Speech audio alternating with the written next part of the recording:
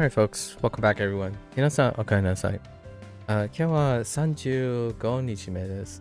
It is day 35. We are starting with Bunpro today on account of got about an hour and 50 minutes before our WaniKani lesson, our level up day happens. So let's crunch out. I don't think we're gonna crunch out all of these, just crunch out as many as when WaniKani rolls into, it's at 2200. So let's go into our lessons. See what vocabulary words we can pick up here. Tera. Alright, Tera is fine. A Buddhist structure. Right, created for the purpose of enshrining and worshipping a god. That's interesting that is the... Huh. Interesting. And that's the emphasis.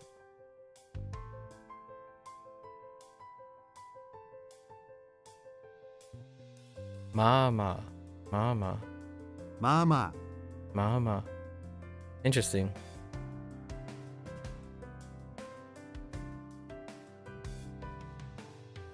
Okay. That is definitely something to take. Hang on, I just realized I got...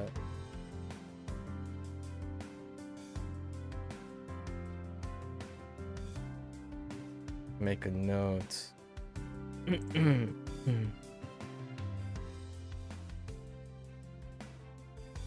Oh, where?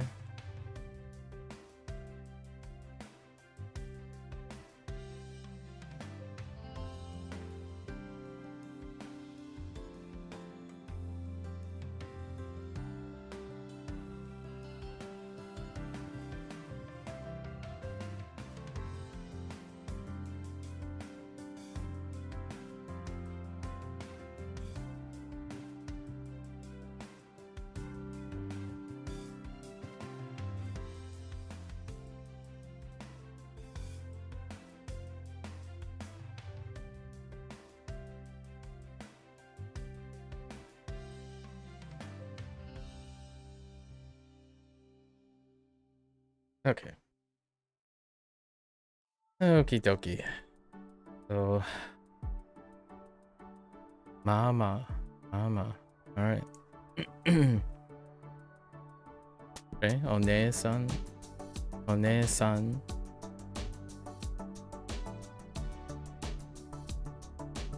Oh. Yeah, okay, I can see that. Yep.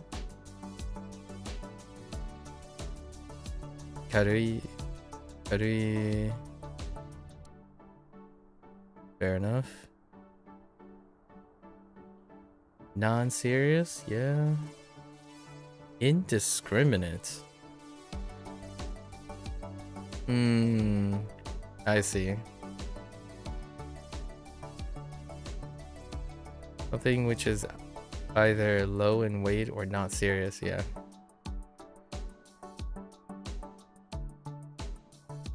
Tabun's fine. Although I don't usually see this though. The largest part of something used colloquially to indicate high likelihood. Right? Atote. Fair enough.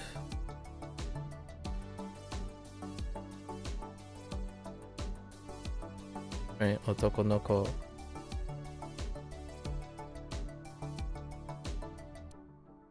Right, kareshi.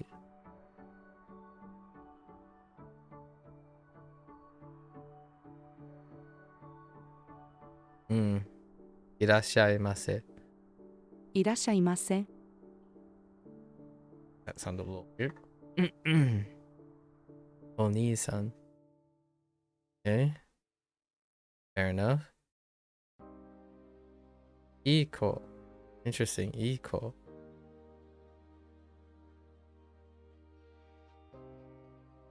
Guai Heizi.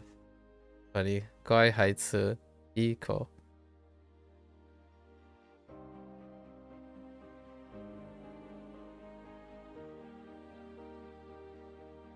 Hi. Okay.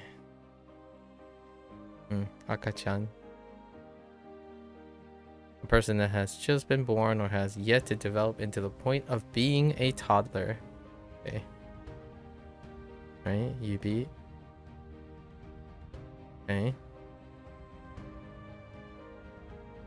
Alright. It's good night. Okay, so this is a low amount generally used directly in reference to things that can be measured. Okay.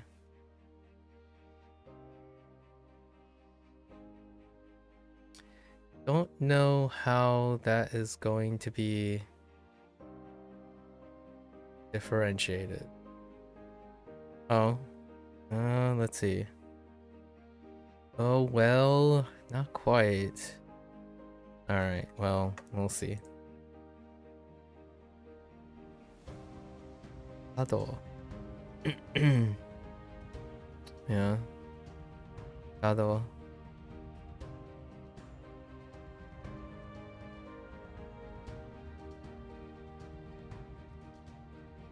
Mental strain, nervousness, yep. So, incho.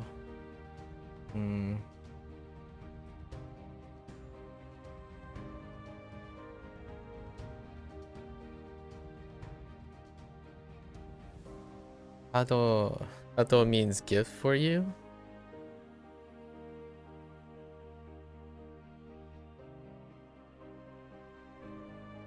Intriguing.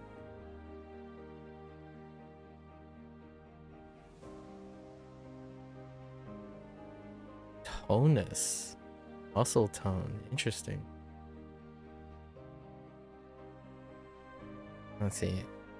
Annai. So that is Annai.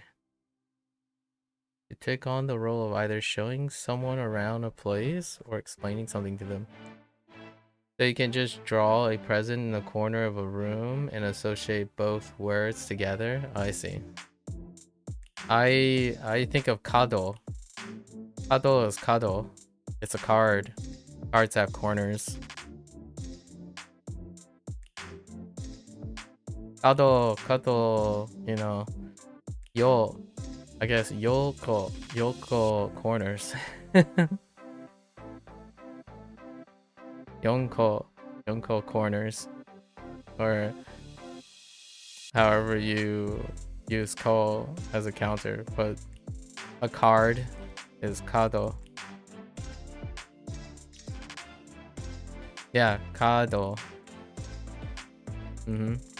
But it's kado in English. That's how I know that I'm thinking about this.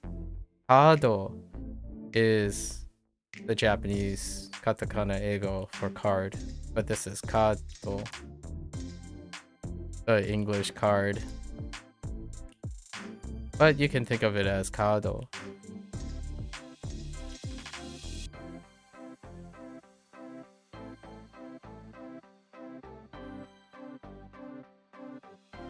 Yeah. Corners. Technically, I don't even think about that. I actually think of jiao. Jiao is horn, which are corners. You might be thinking, what does the horn have anything to do with corner? It doesn't. But that's how you know Chinese and Japanese at the same time. This one's a little interesting. So, press.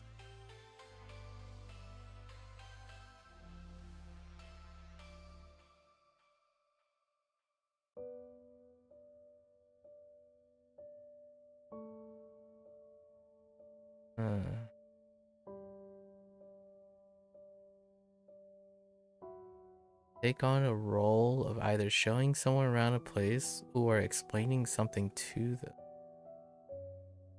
Suru. And a noun. Announcement, informing someone of a visitor's arrival.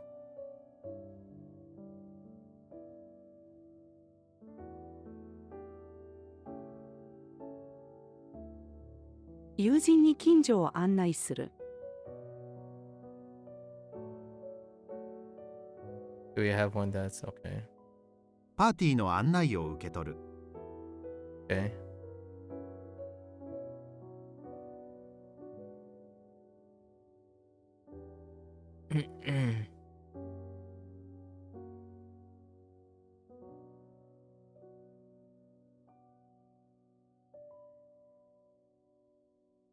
Okay. Tamago. Tamago is fine. Sayonara. Sayonara.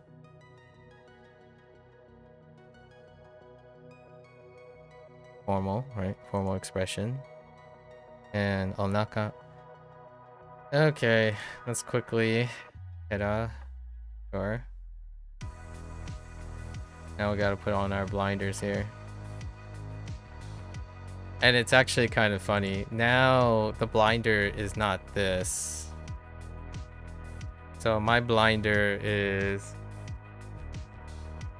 I'm basically staring over here. Or I'm trying to stare just specifically off this.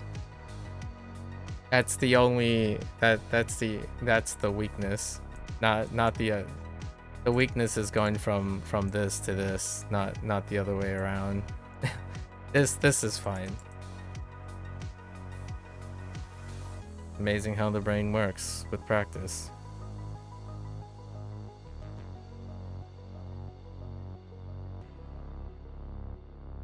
I've practiced so much looking at it.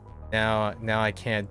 Now I'm so poorly practiced comparatively, doing what I feel most people start with, which is to look at an English definition. Look at an English definition and then know what the character is, or know what the... at least know what the read or what they're looking for. It's so much slower when I'm not reading Japanese.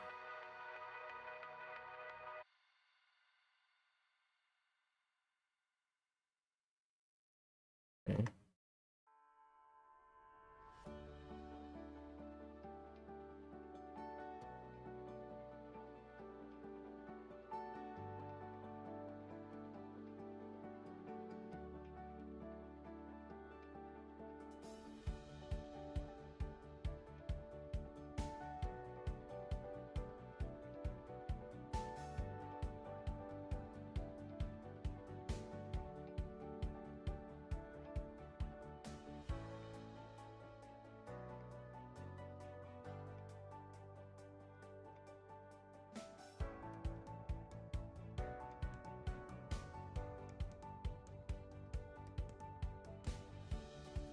The goal is basically I'm looking at this and I'm reading it, and my first thought is I'm writing the character.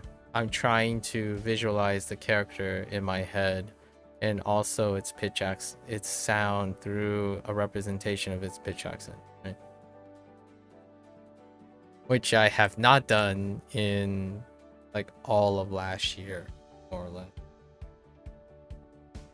Duolingo actually does it in both directions, interestingly enough.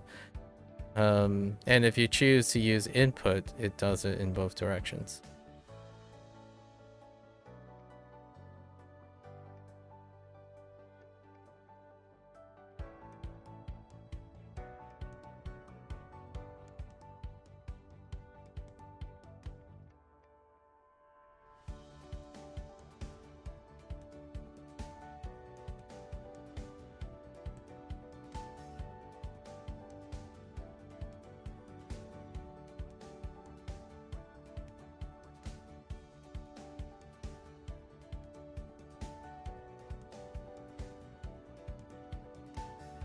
This is me modifying the inputs, knowing what is weak.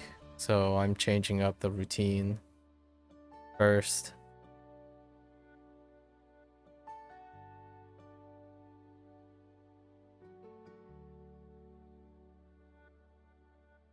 Okay.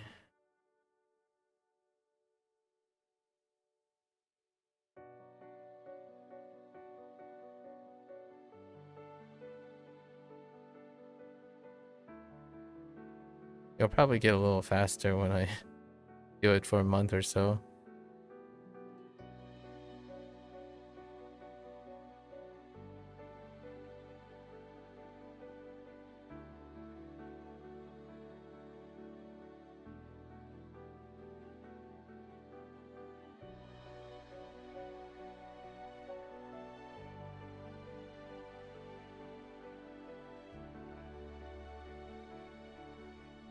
Oh, I got one wrong. Oh, okay, that's fine.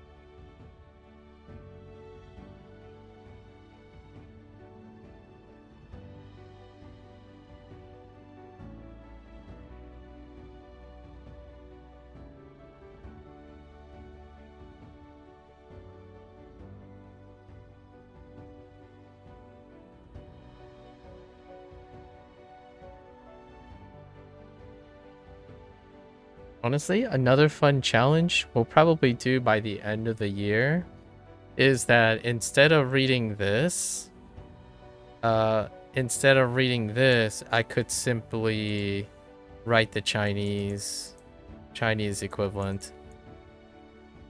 That's probably what we're going to do at some point.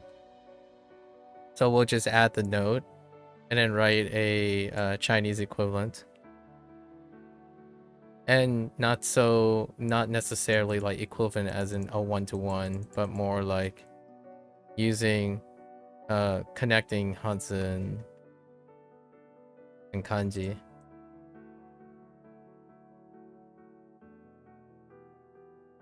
Like this is Jing Zhang. Oh no, Jingjiang.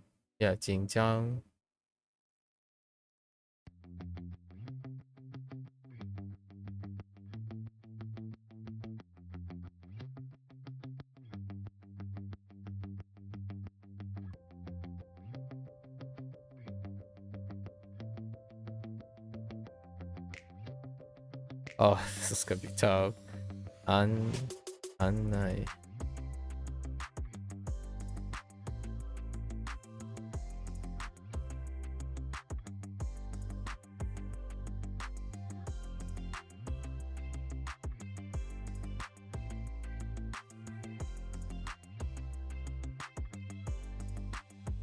What is this to you, Jess? What do you have for Annai? Annai. For me is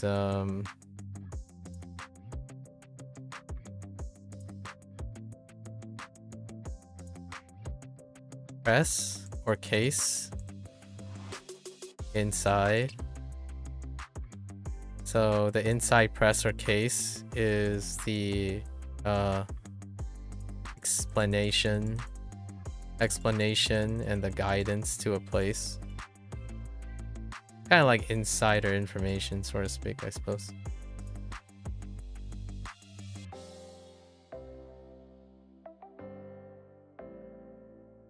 This is new to me. I don't remember this.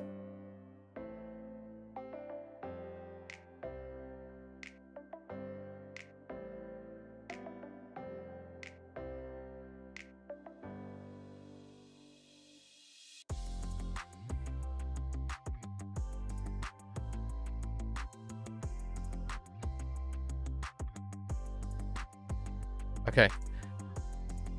All right. Oops. 私の父は寺で働いています。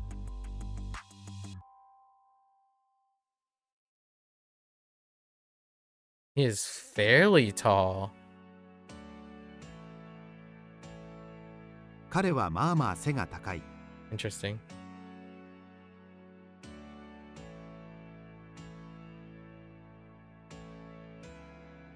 Oops.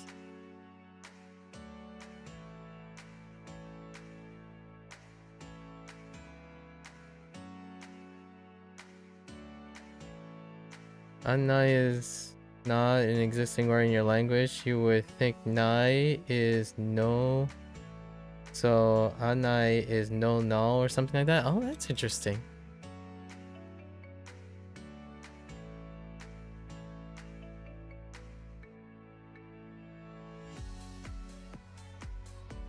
私は彼女のお姉さんです。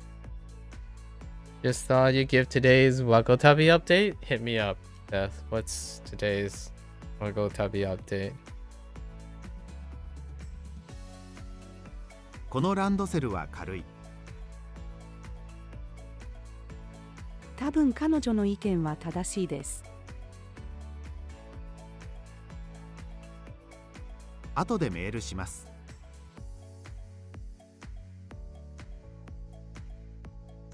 病院で赤ちゃんは男の子です。 彼氏を探す。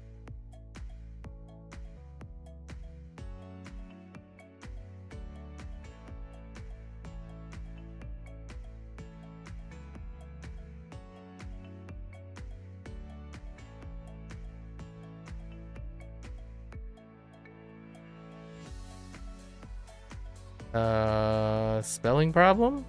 Yeah, probably. Yeah. レストランで店員が客にいらっしゃいませ。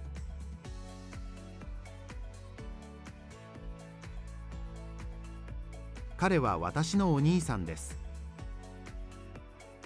彼の息子はとてもいい子だ。 この赤ちゃんは男の子です。 兄の指は細いです。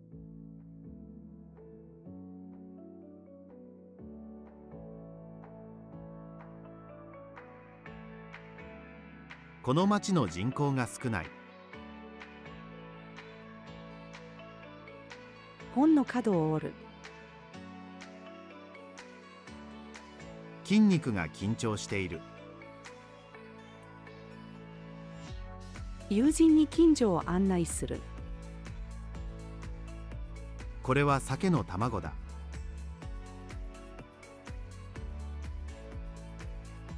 さようなら、また明日。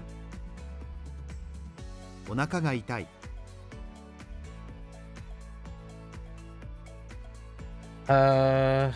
You learned how non-adjectives work a little more clearly. You don't know if your just wasn't following or if other places weren't as clear. Interesting. Did you know? Okay, so you said you're not quite sure. Interesting. How did they show you what a non-adjective was? I don't remember. Or I think it's gonna be like March before whenever they drop the new game plus, I have to revisit. I don't actually remember how they explain non-adjectives. I can give you in Bunpro, well, one of the more common aspects about non-adjective is it would say something that if it has kanji and it's an adjective, it's pretty much a non-adjective. So if it has kanji only, and then non-adjectives are ones of Chinese origin. That might be a common thing. And then functionally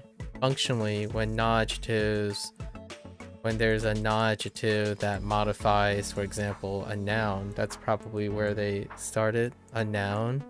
They require a na attached to its adjective form, which is adjective form is kanji only. So something like kirei, right? Or sticky would be some of the first ones. Functionally, I think that's where Wagotabi might have started with. It's probably kirei, like kirei na Tokoro desu. Like it's a pretty place or something like that. I don't know if there's anything else that is pretty common with all the other sources.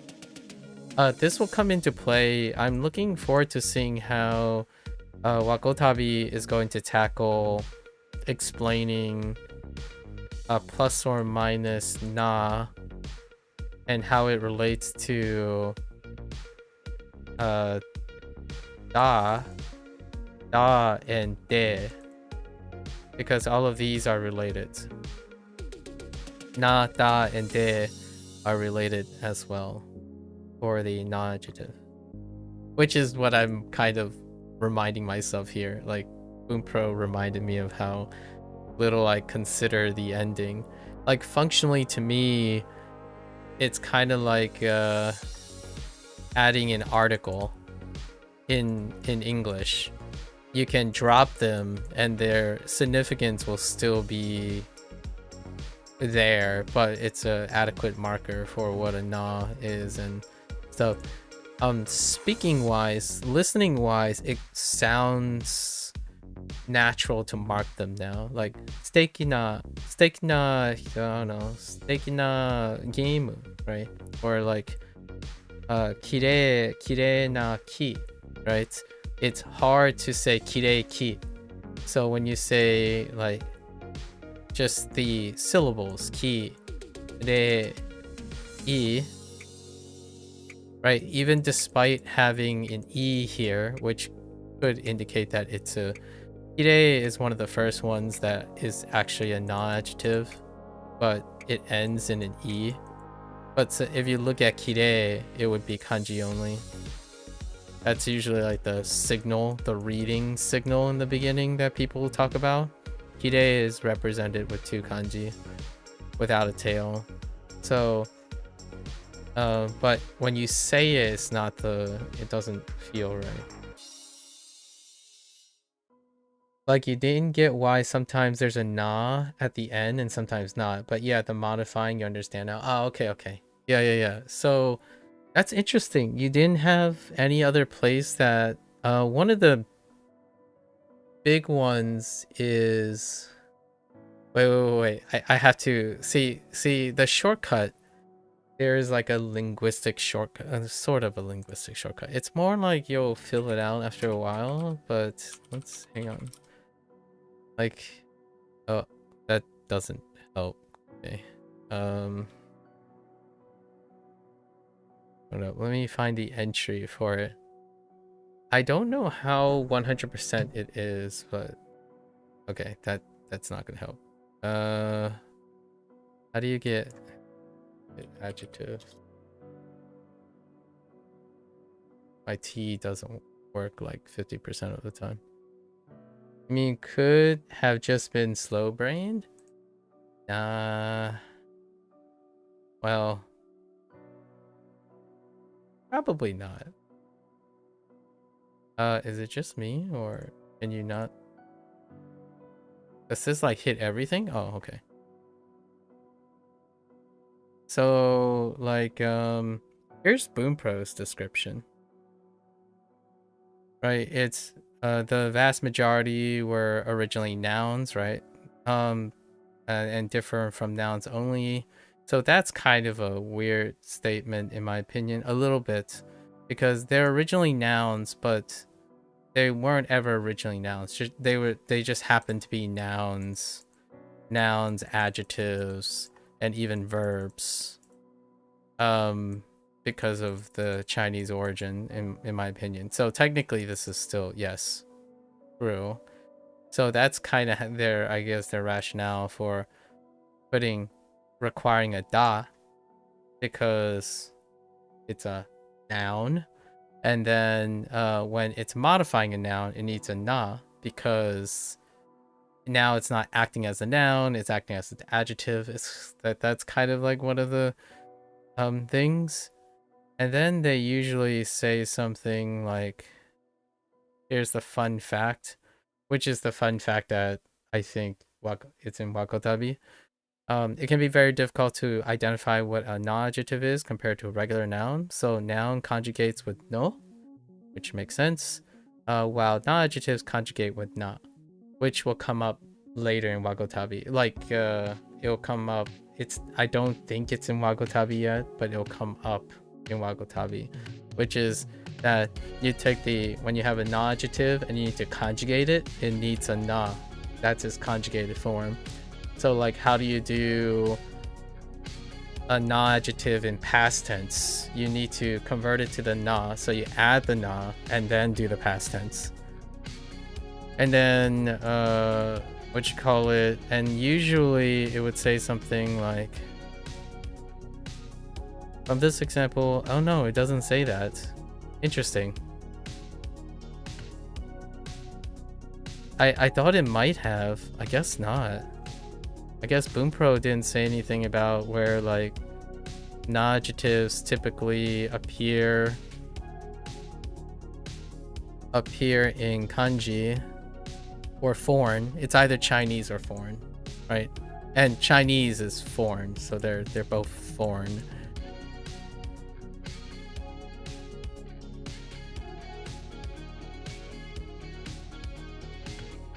Oh, their trick was, here's their trick. I don't know if that is interesting to you or not. They said, as a child, a very simple trick that Japanese children learn is using the adverb very, totemo, right? And if you totemo a word, then and it's natural, then it's probably a non-adjective. If it sounds unnatural, then it's likely just a regular noun.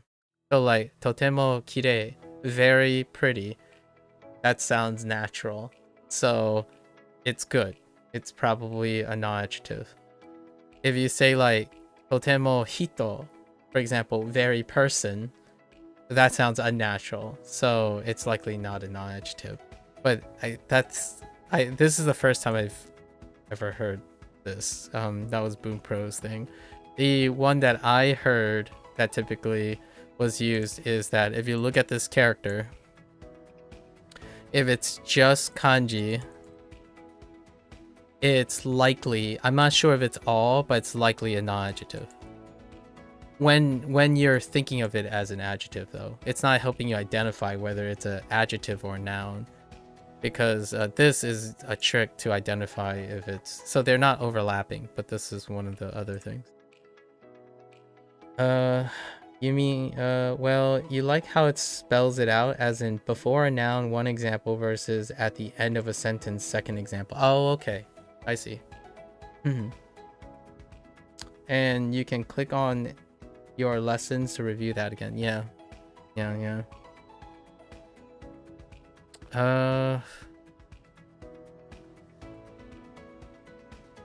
Although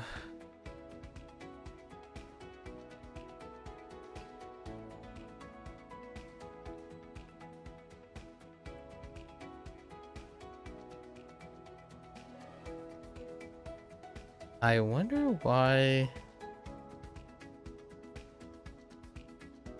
they'll come up later. I don't know enough. Well, I will talk about it when I'm more confident about it. Okay. Anyways, there is the whole matter of adding a da or omitting the da, and I'm not sure about that. If it was standing alone, it's interesting. You mentioned that there's an example where it stands alone. I'm like, well, I'm not sure if it's supposed to stand alone.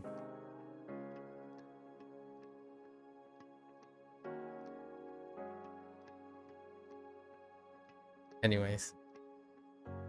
Good catch. Good one. Non-adjectives. Only imagine how much the game is gonna move.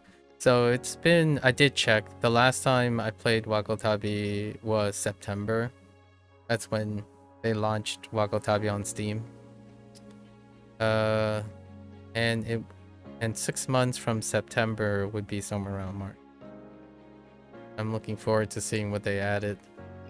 As far as I know, there were 3 updates since then, which is a little below the average. They were keeping up those like 1.5 months.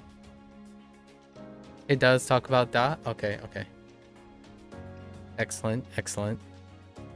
Because the Wakotabi team is like pretty vigilant when it comes to like consistently like the Discord channel is incredibly active, so they're pretty consistent at staying on point with communicating with people, catching things here and there. Present plain tense. Oh, I'm talking about da when it comes to non-adjectives. When it comes to non-adjectives in terms of it functioning like a noun. Actually, maybe I'll go look at it one. See if I in the example. Yeah, I don't think. Oh, here it is. But there's no da. There's just des examples. Oh no, here's one. So, it's. I think it deals with. I am not quite sure. Oh, it is. It's under the non-adjective lesson. Okay. Yeah. So. It isn't quite clear when... Oh no.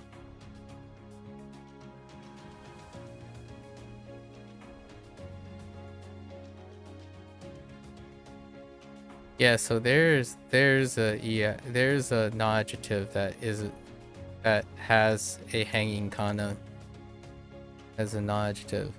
But this example here, I don't know if they're writing it because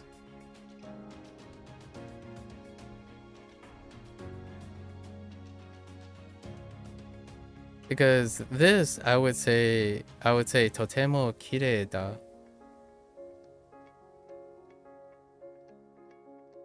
So this example is different from the other examples. That's why I'm a little hesitant to think that I know enough to comment on it. So when I know that it ends with a, for me, I add a copula, a da or a des, whenever I end with a non-adjective. However, I think when they were using this example, they were talking about, because kirei is a non-adjective. It would be totemo kirei da. But I'm not sure if they were just writing this as the example for this like fun fact, which can be a little confusing, or like it could be taken as an example of something you should be reading or listening to. However, it isn't the first time I heard it said that way. Like just saying kirei, just like hanging kirei for a like colloquial kirei. However, if you were looking at the grammar stuff or reading, it's kirei da, because you want to keep it consistent. So I think colloquially, I'm not entirely sure if it's true that you need the da for add non-adjectives hanging alone. That's what I was talking about. Maybe not. I don't know enough, not experienced enough.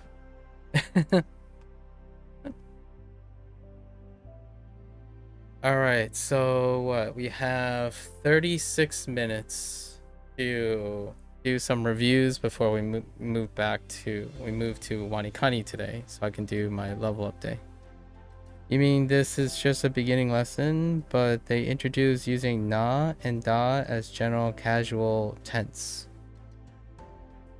non-adjectives and da as general casual tense. I think that is casual tense. Da is casual tense. What I'm talking about is colloquial.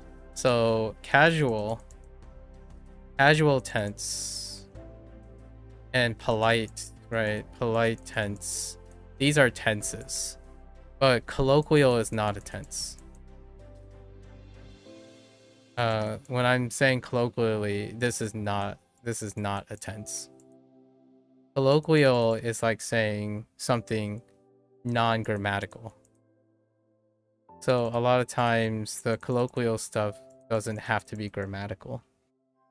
So when you're saying kireida in writing, right? When you're saying them as the da is casual tense, and then des is polite tense, using it with a non-adjective. So preceded by a non-adjective. As far as I'm understanding, for like the last 2 years. However, colloquially, it can happen differently. Like when you're listening to someone speak, there is a chance that they simply drop whoops, I miswrote this. They simply drop this. There's a chance this can be dropped colloquially. So it would suggest that it's neither of these. It doesn't use this convention. So I don't know. Right? Like when you hear an anime character, right? So sometimes you hear anime characters like kirei, right? Just kirei. Just straight up say, yeah. You have heard that though. Just heard that what? Like colloquial is a tense? Or you've heard that casual tense is da. I'm not disagreeing with you that casual tense is da. Da is generally casual tense. Or are you saying casual is the same as colloquial? Well, colloquial is colloquial and casual tense is casual tense. Or casual form. Casual form is casual form, casual tense. Colloquial is colloquial. Or you're telling me you've heard colloquial tense. That doesn't... I've never heard that, so I guess I'll keep that in mind. So there's a few things here that you say you have heard that though. I'm not entirely sure which one you mean. You've heard that though. I don't think I've ever heard colloquial tense. Colloquialism is not a tense to me. But casual is, and I agree with you. As in dropping the da is a thing colloquially, yes. But it's not a tense. So like, it's not casual tense. It's colloquial. So like, I still agree with you. Like, I still agree with you.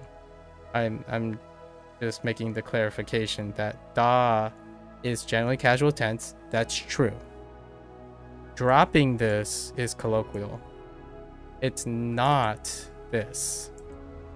Dropping it is not casual tense to me. At least that's not how the grammar is written.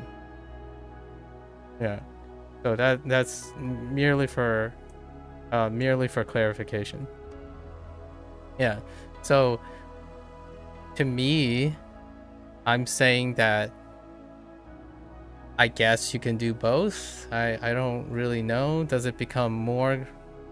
Does like I don't know if you say kireida, right? Kireida is not colloquial. That's interesting, right? In anime, both. They occur in both. So the anime that I'm watching, almost all of them speak in the polite. And then when they speak to each other, they speak in the casual tense. They rarely speak in colloquialism, like modern colloquialism, because the anime that I'm watching is like olden times. it's an olden times anime, so they would use either a casual tense or a polite tense.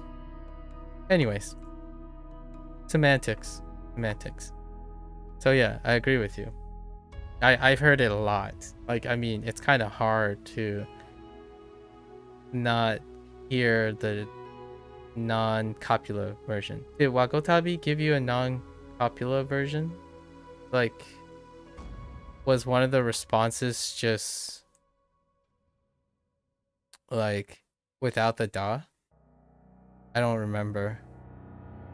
Like, maybe one of the characters, I'm pretty sure one of those like little kids say like the river is pretty or something, doesn't have it.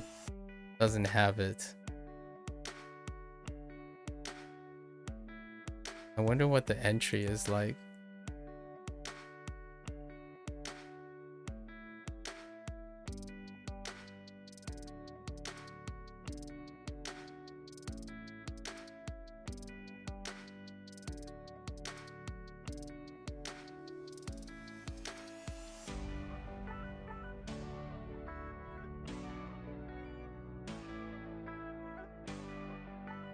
Yeah, so as far as I know,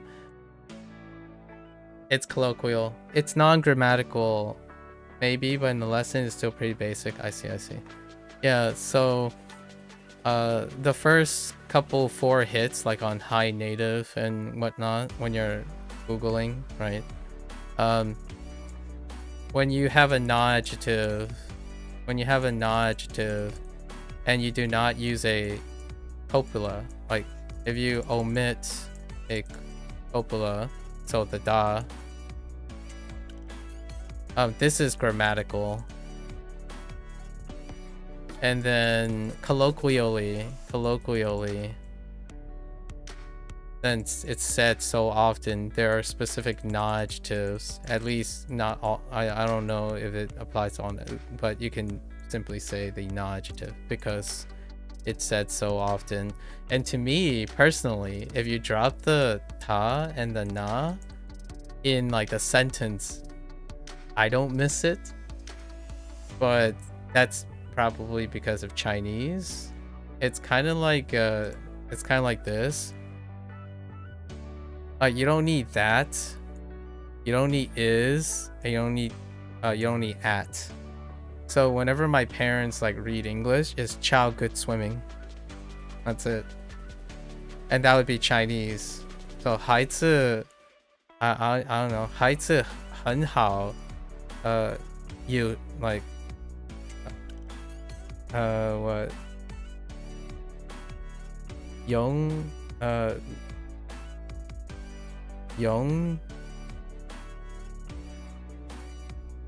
oh no. Swimming. Liu Yo? Yo Yong? Liu Yong? Liu Yi? Liu Yong? I don't know, but the idea is that I have a memory block here. Yong Yi. Yong? Some form of pool and flowing. Anyways, the idea is that in Japanese, there's all these things, but you have to learn these things, and I got to make sure that I'm vigilant and learn these things, but sometimes I like skip them in my head. So whenever you're reading, right, I take shortcuts, which I shouldn't be taking shortcuts until I'm very certain I'm good with writing these. So like, for example, you can do kodomo okuru or oyogu, kodomo oyogu jouzu, right? Kodomo jouzu oyogu, and then you wouldn't even need to conjugate it, because contextually you can understand it. But in Japanese, you would have to require these modifiers to make sure. And as a aside, you continue to hope they don't expect you to remember all these places' names right away. Man, I can't tell you how often I look at a word choice, like you know how you like do the boxes, right? Whenever you have to choose those like long sentences with boxes, and then there's like this name written out, and I'm like, what the heck is that? Oh yeah, that sounds like a name. Boop. Like, wait a minute. And then they ask you questions like, oh, like this name is to the east to the east of this name, and I'm like, which one is okay? So that's happened a couple of times, so hopefully I'm not spoiling anything, but from time to time there's still the, like right now I still can't even remember most of the names. I remember what the prefectures are and like the key areas, but I don't remember the city names all that well. The last area that I remember is Bizen. Yeah, Bizen.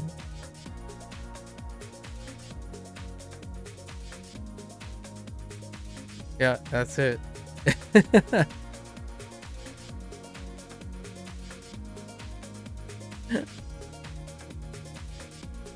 Kagawa Prefecture, I think, is the first prefecture, right? Or is it Kanagawa? Oh man, I think it's Kanagawa, right? It's either Kagawa or Kanagawa. I have no idea anymore.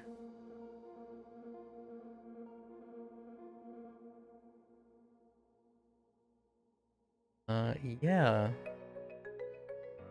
What was the name of the second prefecture? Crazy. Names. Do you ever have problems remembering names in your language? Like your language of choice? I wonder if Jazz has problems remembering. Like, names are tough. Like, it took me... I came up with a system to remember names, actually, for English. So for English, I have a system. For English, like, for example, if I watch a movie, like, say, I don't know, like The Shining, right? The Shining is a name. So you have to remember the name, right? Sometimes the film is easier to remember, but then you have to remember the director, Stanley Kubrick, right? And even that takes some time. And then you would ask, okay, so who's the screenwriter? I'm like, I have no idea. I have no idea who the screenwriter is. And then he was like, do you, what about the, I don't know, what about the composer? I'm like, I have no idea. As far as I go, it's like, here's the director, which is one step above, because in between you could have like Jack Nicholson,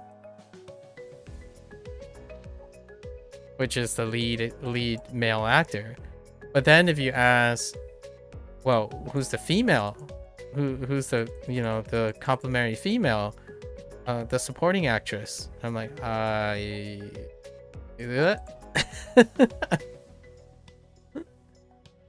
there's something about proper nouns that they live in your head like they live in kanji for the moment.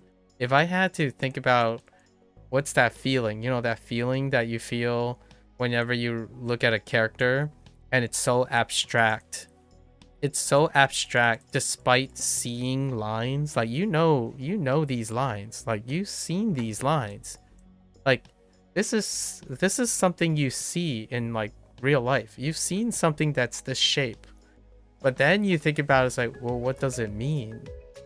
And it could stand for something abstract. And that's kind of how I feel about place names. At least that's how you capture, at least how I think, to get the feeling of what it's like. If someone asked me like, oh, so how did you feel when you were learning kanji for the first time, or Hanzi for the first time? It's like giving each one of these characters a name. And my trick, you know, the quote-unquote the memory trick. Someone asked me a bit ago. It was like, oh, so do you have any memorization tips? And the trick is the same trick I have been using most of my life that I built on, and that's you have to give the name a meaning, right? So what do you do when you remember kanji? You learn what it's called, you learn its meaning, and then you learn as many things you can add to it, which is sound, right? Its construction, its context. That's what gives a name its meaning. So how do I remember people's names and their directors and stuff? This whole little line of thought, it's association. It's what I've been talking about the last 2 years when it comes to like the pyramid of like deep processing, when you're trying to go beyond memorization. Like, this sounds like a Gen Z duh moment, but whenever someone asks me, what kind of memorization tips do you have? Start by doing more than memorization. The idea is to do more than memorization, because memorization is the basic foundation. It's the bottom foundation, the thing that takes the most time, the most repetition, the most maintenance. And you can use what you memorized to do more with it. And that's how you remember things. So whenever I see, people keep throwing like comprehensible input, immersion, I don't know, edutainment gains, and like gamification, my first thought is, are you forming new associations? Because all of these things are forming new associations in your brain. If your brain is able to connect all these together, reorganize them in a way in which the abstract thing imparts new meaning, then you've nailed it. And so the future, whenever I ask someone like, someone asked me like, how do you remember this as kodomo? Well, a kodomo, kodomo is a child, and that child is a potato, and potatoes have potential. Honestly, that's really how it works. Like this is kodomo. but really, in earnestly, like this is child. And then I have no idea why this is together for me. So the story is that when two people come together, they have a child. So kodomo. And then there are other ways to find kodomo. Ko. Ko means something to me. Right? It actually now literally means child. So everything that's ko means child. And then domo is a special read. So I need to understand that it is a special read. That's off kyo or shou, or not shou. Gung, right? Gung in Chinese. So all of these things are the stories you build with this thing, and it's pretty much all the names. So if you're wondering like, what's the secret sauce to remembering a city name? So if you ever want to remember a city name like Bizen, the reason why I know Bizen is because that was the last patch that I played. So the most memory of the activities that I need to know that I did in Bizen is allowing me to remember what Bizen is. So if you're like, oh, I can't remember this, where did you get the udon? Right? If you try to remember where did you get the udon, what you did in that place, it will likely be able to trigger your name of the place. So the more memories you build with a specific name, and then use that name to build more memories, then you got it. Right? That's kind of the idea.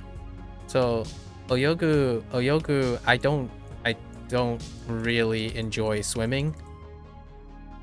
And because I don't really enjoy swimming, that's how I also remember Oyoku. So that's kind of one of those things. It's weird. It's a fun exercise though. It's laborious as well. You get better at it as you go along. I don't think the technique actually, I don't think this like it's a groundbreaking technique. I actually think that's what comprehension is. When you start to understand something, that word click, when things click, the idea is that you formed a network, right? You formed a network of connected lines, and when it clicks, it feels like every new bit of information that enters your web gets stuck on the web. So like it gets captured. It doesn't fall through your net. That's when it clicks. So your goal most of the time is, if you want to remember something, you have to form a net tight enough that it catches all the stimulus that goes through your net. So the moment it goes through, it gets caught. And that's when it clicks. At least that's what I'm trying to describe abstractly to people. Like, what does it feel like to learn kanji? Go through a list of actors and actresses of your favorite movie. Do you remember all of them? And do you remember a single detail or more about every single one of those actors and actresses? Because if you can, and if you go and try to do that, welcome to the world. Welcome to your first experience with kanji. Until it becomes second nature. Because yes, a human is very much capable of watching movies, remembering a single detail of every single actor and actresses, and continue doing that until they're very good at it. So you can most definitely do that with people's names, because names are abstractions. And much like when you first read kanji, they're abstractions. There's nothing more to, like, there's nothing you can tether to it until you establish the tether and then build upon it. Okay, anyways. Oh, I've got the normalizer.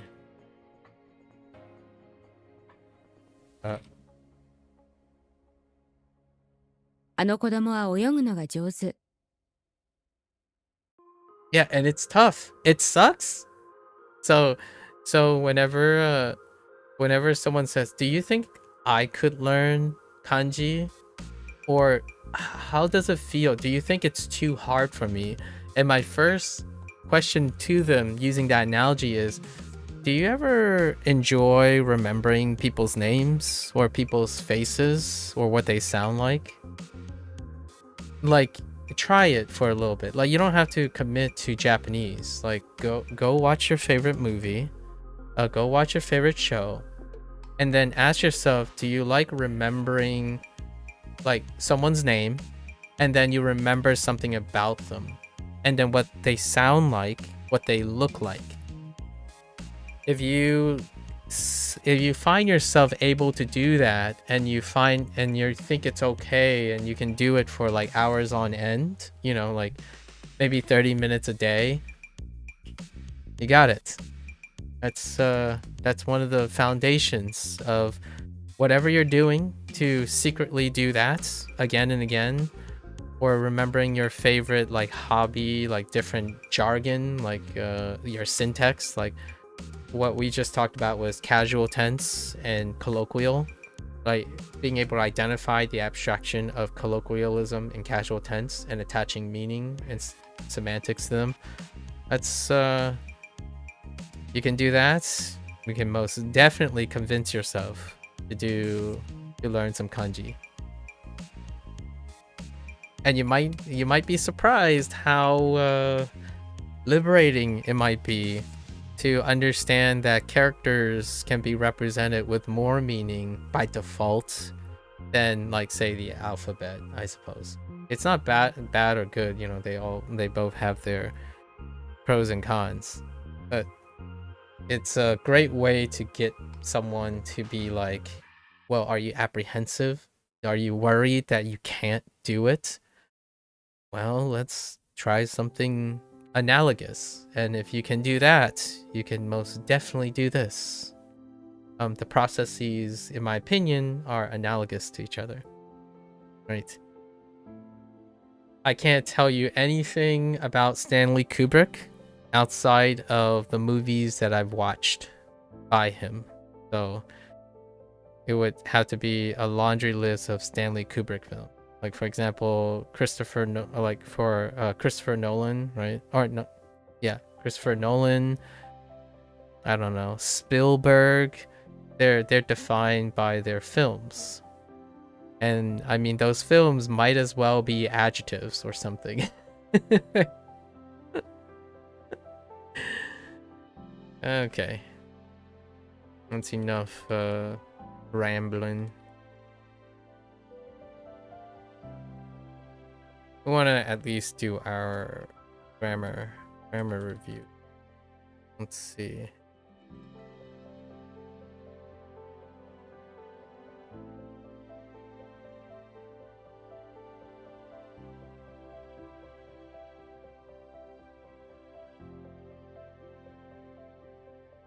Zou wa wasurenai.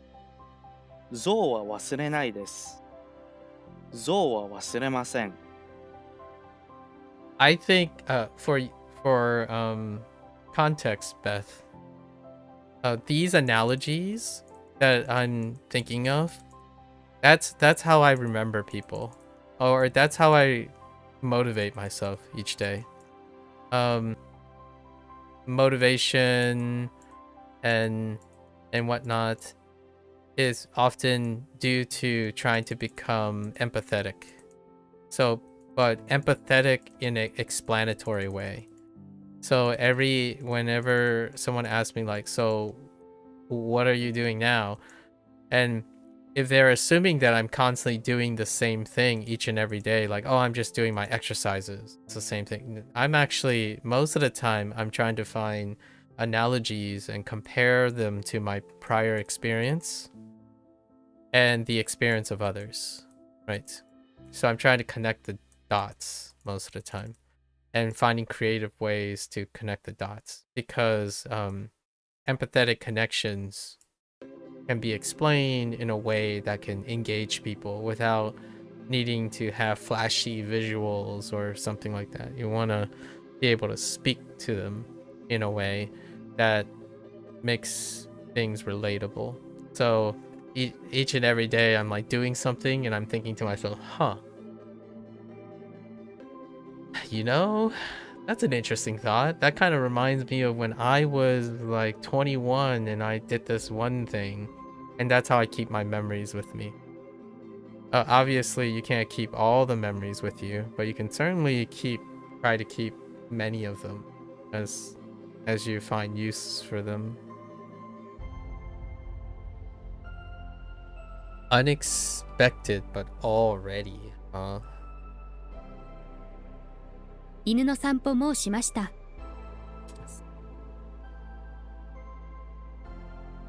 Okay.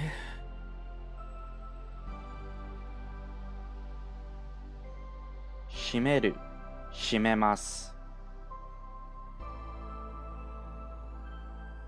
I think it's a fun challenge to, whenever someone says something like, oh, I just don't get it. It's like, oh, well, let's go explore that, shall we? You should be excited for that. I understand it's a point of frustration for a lot of people where they're like, oh, I just don't understand it. It's easier to give up. Like, yeah, but it could be even fun, you know, it could be arguably fun to not give up. And that's kind of my thing. Despite the consternation of someone who would be more likely to give up, I'm probably more likely to push them along. In like, not in a dragging them along, like giving them a nudge, you know. Dragging someone along might be a different story. That's other people's prerogative and strategies. the goal that I tend to put myself forward is it's far more challenging but rewarding, and arguably more rewarding and more consistent if you can make someone independently push themselves. So in order to do that, you take what they know they can do, what they can possibly think they can do, and use that as a way to get them further. So give them something more enticing, or the challenge to myself is to give them something more enticing than the thing they already have. And when worst comes to worst, you can rely on the yield, take away things and punish them or restrict them in order to get them to do what they were. I think it's far cheaper, and I agree, probably more efficacious to use fear and FOMO and like punishments as a cheap way for a person outside to get someone to remember something or to do something. For example, how do you get someone to remember a town's name? Well, you take away their video game every time they forget the name of the place. That's a negative punishment. It's something that is easy for both the person who's trying to teach the thing, and it's easier to tell when they're wrong for the person who's trying to remember it. But for me, I think the fun activity that two people can do together to try to remember something is to encourage each other through means that are better than the current thing that we're doing now. So if you're having trouble remembering something, come up with something to add to what you're currently doing. Start there first, because that type of problem solving and critical thinking will make things work, as opposed to avoid things that don't work. So if you have trouble remembering a name, the first thing you do is not to tell yourself, oh, whatever you're doing, it's the wrong way to do it. That's kind of how I feel people approach their memory a lot of times. Like, oh, I must just be stupid. So that's what I know that you're not like a negative person, Beth. You don't strike me as a negative person. And then when you said you must be just slow brain at first, I'm like, nah, that's probably not it.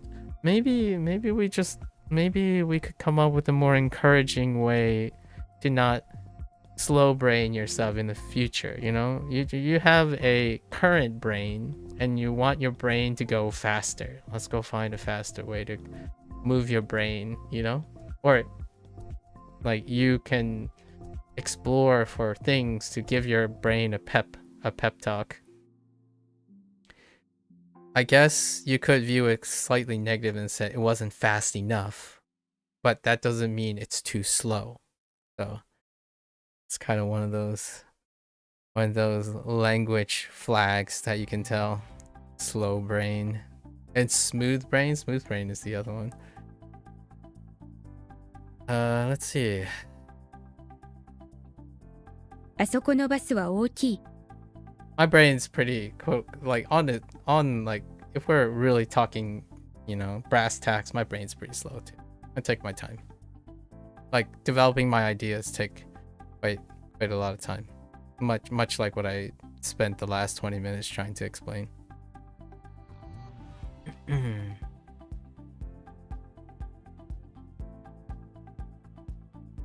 Oops. Current. I とも didn't こは forget. 国語の教科書を読んでいる。 You just mean you can be forgetful, but thank you. Yeah, your brain's not slow. You just want to get it faster. Maybe you're just vibing a little too hard. You're too chill. I suppose one way would be to light a fire under your butt, but I'm happy to hear that wakotabi is more of a like positive pill, like a positive nudge, as opposed to like, oh yeah, you just need someone to yell at you, you just need a program to yell at you that you're wrong for 20 times in a row over a month before you remember something. That sounds grindy, don't you think? Right? That sounds quite grindy. Of course, you can still use that technique, but I wouldn't rely, me personally, emotionally, and mentally, I wouldn't use that as the major way to do something, especially something that you'll be doing for a very long time, because that will definitely get you to quit at some point. They got more positive reinforcement than you have negative reinforcement, but that's pretty decent. Negative reinforcement, that means like you play a game, you get it wrong, right? But you manage to get it right and the game rewards you. Negative reinforcement. So positive reinforcement is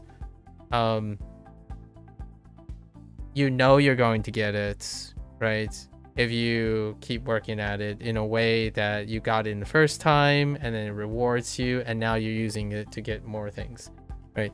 Then you have like negative punishment and positive punishment, which is the ones where you have to get it, like the wrong is what's making it right. The taking away and the restricting is what's making it right. So like punishing yourself for using English when you don't know the Japanese word, that's punishment. Encouraging yourself to use the English word that you thought was related to the Japanese word in order to remember the Japanese word, that's a different story. That's not a punishment. That's changing something that you do normally to elicit the thing that you want to do next. So I think one of the biggest things is the idea that if you're going from here to here is wrong, and then if you go here to here is also wrong. What you have to get to is here into itself. Usually the most consistent factor in this is punishment,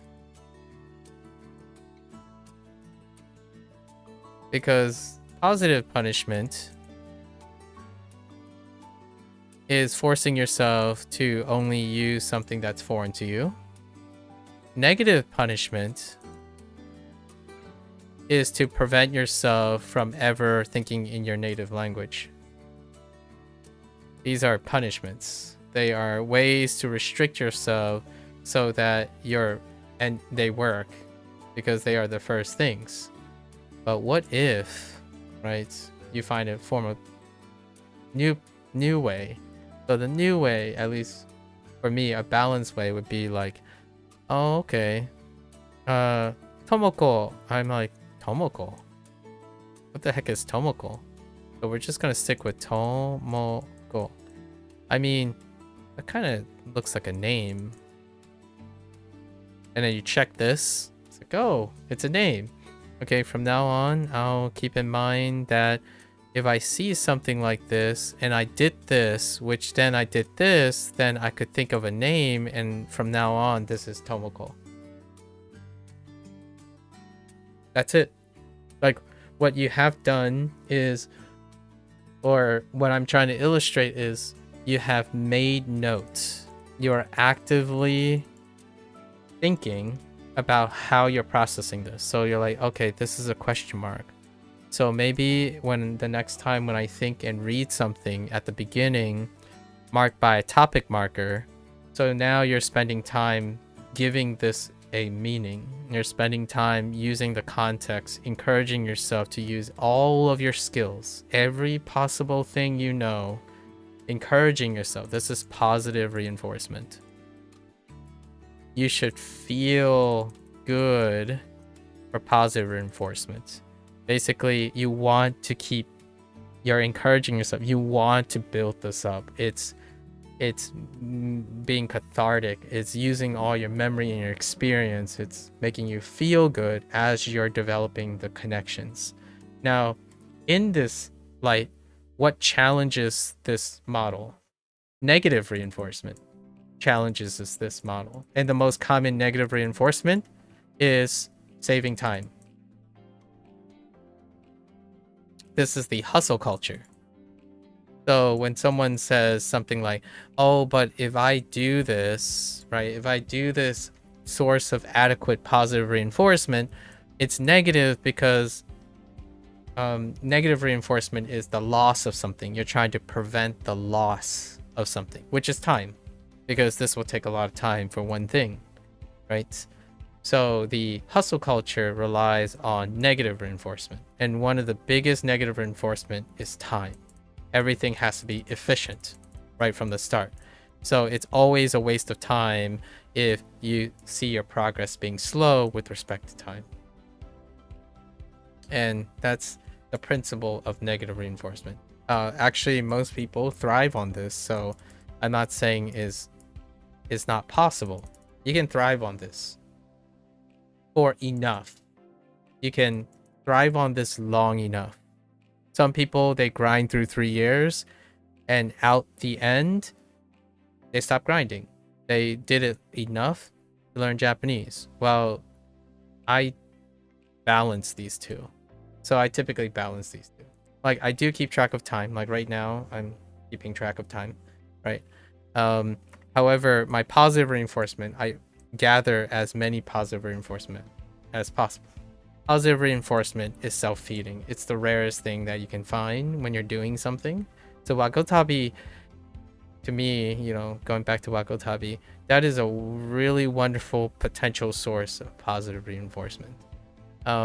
Negative reinforcement does exist in the game, but I would say it has more positive chances of positive reinforcement than negative reinforcement, and hence I like the game in a sense of an educational product, right? It's also probably one of the reasons why gamification is efficacious to balance out the negative reinforcement. Negative reinforcement is predominant in the sphere we live in.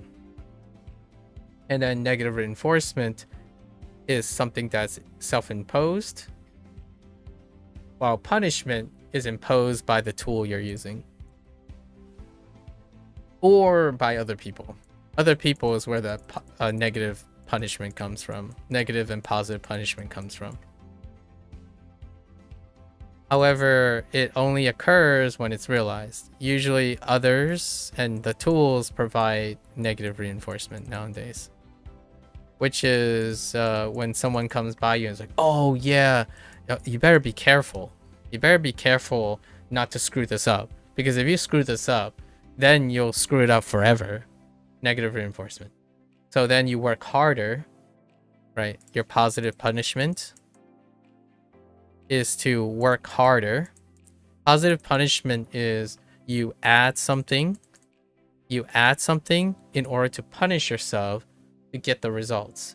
So when someone gives you negative reinforcement, this is why I'm not too receptive to negative reinforcement, because yourself, you'll do plenty of that. You'll give plenty of reasons for negative reinforcement. But they would say like, oh yeah, don't forget this important rule, because if you do, then you're an idiot. You're gonna appear like an idiot. That's negative reinforcement. What it's telling you is you have to avoid this. In order to be successful, you have to avoid being an idiot, which means that you have to remember this rule, and that's the pressure.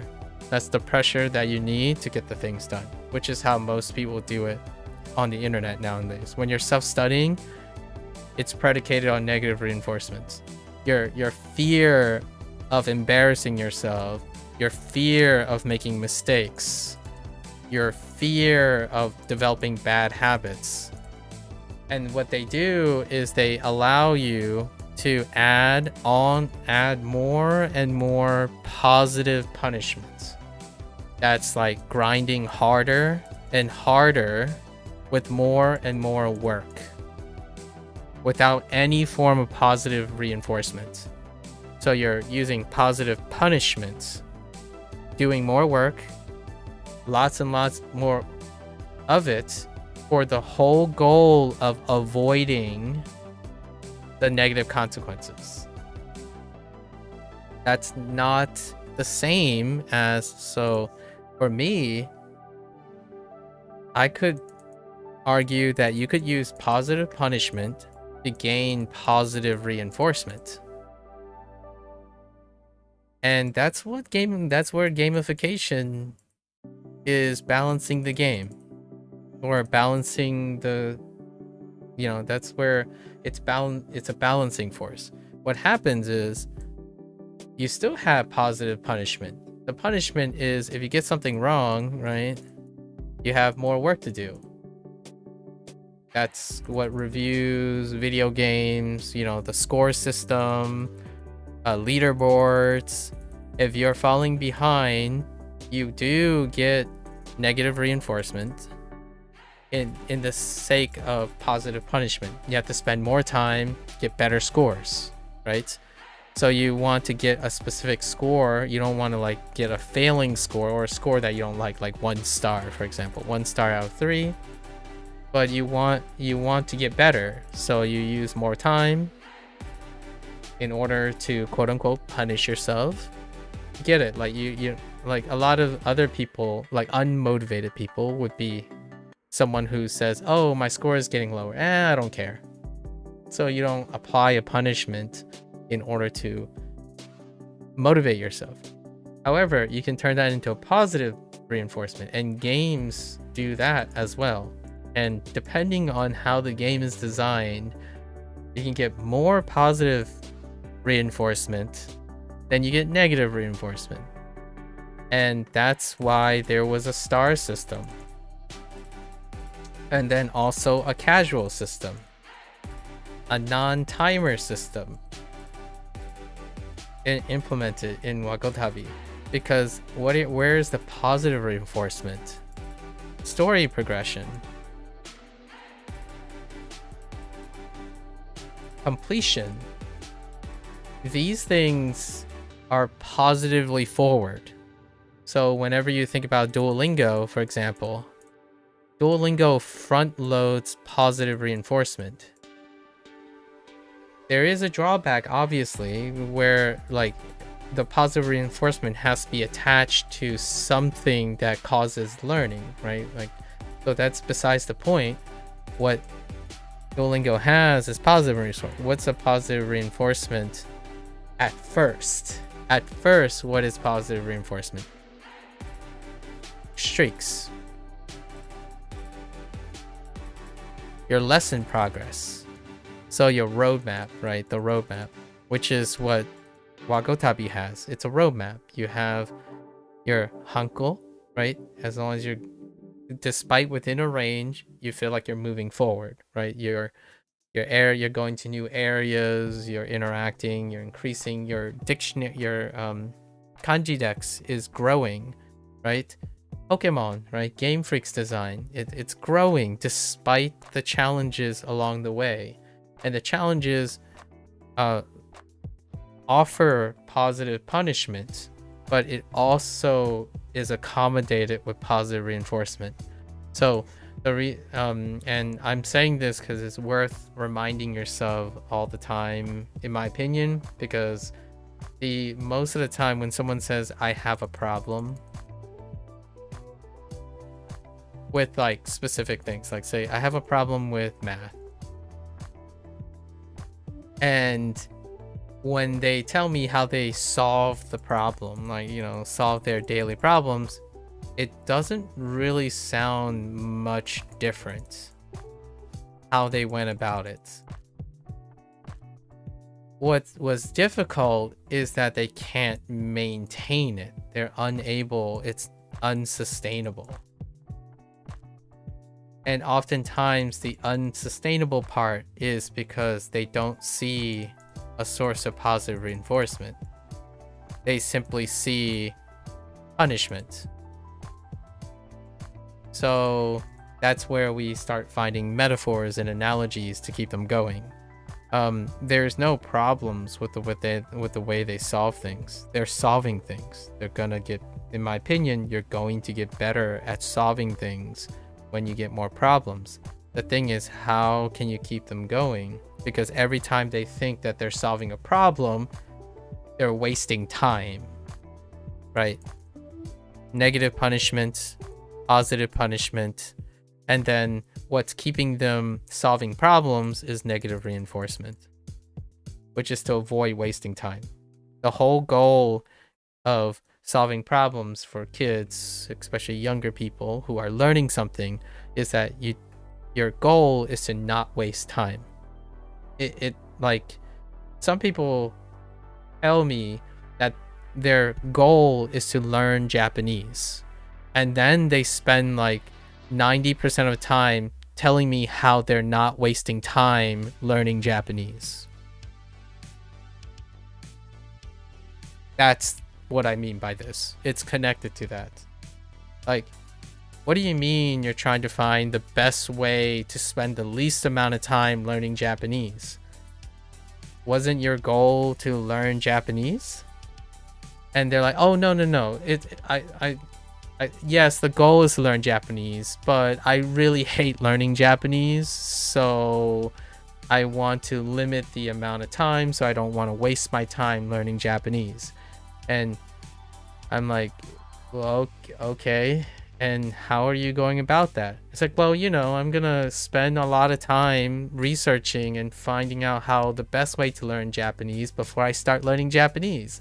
I'm like, okay. And how much of that time are you not wasting not learning Japanese? If your goal is to learn Japanese and your goal is to minimize the amount of time you're learning Japanese, I don't see how they're together.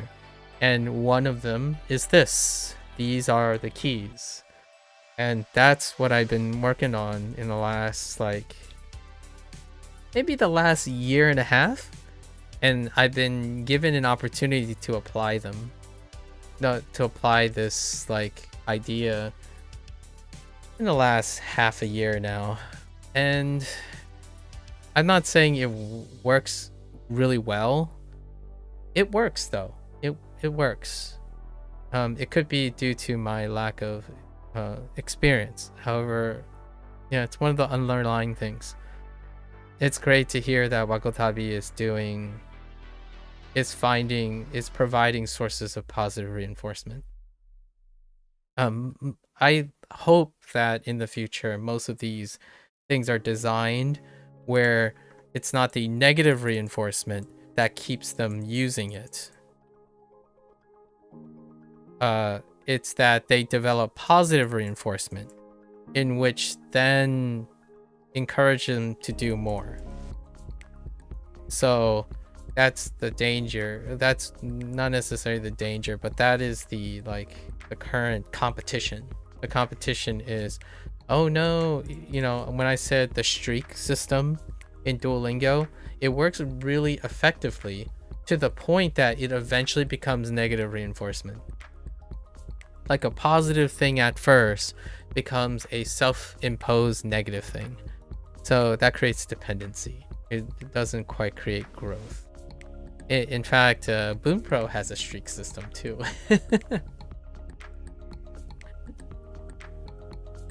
It's one of the most efficacious way to, right now, currently, because it's heavily reliant on, it's the most normal thing online at the moment, which is to make someone have a fear of starting something and losing it. And the longer they go about doing it, the fear grows to the point where they are fearful to forget it. So that is definitely one way to get someone to remember something. Like, oh, did you log in today? Like, if you didn't log in, we won't give you a reward. If you miss a singular day, then you don't get all the rewards after. Yeah, negative reinforcement. Your FOMO is definitely one of them. Okay, all right, back. What the heck? Oh, I have eaten. Oh, I have eaten before, so it's like 食べたこと? Or is it 食べたこと? 食べること? No, it's gotta be past tense. 食べたこと、ことがあるね? Or がある高い肉を食べたことがある。がある。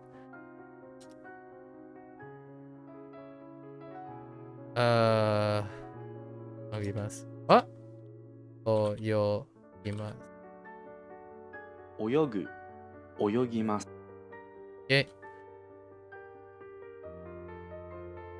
Okay.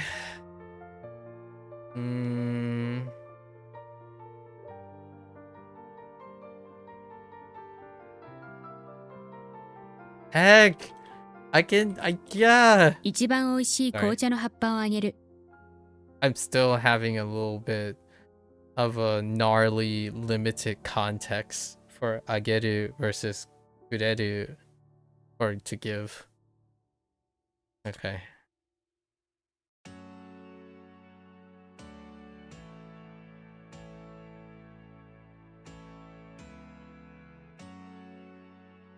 On? No. 飛ばないね。ペンギンは飛ばない。ペンギンは飛ばないです。ペンギンは飛びません。Interesting. Penguin. Alright.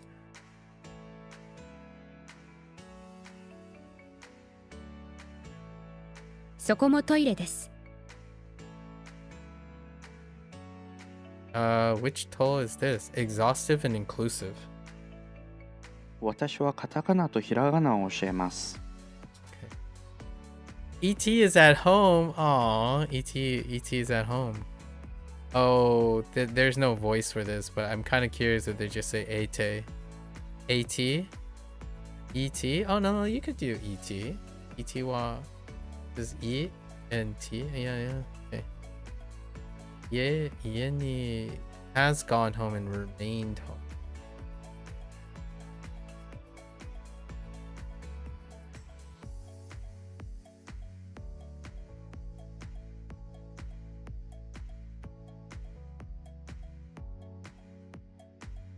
Heck.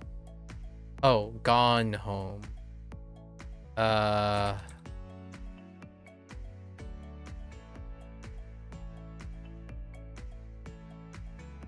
Wait. But that's progressive, right?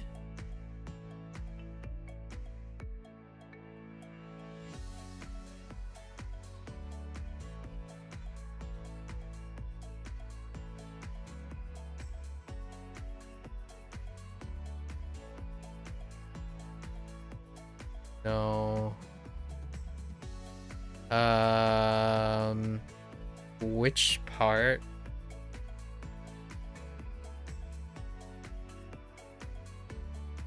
Or do I use...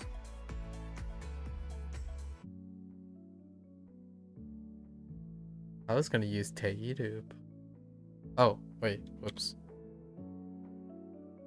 ET は家に帰っている。I added a ga for no apparent reason. Oh, that was voice. ET. Okay. There.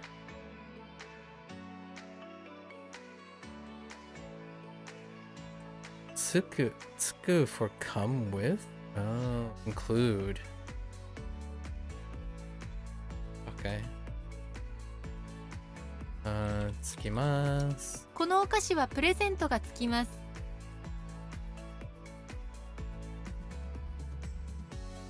Oh, okay. してえ let's try adding... Oh, right. Wait. Let's try adding something else to the end.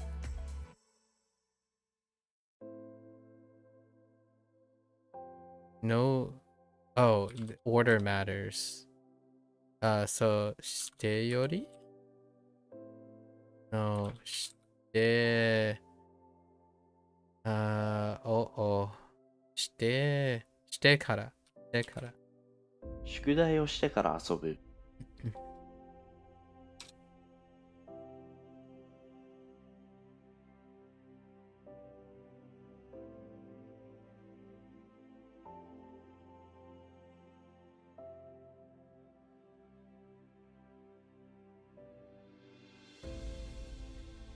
different grammar structure.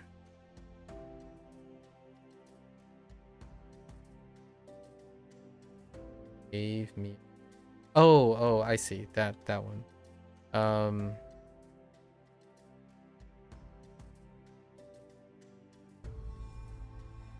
Yeah. I was looking at the wrong subject.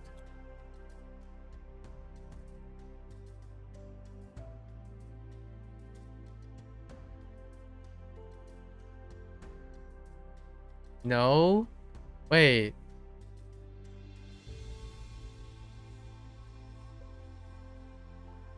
Oh no, maybe not. Oh wait.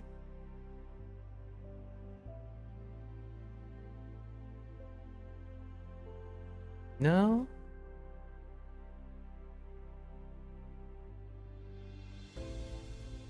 「誰かがマスクをくれた。 Yeah, that's fine. I don't want to talk about it.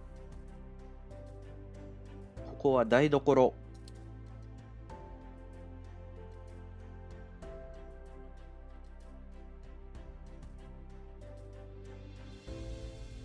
私はパンを作るのが下手すぎる。 Ooh, it added Sugiru as well.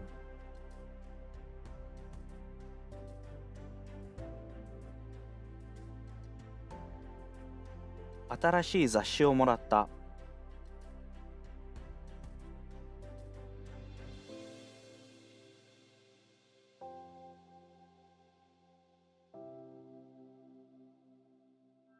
Wait, that doesn't make any sense. Oh, この中で一番好きなのは赤いの。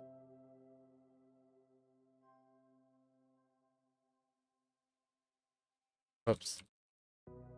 More formal. Oh, literary contrastive article. Deredomo? Ne? 早く寝たけれども、まだ眠たいです。 Unexpected ongoing. Samui. まだ寒い。 Nada samui.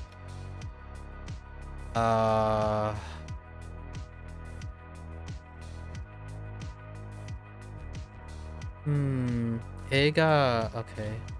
We got Eiga Kantoku. Ya?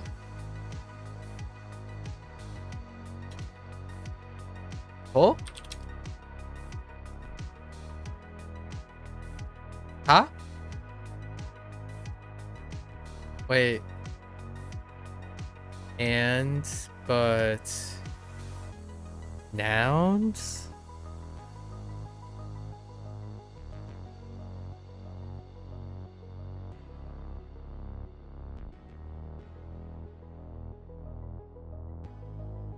Huh. Ands, but nouns.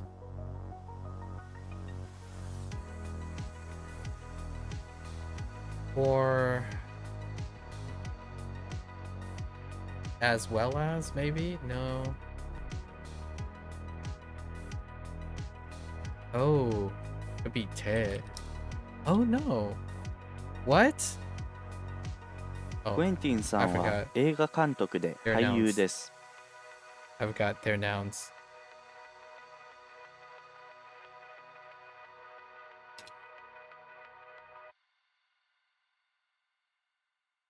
Kaze o hikayo potential. Potential. I didn't intend, so like, let's say hiku. Oh no, wait. Do I need to conjugate? Yes, I do. Or no, I don't. Maybe it's hiku tsumori da. Oh, I didn't. Maybe like hiku tsumori nai. Oh no. Okay, maybe I need to... Oh, I don't know what I'm conjugating. Like, what part do I need to conjugate on? Let's say... Does it sound right if it was...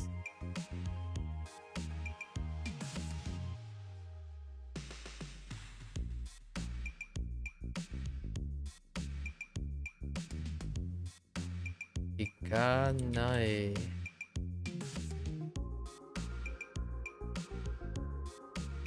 Ikanai. Mori.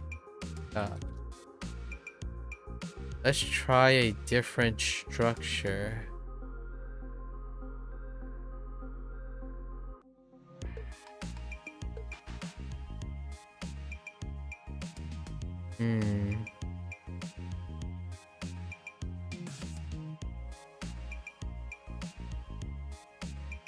Maybe gonna... No. Oh, how is this? I haven't even considered needing to could have sworn. So for example, oh, it's probably like I think it keeps... Oh, it might actually... Okay, this one's E. Hiki tsumori wa nai. No, maybe it's just here. Or maybe hiku tsumori wa nai. Could you try another way of conjugating this structure?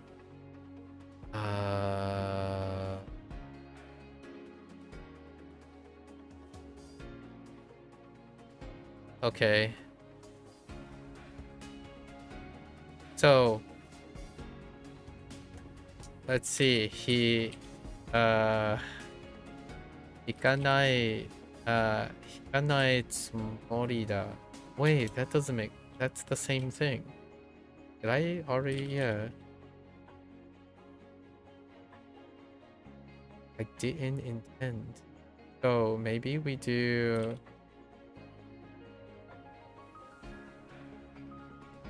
Good? Oh, I've been writing... Hiku... Let's see. Hiku tsumori... Tsumori wa nai. Ah! I don't know! Okay, hold on. Breathe. Oh! Maybe they're talking about, like... Because... Oh, wait. Tsumori... No. Tsumori... Ga? Nai?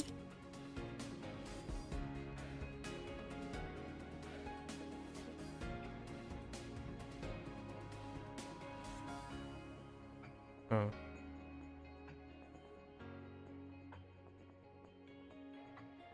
Standard. Negative. Oh, wait. I've got the past. I totally forgot past tense. So... Wait. But it's always... When you plan something, is past?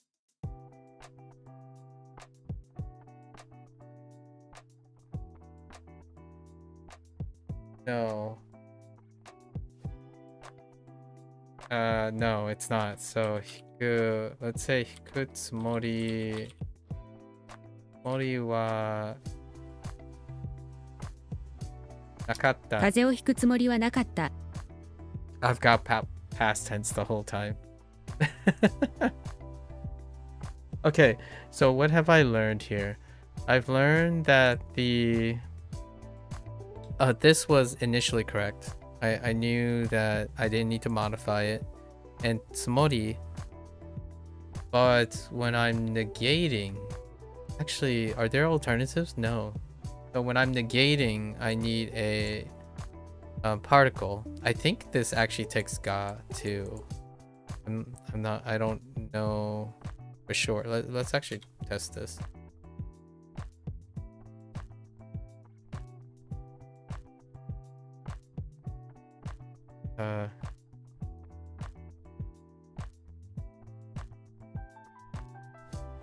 Oh no, they really... Okay. They really want to emphasize... Okay. So, And then I forgot totally the past tense. So the negative past tense is not, I have the same issues again. I think they were referring to this, the way they're doing it, but it's really reflected in the action at the end. So we gotta drill that in somehow. At some point.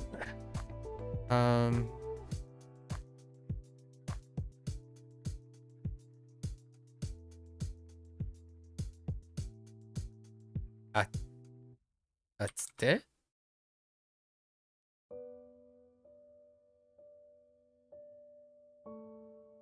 Oh,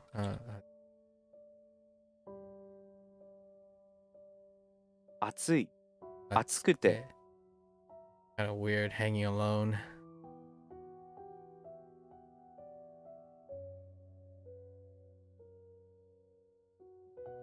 What?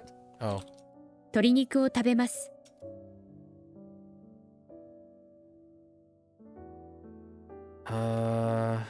Conjunctive verb.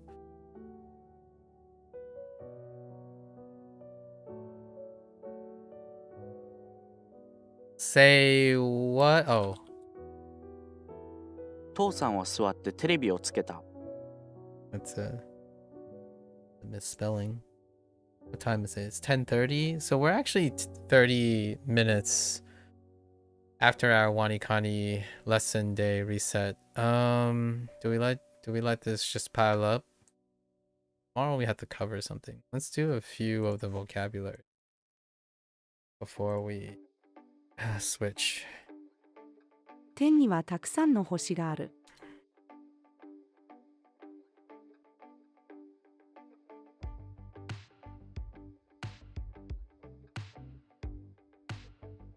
学校の宿題が結構あるので大変です。いろいろなジャンルの中でどのジャンルの音楽が一番好き？私は村に住んでいる。この歌は高齢者の間で非常に人気になっている。クラスメートに沖縄での修学旅行楽しみだね。掲示板、誰か一緒の高校に行きませんか？プールでは帽子をかぶらなくてはいけない。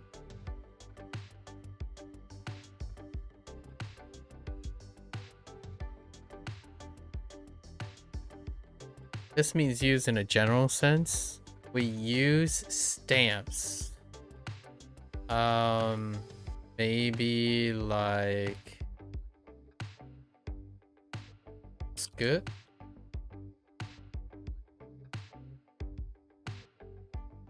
Oh, really? Osu? 父が息子に、ハンコを押す前にもう一度よく考えた方 Oh, が that いいよ。does make sense. Oh, yeah. Oh, yeah, that's a hanko. A different stamp.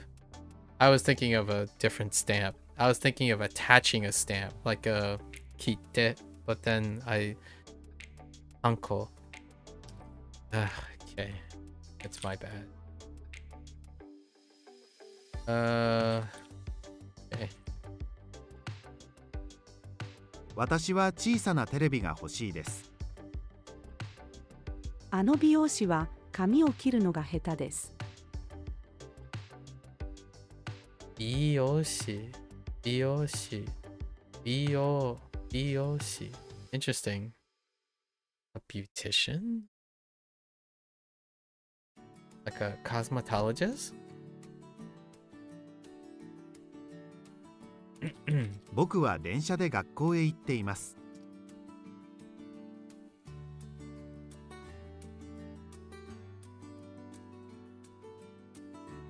The other day, you say.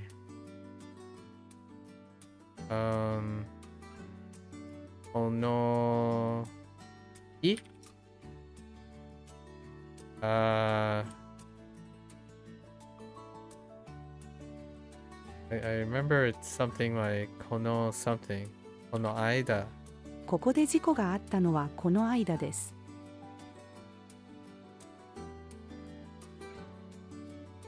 Oops. 白の壁がある家に住みたいです。日本人の友達から扇子をもらいました。We'll try to do like 90, like half of the stack. What did we start with? 190? So 95? Maybe a cool 100. 後ろより前の席の方が授業に集中できます。It's a long day today. ここの料理は全部おいしい。Lesson days, you know. Oops. 友達に自慢をする。俺の車はスポーツカーだ。かっこいいだろう。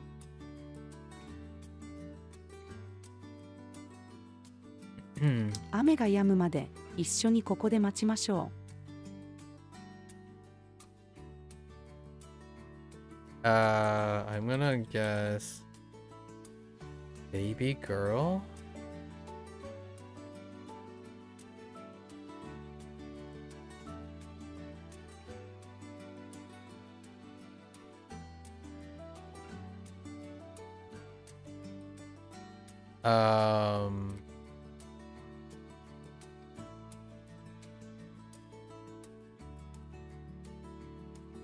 Okay. 来月の中旬に女の子を出産する予定だ。I was thinking something like a combination of female baby.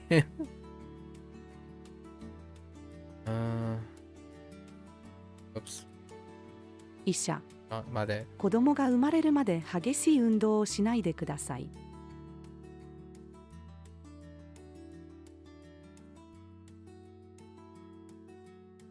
Long day. Long day. This is gonna be a 50-50. Okay. ここにお金があります。Oh, but the arimas could trigger formal. In that case. That あ one. なたが昨日行ったレストランの名前を教えてください。失礼な人。あなたの体は丸すぎる。痩せた方がいい。Dang. Describing someone's body as too round.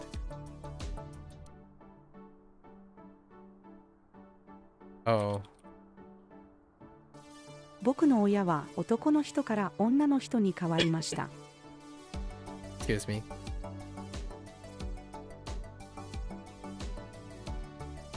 Let's use adjective. Oh, that was an adverb. ここからあの音楽教室まではとても近いです。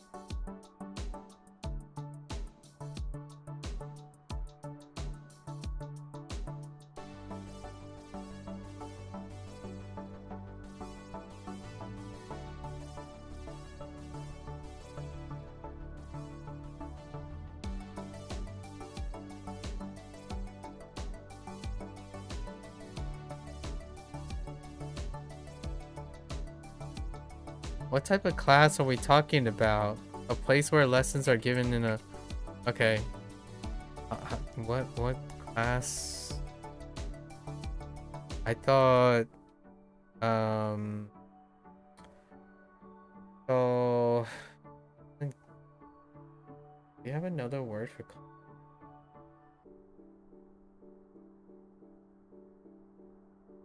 Some combination of teaching and room?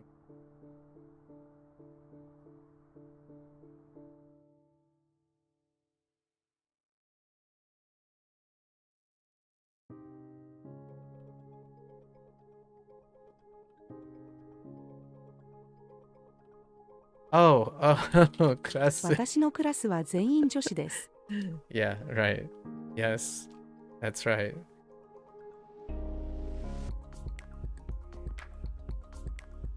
Explaining.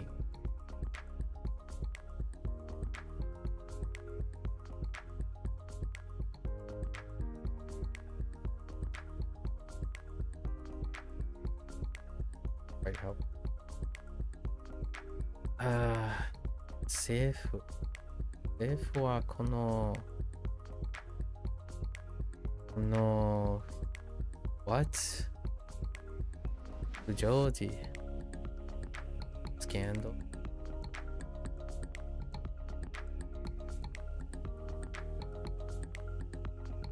Explaining, but with a sudo to do explain. I almost want to use introduction actually, like Shokai actually, in this case. It's direct object of sudo. Do I have a word for explain? Maybe information? I do. Or exposition. And so scandals, things to be explained.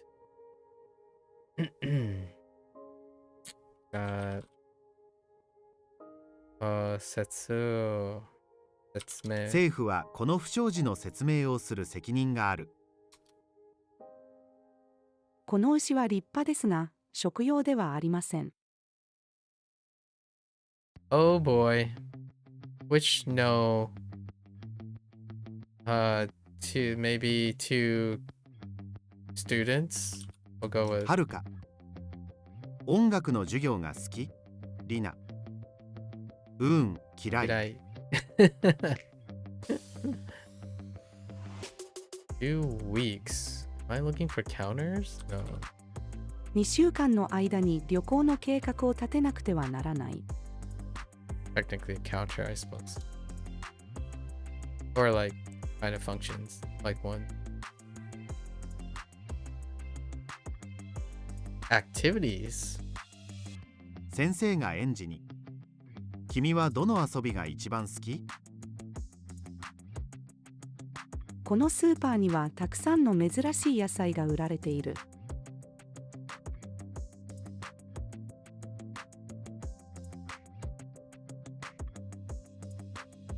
Say what?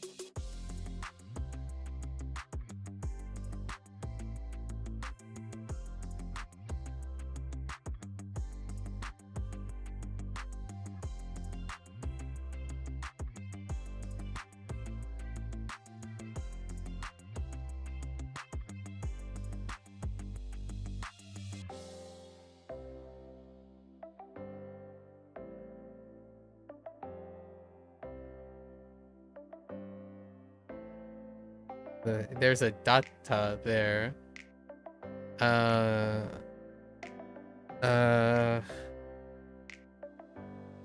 What can I do with the data?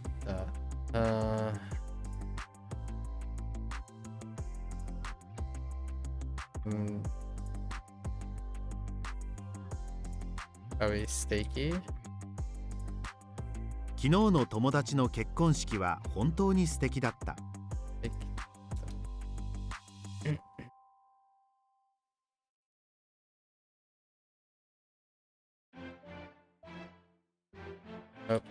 昨日家に着いたのは夜の12時だった。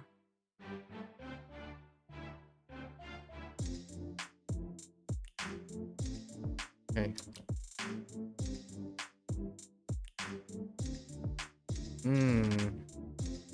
彼は科学の父と呼ばれている。たくさんの写真があるケーキのレシピ本を買う。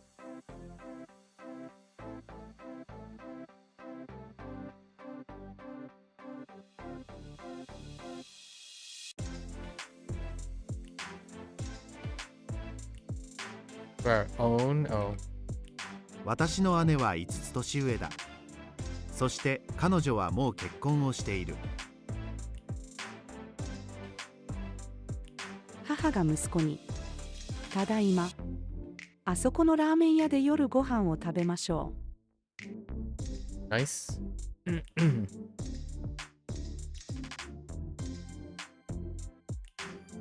What the...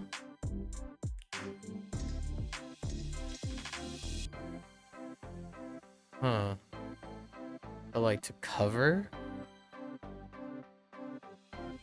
Conjugated with hair. So... Ooh, yeah. Face is cover. Iced over.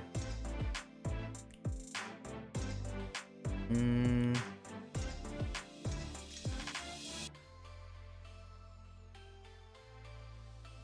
Right? Is the act of being lengthwise across another surface or becoming attached to it?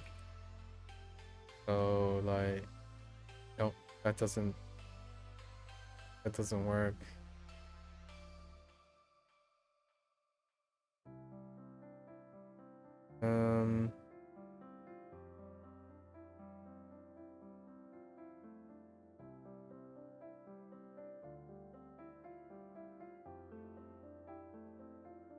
Had the same thing yesterday.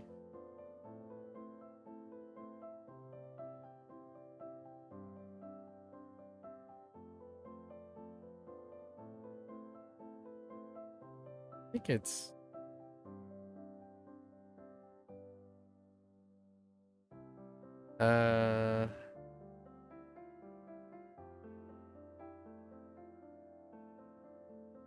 okay.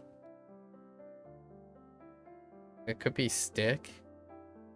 Probably stick in a fix.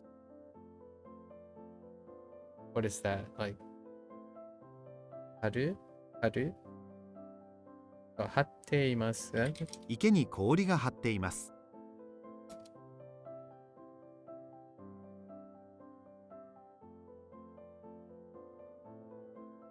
Is typically a conjunction. Oh. "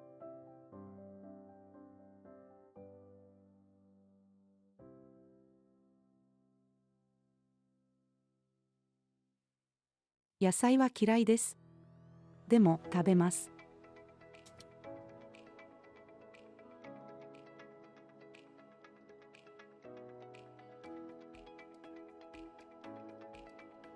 彼女を駅まで送る。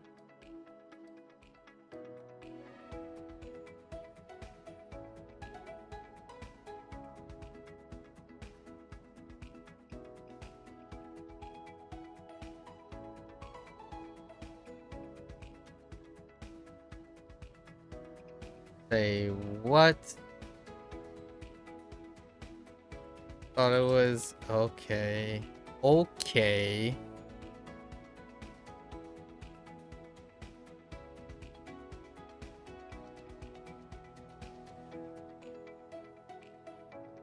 Ishoni. So to do, yeah, there's stop. Holga.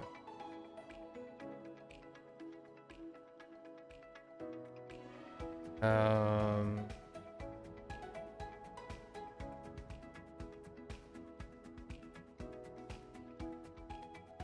lifestyle.「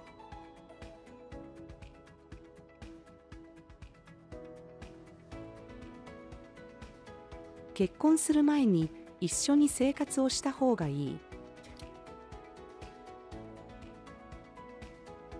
次は月について研究をすることにした。ピアノの発表会は今日じゃないです。明日です。電気代とガス代を払わなくてはいけない。春なので桜を見に公園へ行きましょう。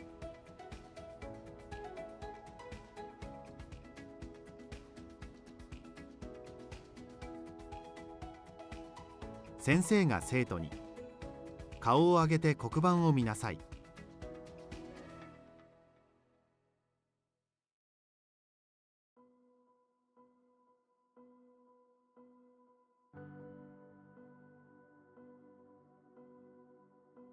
Doo-doo?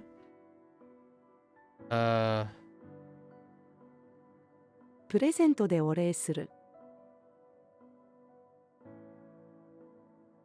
私の名前はスミスです。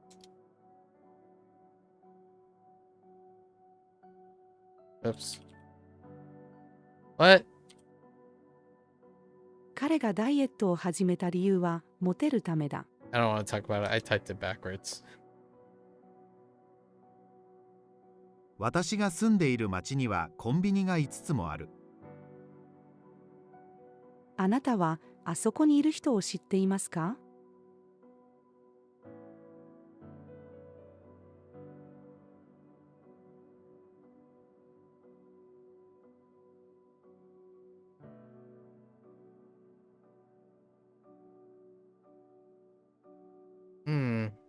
thought it was like moving backwards. Like because there's Ushiro ni. Oh. Oh, interesting. To travel downward. Really?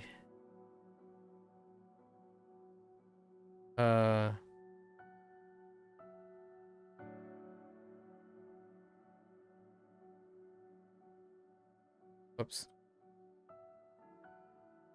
What?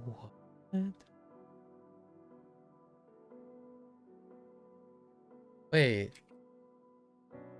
Read back. Wait. So it's not like moving in the backward direction. It was... Or... 僕は車で後ろに下がるのが下手です。Transited.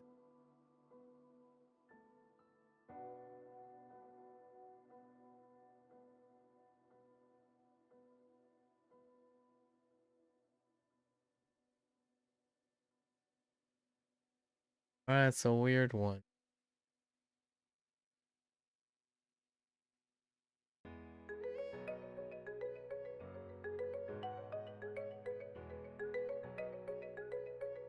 Why do I think it's your wife? 僕の祖母は足と腰が弱いから車椅子を使っている。Okay. That's because it is. この森にはたくさんの虫や動物が住んでいる。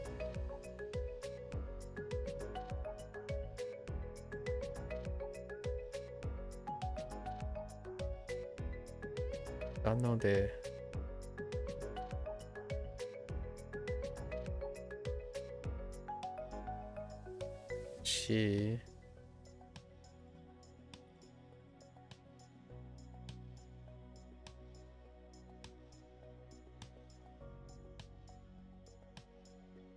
I don't think this is... It feels more like a pseudo act of dropping.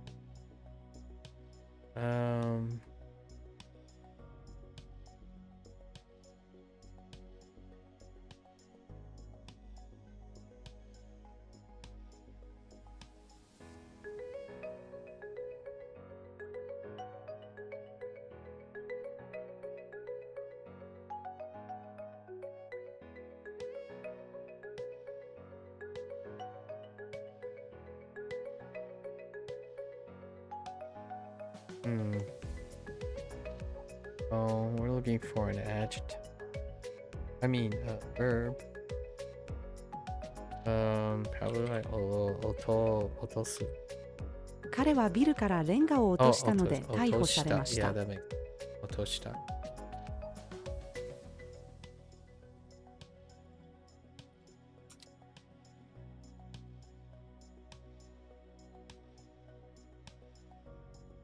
Oops.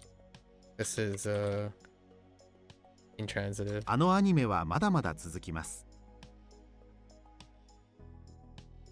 強い風が吹いていたので傘が壊れてしまった。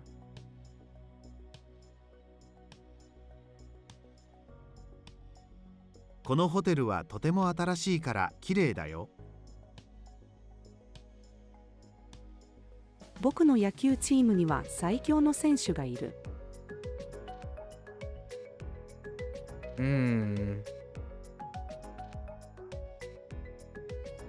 それは私のテストです。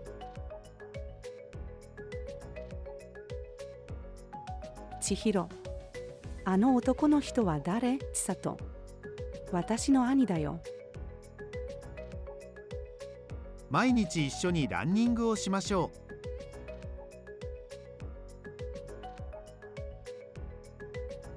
私の家から駅までは徒歩で10分ほどです。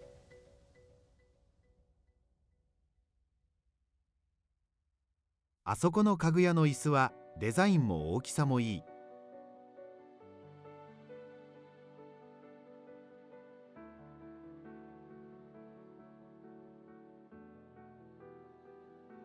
I'm gonna say... Heck!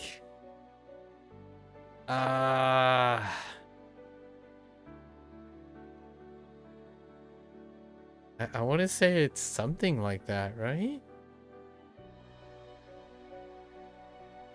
I really thought it... no.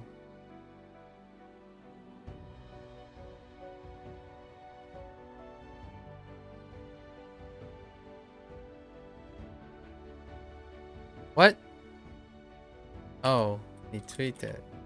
小説。その殺人について知っているのは私と彼だけだ。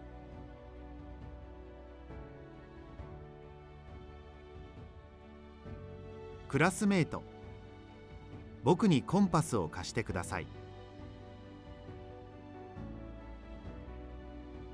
あなたは将来何になりたいですか？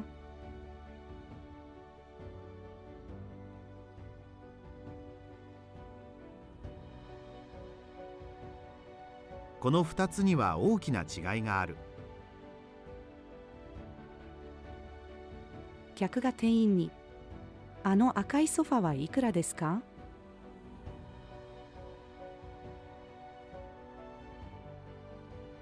お父さんはイタリア料理を作るのが上手です。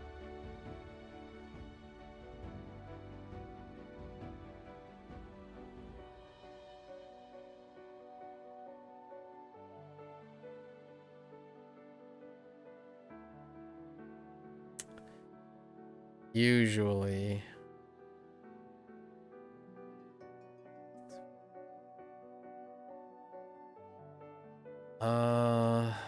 That could be no. Oh well.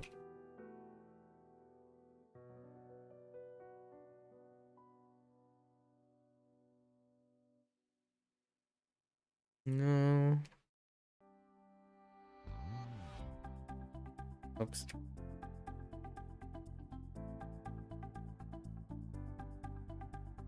I thought no.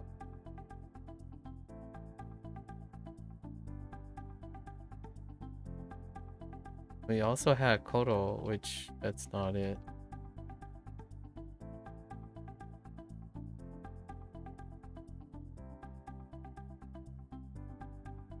Usual.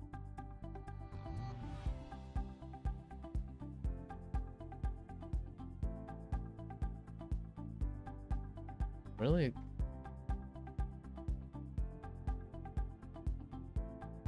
Like, I was thinking Betsy, right? But like in a positive way. Maybe it is. Oh wait.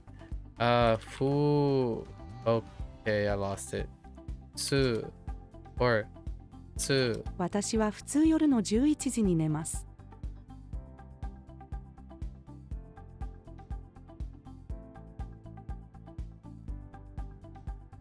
喋るのをやめる。私と彼は一緒にいろいろな経験をしました。あなたはどの漫画が一番好きですか？私は先週まで彼氏がいました。Another time?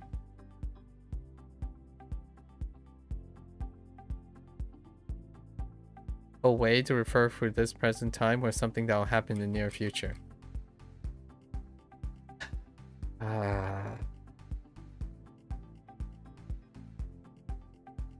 彼と今度遊びます。Oops.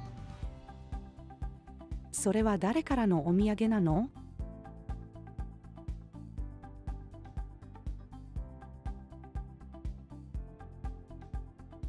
体が不自由な友達の買い物を手伝いに行く。次は何をするの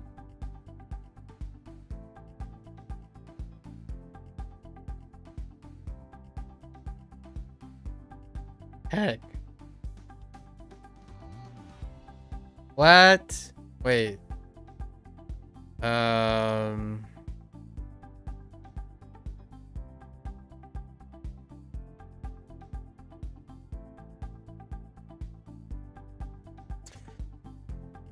Oko te something new. Really? So.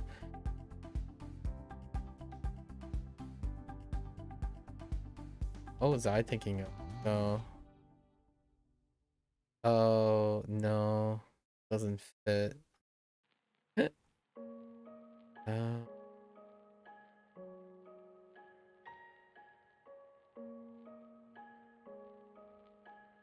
maybe it's ascend?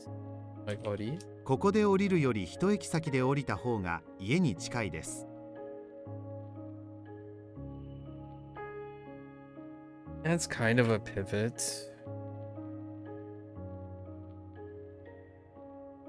I have to disembark. So a light.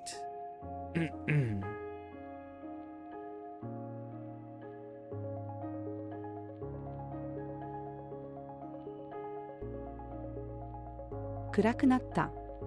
そして雨が降り始めた。父が北海道や東北の冬はとても寒いと言っていた。パーティーで踊る。Uh-oh.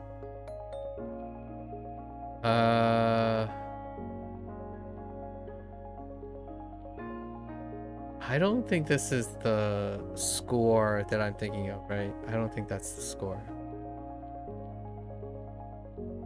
Oh, dang. I mean, it's not... Okay. Great. A mark?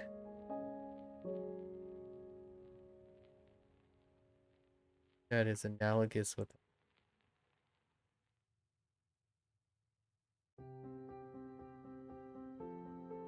Not from... Thought it was, it just die.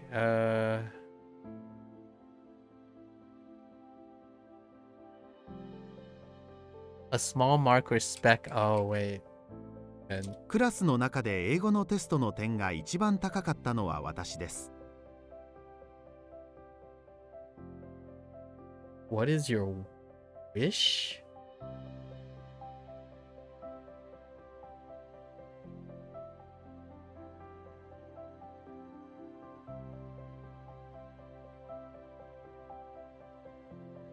Not that.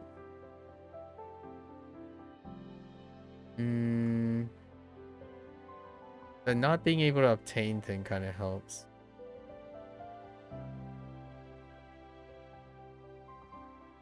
Desire.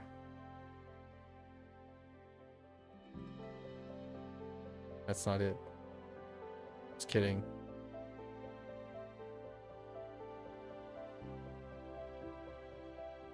Oh, I thought it was.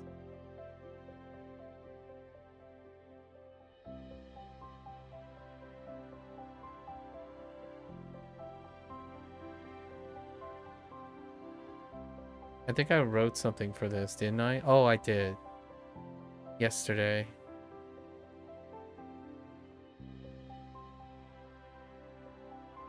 Hmm.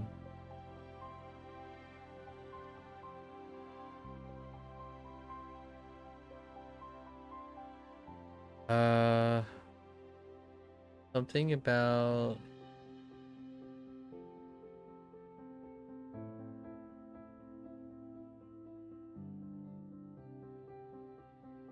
Something about an eagle. And then... Okay, let's think about this. I can see it. I can see the cliff, the page, spring, eagle.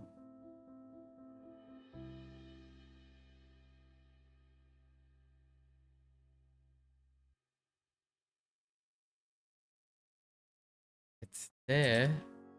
And guy. あなたの願いは何ですか？ I don't know what I typed. Fine. 親が子供に、一緒に門をくぐりましょう。あの雲はとても大きいです。薬はとても苦いです。時が悲しみを癒す。彼の耳は小さいです。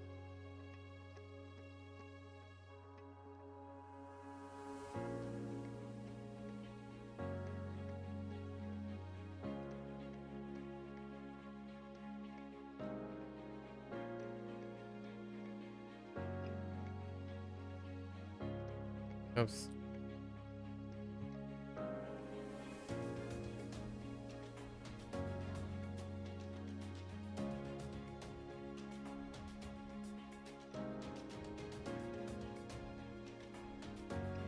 That doesn't help.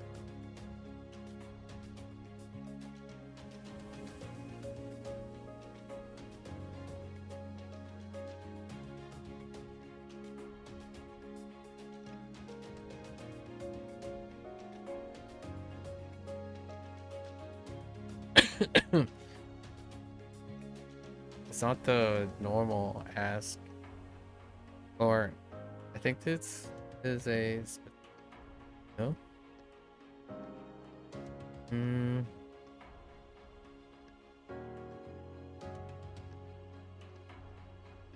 Can't use to think.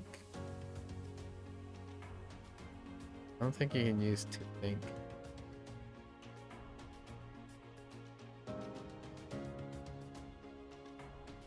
Well, I was thinking to talk. And then there's also to listen, but also to ask.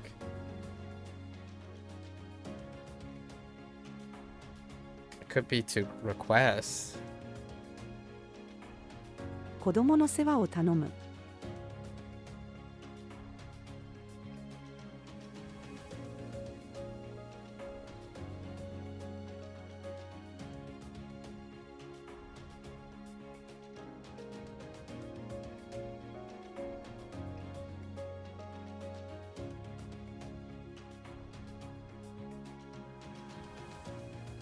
What I usually focus on here, you wanna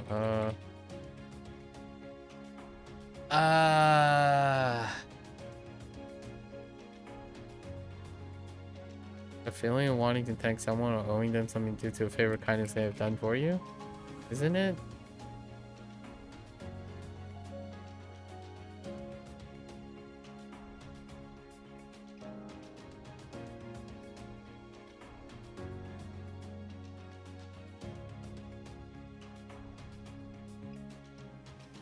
弟は感謝の気持ちを言葉にするのが下手です。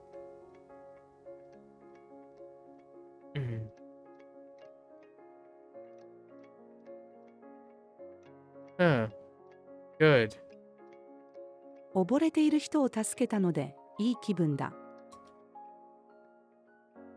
何色の玉が欲しいの？先生、友達におすすめの本を紹介しましょう。この紅茶どこの？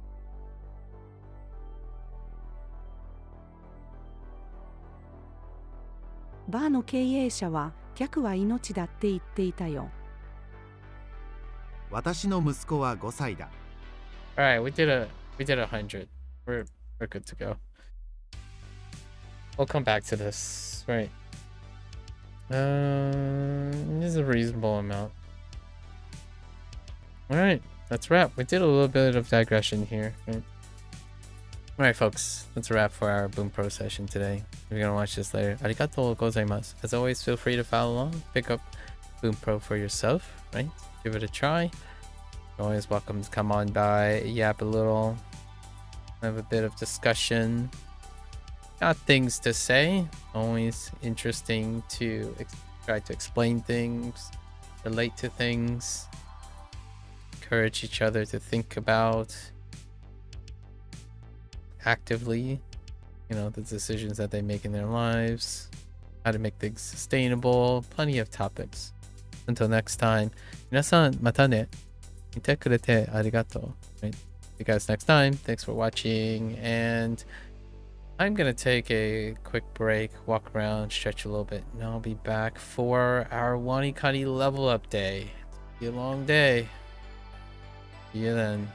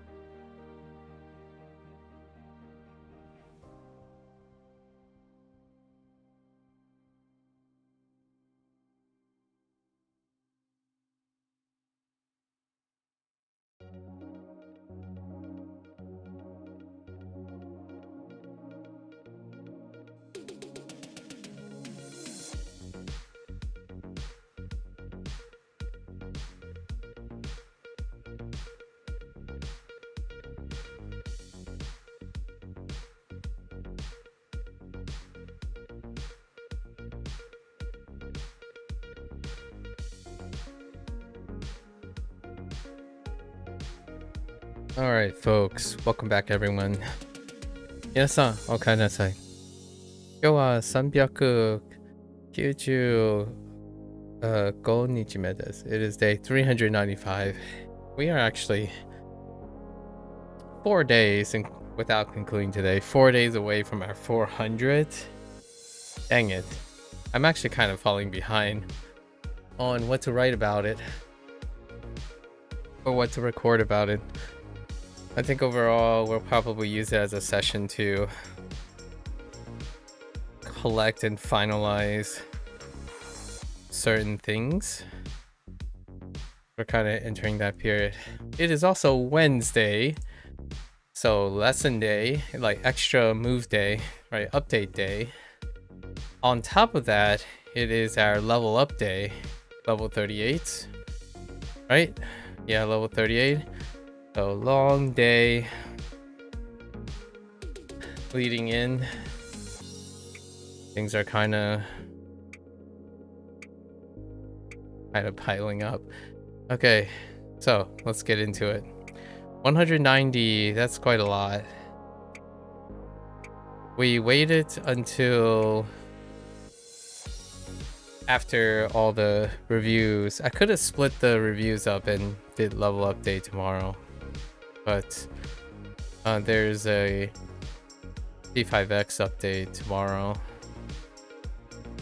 Alright, let's give it a go. I got been hitting up extra glucose lately.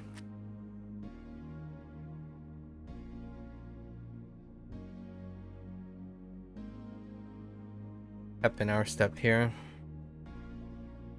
Alright.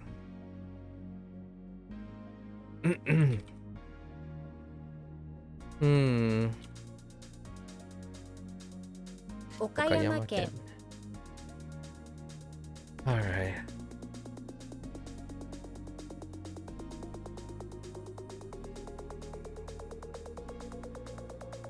Is we す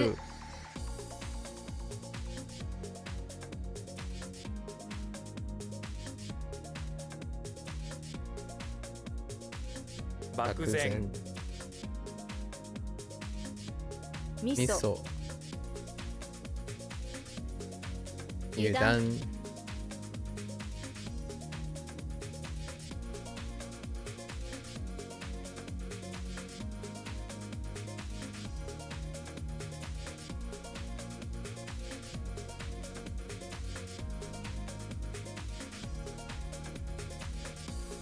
掃除 No? Jiko. No? Oh no! I don't know what this is. Hold up.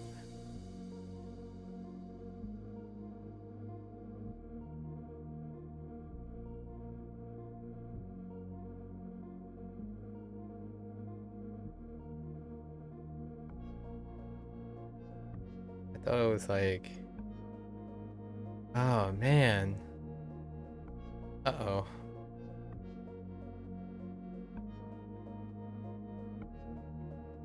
What does this mean? Like incident?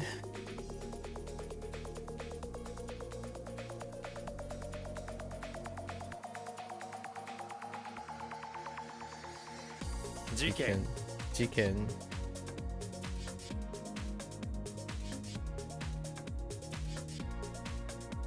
杉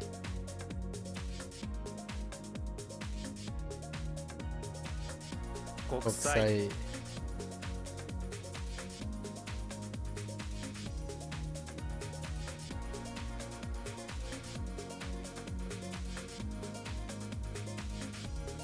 取る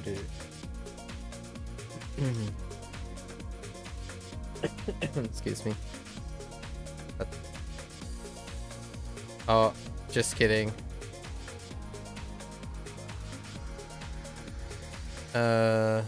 Hold?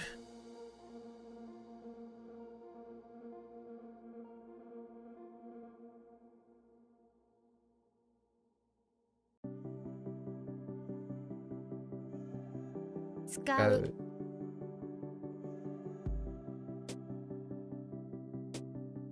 眉間、眉間、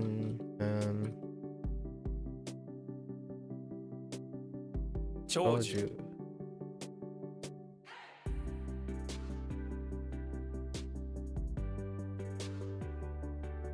急増、急増、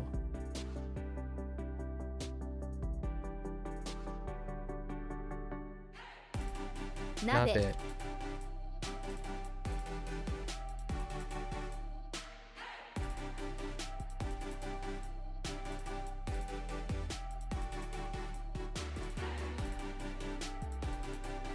Yo, what?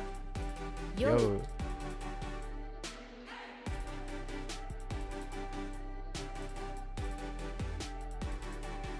戻る、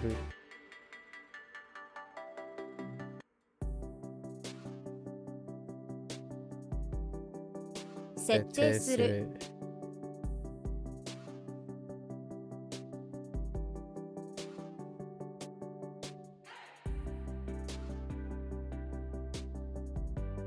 涙、涙、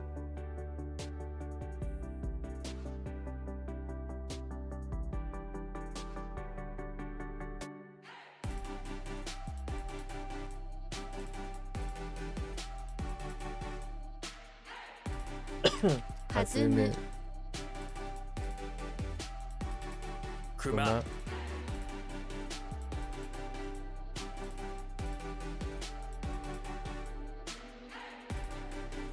砂砂漠、漠、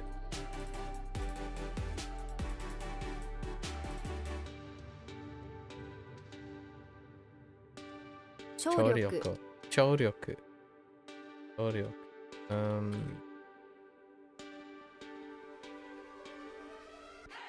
定定義義、、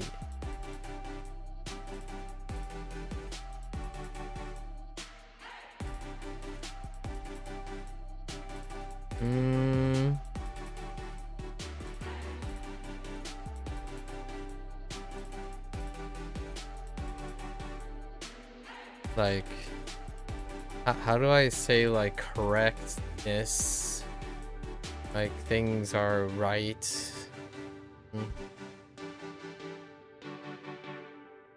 All these are kind of similar. Oh, this one is definition.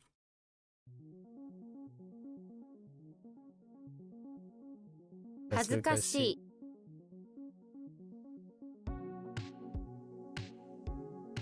Or yes. Oh, yes. 上がる、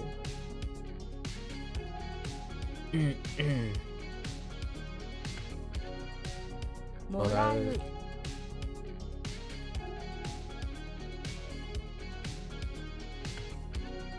相対的、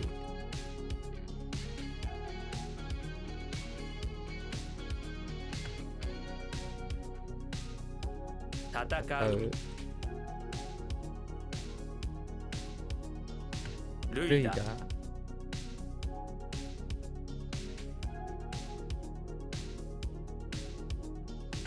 寿司、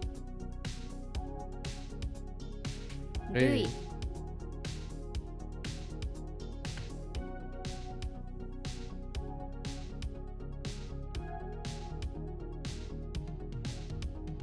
Oh, wait. あと、あと、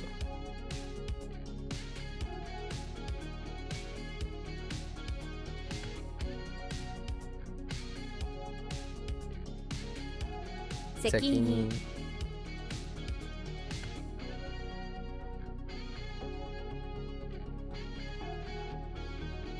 Oh, did I misspell? Oh, I missed an I. Okay.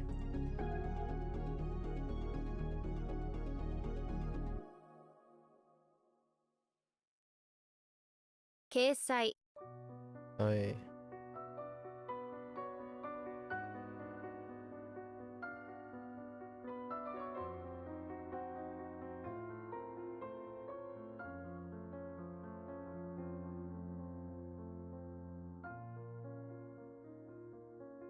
剣道、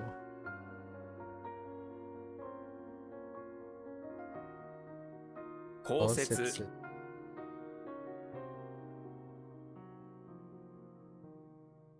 熊本県。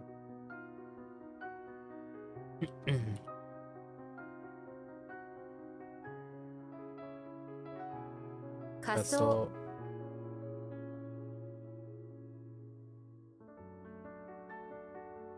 死刑。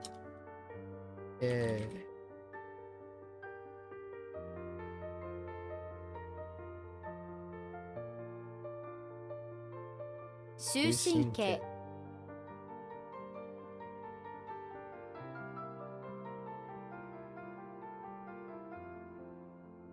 春。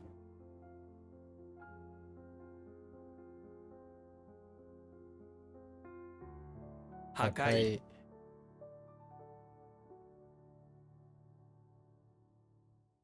汁。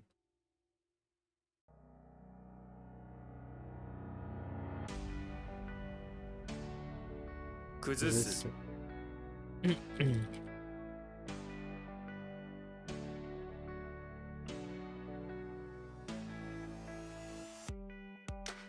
山中湖。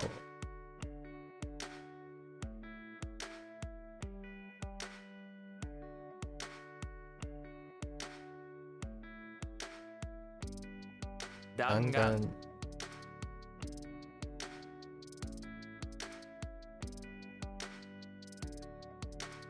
お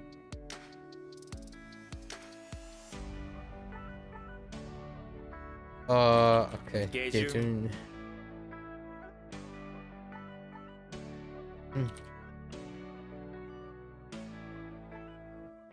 遺跡。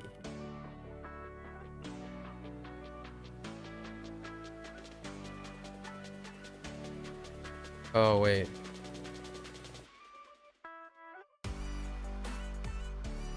検問する。る。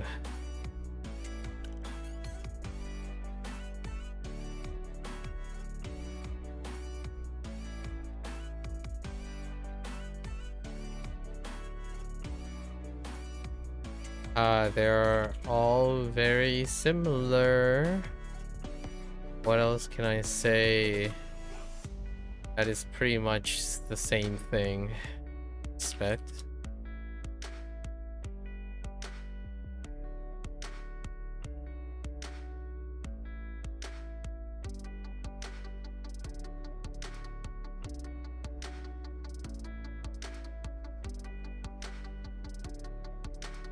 Uh-oh. Why am I...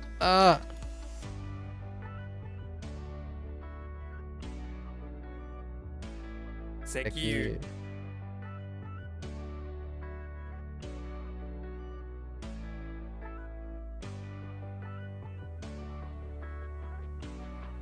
遅刻。遅刻。うん。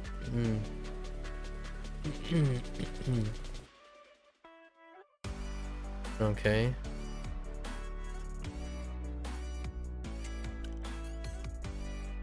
削減。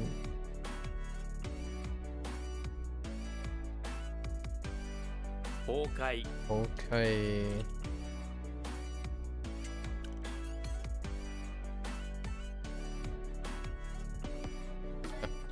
What? 建設。建設。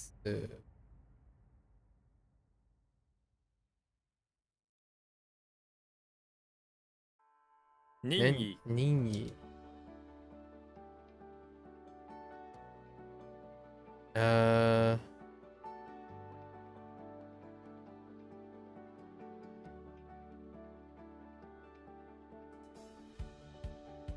It's kind of like duty. Thingy is duty and idea put together. I was thinking more like principle.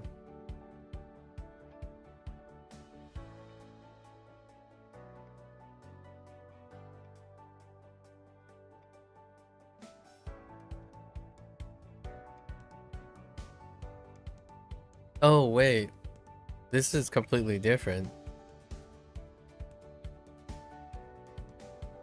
Voluntary.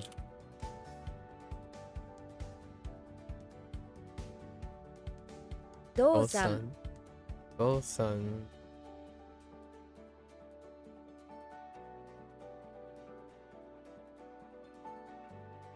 湖反抗する。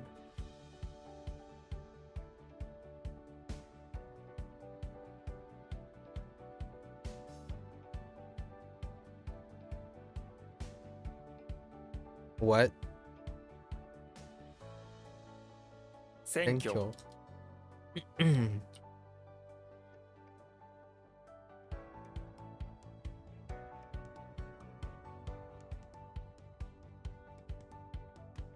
脱獄。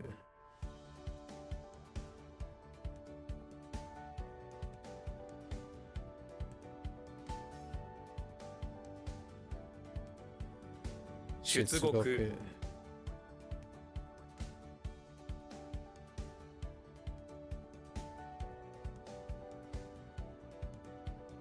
狙撃。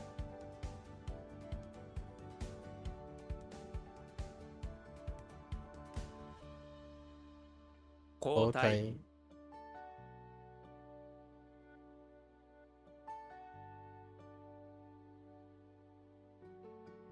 抵抗する。刑期。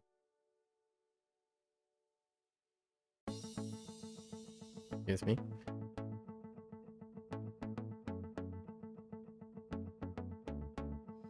Oh no, wait. That's not.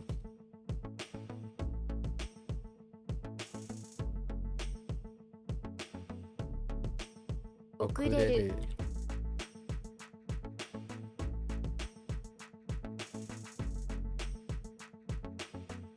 応募。応募。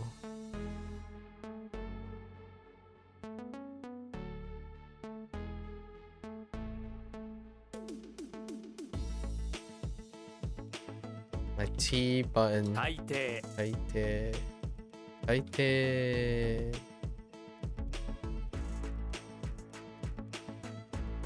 No.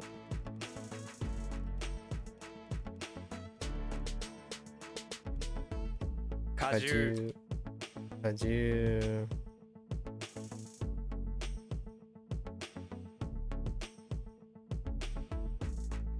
戦闘。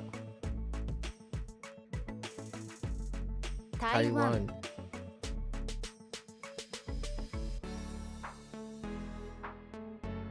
人権。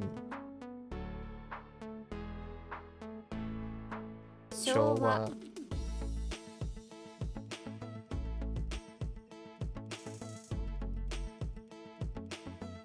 眉。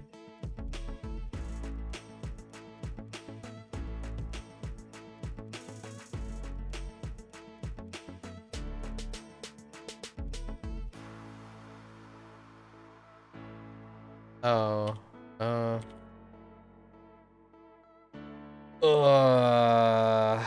Hold up.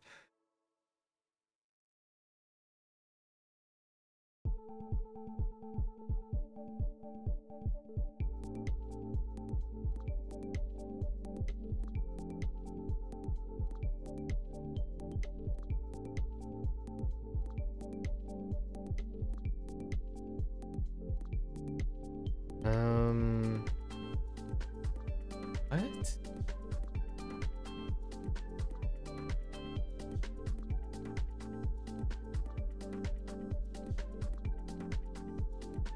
This is bronze.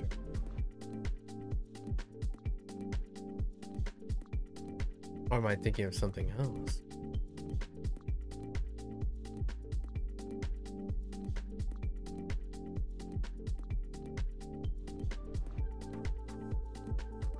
Oh, Masaki. Oh, 聖堂。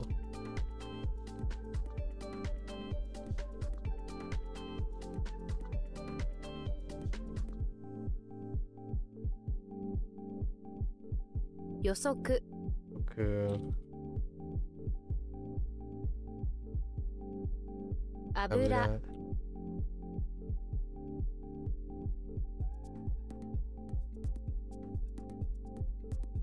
観測。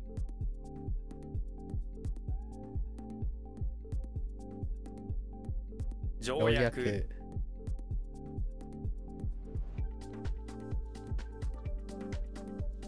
弾力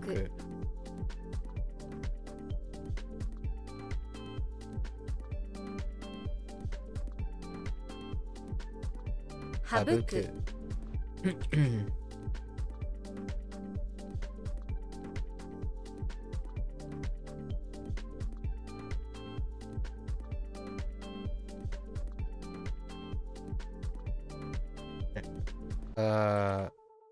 What? Wait.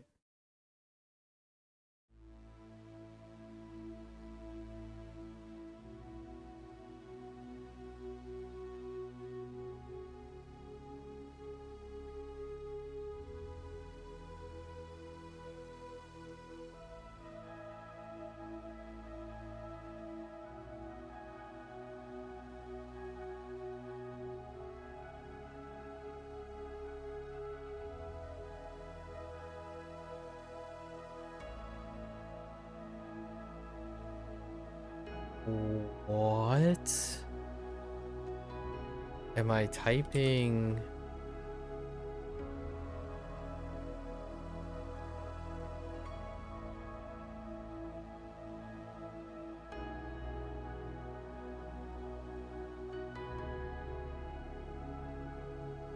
How am I screwing this one up? I was pretty confident on this one. Oh. Probably because it's location. Did 狙い I?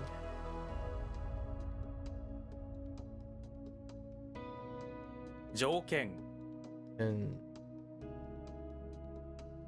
oh, now I remember what the pen is. .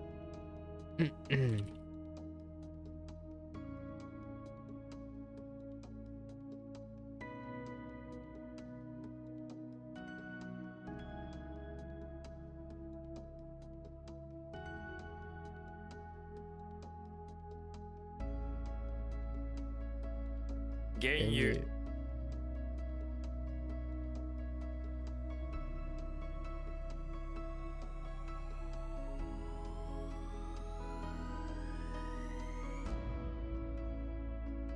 実際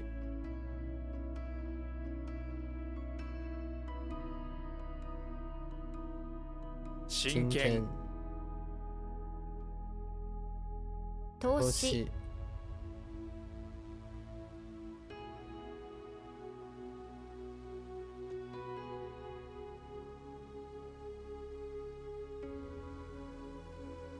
主義 Sticky.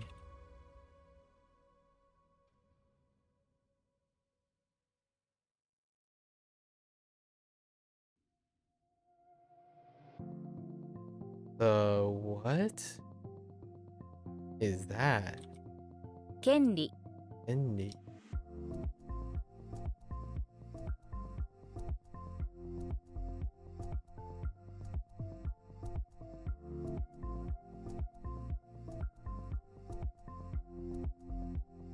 儲ける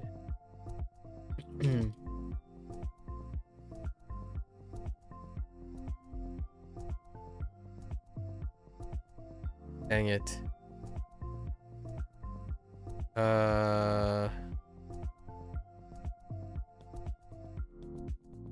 Well, just kidding. Wait.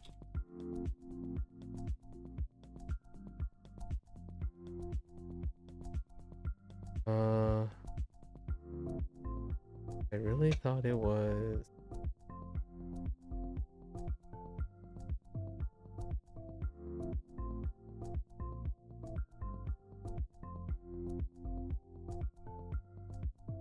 Oh.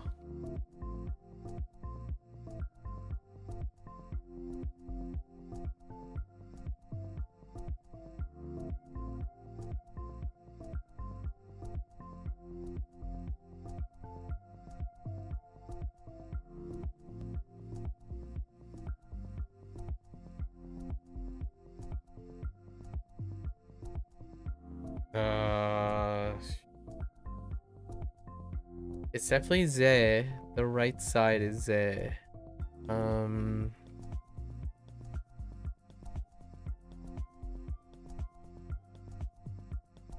The left side is not Zol. You say. Or is it? Zoze. 増税 Oh. Okay.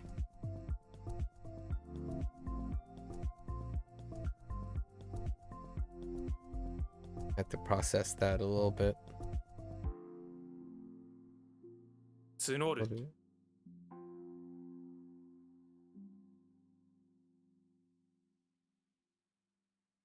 派遣 And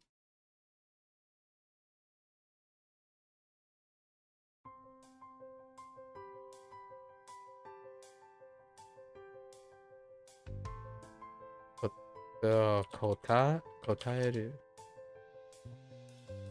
断る断る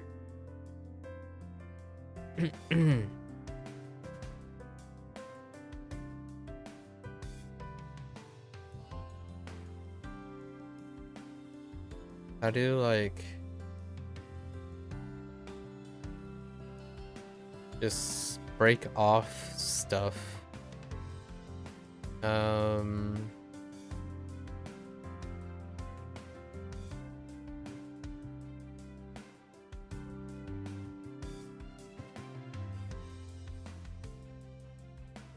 断る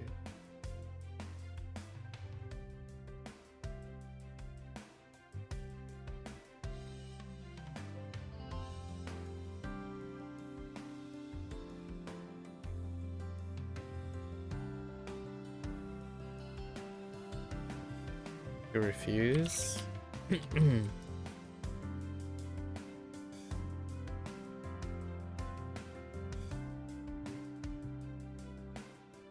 募集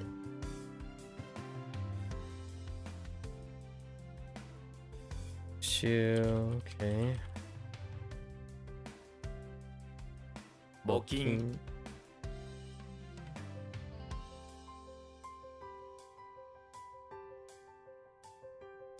聴者累進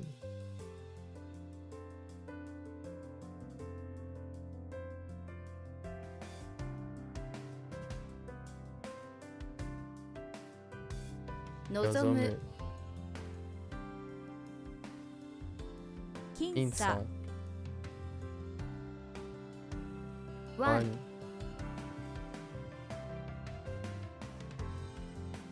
走行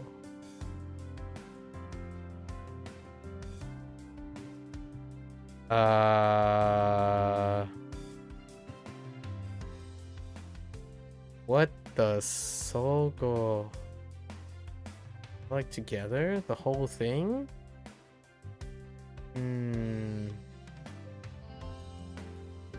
How do we connect everything together in a fitting way?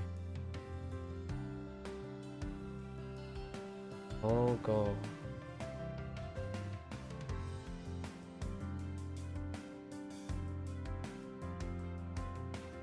As a whole, it should be fine for overall. 陣営 香水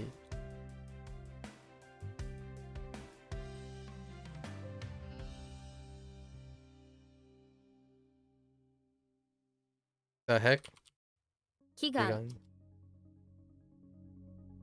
Or I guess prayer.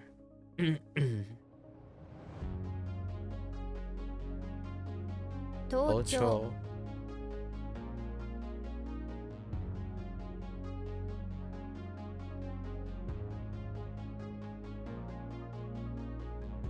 Oh boy.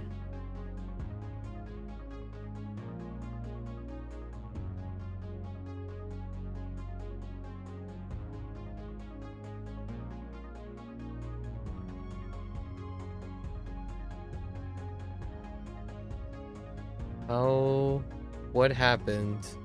Speak to me. What is going on?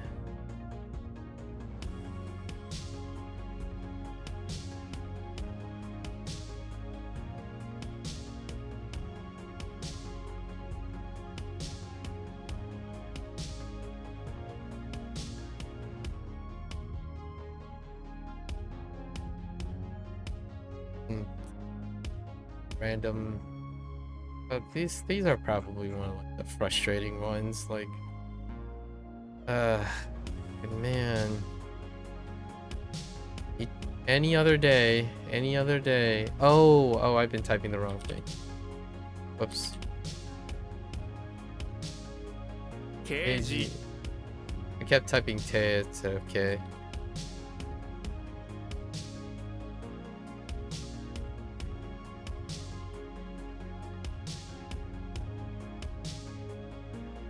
講師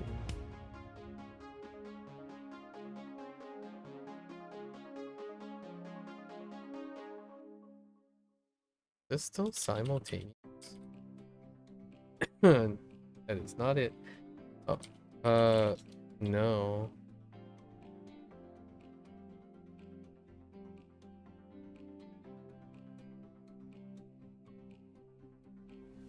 That's simultaneous tsunamis though. I have no idea. The cyborg comes in to the rescue, right?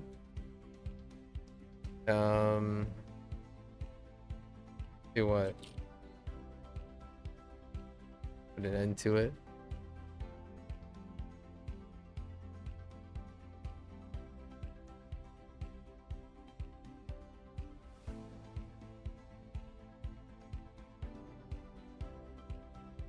恵む 剣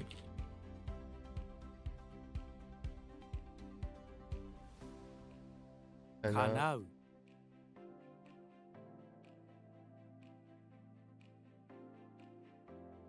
漁業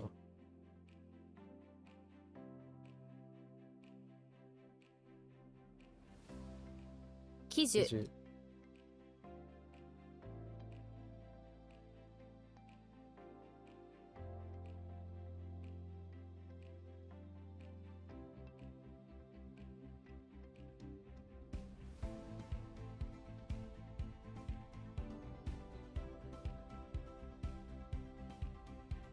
光線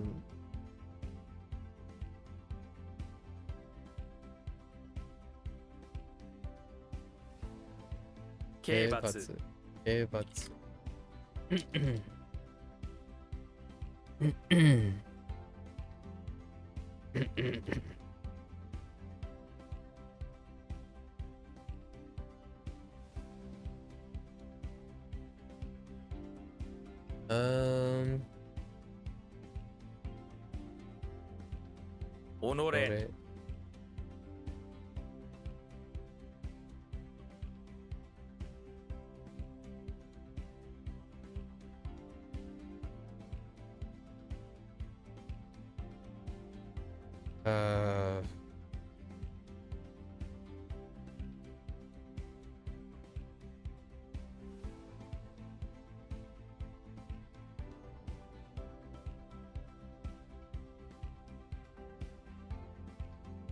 己 厄介、はい。厄介。漁船、増加、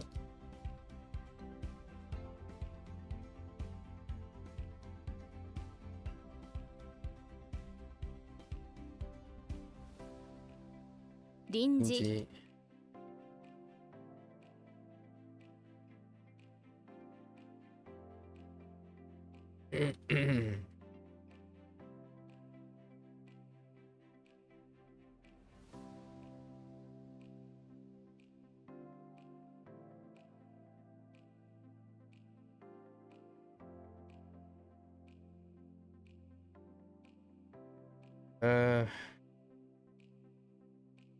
削除、削除。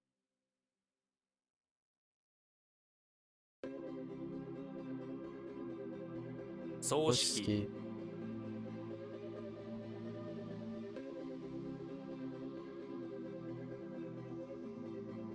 小石、玉、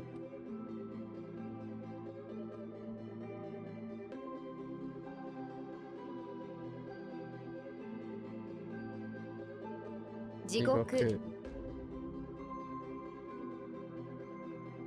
恥、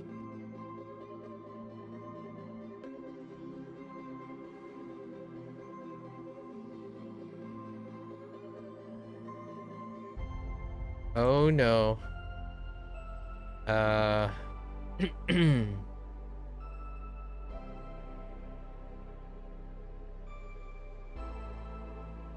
炎、 Oh no.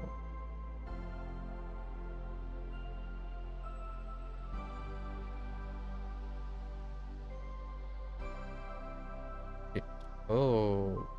Okay.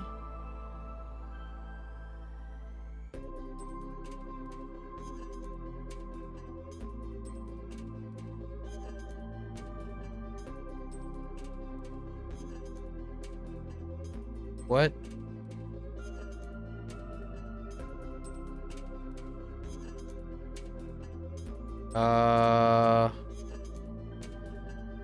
Rip.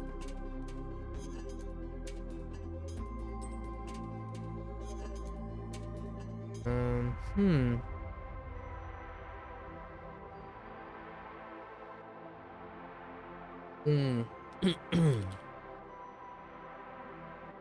um.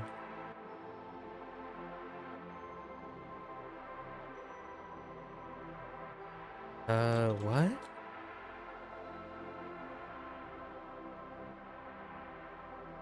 寿命、 Oh.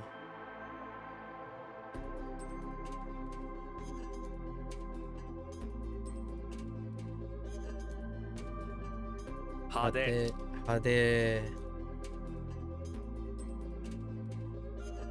銅像、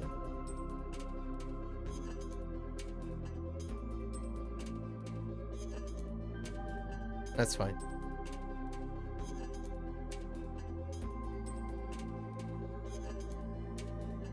無税、無税。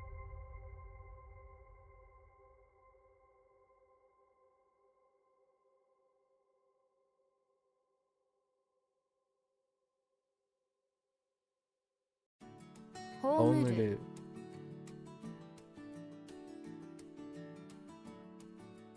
税金、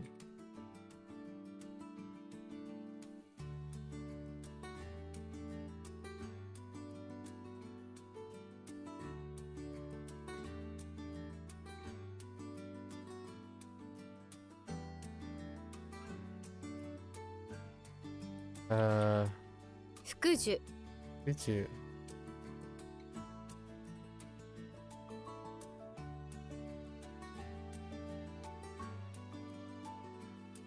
Close enough. 正義、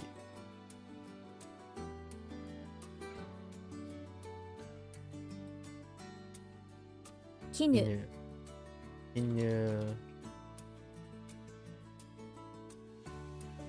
増える、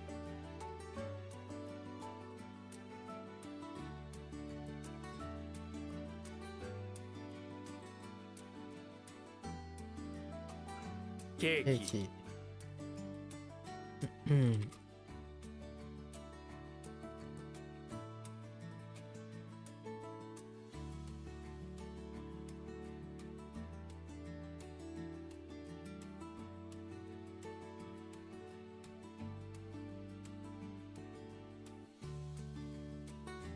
Oh no. I'm blaming someone.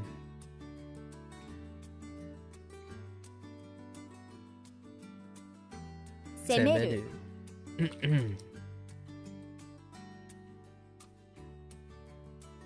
okay. 刑刑務務所、所。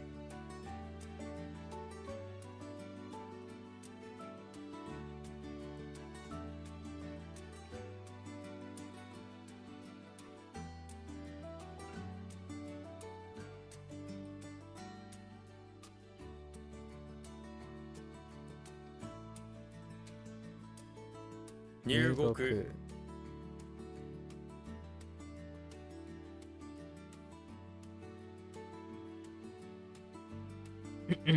炎症、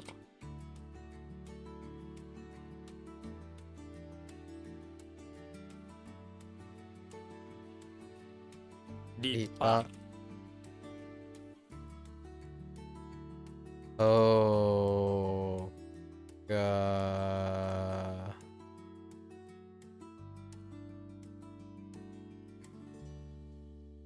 Wait. What?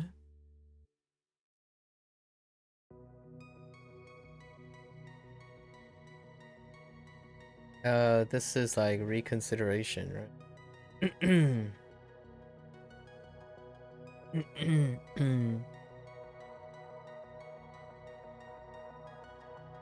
Reconsideration.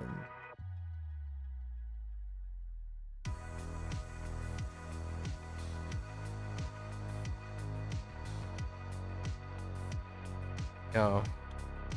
Other read. 反省 Answer. 契約。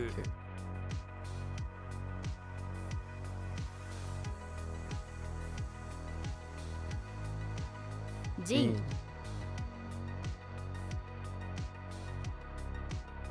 Okay. 奇跡 Seki. Seki.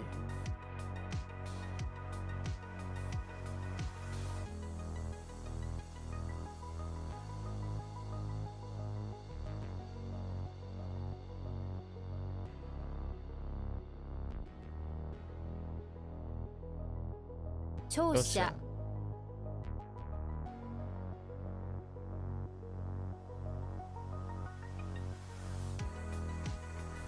刑事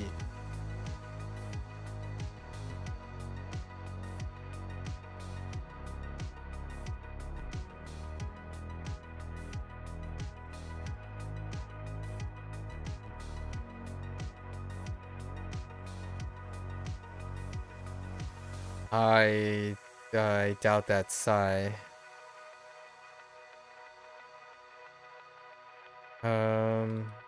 What is it? Side? It's side.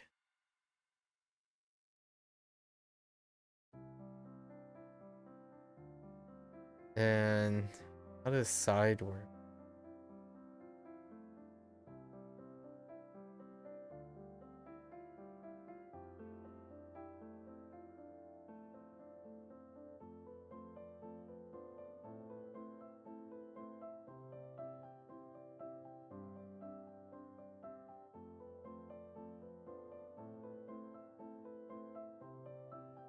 Oh, 際 Iwa.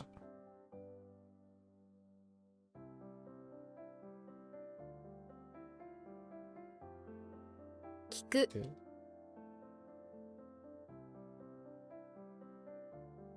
親戚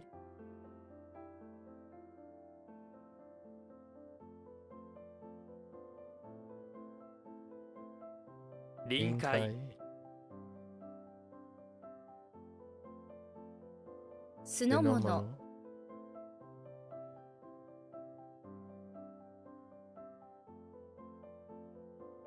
介入。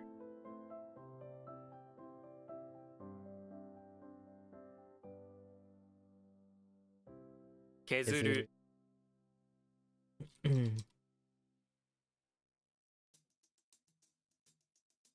検査。 Ensa.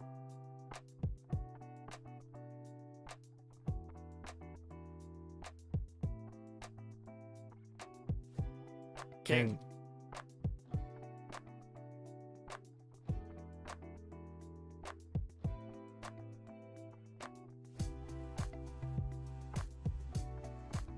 Whoops. 漁師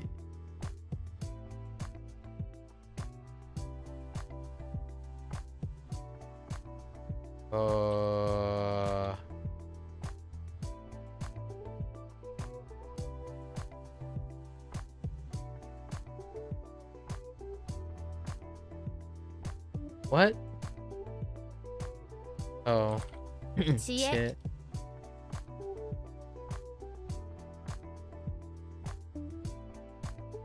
Okay.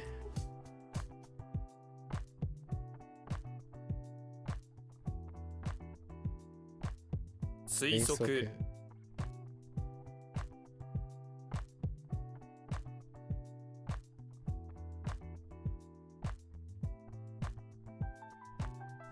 Mm.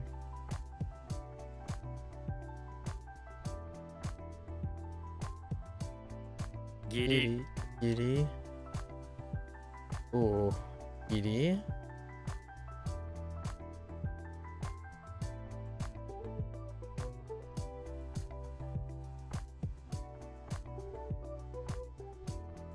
Inoru. Inoru.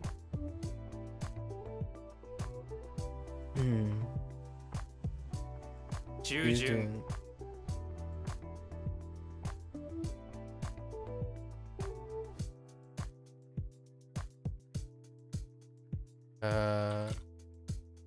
執筆筆。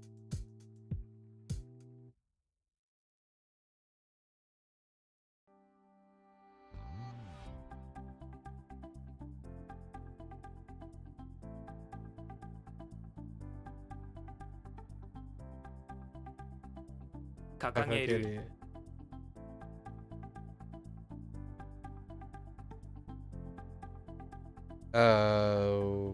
Okay. 給油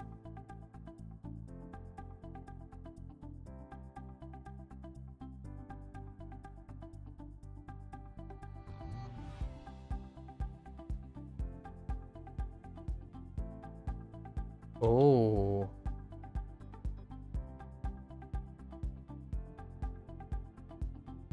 What?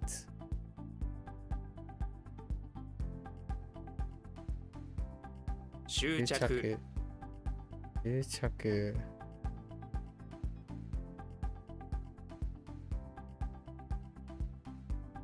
遅延。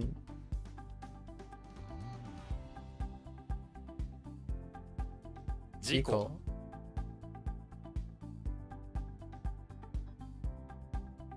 上旬。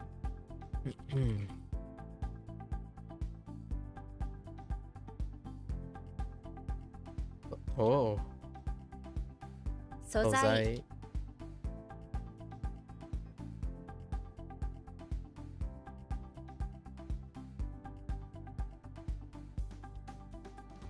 Okay.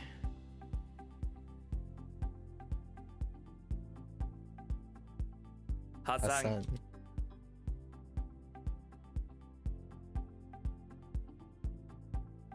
Ooh, that is long. We have a long day.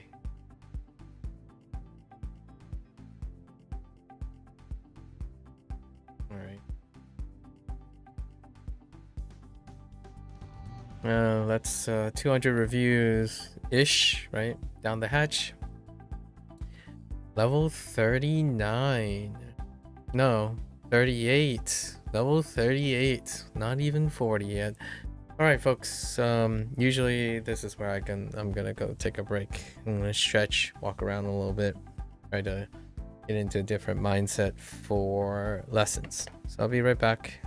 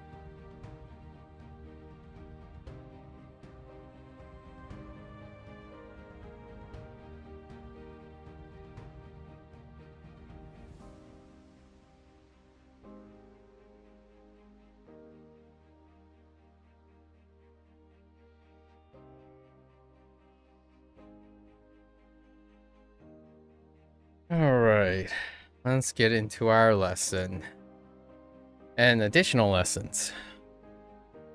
I haven't decided if I want to break these up yet into like smaller sets because of how much our stacks are now. All right, see how quickly we hit these up. A few. Oh, that's interesting. This must be the new additions. Oh, these must be new additions, possibly.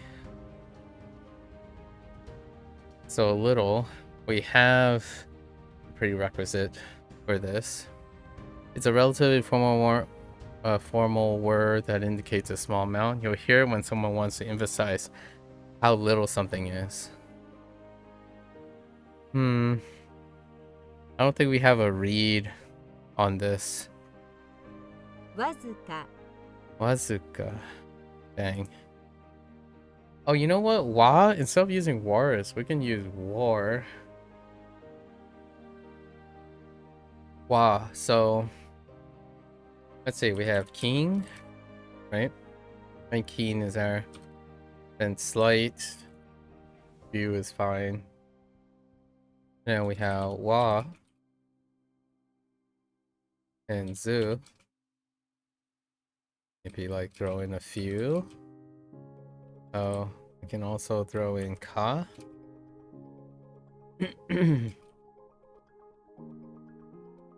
Oh.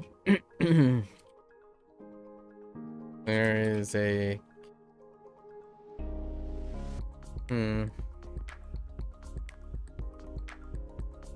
the king.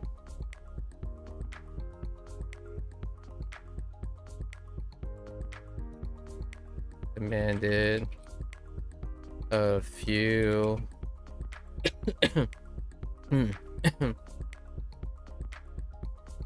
fine, a few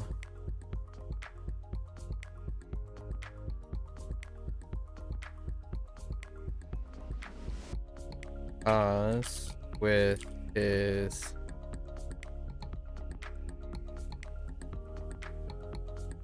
I don't know.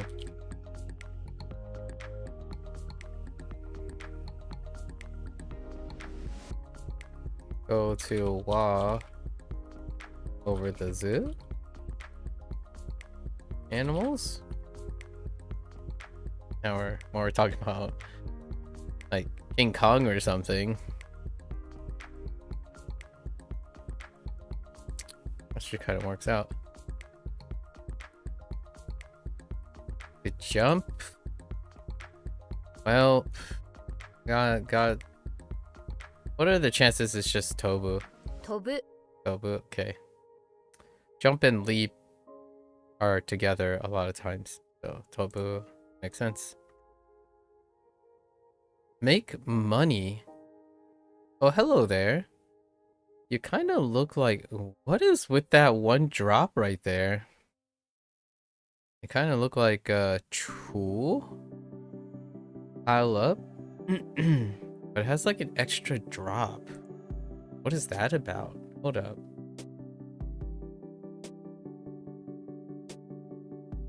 That about?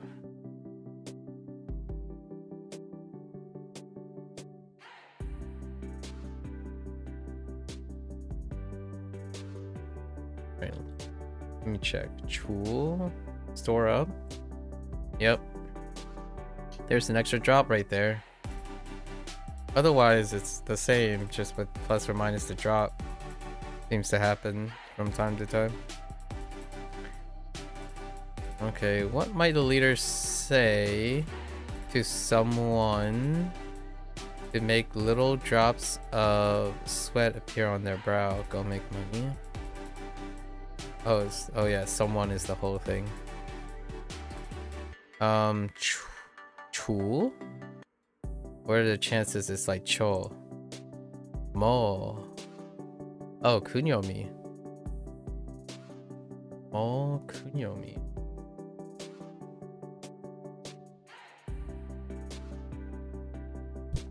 Are we still mowing lawns though? Okay, that's fine.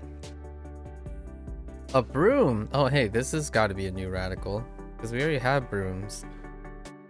This is a broom because the top part looks like a sideways hand broom and the bottom part looks like a dustpan. I could use that actually. That's not too. Alternatively, you can remember this as one with its components. Wolverine wipes his forehead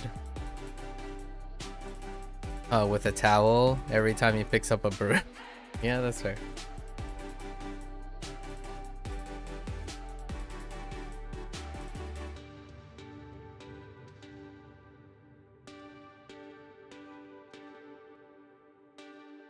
Alright. I'm okay with this. To compensate for... Okay, yeah, reparation. Shawl? That ain't no shawl. This word is mainly used when someone's taking responsibility for a mistake, right? Tsugunau. Zuku? Nah. Okay. So we had been using good. Kind of useful. Alright, so we got what? Sure.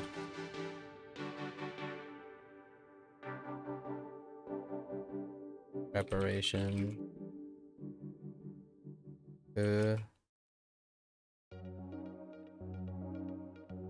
Got two. Good. Yeah, and nachos, okay. I got you.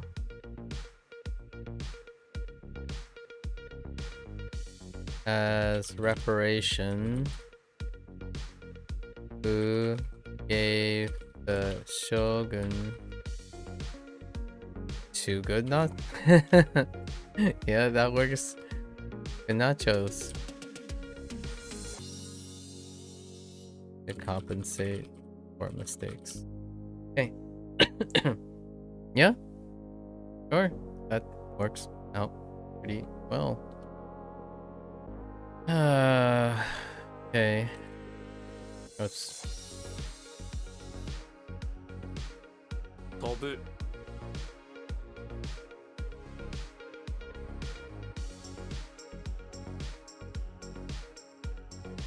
Right.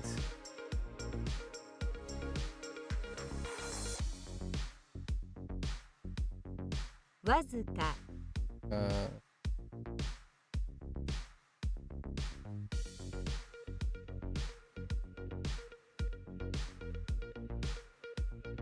Tsugunau.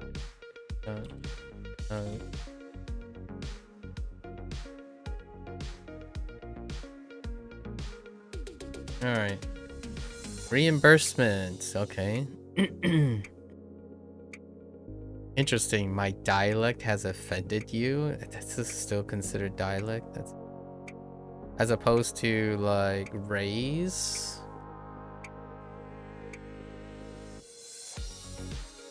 Maybe. All right. Honestly, is dialect the only use of this? And then we have bento. Pardon. That's interesting.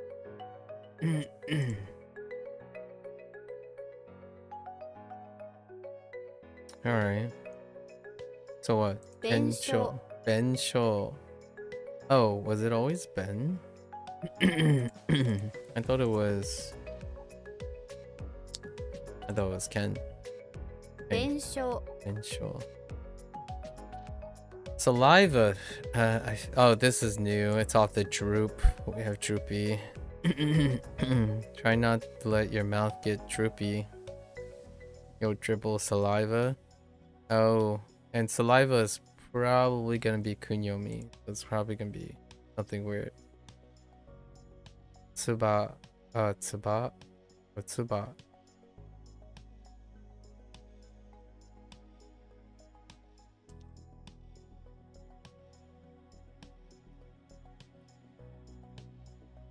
Oh, what did I use? Bats? Okay. Alright. So we got mouth. Droopy. Saliva.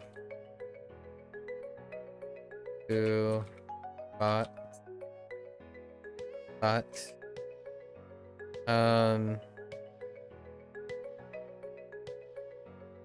The mouth.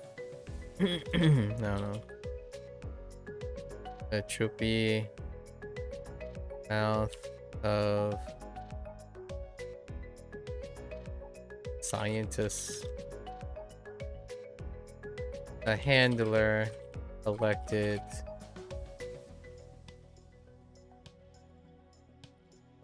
Saliva from the droopy mouth of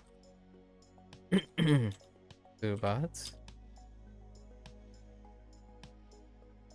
That's kind of weird. We'll see. To be afflicted with. Oh boy. We're really starting off strong with all the first takes on Kunyomi. Oh, no, wait. Yeah, this one is. That's no kan, so it's something. 患う Wazura. Oh boy.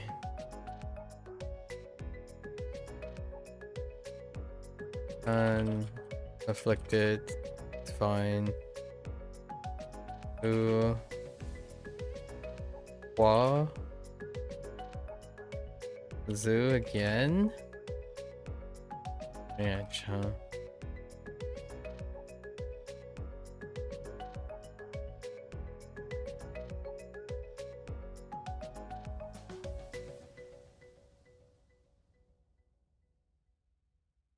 Son was afflicted by you. The Wa at the zoo near your ranch.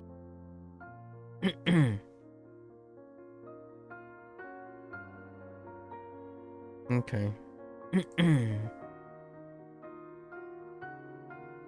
A patient? Makes sense. 患者 Anja.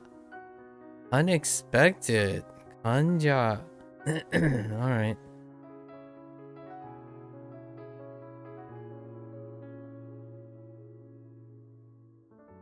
Alright, Kanja. Demand? Interesting that this ended up becoming demand instead of need. Okay. The rain. In the rain, I take my rake and shake it, making a demand of the rain. Stop.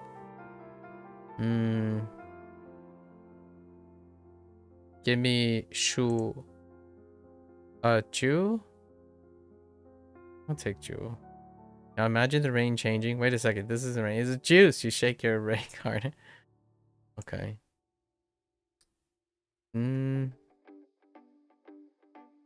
Yeah.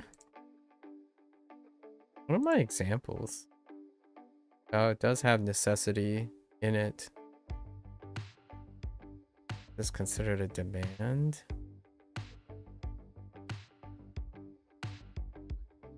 Okay. Alright.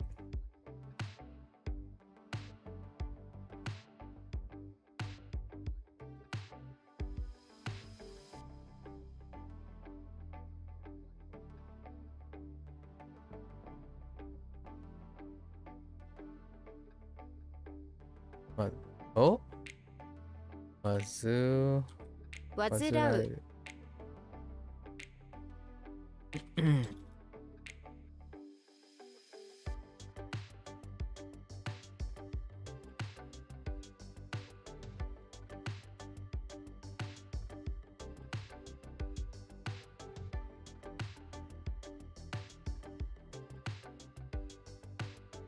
弁償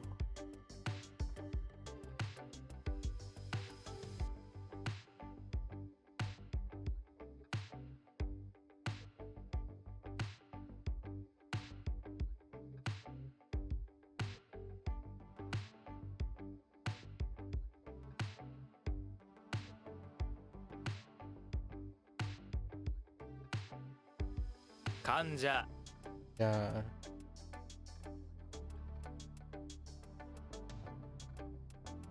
Not looking good for today so far. We got an emergency patient. The rushed afflicted. 休館 Alright. Best regards. Wait. Okay, that's fair. Key? Maybe? There's a chance this is key. Or G. By showing the roof of your top hat, you send your best regard. Oh man, it went straight to Kunyomi. YOLO? YOLO? I don't think that's gonna fly too much. Alright. What do we got? Roof. Roof. Top hat. Best regards. Yol. And Yol. You.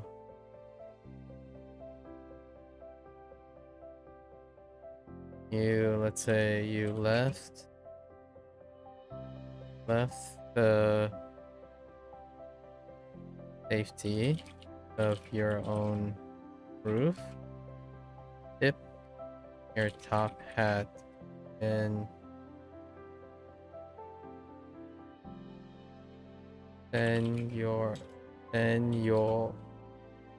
best regards and then hit the dog.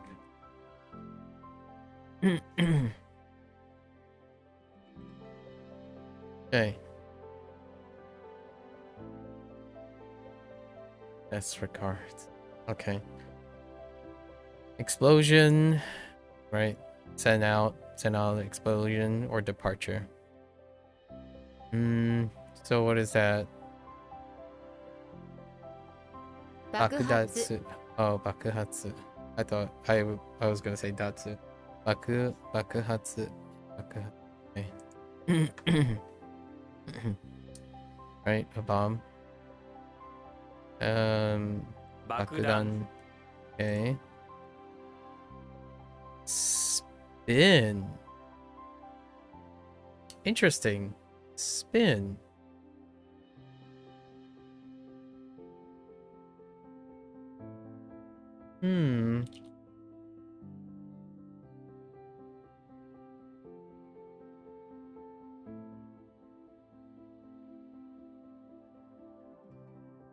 I have a lot of these, but I don't have spin.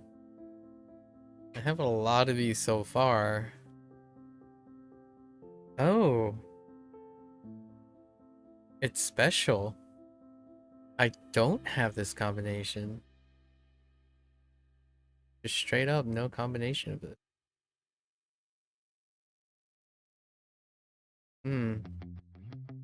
1, 2, 3, 4, 5, 6.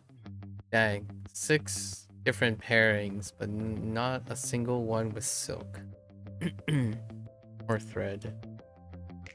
You have a thread and some syrup and you need to spin them together. Drip the syrup onto the thread and spin it around. Yeah, okay. Wait, syrup is the whole right thing. Good. I mean, I'm not surprised it's kunyomi, because I wouldn't know what that onyomi would be. As you spin the syrup, it begins to change shape and forms into a cookie.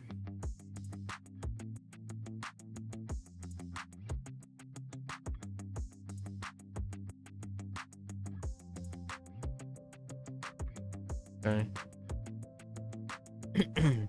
Or it can just spin it around a cookie, that's fine too. Oops. 爆発 Or I guess explosion works better.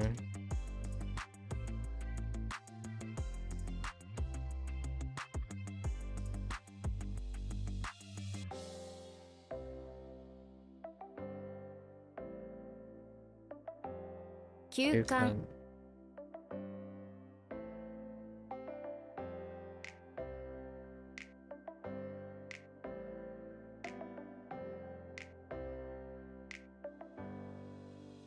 爆弾 Okay. Alright, let's see how many we have. Oh, yikes. Okay. Holy. Okay. Alright. We got this. We got this. Explosive laughter. Nice. Means to burst out laughing. Often lol. You can even use it like lol. Okay.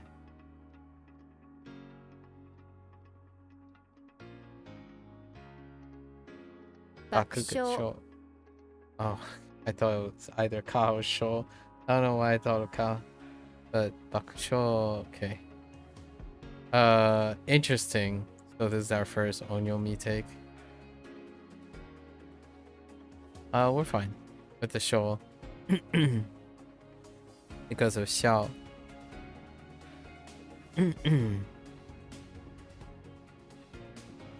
Suicide bomb generally refers to in a military or terrorist context. Figuratively, it can also mean ruining one's situation. Oh, like self-sabotage situations. Okay. 自爆 Pregnant? Not quite. This reminds me of what? Yin. Oh no, it's not quite yin. Wa? Oh, no, wa? No. Wa?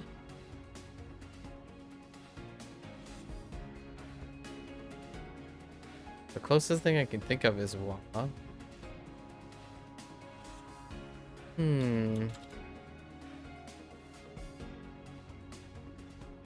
Let's look at thread for a moment.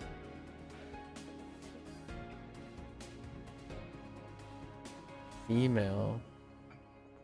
No. Are we just having a whole chapter of coons first? That'd be wild. Let me see if there's any. Do we have any king action here? Any scepter action? Email plus scepter. No dice. This looks Japanesey to me. Alright. Email. This is a different character. I don't know if they're gonna decide. I don't know if they're gonna decide to separate this in the future too. It's not the same. Like the thing they're saying this is this, which is not. This is probably this. These are different. It's good enough. A woman sleeps with a king and becomes pregnant. Only the king wasn't human. Now the woman's pregnant with a hybrid alien baby. All right, where's this going? This is probably a coon. Oh no, Nin. Being pregnant with a strange kid, you need to do something to calm yourself. You should play Nintendo or a ninja.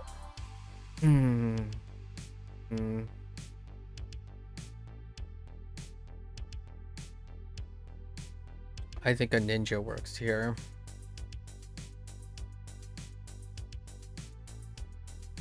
The ninja sweeps the woman away and hides away with the illegitimate pregnancy, I suppose. Something like that. Since there's king and woman, maybe a lover. Bombing. Explode attack K. Bakugeki. No change. I was thinking maybe at least a shortening or something. Sign.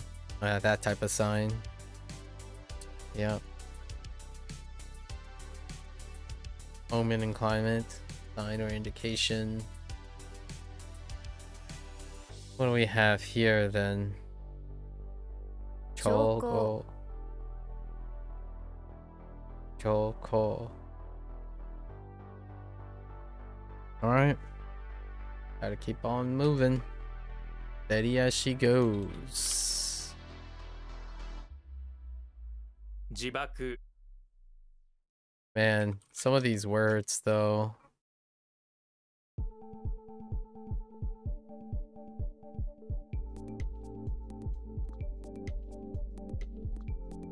爆笑 Oh, I can totally lull that. 爆撃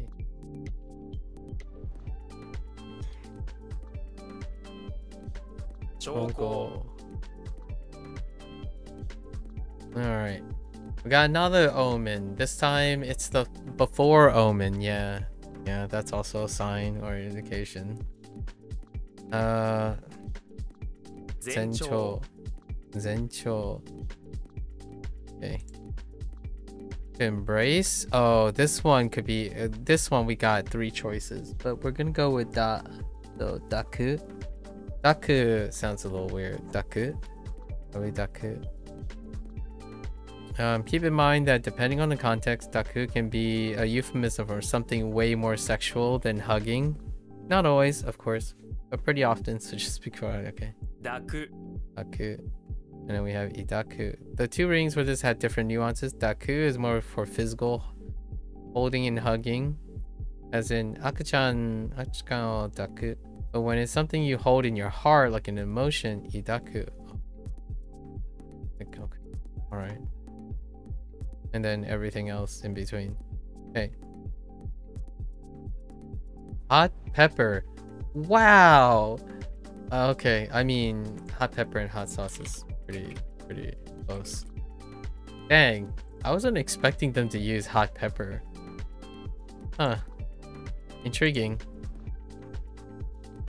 Surprising. Oh, is this the pregnant that I'm thinking of? Dude. No, it's not. What is this? All right, so what do we have here? I think that's a no.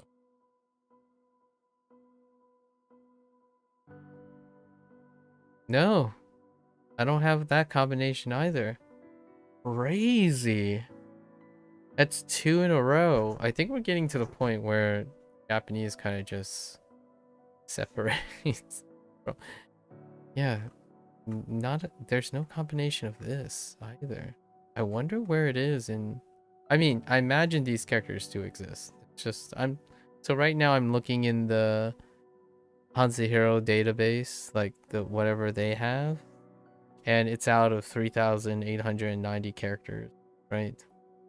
And it's not among the ones that are included for like the 99% reading. So that's interesting. That's, what is that? That's like 3 or 4 in a row.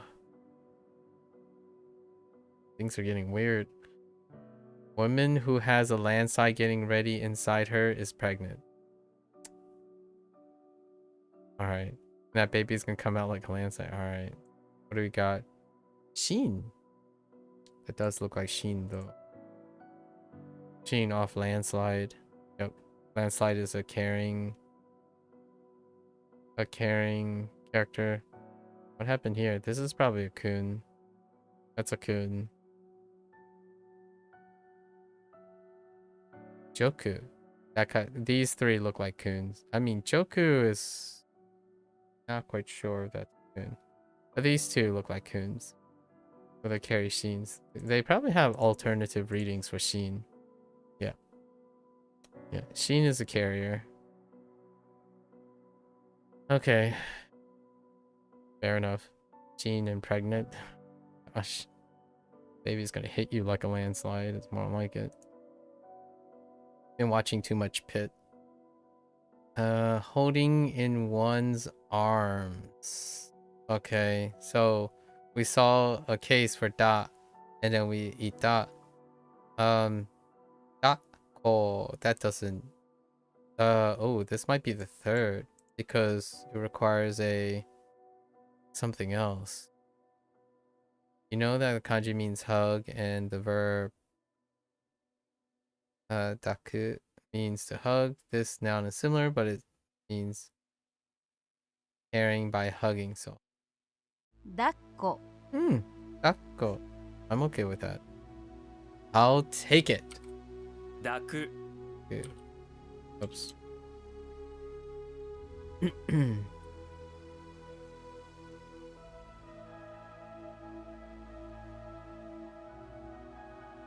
前兆。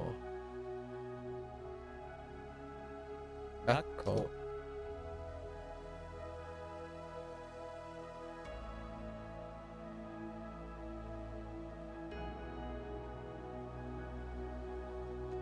I imagine these two are combined. Maybe.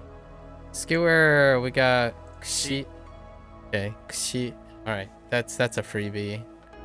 And then it looks like double kun. Kushiyake. Yaki. Whoops. I said yake. Kushiyaki. Alright, we're good with that. Self-explanatory. I'll take the intuitive ones for sure. Do as opposed to until. Okay, so now we're back. We're back. This is zhi, right? Zhi. A mole in winter will do whatever you ask if you know how to ask it. Qi. Zhi and qi. I don't know how often that actually lines up. I think it's off of this character.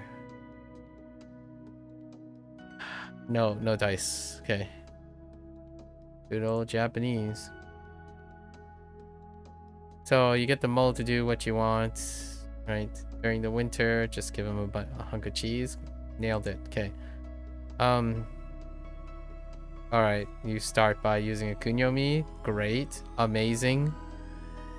Ichi. Interesting. Shimeteki.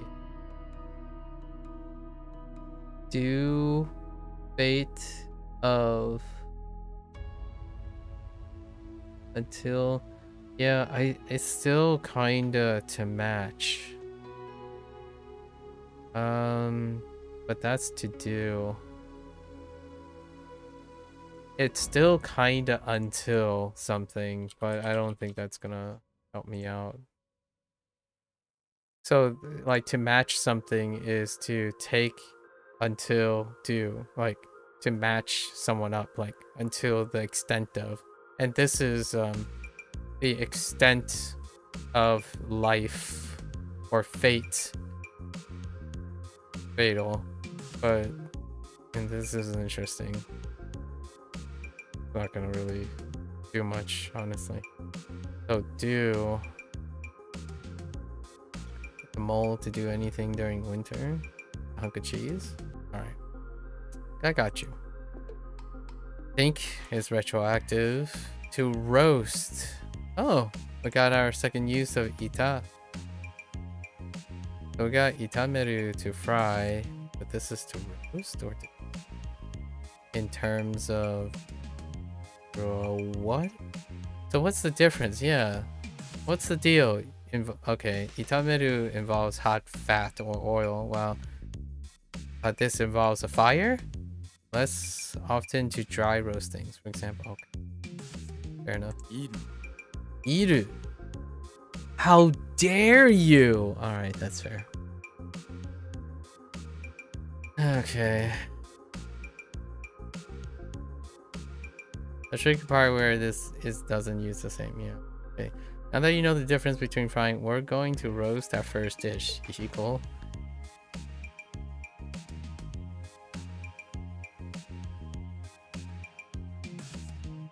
They're both coons.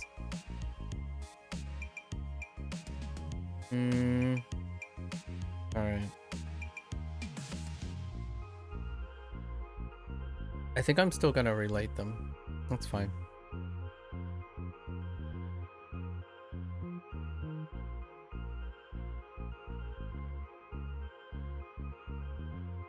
Kushiyaki.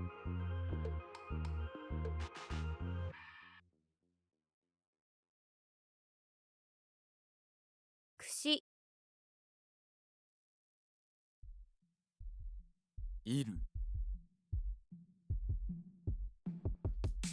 Alright. To eat. Whoa. Whoa. Wait. What's going on here? to consume. This carries more of a masculine and coarse tone than taberu, so it can come off as rough or impolite in certain situations. It also has a wider set of usage. For example, in saying that something is eating up time or resources, or saying that you were bitten by a bug. You've come across more of these, but they're all pretty straightforward, so don't worry. But the question is, oh, is this where... No. Hecking coup. I'm like, is this where the... No. Yo, heck. You do know that reading, but this uses a different one, so here's a mnemonic.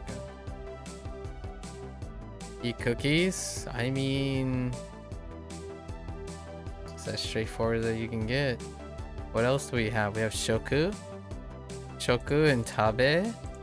Oh boy.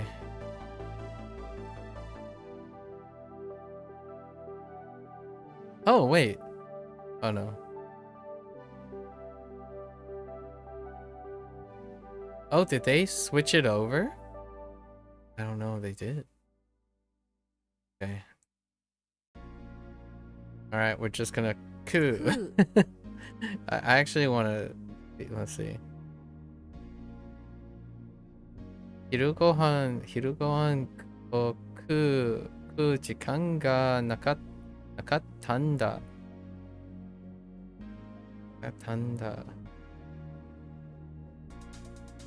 Didn't have... Yep. Okay. Alright, we're just gonna coup it up for a bit. We'll see if it sticks. Because it's linked to something that is... if it's linked to taberu, something well known can be pretty quick. First installment. Daiichidan. Oh yeah. Note that this is quite similar to Daiichidan, yeah.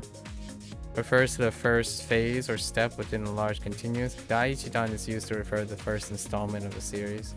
Daiichidan. Okay. Fair enough. Edition? Yep. Oh, or a publication. Publication too. So this is Kan. Give me Kan. Give me Kan for 1000. Just do me this solid, please. It does even have the dry carrier, so it could be Gan or Kan. Alright. Nice. Alright. One less. Kan.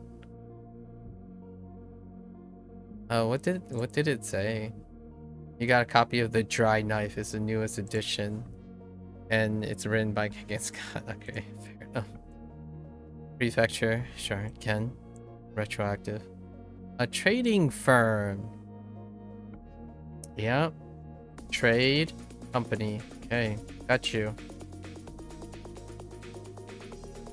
So what is that? Kamotsu Kaisha. What in the freak? Oh no. I'm just kidding. That's Boeki. I'm thinking of assets. Oh no, I just automatically corrected to freights, like freights and stuff. Like kamotsu for freight. Dang it. It's okay. We got Boeki. It's okay. Boeki Kaisha. I got a little overzealous there.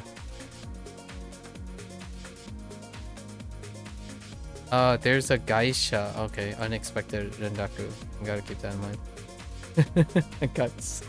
I got a little too overzealous there.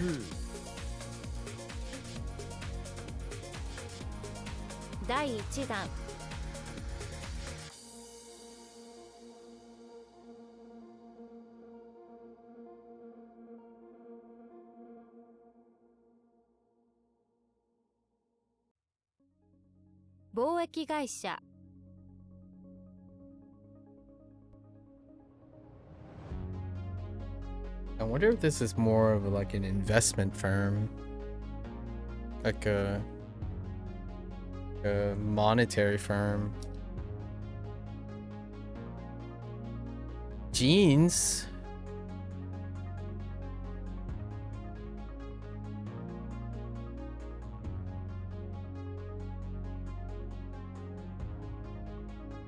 Okay. Idenko. Leave behind. Yeah, that's her like that's heredity. Yeah, heredity plus child. So gee, that's fair enough. So we got Idenshi. Oh, they ended up using she. All right, that's fair. Oh yeah, you would use she if you're assuming Onyomi reads instead of ko. Onyomi. Okay.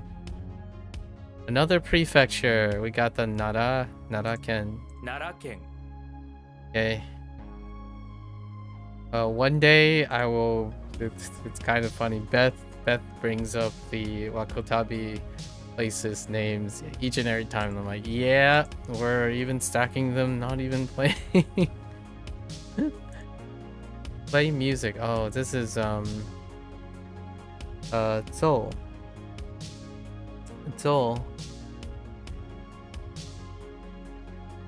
What could that be? Oh, it could be Zol. I mean, there is a 10 in there, and then there is a spring. When it's spring in heaven, they play music to your mortal ears. Ears, it sounds more like snow, bird chirping. Okay. Soul. I'll take it. I'll take soul. In heaven, the ones that play music are the souls of the dead. I mean, heavenly music, you know, heavenly spring music calms the soul. That's fine too. Have, yeah, retroactive. To abolish. Yep, just sudo plus abolish. What is that? 廃止する Okay. Yep. Okay. All right. I'll take these 奈良県 any day.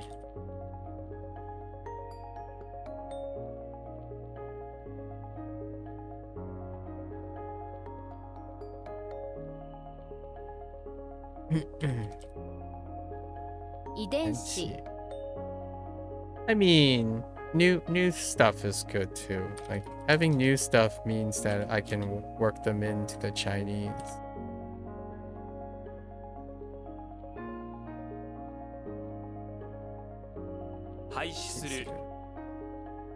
There are still like 20 or 15% non-overlap that are in both, but the other way around.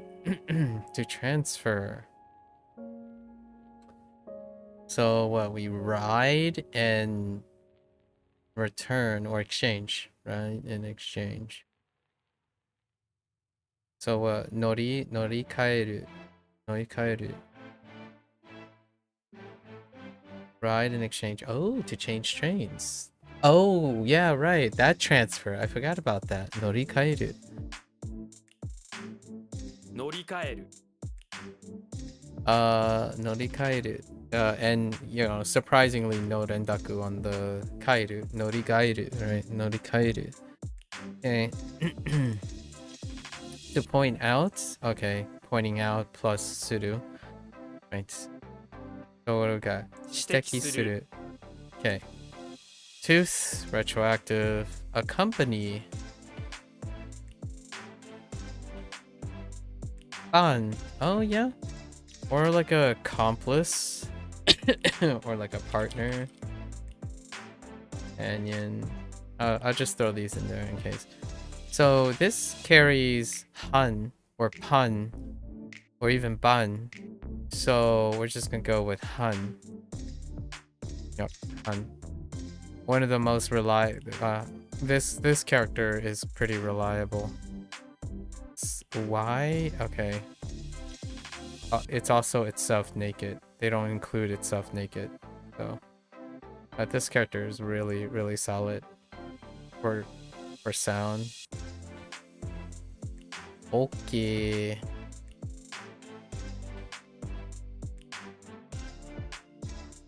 A leader asks half of his men to accompany him on a secret mission to date. It's none other. The leader is none other than Han Solo. Got you. Yep. I actually saw Okinawa in Bunpro just 2 days ago. Like I was looking and say Oki and then Jo. It's like, wait. And then you look at it, it's like, oh, Nawa for rope. That's kind of neat. Open sea rope. 沖縄 Okinawa. Eh, it's another place. 乗り換える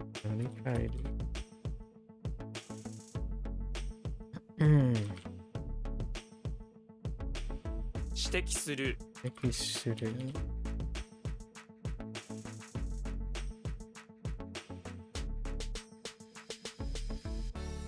沖縄 To maintain. That's fair. It's maintain plus suru.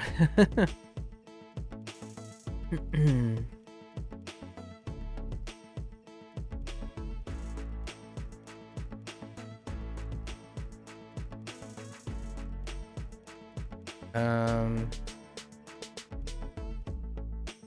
維持する Oh. What was I thinking? Oh yeah, that is easy suru. What was I thinking? I was thinking sui. Oh no, sui is this. And then I thought of die. Oh, wrong language. Okay. Easy suru. G is hold, right? 維持する And easy suru. Oh, that was a little bad. Join or combine. Right. This is a weak one actually. I kind of choked on this two or 3 days ago. Bing for combine. A leader with horns takes a lantern and searches for people to join him. That sounds ominous.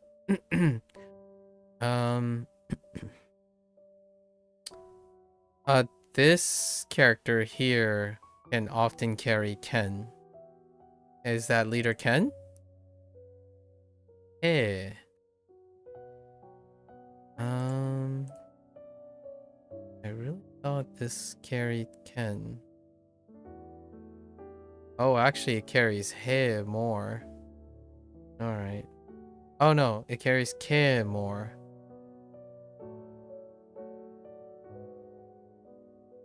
And He. What He?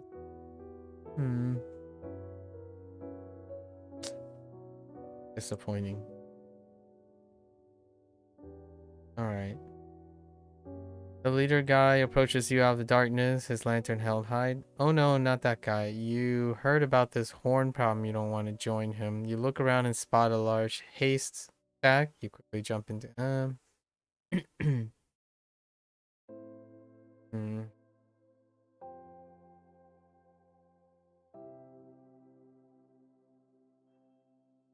this one's probably the first rough one. Of this level.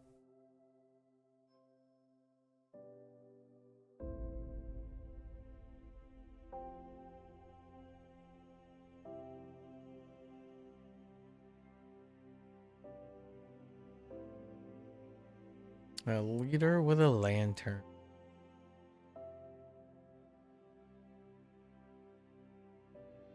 Hiding from the horned leader lantern. Coin. Okay. Okay, I'll bite.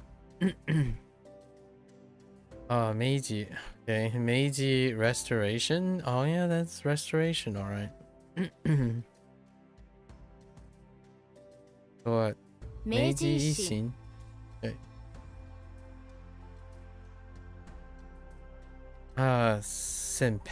Sympathy visit. Okay. The dance of going to see someone is a sympathy visit. Okay, hold up.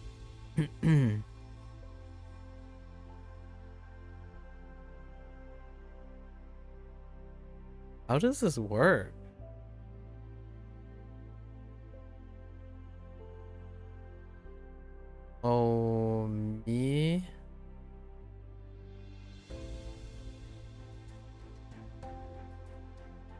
お見舞い Mai. Oh, right. That's right. Omimai. True. True. Mai for the dance part. Omimai. How does this work? 病院にお見舞いに行くと、彼女の部屋はたくさんの花でね、花で飾られていました。Oh, to decorate.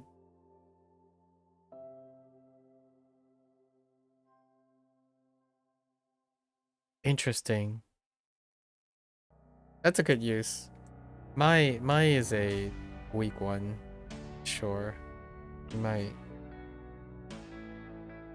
lean? Oh, incline. Oh, yeah, incline. Or yeah, incline. Not incline as in like the, but it is an incline, which is so lean. You changed this geoduck because you want to lean. Right now it's standing straight, but okay. I'm not sure how I feel about that one. So what was this? Ching Ke. What the Ke? Where do you get the Ke from? Alright, let's go look at geoduck for a moment. Mr. Page. No dice. Alright, what about you? What do you got for me? Ain't no thing. To get the geoduck to lean, you put a piece of K on one key.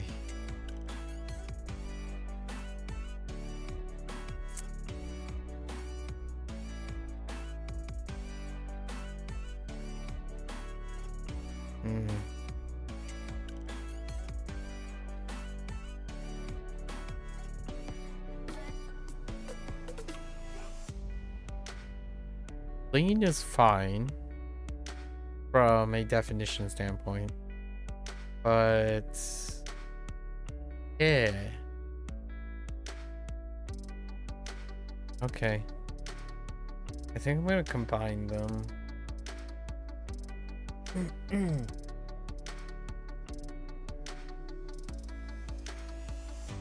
For the spoon.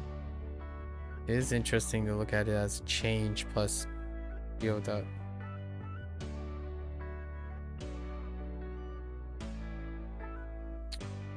Maybe more so like change geoduck, lean, yeah. We try to change the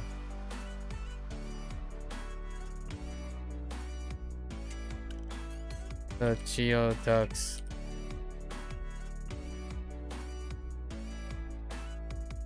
behavior by leaning on using A to train it.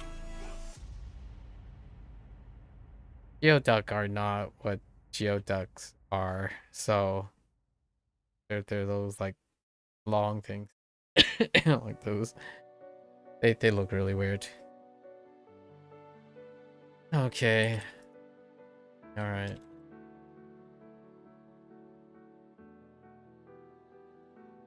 Ijisuru.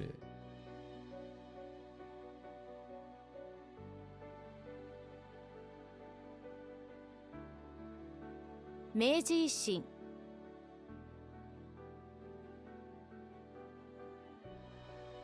お見舞い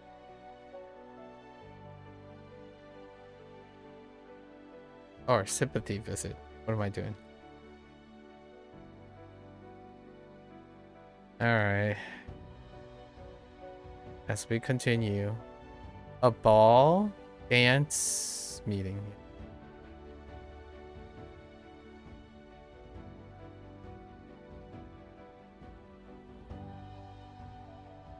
What's that? 舞踏会 Budokai.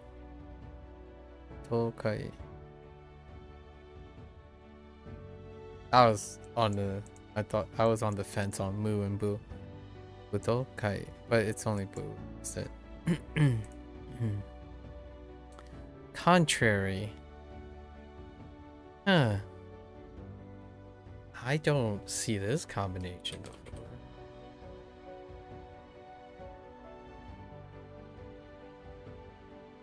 Interesting.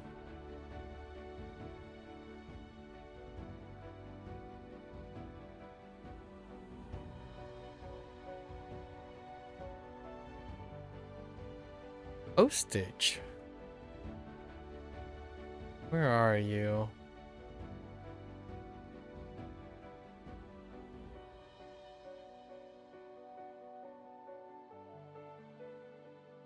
No dice on this one either. Wow, another one. Interesting. There's so many of them. Contrary. Hash stamps usually depict images contrary to current views. Sure. Is this a kunyomi? Kyaku. Oh right, Kyaku was the customer, huh? The gas Kyaku. Don't be a type of person who act contrary to how they should, instead be like Kyaku.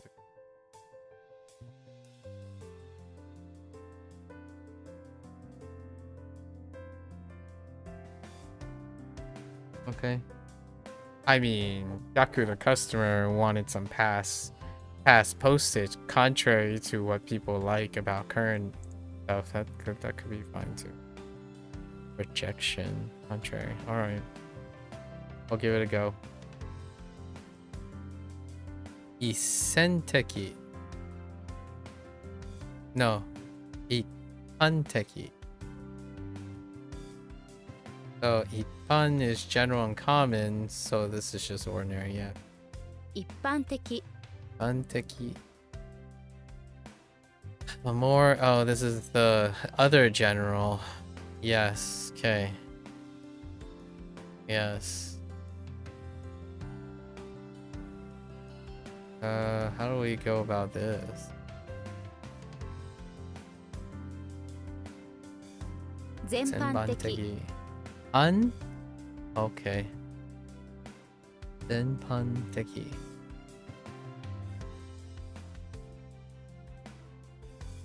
Wait, when did I get Zenpan? I don't... How long ago was that?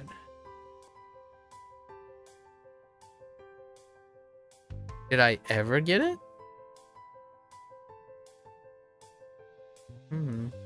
Guess not.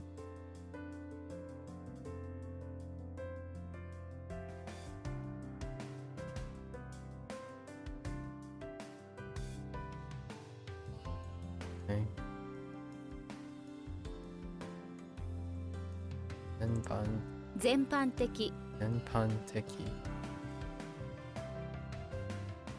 Alright, is this proud?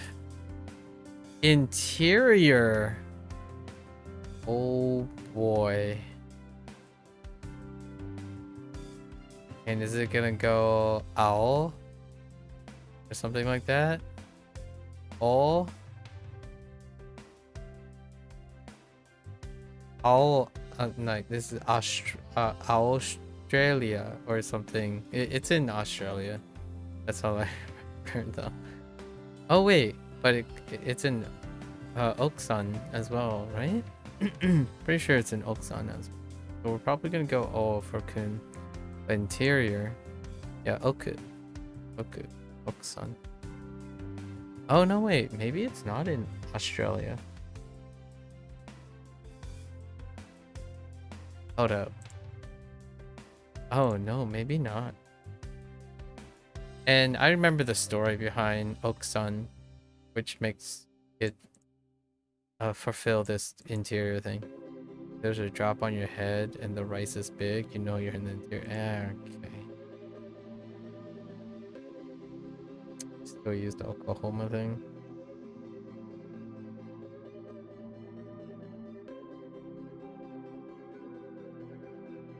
How many things outside? Far back in the interior. And then the rest is wife. Like, honestly. Okay. I think that gets a special pass. This one's gonna stink.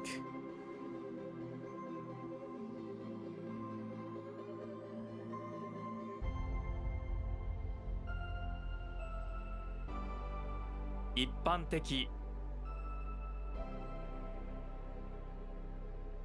Oh, ordinary. We want to ordinary that. 舞踏会 Wait. Not that type of ball.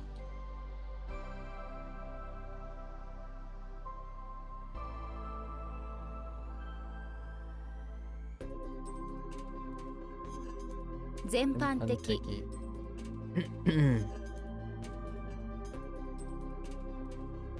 Favor. Request plus or trust plus me. And what was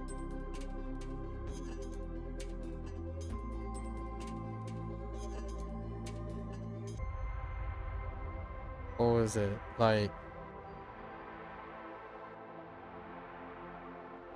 Ino? No. Yes. No. Tano. So I mean this might be Tanomi. Because Tanomu is request. 頼み Tanomi, okay. Favor. 頼み Okay. Cluster. Interesting. I don't quite. I think I know what this one. But cluster as opposed to fan, which is house. Wait, do I have a cluster? Let's see, housing, room. What do we got? Got 住房, 房间, 房子. Lots of fangs. Oh, or rent? No. No, everything, yeah, everything deals with a room. So this doesn't. The door in that direction is among a cluster of doors. Okay, you run in the direction of the cluster and one door stands out. Oh. You do look like a ball. This character carries sound. Ball and ball. Okay. I don't understand though. After you make it through, you come across another cluster of doors. Behind it, there's an entire bowling alley. Okay. Or bowls. Air conditioning, heating? Wow. Intriguing. Oh, that's where you get the Dunball and the ball.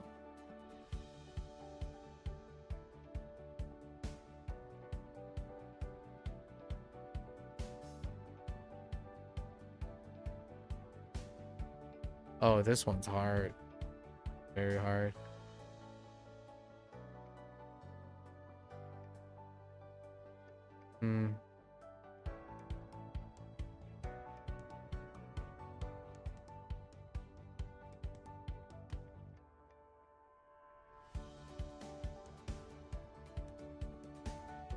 It's more about the cluster.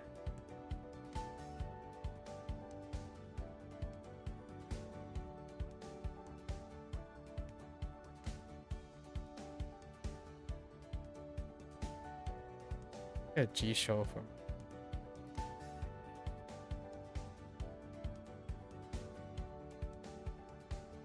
G show, help me out.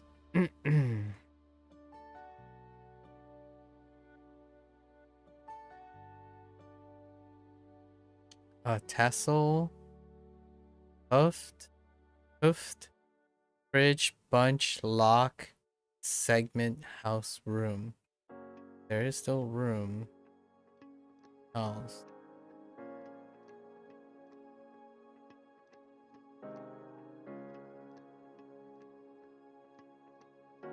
The cluster of flowers.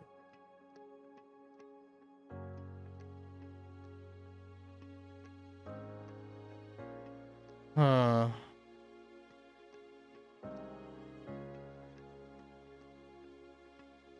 No, this one's gonna be a stinker.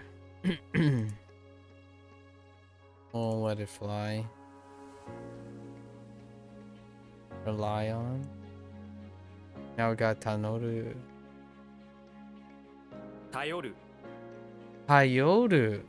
Oh boy. Okay. Rely on. Okay. Okay. Okay.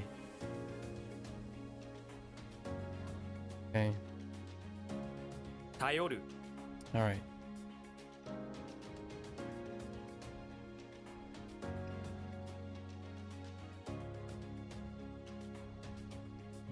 Actually, we have gone for this, right? Oh no, die. Oh boy. Die. I totally 頼る missed the mark on that. Okay.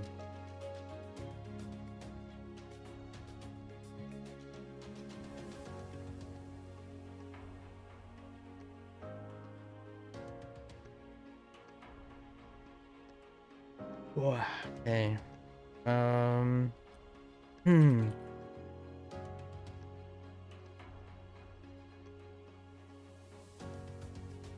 Do yo-yo. Hmm.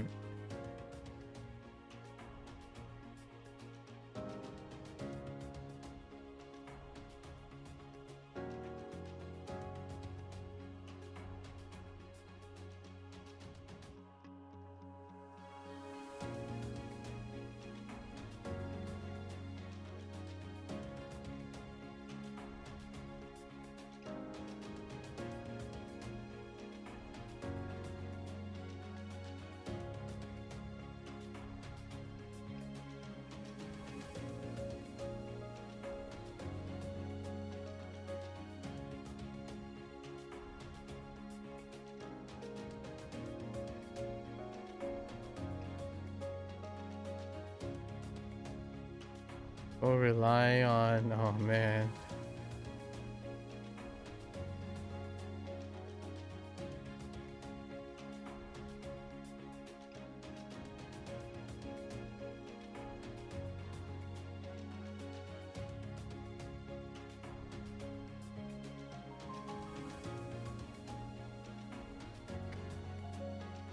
All right.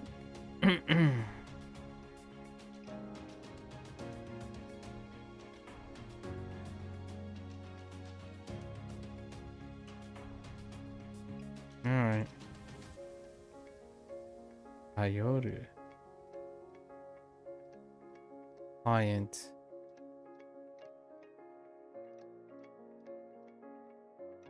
So rely, trust person. Yeah, so this is a request person. Oh, right, true, request. Now we have a 50. Usually refers to someone requesting particular service or whether it's consulting. Okay.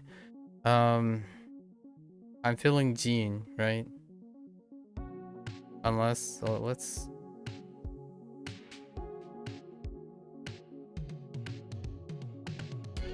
Why do I want to say Irai? Maybe it's Nin. 依頼人 The moment I heard Irai, I kind of gravitated towards Nin. Irai Nin. Okay. Handle.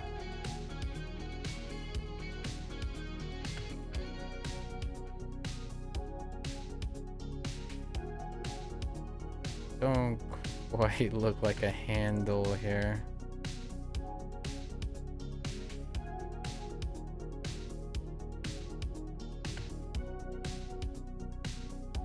It's another one. It's another one that's different. Huh. Okay. Where do you put your fingers when you're on an escalator? On the handle. Okay, so maybe it's not a handle and more of a railing. For the sake of this kanji picture, okay. And what do we got? Kunyomi? I'm not surprised. Atsuka. Atsuka?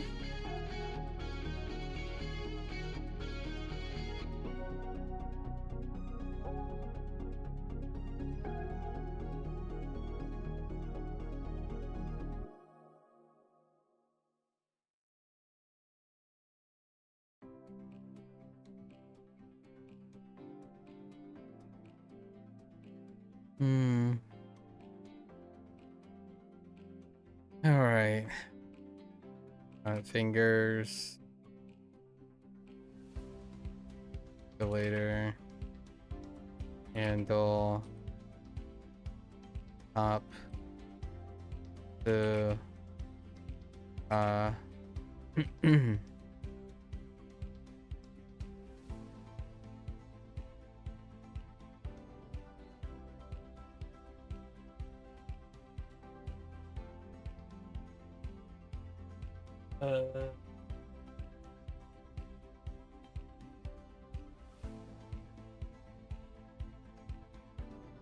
All right. So.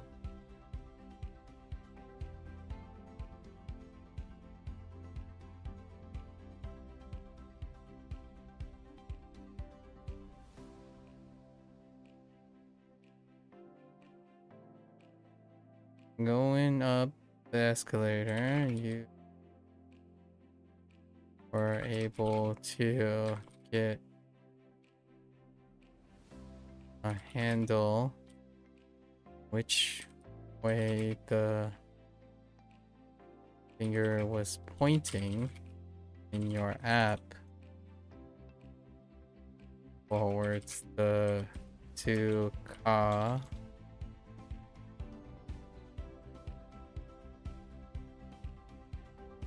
I don't know how you booked. Natsuka. Okay.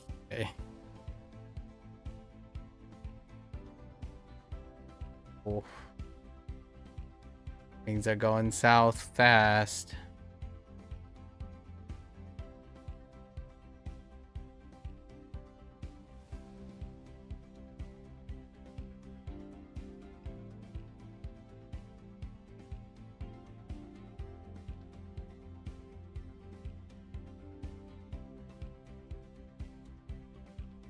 頼る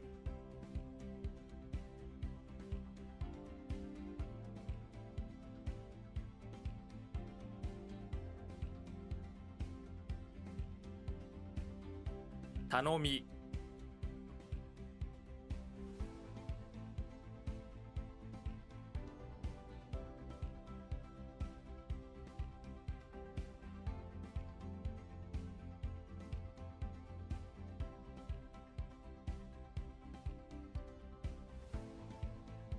依頼人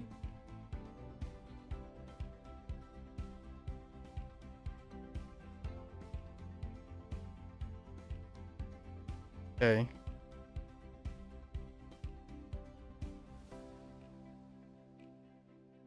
And it's gone. Okay. Absurd. Okay. Yep.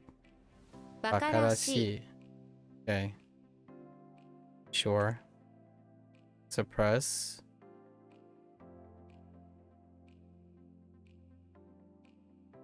Suppress. Hmm.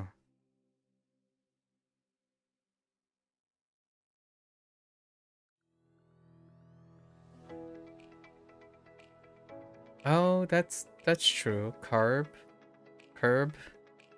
Ye, suppress.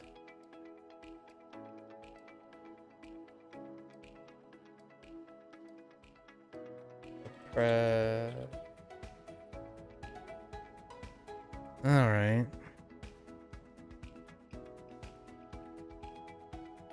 You use your fingers on a cat pirate to suppress them. The cat pirates are attacking you, so you took your finger and pet his head and scratch his chin. Alright, okay. Yi, can I get a key or a G? Yoku. Oh, wait. Hold up. Actually, cat pirate? Oh no. Oh no. Alright, Yoku. I mean, the yolk is okay. You forgot, but you know you had to suppress it because he was trying to steal your egg yolk. Okay. Alright. I'll keep the Yoku life alive here. Time limit. That is a time limit. Oh, this is kind of out of place. This is usually used at the beginning of compound words, like a time bomb. Okay. So what are the chances this is just Jiken? What is that? Jiken Baksen. Oh no, Jiken Bakdan. 事件 Jiken. Fine, Jiken. Okay. Born. Yes.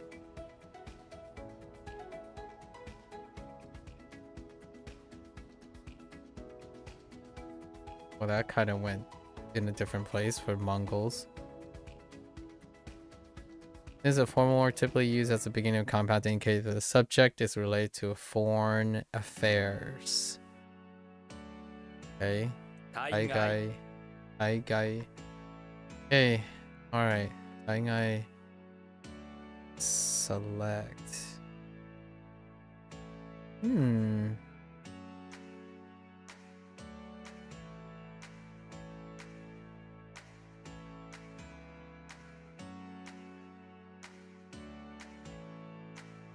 Huh.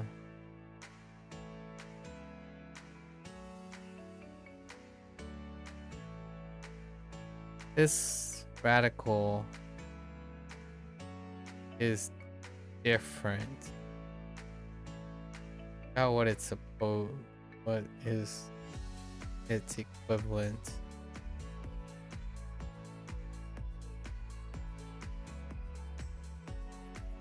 Select.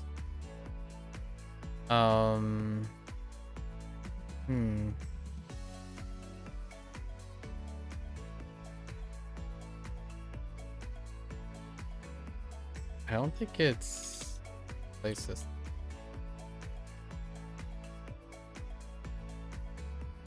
Or that. I don't know which one it is. Okay. Shove your finger into a bowl of shrimp to select the best one. You know your shrimp and you know them well, so you won't settle for any less. Yaku? Give me Yaku. Taku. I'll take Taku. Taku. Yeah. It was either Yaku or Taku. It was a 50-50 split. Although it kind of looks like it just doesn't matter. Okay. Alright, so we got the fingers in the swamp here. I think Taku is... Yeah, I'll go with it. How many Taku?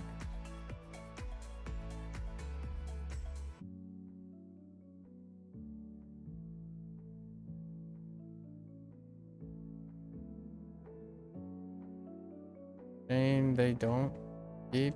Wait. They don't keep same reads. Let's keep going. You do this at every restaurant. Pick out the best, select the best shrimp. One day, as you attempt to suck your shrimp, a sharp pain shoots through your finger. You pull it back out for attack. Okay.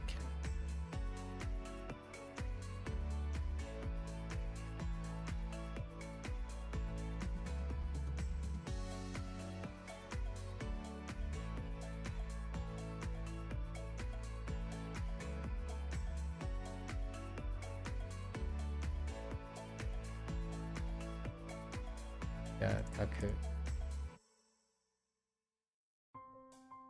Okay.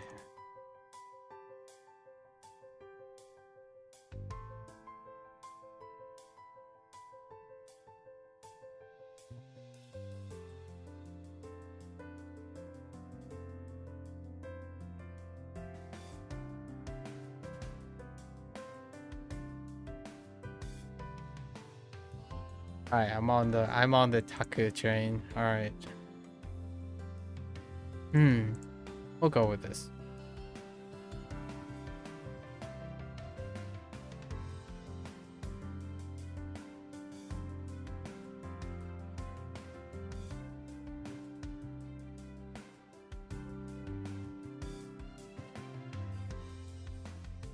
Oh, what happened here?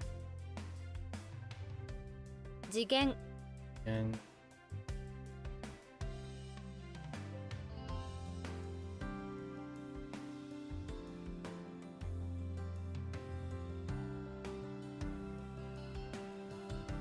バカらしい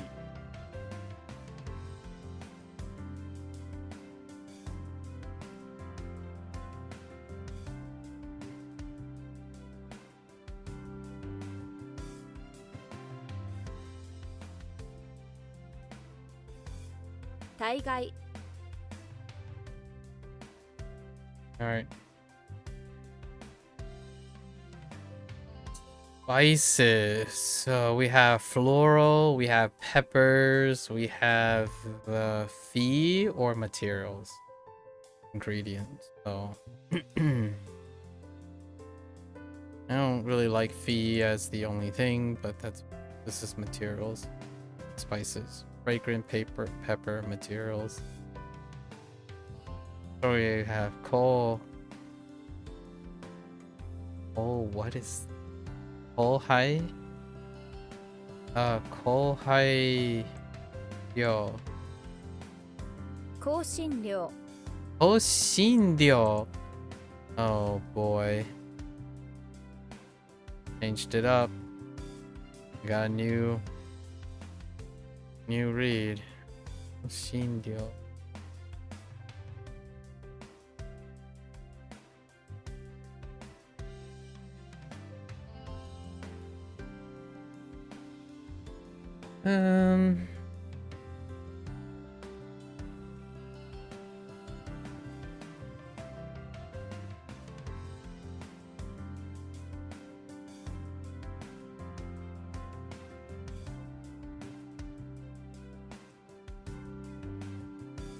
Oh, wait, I'm actually not sure if this is Shin though.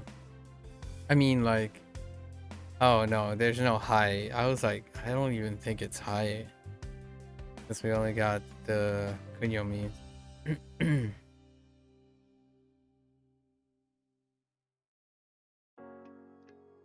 How many other Shins? Oh, Shinpo. Oh, Shinpo is coming up. Okay. Alright, I'll let it pass for now. 香辛料 Alright. Draw. Are we going straight to Ka? With your fingers, you pluck some flowers in a rice paddy in order to draw them. What is this, meow? Yaku? Yo! Son of a dingus. Hold up.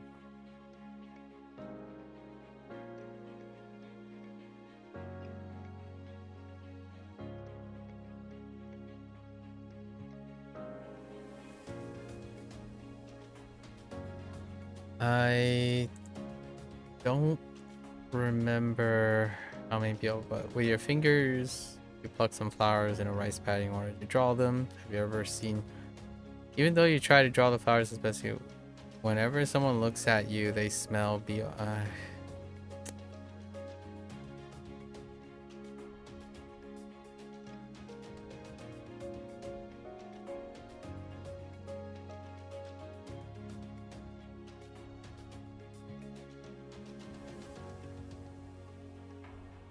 maybe you could just smell the bio of the flowers instead. Gee.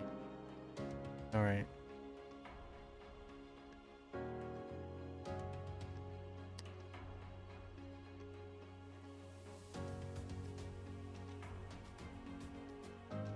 Okay, so we have depiction, like a description, and this is kaku.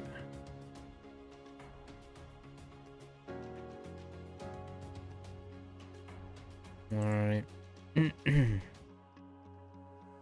Patience. Hug spicy.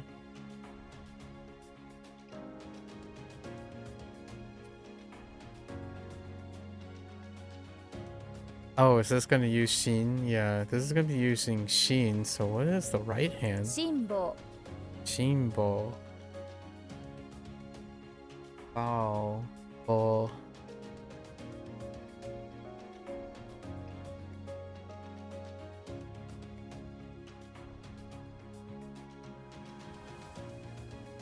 Yeah, because we just recently had this, right? Right? No? Oh, goodness gracious. Alright. We'll just play it by ear as we go. Spicy hug is a hug that feels not so great, but it's not really painful all at once either. As you're receiving a spicy hug, you have to show patience. Hey. This is 辛抱 alright. Started off well, and not so much anymore. And- 天の川 Oh my, Ama. Oh, okay. Oh no. Amanogawa. Ama? Where the heck did Ama come from?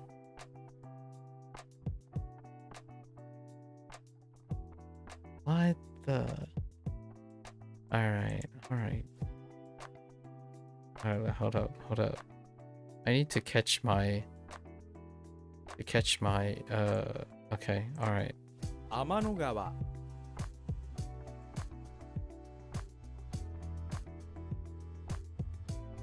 I have used Ama multiple times, okay.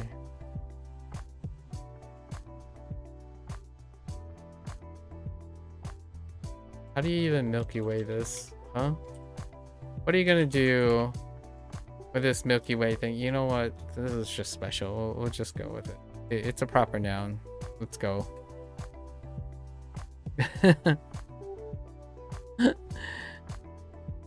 Trey. I can get behind Trey. This pun.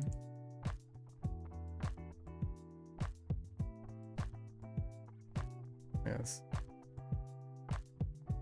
A boat holds your weapon like a plate. Okay. Okay. And bun. Alright. Alright. We're good. Okay.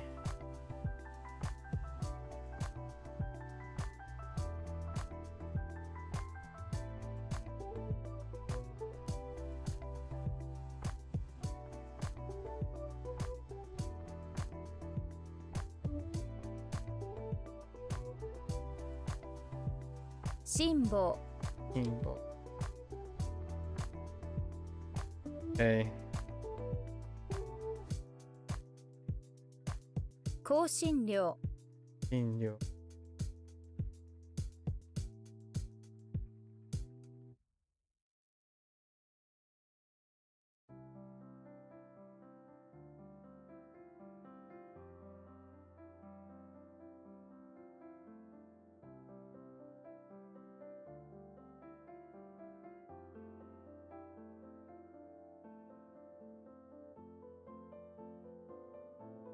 Amanogawa Amanogawa just... Dude. Pickled in. Alright. I could get that. We got that. 漬け Zuke. Oh. Actually... kind of feels like a rendaku, yeah. Kind of feels like a rendaku. I mean, that's kind of what I assumed, in a way. Idol.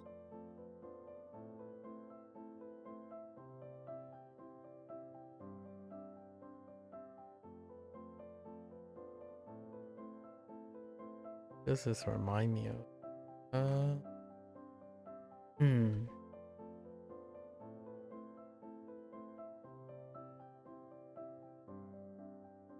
I know it reminds me of shi, but that's probably.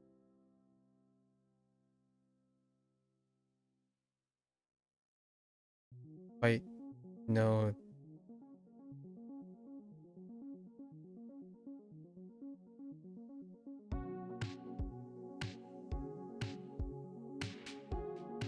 Yeah, the bottom's a little different. I almost feel like title. Xian is the closest. No, I'm not that close. By definition. No. No. Alright. Take a grain and fashion it into a gun that is small, earning you the title of small arms dealer or sad. Oh, amazing. Sure. Word of your sad title makes it all the way to your shotgun.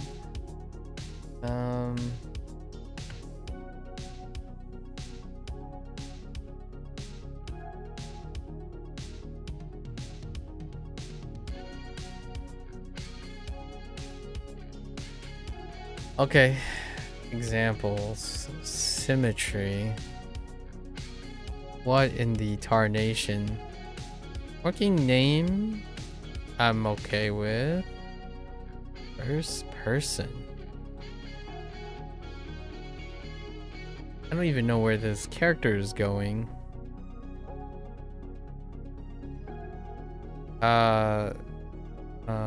Modosu. 戻す Now this is the transitive 戻す turn. Okay. Release from prison. Another release. But random place. Commonly refers to leaving or being released from facilities ending in show, particularly prison. Okay. So it can be slightly formal for sources. Oh.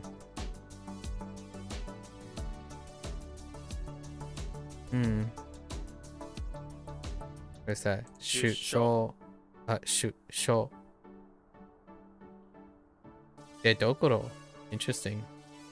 There's also the reading Dedokoro for the meaning origin and source. This version is generally used in spoken language, often to emphasize the significance of curiosity, where something came from.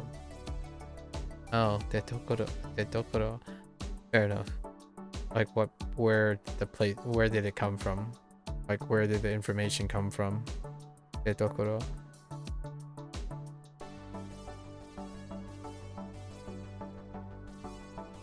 Cord. Shi. Or thread. Or connection. Yeah, thread of thought. Or thread wrap around. Okay. Also means. Like, it's kind of like line of thought. Shi. Sho. And cho.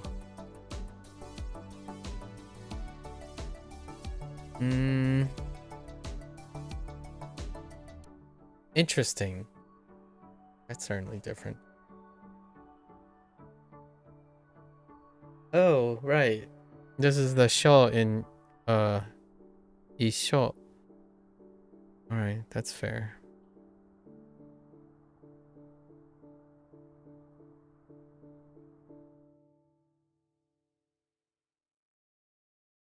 Zuke.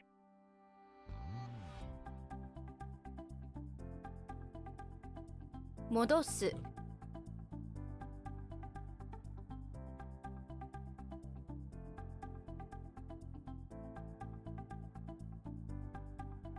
出所 Show.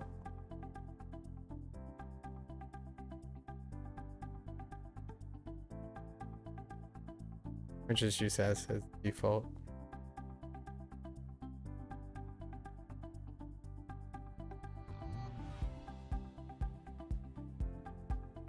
Oil tofu. Alright. That's good to know. Yes. So are we going with you? So 湯豆腐 tofu. Okay. Tofu. Oh, it does? Rendaku. Okay. Tofu. Alright. Loose. Loose.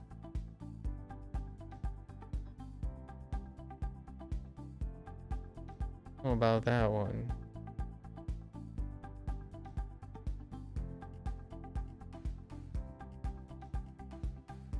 Oh, that type of loose. Juan loose. Juan. The thread on this football, oh yeah, it's loose. We need to tighten up the loose threads on this football or it's gonna fall apart, okay? Yuru. It's just gonna go, okay.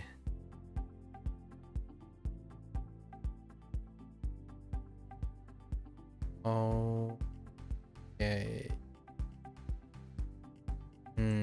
Alright.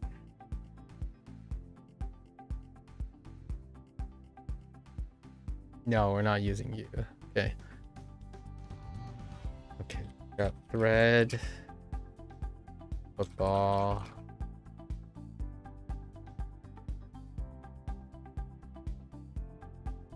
Shorts. Food. Oh boy.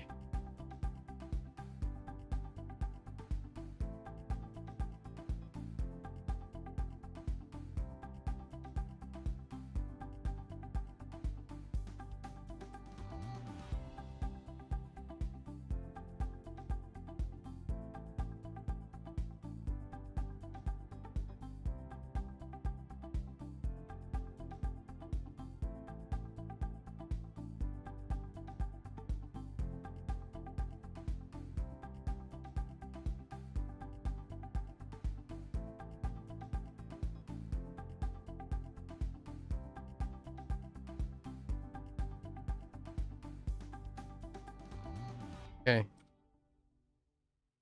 All right. Loose football. Preparing the yurt. Okay.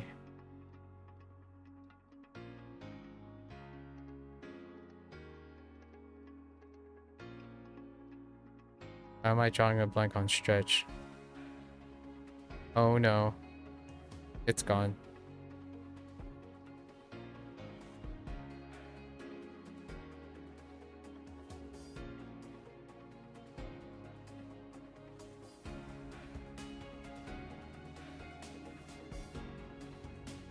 It's gone.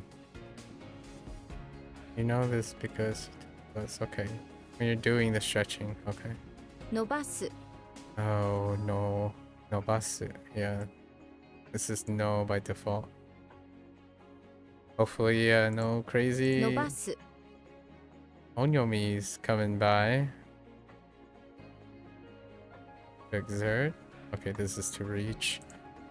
Oh, this might line up with Excel. 及ぼす Oyobosu. No. Wait. Yes.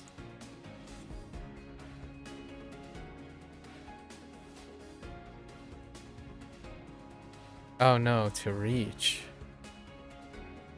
Oh, that's right.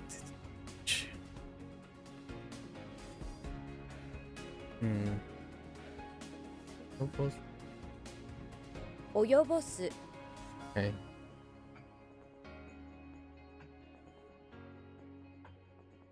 I'm not even sure what that means. Consign to entrust. Okay.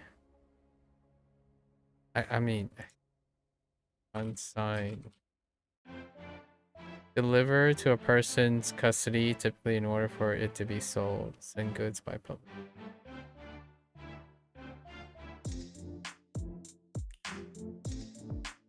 And over to someone to sell on your behalf. Okay. Alright. They say if you put things on a slide 7 times to be exact, that's the best way to consign goods to someone. Ugh. Send help. A taku. Looks like a taku.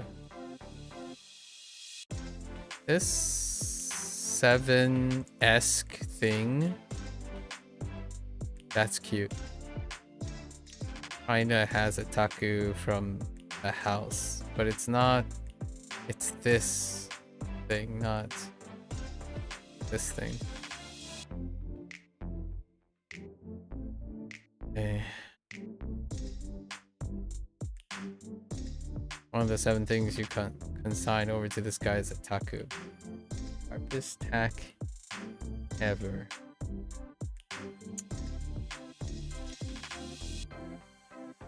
Keep going. 湯豆腐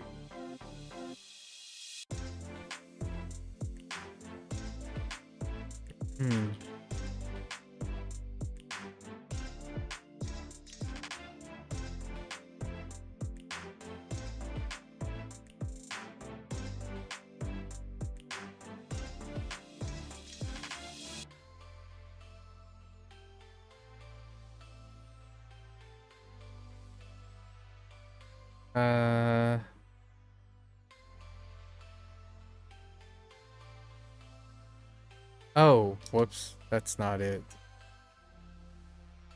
伸ばす This is to fetch something.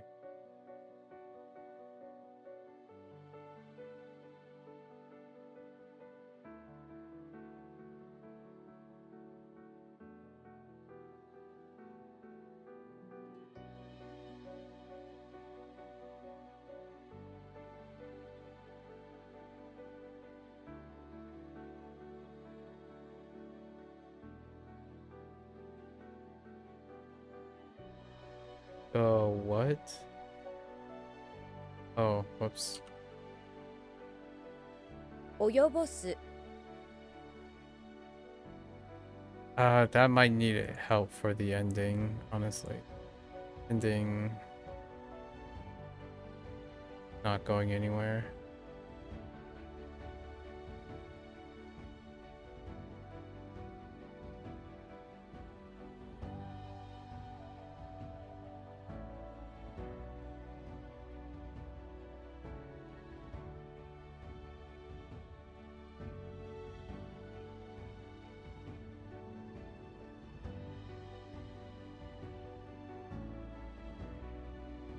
That's like,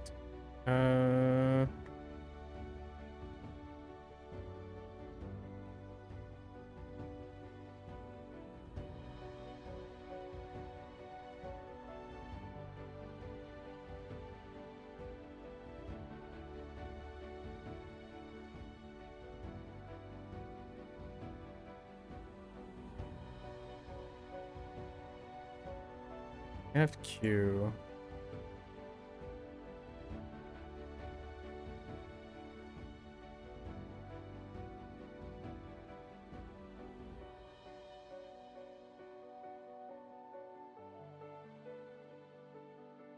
Okay.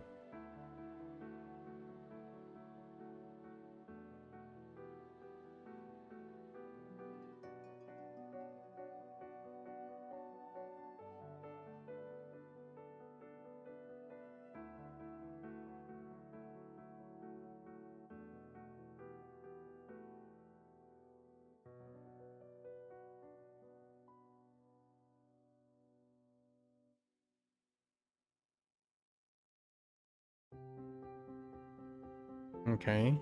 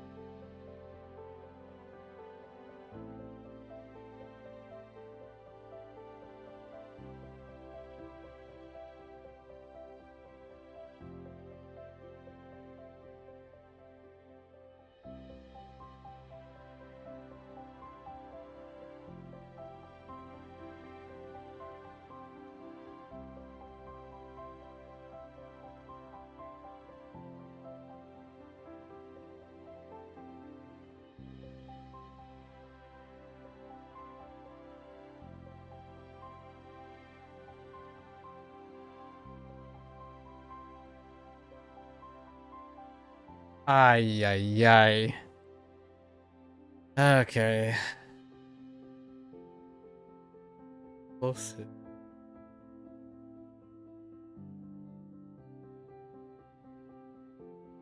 Okay.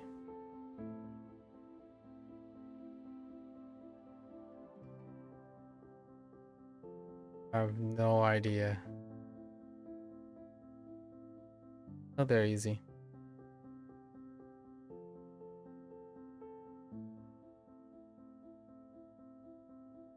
All right, things so.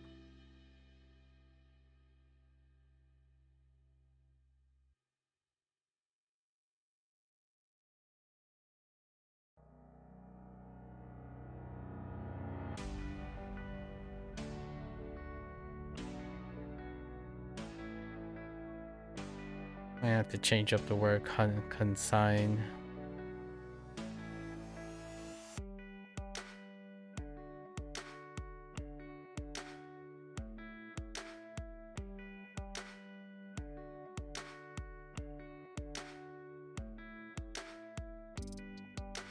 Hmm.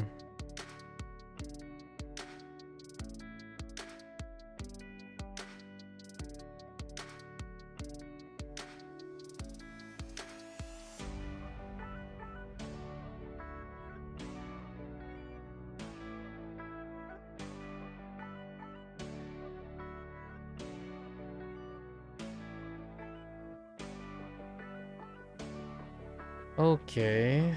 Hold up.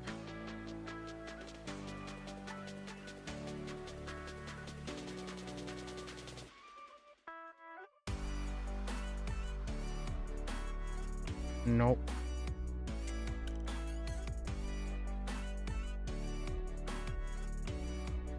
Oh, here it is. To entrust. Oh. Twa.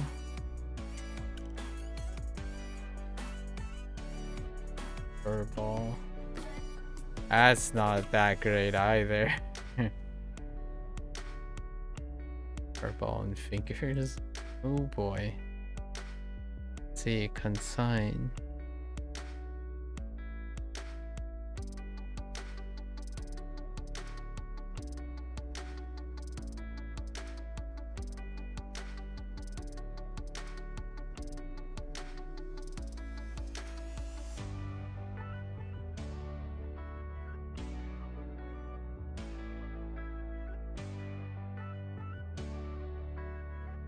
All right. Right it here. We got words, wide, 7, sign,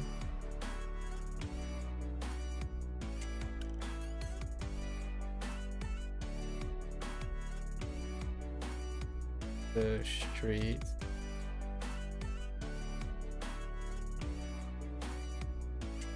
You may sign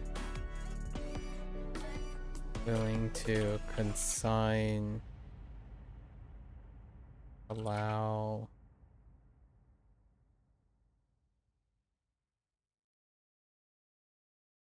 seven extremely sharp Aku to slide past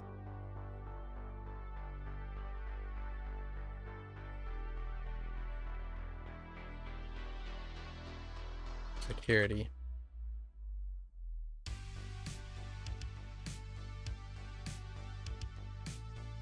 By having heard the I don't know, by sliding $7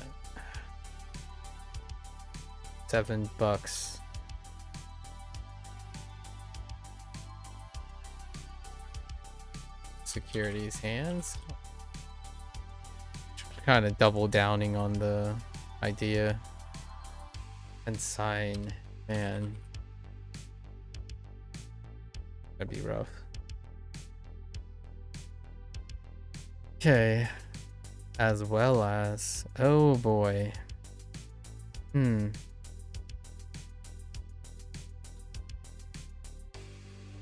This can end up being, note that is a term used in formal writing. I mean, this could end up being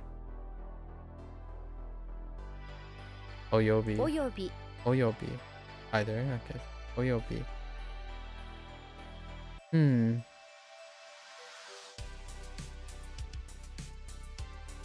Not great with the as well as, though. および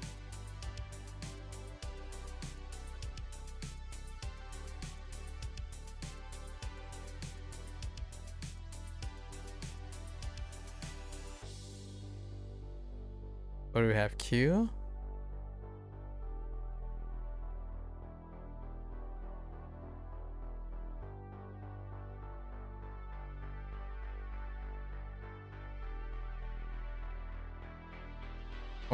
We'll throw this up into row memory territory for now.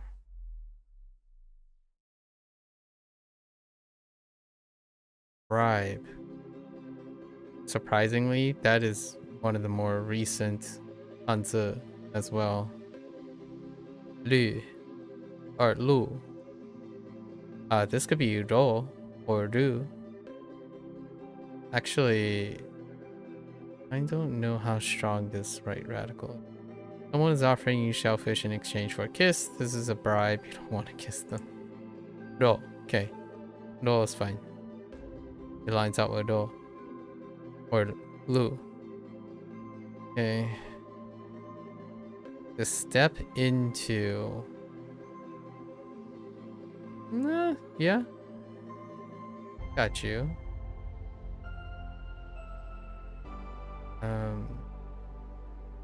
Got Komu. Could end up being Komu. And Fumu. So Fumigomu, possibly, or it doesn't rendaku at all. 踏み込む Fumikomu, no rendaku. Okay.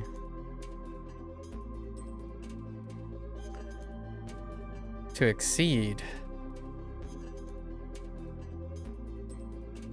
Where was this earlier? I wonder if it lines up with Kos. If it lines up with Kos. こす Kosu. Oh, the other way. Kosu as opposed to Kos. Right? I think it might be a little crazy here. Go beyond. Let's look. Go beyond. Oh no, it's Kosu. こす Oh, I really thought. Oh, it was. I'm thinking of compound words for Kos. Something and beyond. But this is Kosu, yeah. To exceed lines up with Kosu, which is to go beyond the other character. It's fine. Presents. Oh, yeah. Oh, this is a notoriously weak Hanzi. What is that?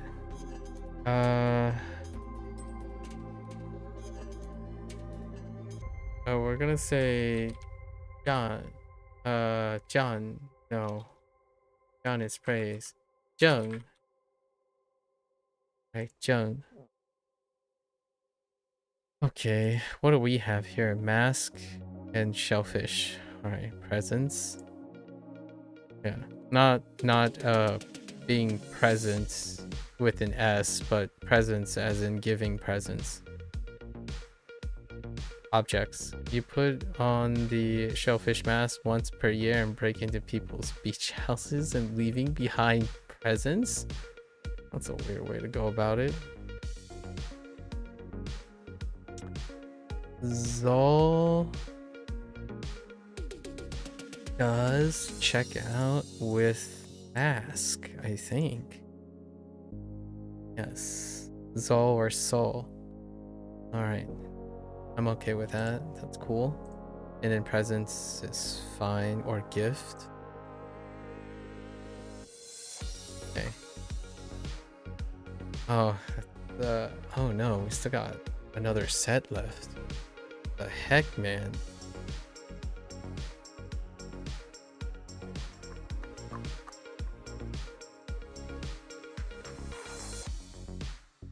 Fumikommu.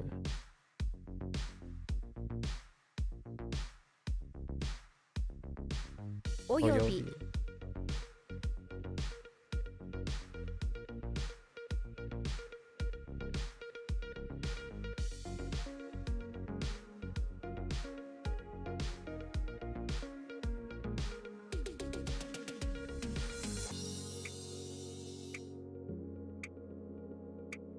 Kosu. All right, last set. Okay, escape. Yeah. Towel? Not sure about towel. If anything, omen? Oh, just give me cho. Just go for it. Hand me cho. You use your scooter when the omen comes so that you can escape. Toll? I mean, I'll take toll. I mean, thank you. Yeah, I'll take toll. For sure. I'm all for the toll life. Okay. Rope off. Rope off. Oh. Interesting. Rope it in, stretch around. Okay, we got a D. So probably Nawa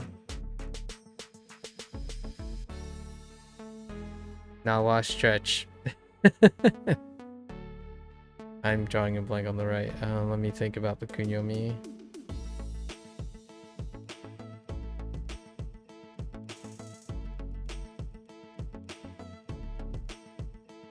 Hari?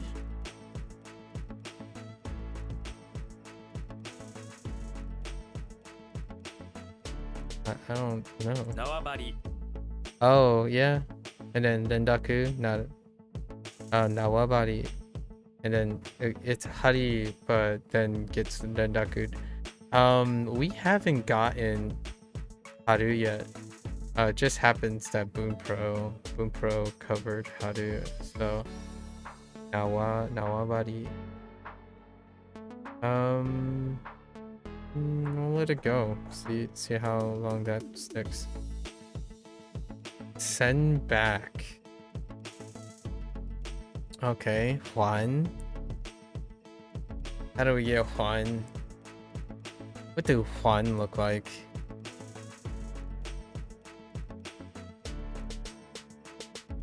That kind of looks like Kan to me. There's a scooter coming towards you with a net trapping a weird zombie. Yeah, that's certainly zombie. Slightly different zombie. Because the top got lopped off. Decides to end back. Come on, Kan! Nice. Okay, Juan lines up with Kan, so fine. Yan. Lack and stretch. Fair enough. When you lack stretching, your body has to get the energy out, so you end up yawning. Stretch and yawning. Okay.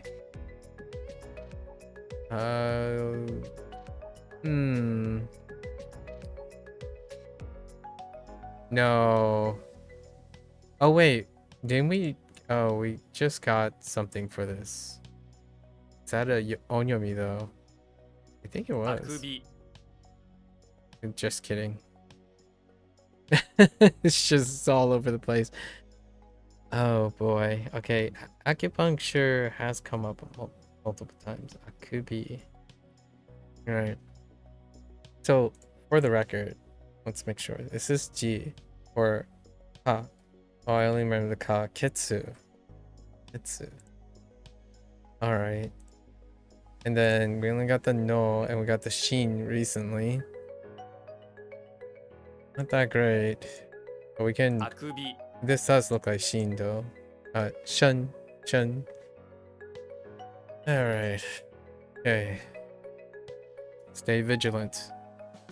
What time is it? 2 a.m. Let's stay vigilant. Got Chinese still. Could be. What do we have? We have Ketsu, black, chin, stretch,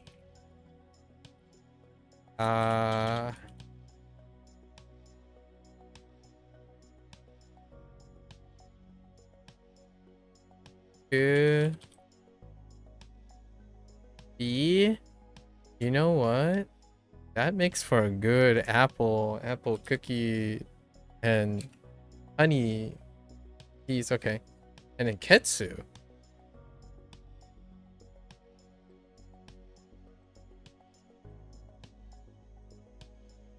And then yawning.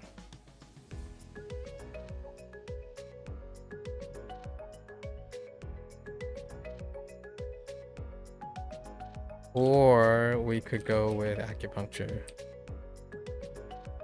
We could go with acupuncture. Good. So what is this?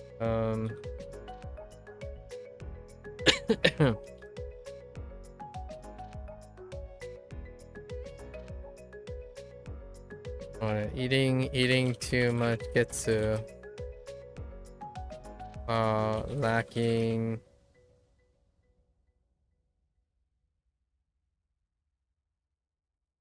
Lacking stretching can give you,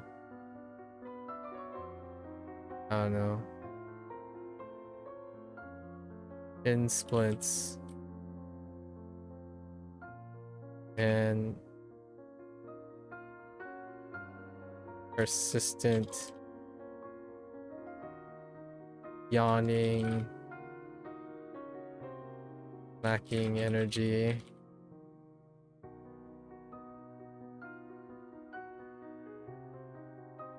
Try acupuncture. Oh God, goodness gracious.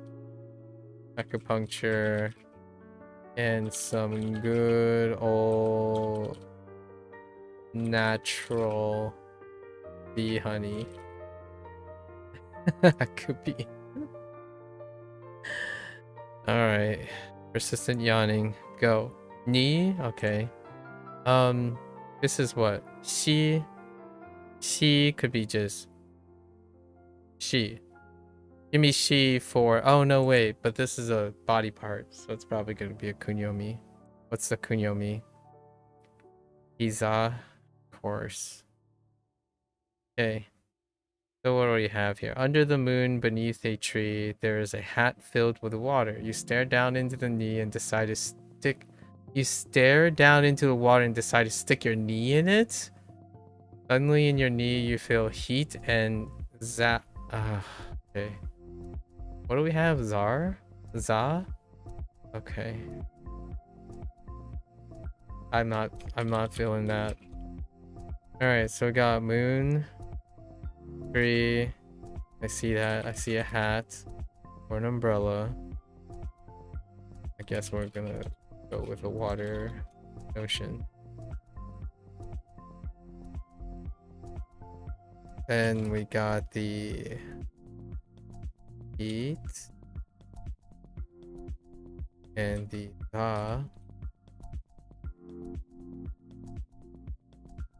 Zap is okay. Honestly. Okay. So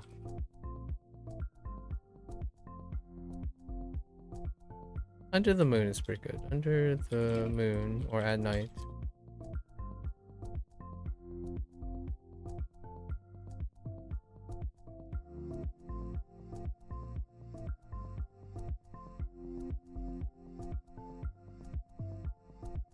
You found a hat.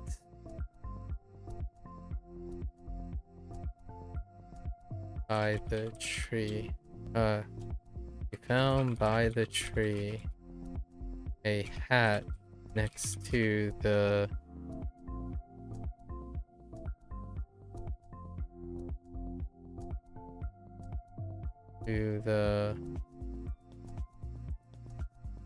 hot spring water.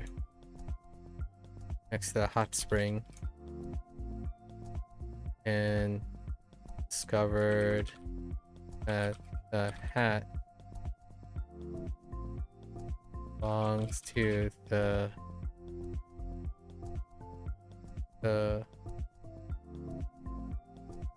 person in the heated water, which turned out to be the Rosa. Okay, alright, I got the scene. We're good. Whoa! You need to calm down.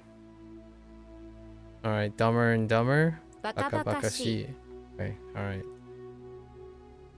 Not sure how much mileage we're gonna get for that one.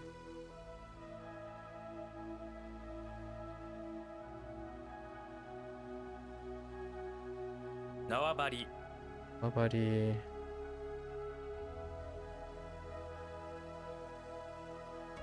I was gonna say perimeter, but rope off is fine.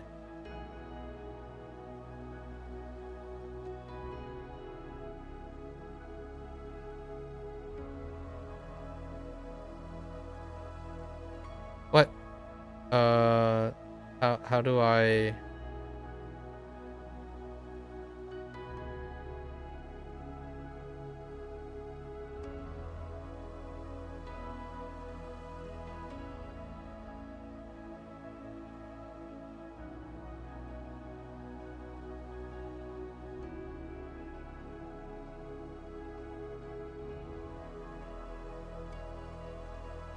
Okay. バカバカしい Okay.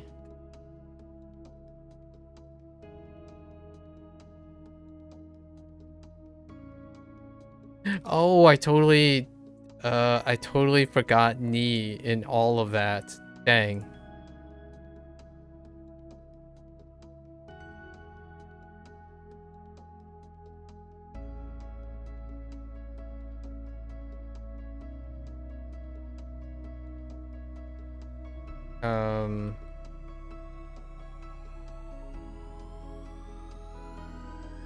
Trying to rehabilitate.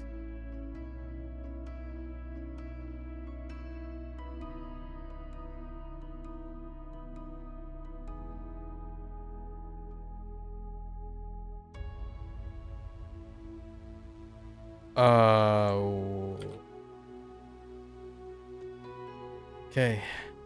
All right. Okay.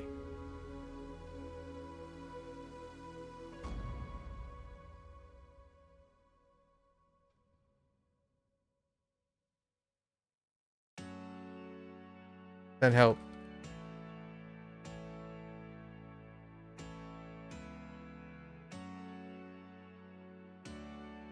Think about this.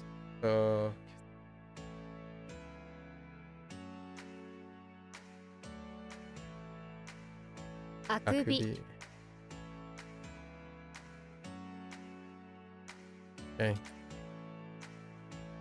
Oh, that is a rough level. Level 38 is rough. Very rough. Alright, 2:30 a.m. Got this. Alright. Usually radicals, let's check for radicals quickly. Usually they're not a problem. Hot pepper.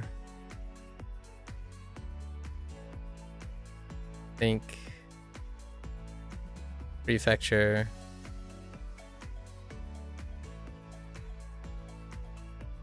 Av. And tooth. Alright. I think we're okay with radicals. Let's just move on from radicals. Kanji next. Okay. Alright. This is a rough set. It was fairly strong in the beginning. And then it fell off the face of the planet. Alright. So let's try this. Demand. Oh, definitions first, right? Demand. Send regards.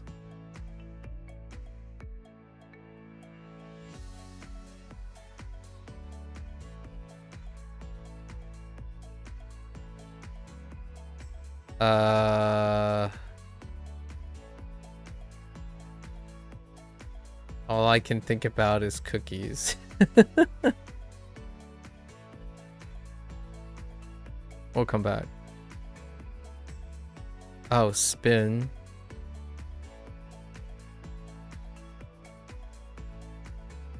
Pregnant.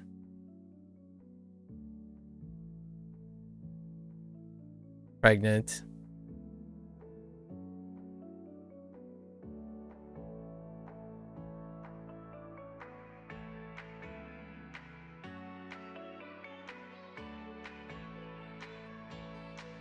Two. This one. That one's evil. I don't know. Okay. Addition.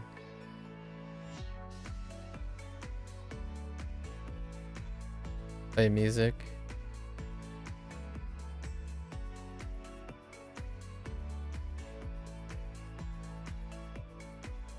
Judge. Wait. That's not judge. It reminds me of judge though.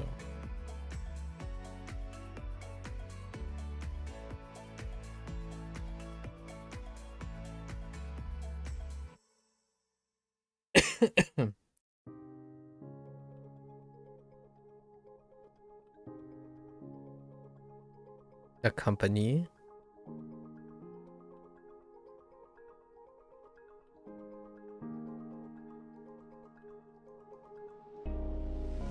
Join.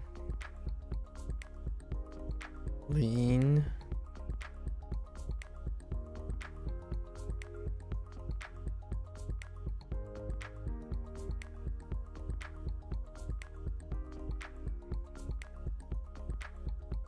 Contrary. Interior.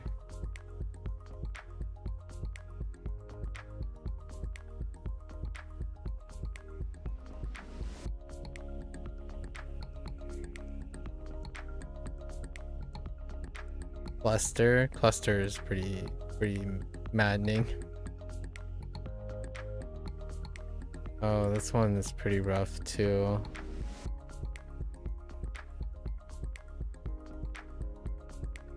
Handle. Handle's pretty rough.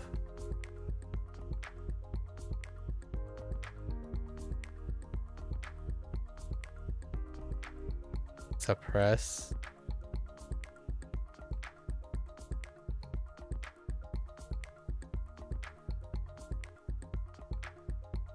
Select.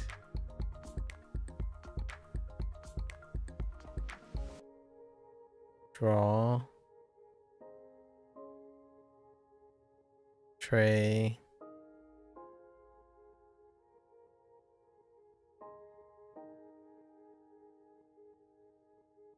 Title. Title is a little sketch.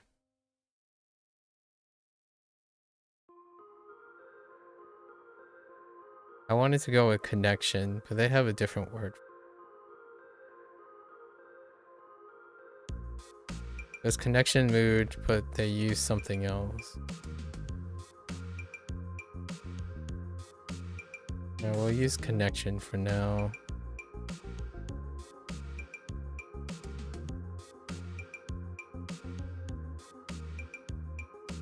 Loose.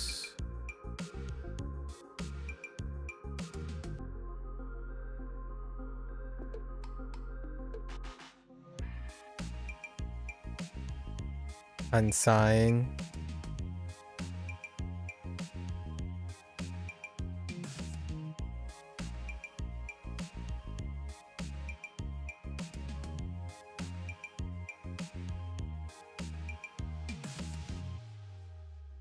I don't remember what this is for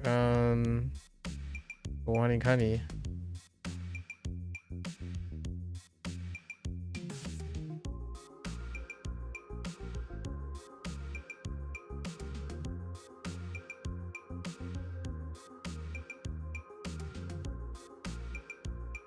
Oh, a kiss.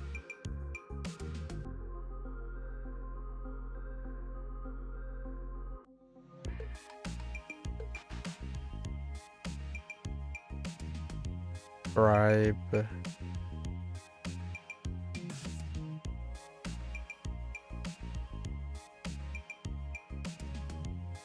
Presence.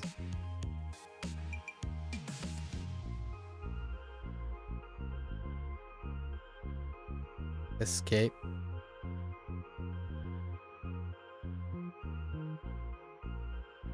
Send back.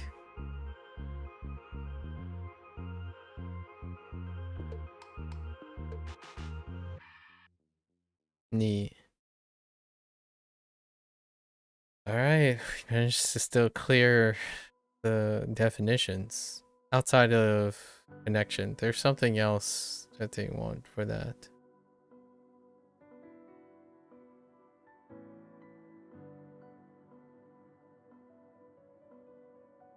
Okay.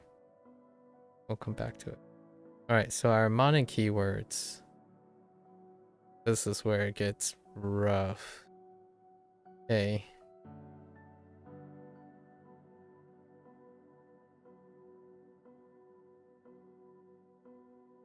We got juice.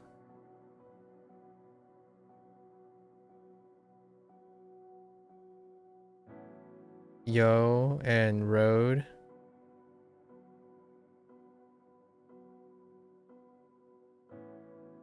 Cookie.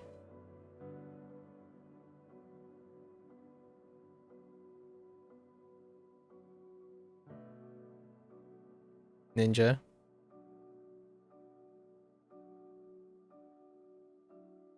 Sheen.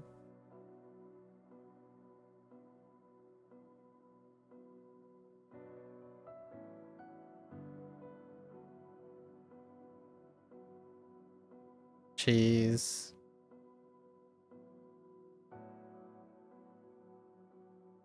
On. Soul. On. A.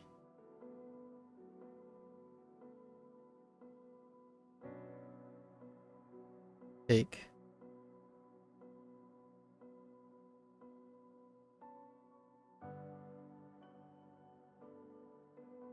This is Kyaku. One of the other proper nouns. Fictitious proper nouns. This is Oklahoma. Just put Oklahoma.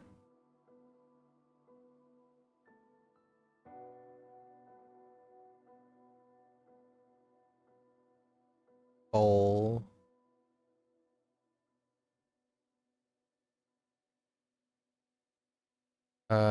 Two cars. I think. Oh no. Yeah, it's two cars app plus two cars. App.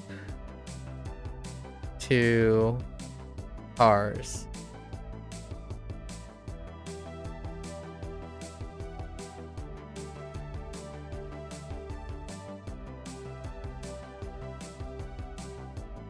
Oh no. I want to say, oh no, it's yolk.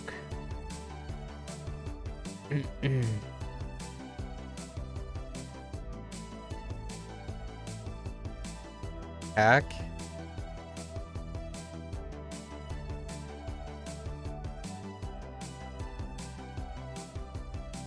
BO. Ban.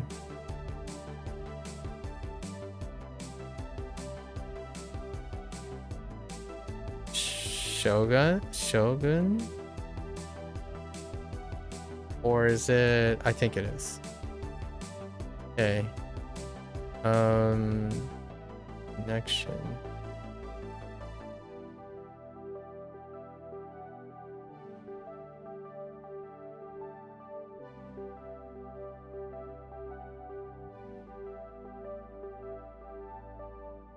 Show.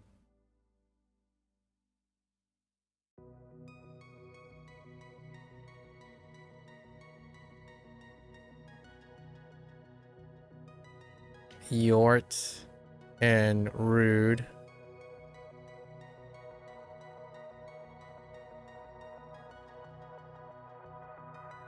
This is another tack.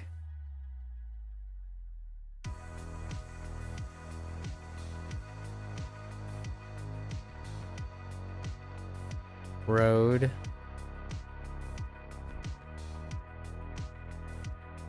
Zombie.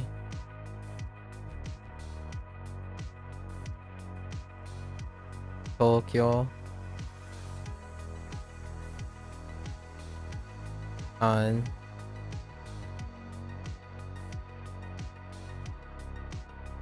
And eat plus Zar. All right. The weakest one is probably the very specific word that they used for this. We had connection. Oh, it's chord. Okay, they're looking for chord. Connection is the other thing. So yeah, I think I'm pretty confident I got all of them. Oh, that's rough. That is definitely at my limit. We are definitely pushing way beyond, getting really close. Thankfully, it only happens every 11 days, so it's a good way to practice our upper limit here. All right, let's go over our reads into our definitions. So I'm pretty sure there might be one or two loose ends, but we'll find out tomorrow. Yeah, Chu. Yeah, Chu. Demand. Yoro. Send regards. Sure, that's Kunyomi. Two. Spin.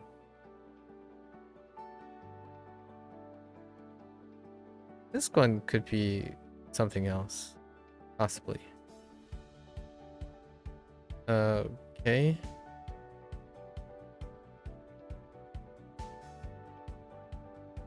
Nin, pregnant. Shin, pregnant. Chi, do. Han, addition. Soul, play music. Han, accompany. E, join. E, lean. Ugh.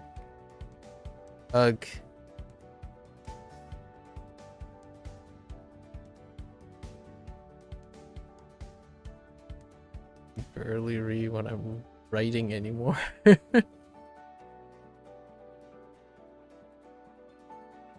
Kyaku, right? Kyaku. Onyomi. Kyaku, contrary.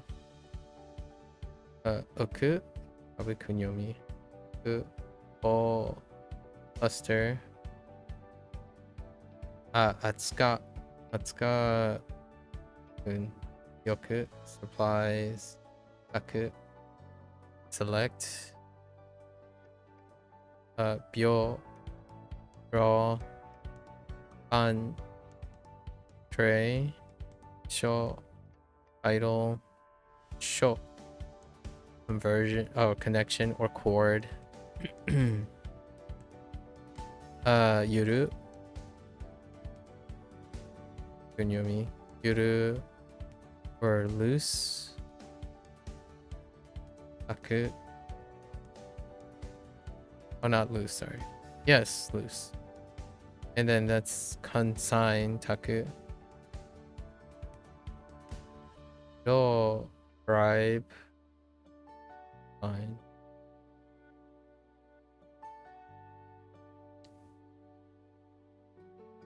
Presence.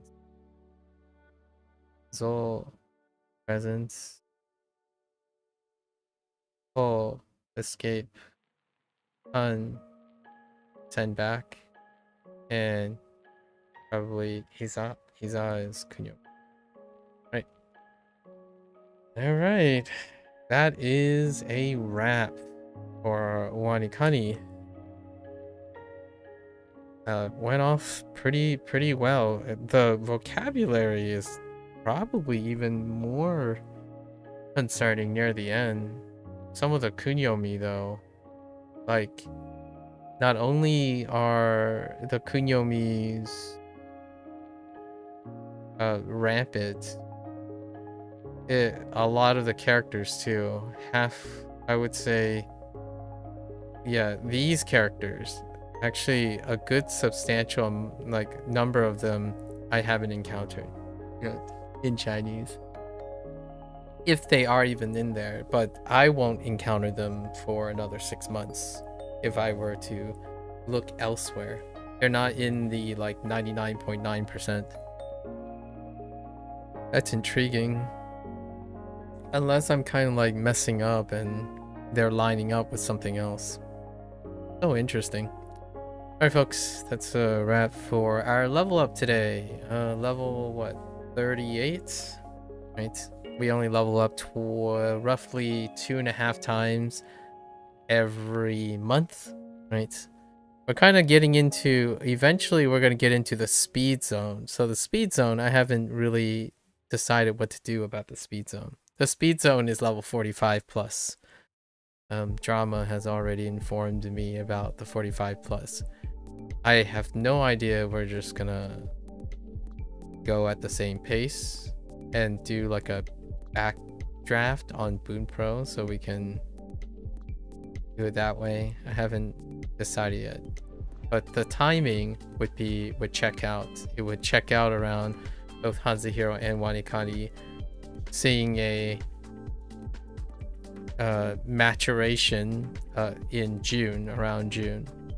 They both will coincidentally mature in June, so we would then move them to like some sort of maintenance or some other thing to clear up time. Anyways, there you have it. If you're gonna watch this there, arigatou gozaimasu. As always, feel free to follow along, pick up WaniKani for yourself, give it a try. You're always welcome to come on by and yap, share, discuss. What type of encoding techniques are you using, right? Every 11 days, right? Like this. Every 11 days, I am fairly satisfied, but continue to... we haven't really modified our encoding strategies anymore since most of my attention is now on Bunpro. So the way I'm encoding things in the short term, we can encode nearly 100 items with not too much difficulty. So in terms of like the SRS, like the memorization and recognition side of things, I think we're kind of all fairly good. I think above 80, like we're above 90th percentile. That's more than I can hope for. Generally speaking, I would think 80th percentile is fairly reasonable. But the routine that we have from last year, it's going to stay static for the most part. So this is my encoding strategy, right? And it's demonstrated very reliably. It does still take quite a long time, but I mean, if I had to take in consideration about when I started this, it took me like 5 to 6 hours, and we would still be working on each one and having to remember each one like haphazardly at this point. But now we can do it reliably, and if I'm really focused, maybe 2 hours for an entire like 80 to 100 new items at the same time, and we would be able to recall it for the week, right? From now to the next like 5/6 days, all of this stuff would be, tomorrow it'll be immediately faster. It would reduce the 2 hours. Since I don't have to read anything or look at anything, consider anything, it would be reduced down to like half its time. Then it would be a quarter, and then pretty much non-existent. It would take 10 minutes. Now, the long-term stuff, that's a different story. Obviously, long-term stuff requires a bit more of finesse, which is where Bunpro is coming in. We're kind of figuring out how we're going to change and double down on retention as opposed to recalling. Like this stuff, to me, long story short, I'm a little biased. Whenever someone thinks that they know something, this is as much as I think they go about it. They'll retain it for like a week, maybe 2 weeks, a month, and then come back to it because of disuse and application and no form of salient association, and they would start all over again. It would be really patchy and whatnot, and that I encountered the same problems. Like the higher the volume, the more rigorous I would need to go downstream to work on that. So we're kind of working on that at the moment. HanziHero, which we're going to do next, has a different routine, and that routine is more reliable in my opinion than WaniKani's. But we've been integrating, or like WaniKani is being integrated and supplemented by Bunpro's other way approach. And in Chinese, I already have that other way, so that's kind of a nice way to compare and contrast. Anyways, more on that soon. Today is day 395, so we're gonna be kind of at day 400. I'm gonna try to summarize pretty much from now until level 60, probably. What do we have? It's February, and it's anticipated to end, like, to reach its maturation in June, so it's not that far apart.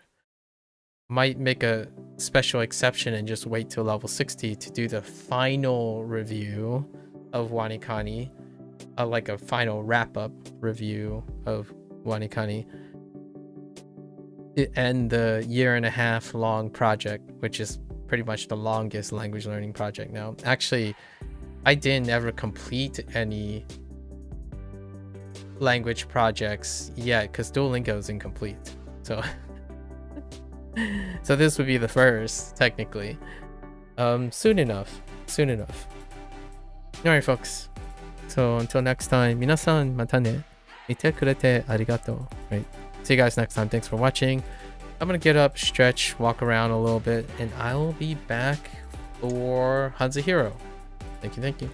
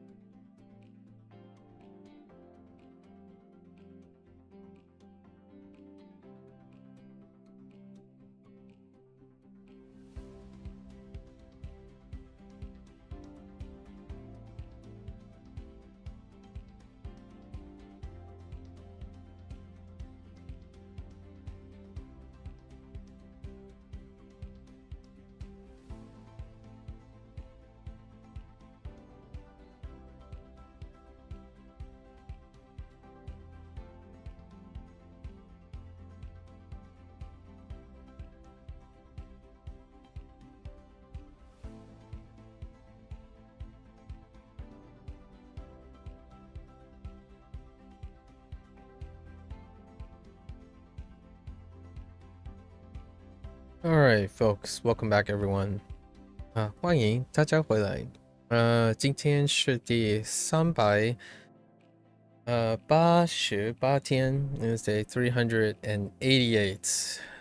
Got a lot to cover yesterday. Yesterday was a bit of an average day.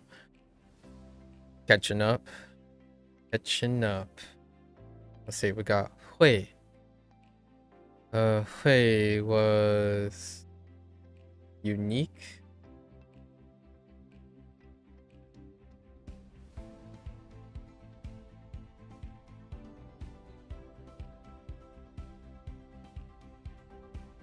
Converge. Tried again. Kind of redid the mnemonic. Pet turkey. Picking a cute little swimming pool. Gentle giant. Double down on Hui. And then we have Che. Che was... Oh.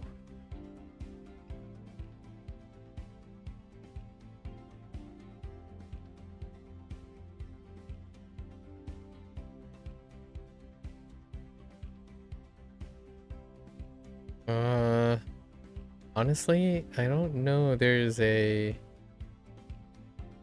think there is a stroke here.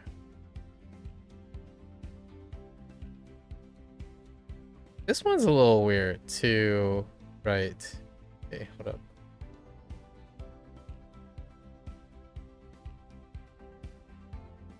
Something like that. Sure. Which is unique too. This is also unique. Sparrow. Gotta double down. Got few and small little sparrows among the few large turkeys as a extra task for Quasimodo trying to work in the electricity plant. Got Diao. Diao.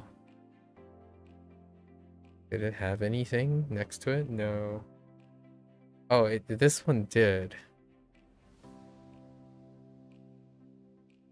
Oh no, I'm not sure actually what was next to it.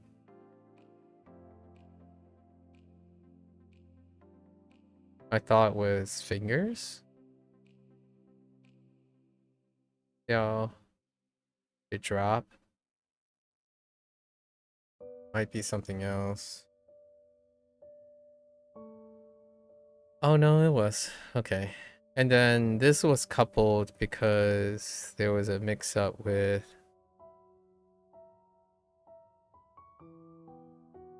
Joel.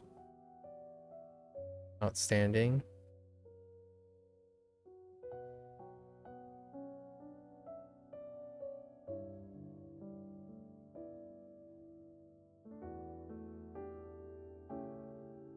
And Shin.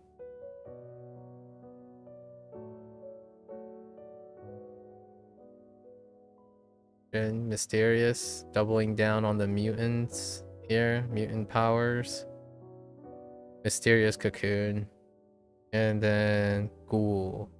Ghoul was merchant.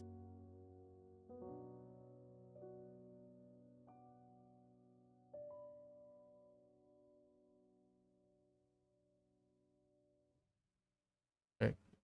Ghoul. Merchant. Make it sound a little bit goofier. Cowboys make good merchants. That's what Goofy has an impression of. Right. Okie dokie.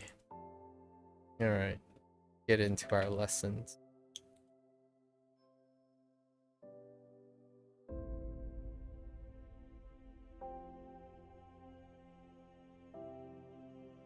Fulu. Fulu. Got the captive plus the captive.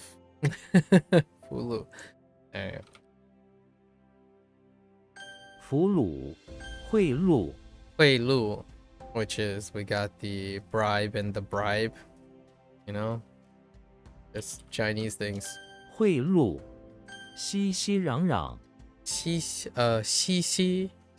攘攘. Rang rang. Bustling. So splendid, splendid, chaotic, chaotic. I guess splendid chaos sounds like a very splendid thing. Bustling park.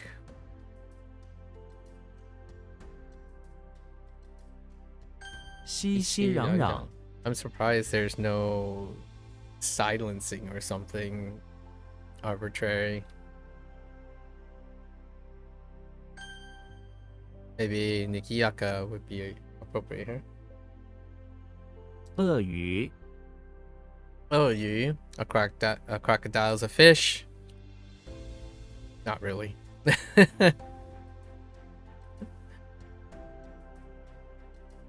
鳄鱼咧嘴 咧嘴.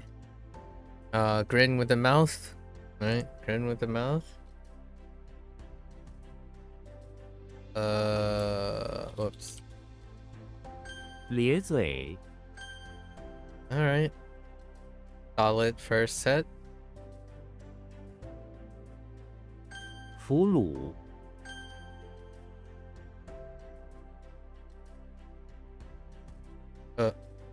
Oops. I messed up the tone there.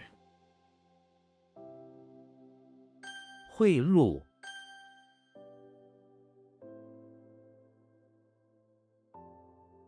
熙熙攘攘 Not. Sometimes I fat finger 2 and 3 from the stable position.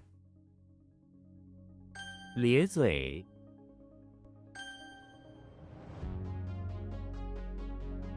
鳄鱼 Typing. 殴打 Oda. Beat up. Da. Beat up to strike. Okay. Beat up was a weak one yesterday. 殴打 Gotta 钳 mind 子 that. 钳子. Pliers with a z. Okay. 钳子剃刀 Dao. Shave sword. Shave knife. Razor. Okay. Pretty good. 剃刀谍报 Yeah. Espionage. Yeah. And report. Intelligence report. Nice. 谍报千军重负千军重负. 1,030 Chinese pounds heavy loss or carry on back or burden, right? That's a heavy burden. 千军重负. 千军重负 That's a really heavy thing to carry on your back. Oh, 殴打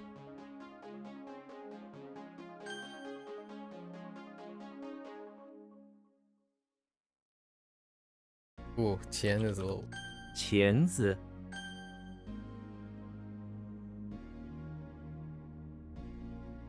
Ah! I typed something wrong there.剃刀 Like a typo.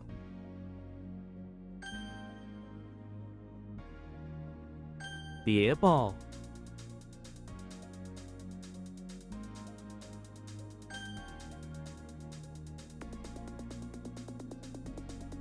千军重负 Alright. 顿饭炖饭. How does 炖 work? Stewed rice. Ooh. Risotto. Risotto. Interesting. It's different from porridge, which uses Joe, right? Joe. That's an interesting stewed rice. Okay. 顿饭打垮 打垮. Slap get struck and then collapse to route, to route. Defeat, fair enough, to defeat completely. Okay. 打垮，鳄梨， Early. Oh, this one's pretty cute.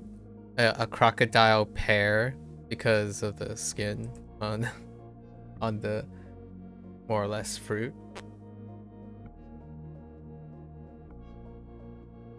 Early, 鳄梨， which looks like an avocado. 柳， Liu. Oh no, it's another proper noun. Dang it.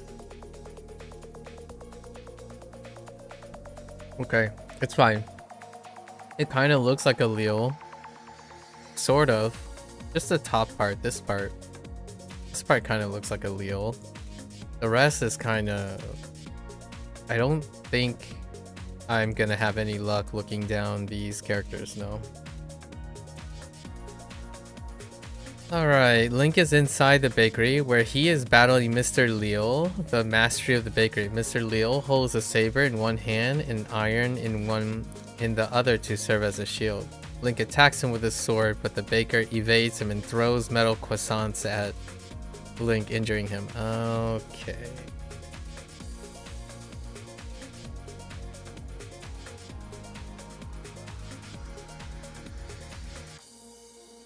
We're changing this around.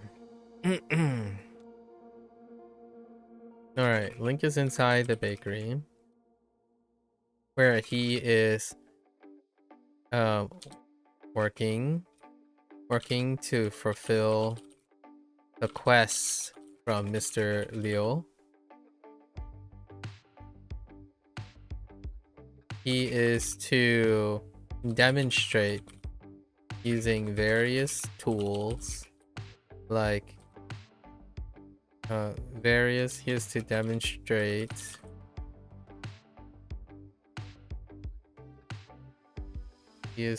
make, use, make and demonstrate how to prep croissants using various metal tools he has, which includes more or less a saber, a sword, and an iron. Okay. Alright. Oh, interesting. Oh yeah, Liu De Hua is, yeah, that's how they are referring to Andy Lau. That's right, Liu De Hua. And Liu, I'm not sure if I know Liu Bang.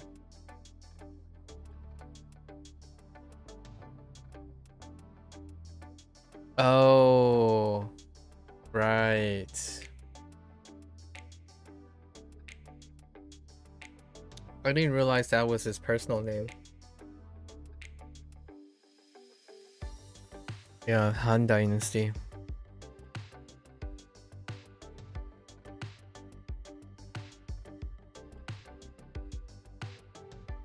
Liu, Tan, Han.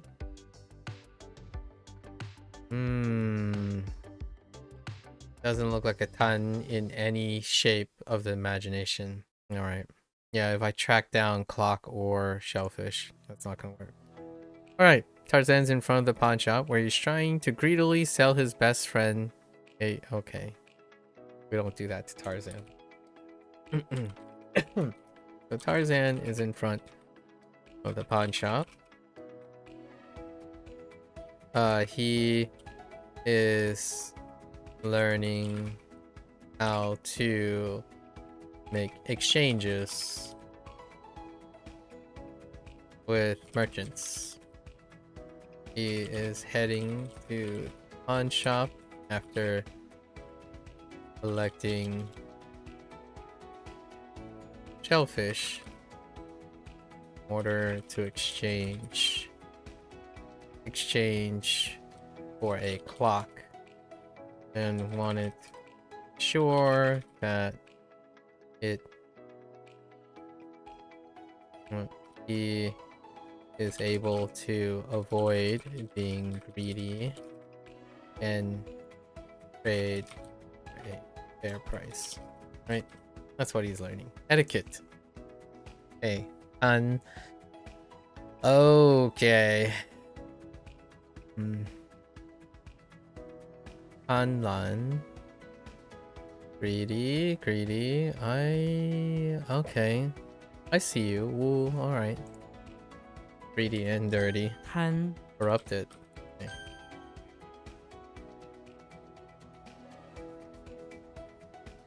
顿饭 We're gonna use stew rice. I think risotto is... yeah. 流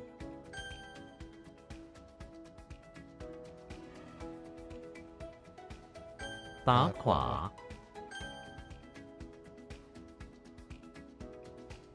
恶离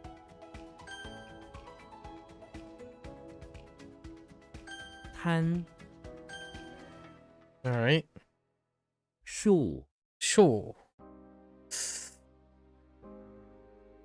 You look like something else. Why do you look so familiar to... Oh. Sure. For potato. Alright. I got you.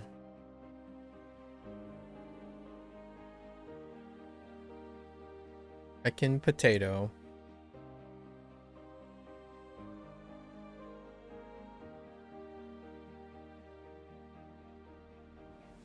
Sherlock is in the bathroom of the house where he's begging his elder, another investigator he admires, that is sitting on the toilet, to sign his net. Okay. Out of character. Alright, so Sherlock is in the bathroom of the house. Finding a clever way to get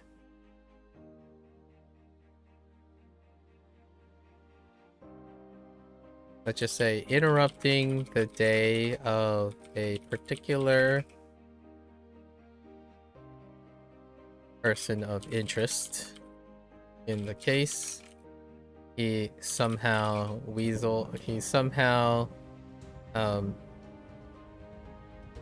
cleverly managed to corner the elder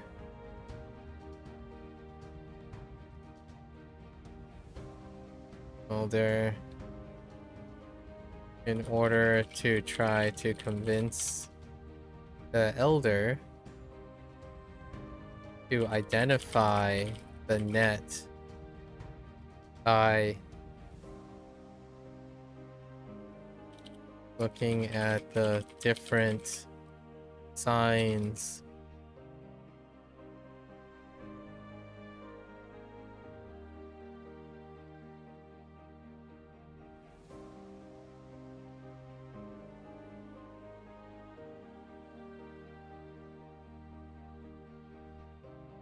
of evidence.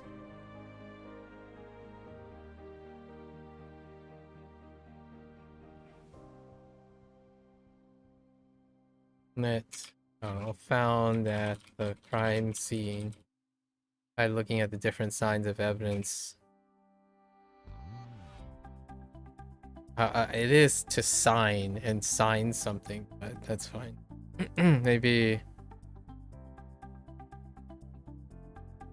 it found on crime scene by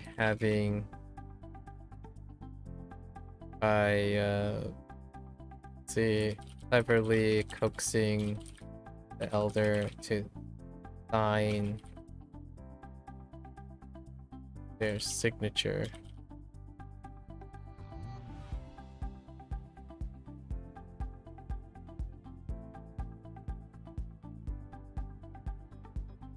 That's good enough.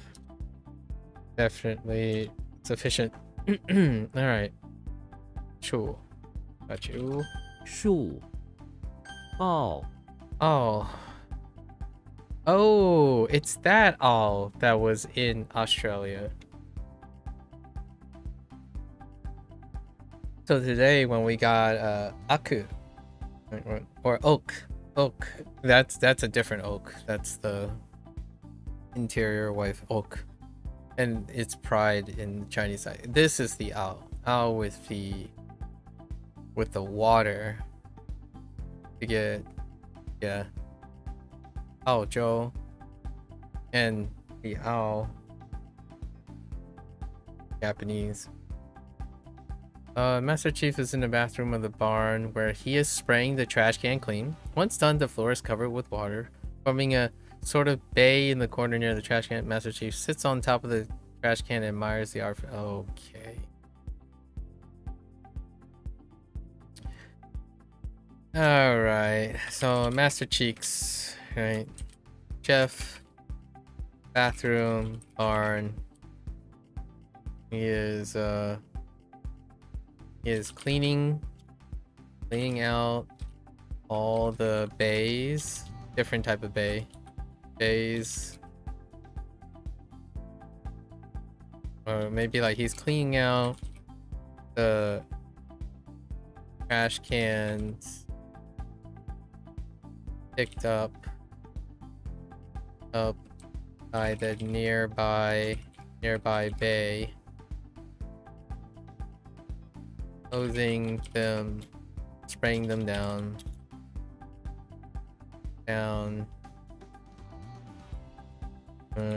replacing them as part of his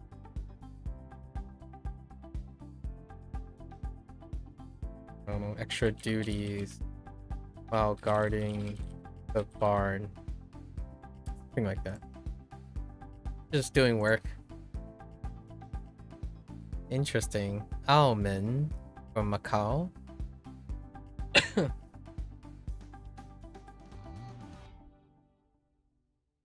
Ball.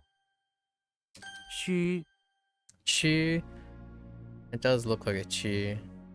One of the chus. Actually, yeah, so the standard chi is there, but is there another chi that I'm missing? We have another chi? No. We have all O's. Oh, and a coal.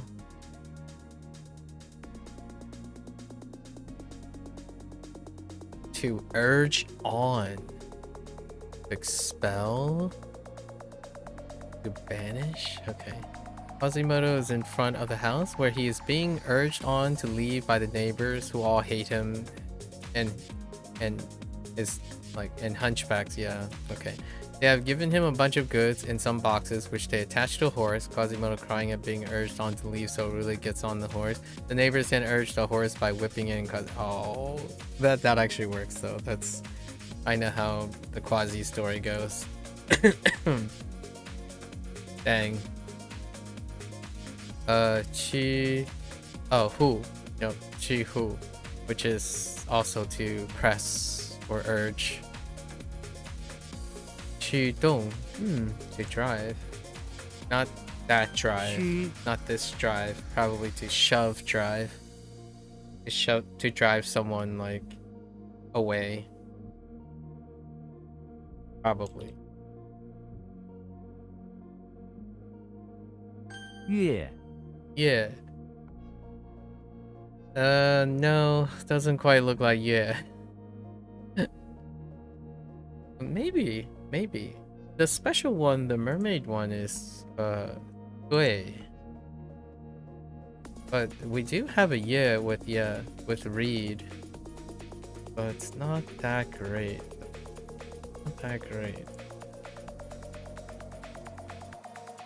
Yugi is in the bathroom of the electricity plant where he has come across an electric merman that came out of one of the stalls. Yugi is so delighted that his soul leaves his body and floated to the ceiling. The merman is delighted that somebody appreciated him. Wow. Okay. Okay, Yugi is in a bathroom of the electricity plant. you know, where he works. Suddenly he encountered a merman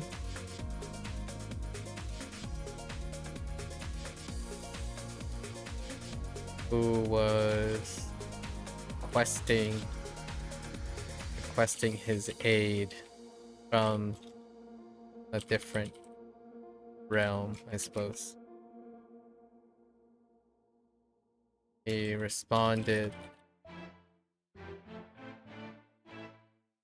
with delight. He was at a chance to save another soul instead of having to work at the plant. Okay, we'll try that. 月苍 Tongue ashen. Wait, but there's plant in it. Is it like a plant that's ashen? No, just gray. Okay. That looks like ton though. So without the plants, ton is storehouse. Casper is in front of the chapel where he is decorating an ashen storehouse with flowers. This storehouse stores a bunch of ashen, depressing objects that match the color of the exterior, so Casper is trying to brighten up his surroundings with some flowers. However, even the flowers are ashen, serving little use. I mean, and Casper is a ghost, so maybe ashen is his thing. But he's successful, come on. I don't need to. Ton Ying. A grave? An ashen fly? Tan Bai. Okay, pale. I got that. Huh? 苍 Alright. 树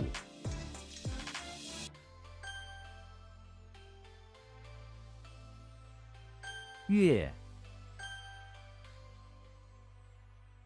Oh, I missed the G. 虚 苍 豹 Alright, today's group was pretty decent. Okay.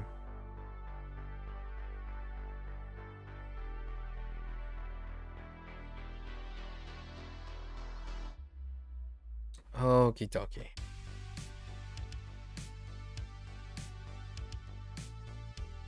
辖区 他是这个辖区的警察。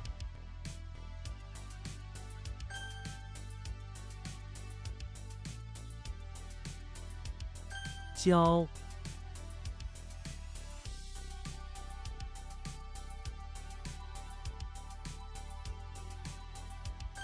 That's rough. That's pretty rough. Yee. Oof. 潭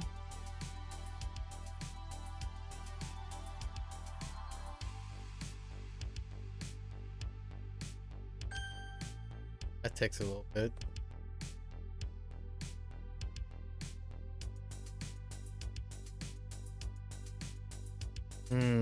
鹅 Not great.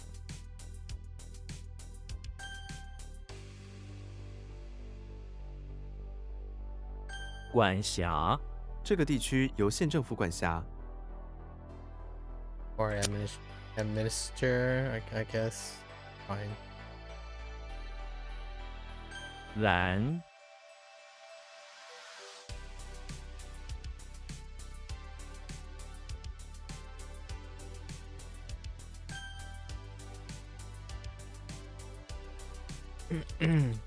踹 虎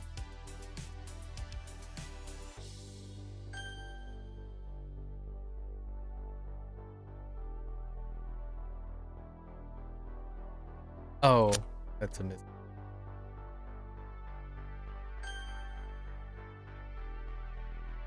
Uh,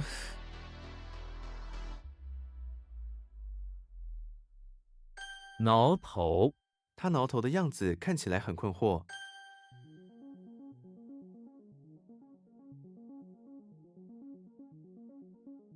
越剧，这部越剧描述了一个动人的故事。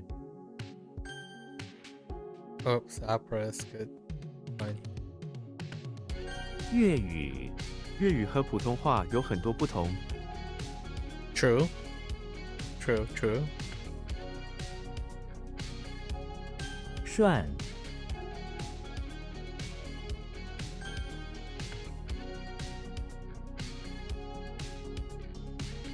What?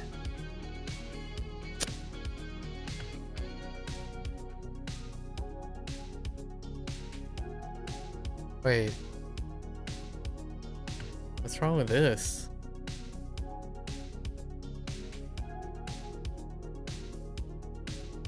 Oh, well, okay.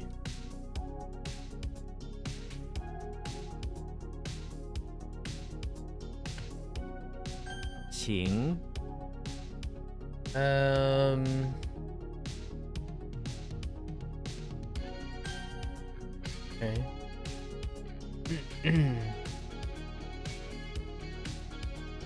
渣子，这些渣子还能做成肥料。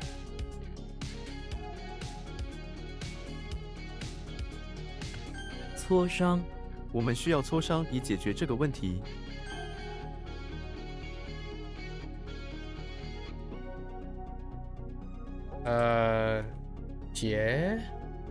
截然不同。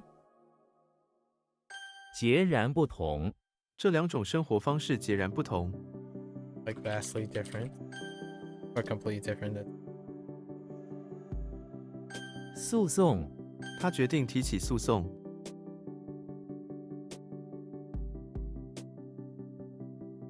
有 what?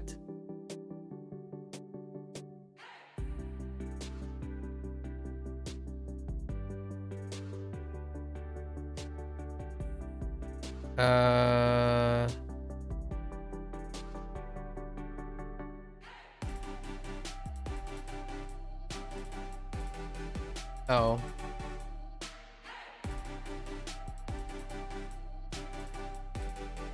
想，辱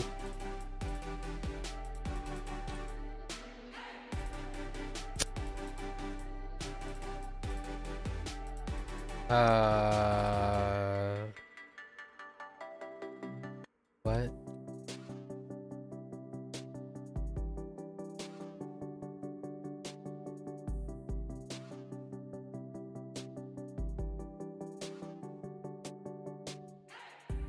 Oh, 暖。欧， What? Oh. 温暖，今天天气温暖。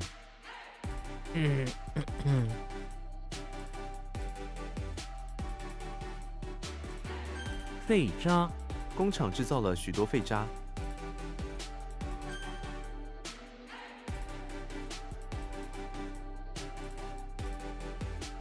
人渣，远离人渣是对自己的保护。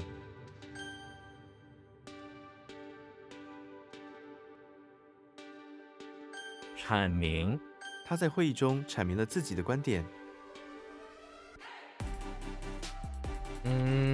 经，锤，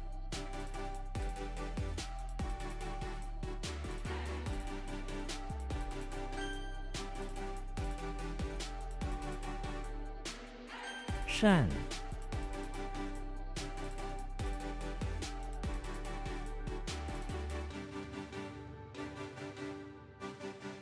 What's happening?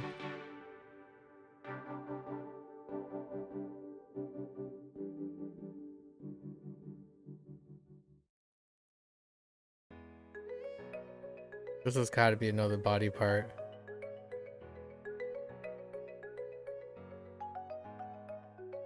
Huh.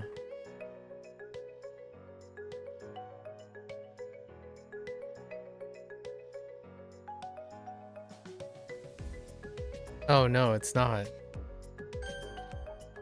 Oh, that's kind of rough.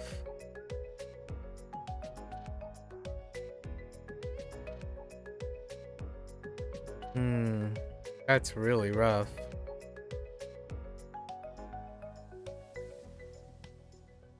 What? World?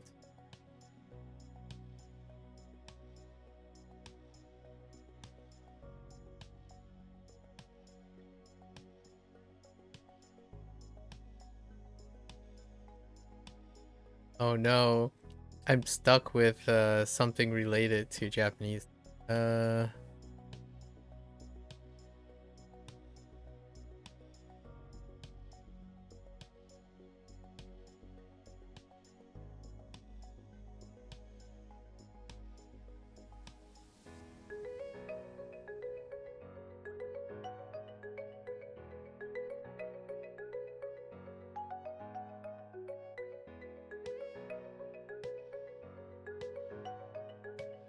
Oh, 妖精，童话里的妖精拥有神奇的魔法。 I mean, it's like fairy. Fine.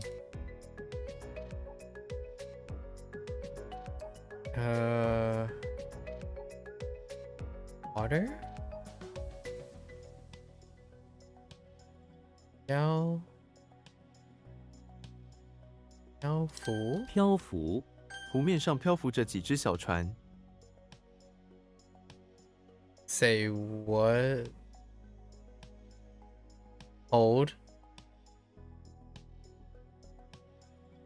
衍生，电影的成功衍生出一个系列电视剧。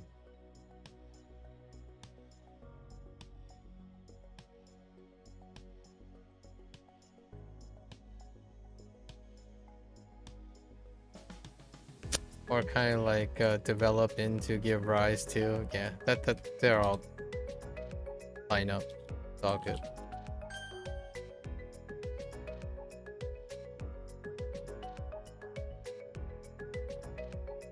Hmm. 天平，这种天秤需要手动操作，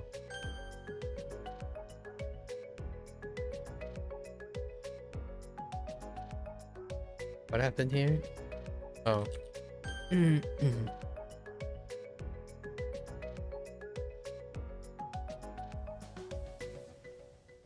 姑妈，姑妈今天生日，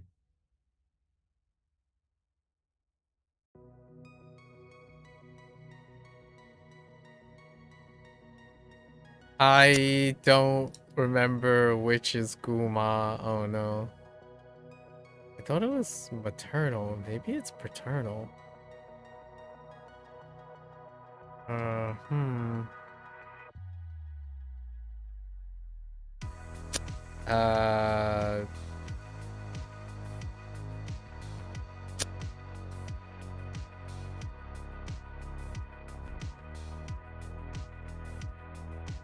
What?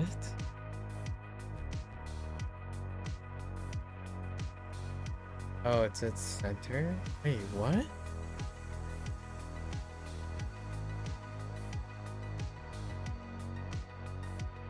导入，这个国家最近导入了一种新的环保技术。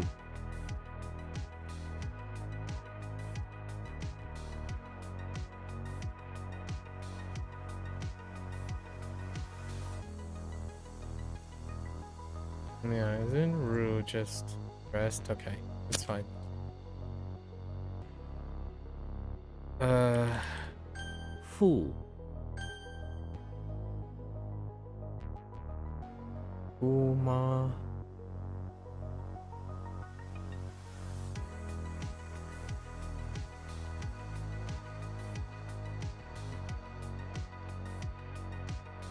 I don't know.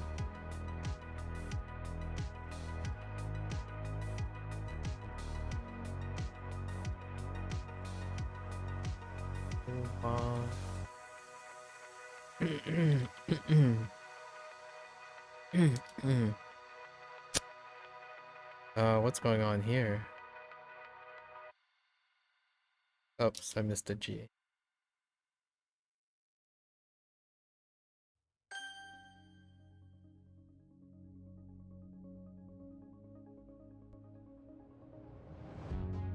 What? Hmm. 商业、在工业、商业、财政方面，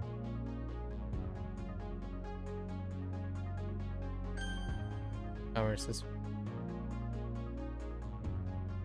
Uma is Mary paternal aunt. Okay, so I had to settle on aunt. I don't know if it was paternal or not. It's the Mary paternal.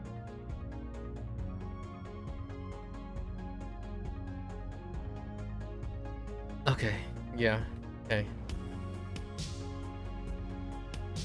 We're not going into things. 镇、 Oh wait, is that shake? That's probably shake.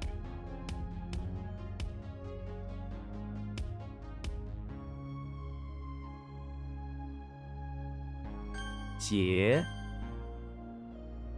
No, I could have sworn this was Zhong. But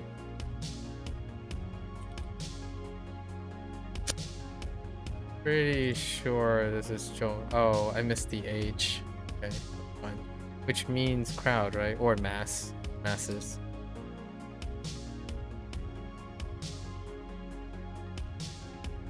主、顶、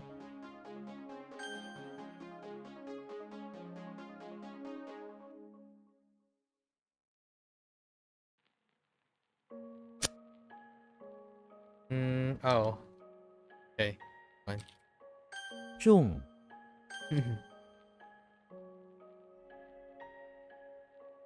问卷、我们需要你填写这份问卷。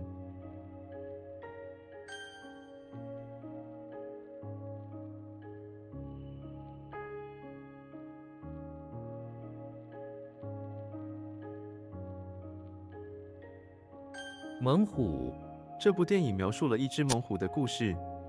It says the oh, I wrote lion. But we're gonna let it take tiger too. Fine. Quake. Okay, Quake's fine too. 狠心、 他是一个狠心的老人， Like hateful, heartless, get cold. Okay, it's fine.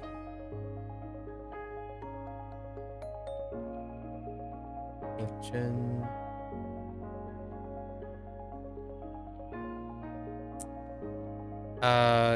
Hold.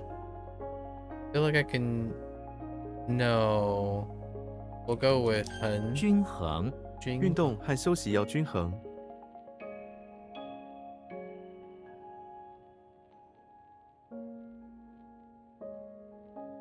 均衡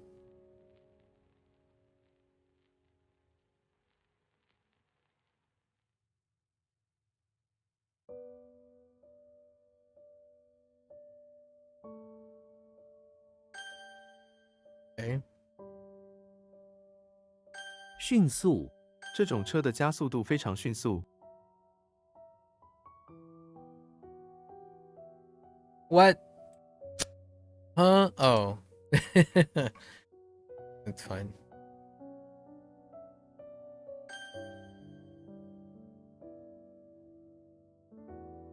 钱包、钱包是空的，球、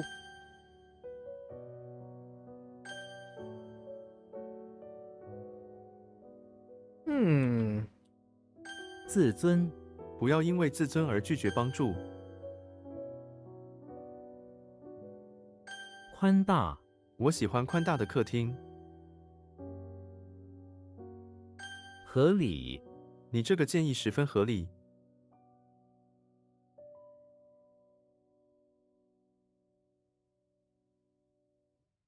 Like reasonable. Okay.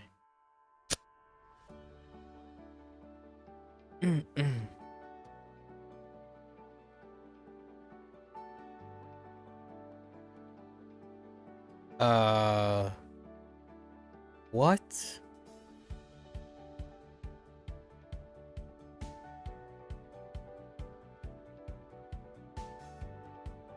What is that?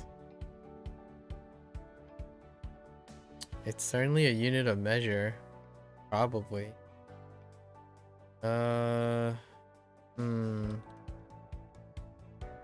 英寸 这个小孩有42英寸高。Hello there, mister. It's going pretty alright. How are you doing? What's up, what's up? Kind of trying to wrap it up here. Like 30%. 30% right now.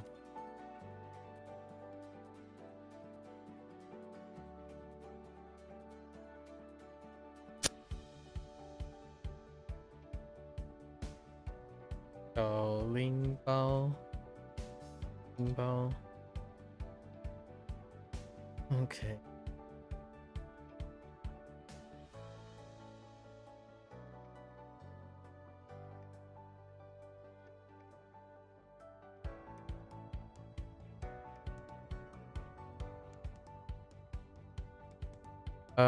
Hurley isn't the same in Japanese. Yeah, most of the things are the same in Japanese. Yeah, most of these terms are the same in Japanese. A substantial number of them are the formal Japanese.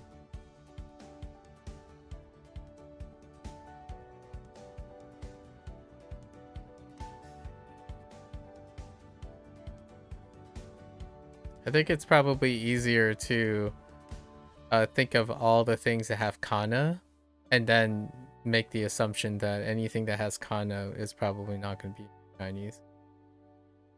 And then everything else is in Japanese as well. For the most part. You might have to pick out like some of the simplified radicals.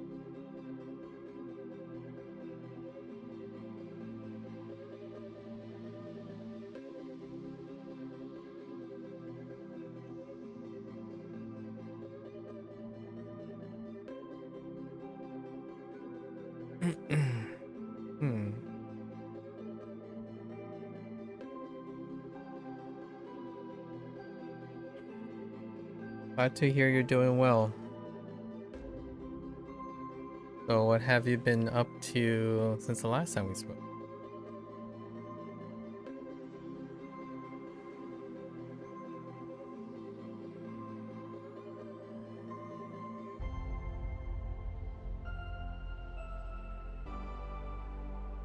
这个计划需要更多时间。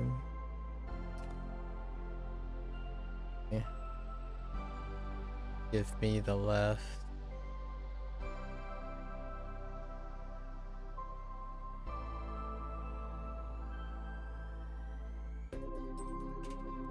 Full container. Brine. Silk. Top of place. Picked.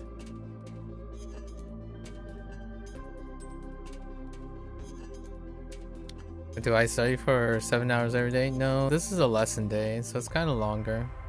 But no, but yeah, I mean, overall, yes. Yeah, in summary. Missing Zhong. Oh, that's right. Do I need a special container for those? Probably not. For the silk towels. And True is narrate.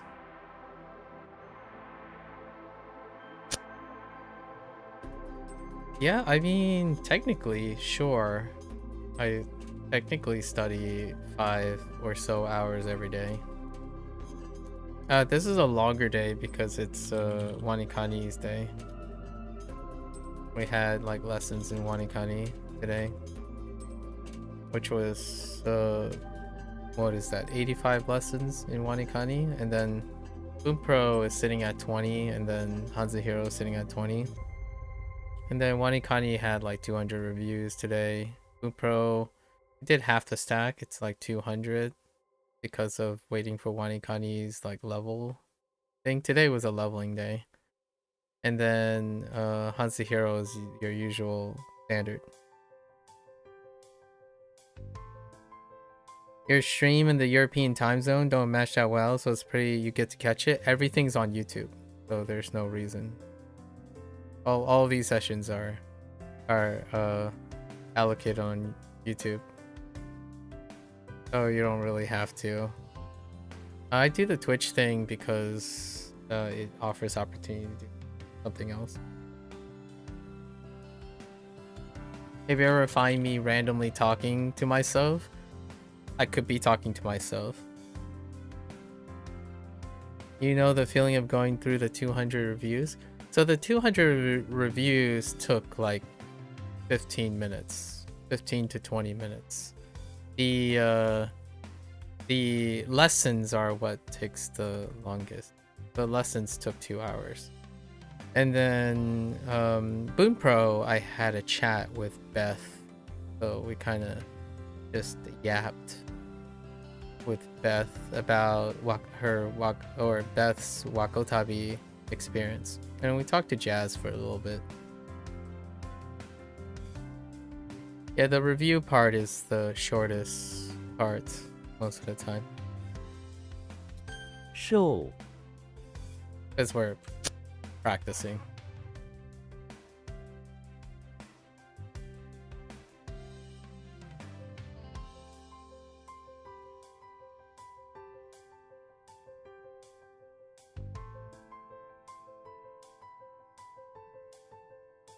我叫了个 something 口，我做了。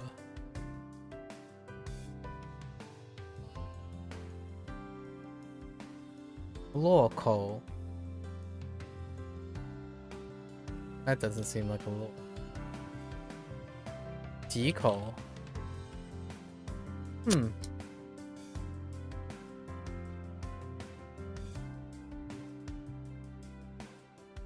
May I ask how you're able to make this much time for learning? What do you mean? I just make time for it. I'm not entirely sure. I can kind of understand what question you're asking, but the question you're probably asking is, what do I do with the rest of my time? Well, most of my time is learning things, so that's how I make time for it. Is it much time? It's as much time as I allocate. So, I guess what you're asking is, you don't have that much time, so how do I make that much time? Well, it means that I don't do anything else with that time.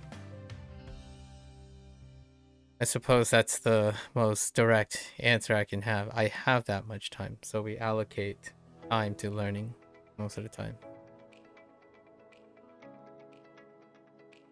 You know, I'm awake. What is that? 8 hours. So I usually sleep between 7 and 8 hours a day. So that leaves 16 hours to negotiate. Usually 4 hours is like evening enrichment things, and then the rest of the time is dedicated to learning.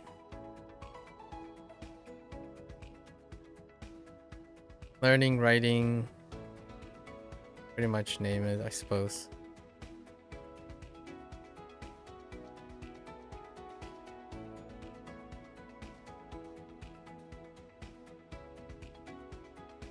Tree and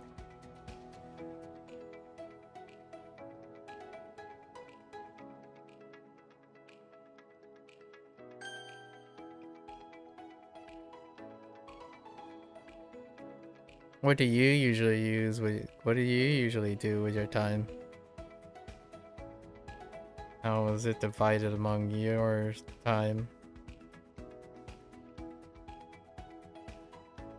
Yeah, I do work while I'm learning things, so most of the time when I'm studying and practicing, I'm doing something. So most of the time, I'm not specifically learning for the sake of learning, but most of the things that I do have application. And there's not really a lot of time in the world to be learning Like for me, I don't learn out of a lack of application. So I only learn with application. So most of the things I do involve the work that I plan on doing. So I don't necessarily, I make this much time for learning, but it's the same amount of time I make for doing. So they're one and the same most of the time. I suppose that would alleviate the problem of you have to make time for doing something else other than learning. Mine is one and the same. Learning is the work that I do most of the time. “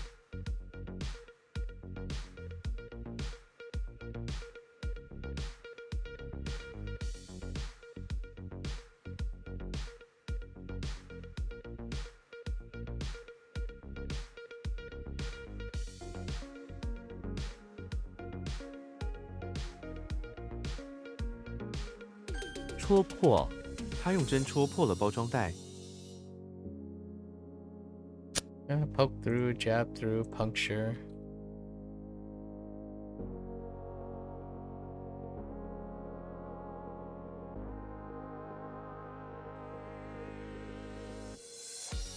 体会个人的体会，个人的体会 What?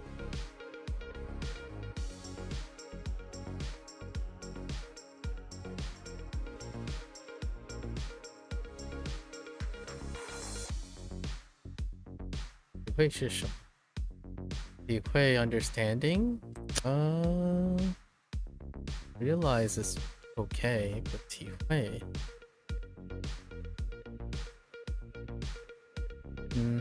let's write something about that.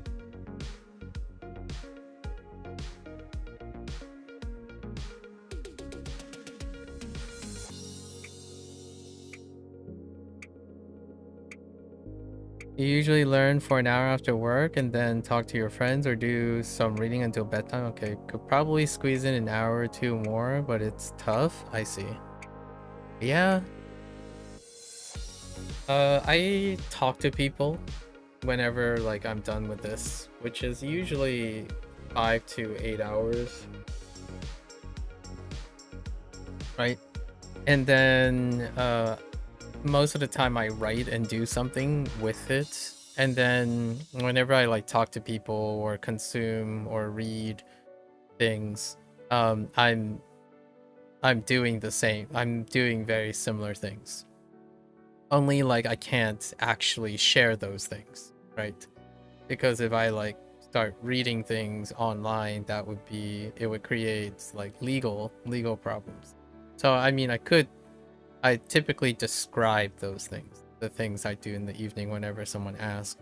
But generally, I only do things, like you'll only be able to see me do things that wouldn't lead me into conflicts of interest with people's like IP or something like that. So I don't do that much different things from my usual times. Like when I hang out with friends, I'm basically still trying to learn from them. Seeing me do 7-hour sessions daily is inspiring. Yeah, I mean, that's kind of what my life was like. Like, it didn't change since I was younger. Like, it's one of those things, like, the most conservative way I can say it is other people can do the same if they decide how to manage and do the mental gymnastics that is that. I mean that, and obviously if you're in a relationship, that's a little different story, right?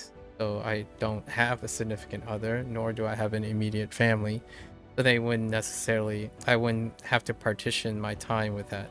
And at the moment, it's been a couple years now since I've done anything obligatorily obligational, or professional.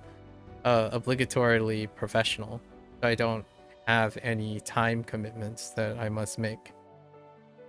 With that said, though, I do have time commitments that I must make, but they're not in a professional capacity.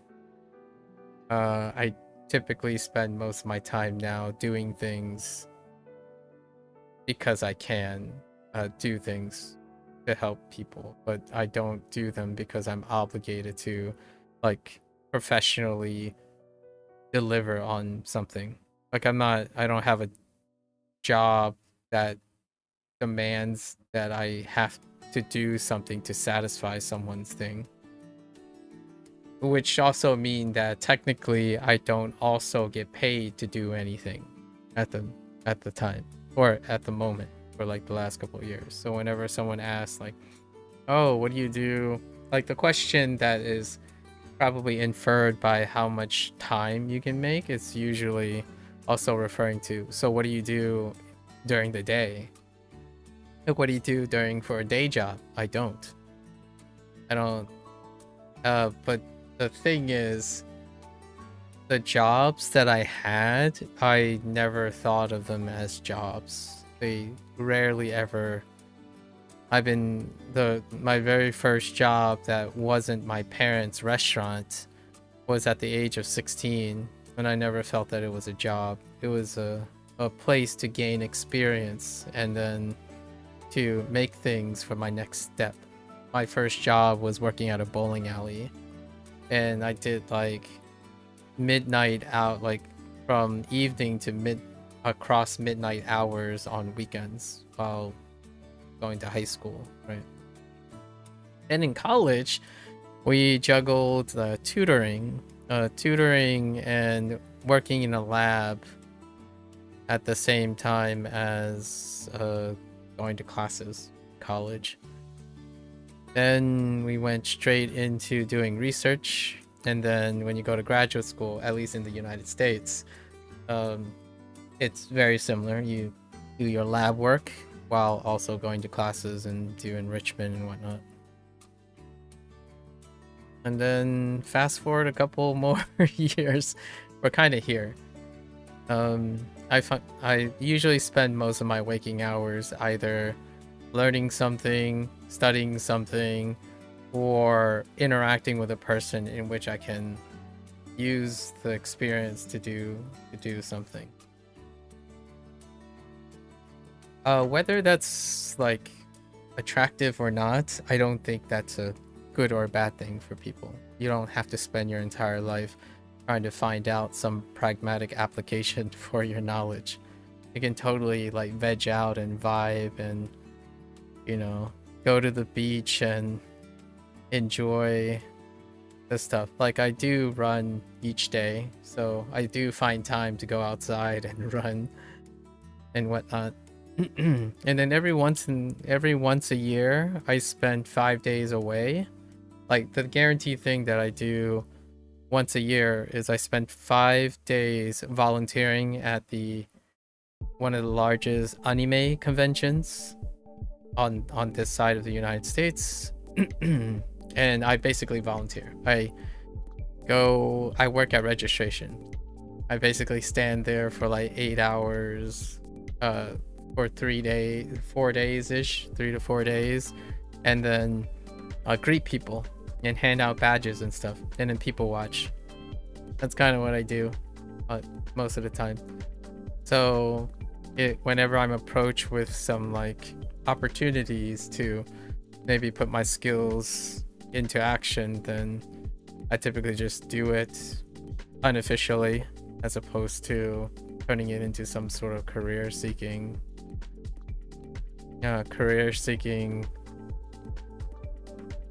incentive, something like that. Let's see. Do you plan on going to Japan or China? Possibly. My mother is a year or two. She's like a year or two away from retirement. And then that would mean that both my parents are retired officially. So we can plan for some trips here. For Japan, there is a goober that I know that would like to go to Japan next 2 years, so I might be able to accommodate them in that way. Usually if I'm gonna visit somewhere, I would again make it more a productive thing So I might bring someone along because they aren't the most like extroverted or adapted person, so it would be great to bring them along if I had to go somewhere, or if I want to go somewhere. Yeah. So the answer is, I mean, there are no plans. So the answer to that is no, there are no plans, but there are certainly opportunities to go to Japan and China, and or China.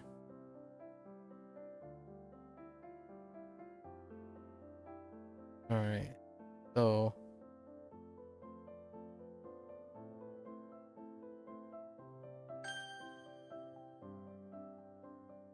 we have, oh, right. 我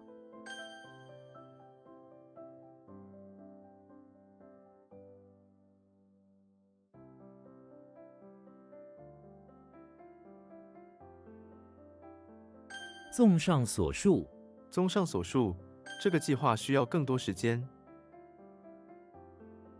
When you hit level 60 in WaniKani, maybe? At least that's when you went? Oh, wow. Way to hold off when you went level 60. I mean, based on my routine, right? My routine's fairly consistent. It would mean that I would go to Japan in June, which that's probably not going to happen this year. Yeah, level 60 will happen in June sometime. So is whatever level HanziHero is. Actually, the way I paced out the way that I mapped out like WaniKani and HanziHero, they're both going to like mature in June this year, which would conclude one of the longer projects that I've recorded for YouTube. Obviously, there are other things I've done much longer than that, but it is kind of interesting to finally put a like a transition point for these things. You know, it's supposed to map out to a year and a half. You talked last time about language goals. What would you move on? When would you move on to the next language? I wouldn't move on to the next language. Yeah, there's no moving on in languages. But what language would I add?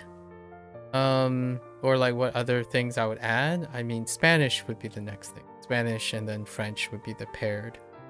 But I wouldn't move on to any language. They would be simultaneously staggered or laddered. And I imagine you have decided as you're going as well about your language goals.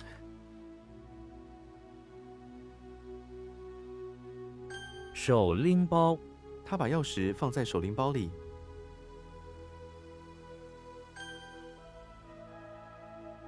Yeah, it is within my plan to use all the languages and continue to develop applications for the languages. So we don't like, well, rarely, I do not expect to take a break from using Japanese and Chinese in various ways. Might be a break from the methodology. Like for example, after June, the whole WaniKani input strategy where you use like recognition and memorization for flashcards, you might be able to take a break from that. Spanish seems very useful in the US. Yeah, Spanish is usually the first learned language for the vast majority of Americans. Or at least if they went through high school. Like I spent 3 years with Spanish. Two of them were like college related. And then like technically 2 in high school, but Spanish is kept regularly in general, whether you choose to encounter them or not. Spanish comes up pretty regularly.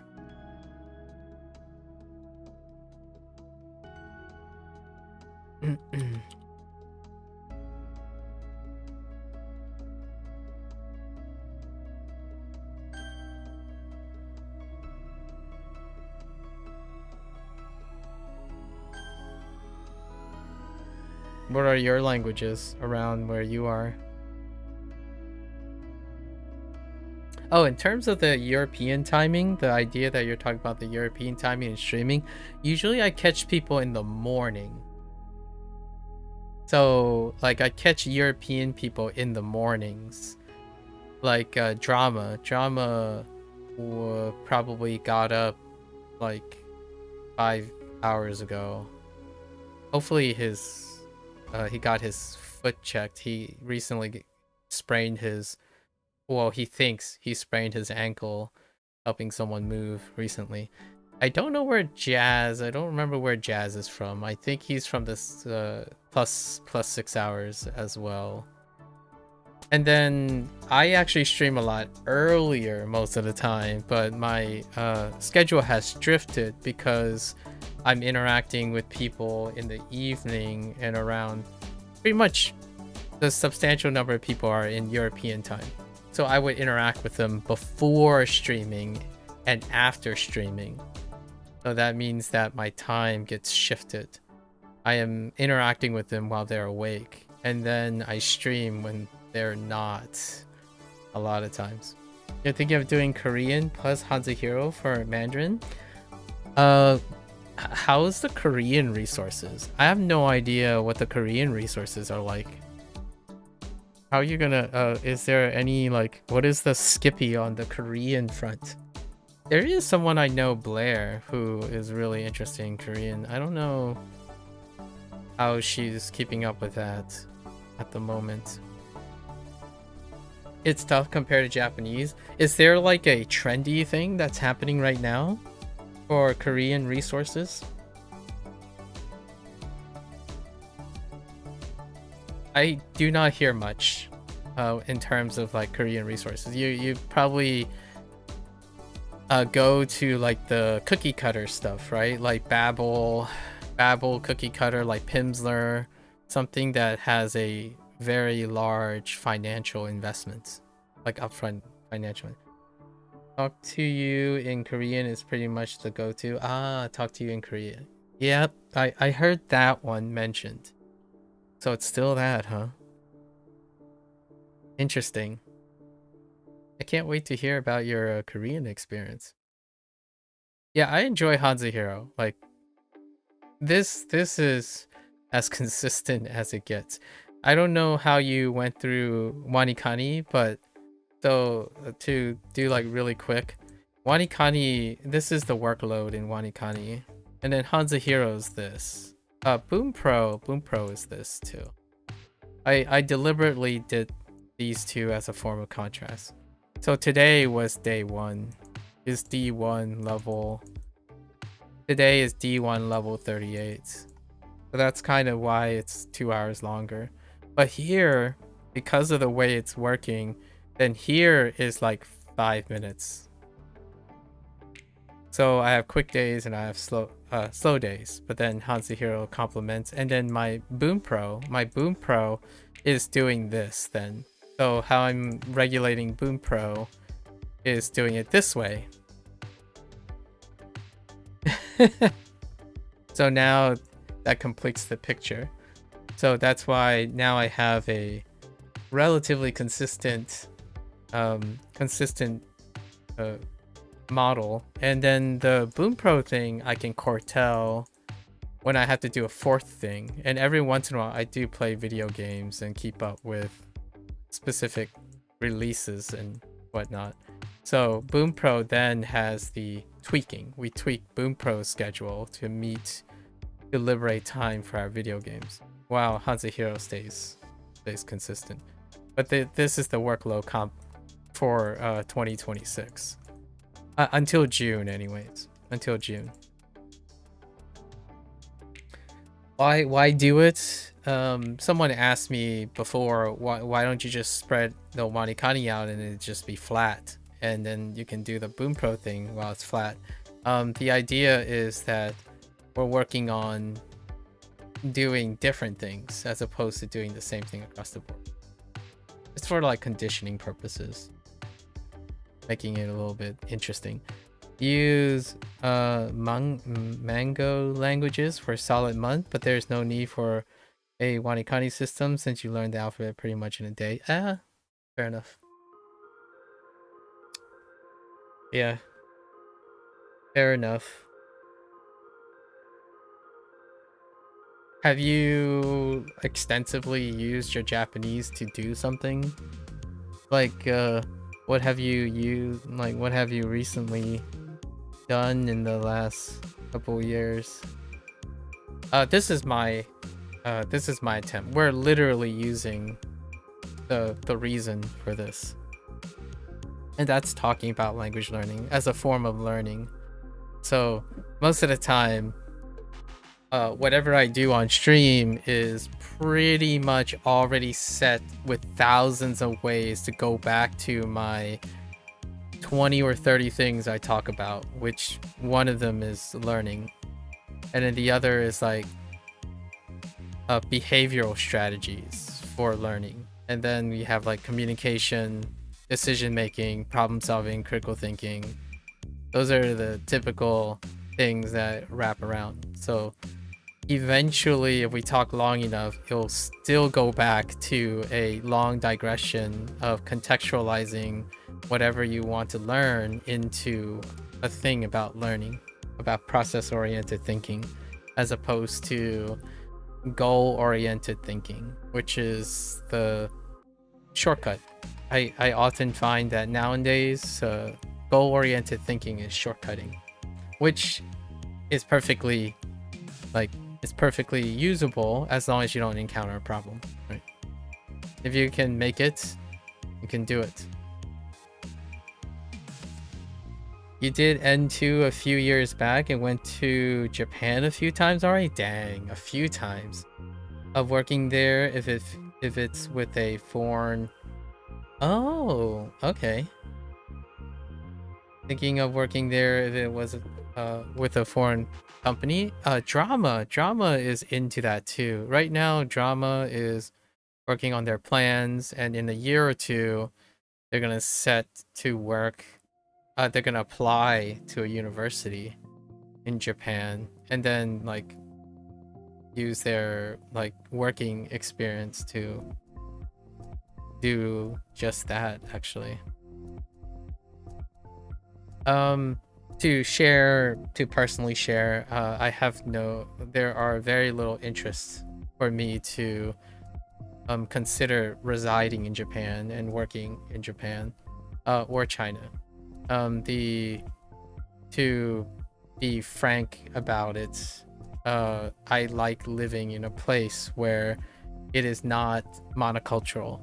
So I really love Japan and its culture as a foreigner, and as well as China, even despite my parents being Chinese. However, my life revolves around being multicultural. So while Japan is a fantastical place, it is also, because it is strictly homogeneously monocultural, that makes Japan a beautiful and wonderful place. It is not a place where I embrace aligns with my personal upbringing, and usually rules are made to be complex, not assumed and presumed, and then thinking strategies and methods of success are not grounded in traditionalism. So that's kind of I'm kind of a product of that, right? The whole East meets West, constantly code switching and whatnot. Things are not made simple. For me, things are not made simple to be exciting. They are made complex to be exciting. So I've often lived a life of juggling most of that. And that is kind of where I find most comfortable. It's the most exciting thing. Talking to different people with different aspects and different cultural things. Being a foreigner in Japan is the most exciting thing to me. Not trying to assimilate Japanese culture. That's not the most exciting thing for me. Which is kind of in contrast, is quite contrasting with those who learn language. Typically, like for example, specifically for Japanese, they are seeking to assimilate Japanese culture, right? When people talk about working and living in Japan, their goal is to attempt to assimilate Japanese culture, and I do not empathize with that. It sounds like a very romantic notion. For myself, growing up, generally one assimilates in a pragmatic way, or they adjust in a pragmatic way. Trying to assimilate something that isn't not bound in pragmatic possibilities. Doing vacation and living there are very two different things. They are. Indeed. They are. And that is something that I feel very young, impressionable people may convolute. They may trivialize one or the other. I would say that's a superficial look at doing vacation and living there. What I specifically talked about was cultural mixing and monoculturalism and multiculturalism. So that is not even dealing with the idea of vacation and living. It's the idea of living, but with two different mindsets. If I, like, for example, I would still take up the opportunity to live in Japan, but I wouldn't probably be a permanent resident there, or nor would I want to seek being an assimilator of their culture. I think it's beautiful that their culture exists. However, I would live to be a foreigner. I wouldn't live to want to belong to a culture that I did not grow up with. That's kind of a different story. We're not talking about vacation here. We're talking about people who want to move to Japan through the learning and aptitude and to assimilate Japanese life. And their goal is often seeking to belong somewhere that they don't find belonging in a place that they are raised and grew up in. I typically find that oftentimes when people have that perspective, they're upset and they're still looking for a place. Yeah, you'll always be a foreigner there. Yep. I'm Chinese I'm an American born Chinese. And I am absolutely certain that if there is any person, like for example, I mean, this is, I don't know, a weird brag, like a weird flex, but if there's anyone that understands that you'll always be a foreigner, is someone who is born multicultural. You are neither a native to your own country, but you're also never a native to what you inherited.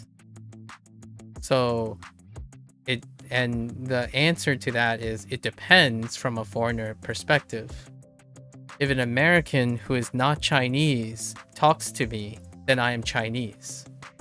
If a Chinese person talks to me, then I'm American. So it goes far deeper than that. And when you decide to move to another country and start another life, your children and your family life will also encounter those things. But usually the people who are planning all of these big moves and whatnot, I feel that they have a very romantic idea of what it's like to truly dedicate yourself to like being respectful and living. Really, even in the US, people just assume you're American. No, they don't assume that I'm just American. In the United States, in my opinion, in United States, more than 50, I would say 50% of the population we are far more aware of our heritages than just simply American. To assume American is, you have to define it. Like American is weaved into our heritage as well. So depending on who you ask, when you say American, that's trivializing what American stands for. So like, in order to, you know, to be identifiable, I'm Asian American, right? And if you want to go in more deeply, I'm Chinese American. And if an American becomes multi-generational, they're still relatively very prideful and wary about their heritage. So that is something that I don't think is very apparent from a foreigner perspective. It's very much like if a American or like a Westerner goes into Japan thinking that they will be able to assimilate the cutthroat and monocultural stringency of the Japanese culture in order to get even perceivably anywhere near being considered a native-like person, right? In the United States, it would be very similar. So when someone comes from a multicultural country or a monocultural country, like, for example, a Chinese person coming to the United States, and they would converse with me, we would reach an impasse. There would be a cultural shock immediately, because I'm both an ethnic Chinese person, which would not be in line with the Chinese person's definition, and at the same time, I would also be American. So that's kind of like a social norm in the United States. And that is where a lot of the conflict comes from. So whenever someone thinks about like, oh man, people are always obsessed about your heritages and where things are derived, it's like, here, like for example, I'll give you an Italian, this is more of a jokingly way, like in Italy we just call it pasta. We don't have to call it Italian pasta, right? Or like when you go to Japan, it's like you don't have to call it Japanese sushi, it's just sushi. I'm like, yes, that's exactly why the United States is some place that is very different. There's a huge cultural gap between that. You live in a country filled with immigrants versus a country that is presumably not filled with immigrants, if not at all, which makes the difference. You call burgers American burgers? No, but Japan calls burgers American burgers and Japanese burgers. Burgers we would call where they're coming from, like a southern burger, a fast food burger,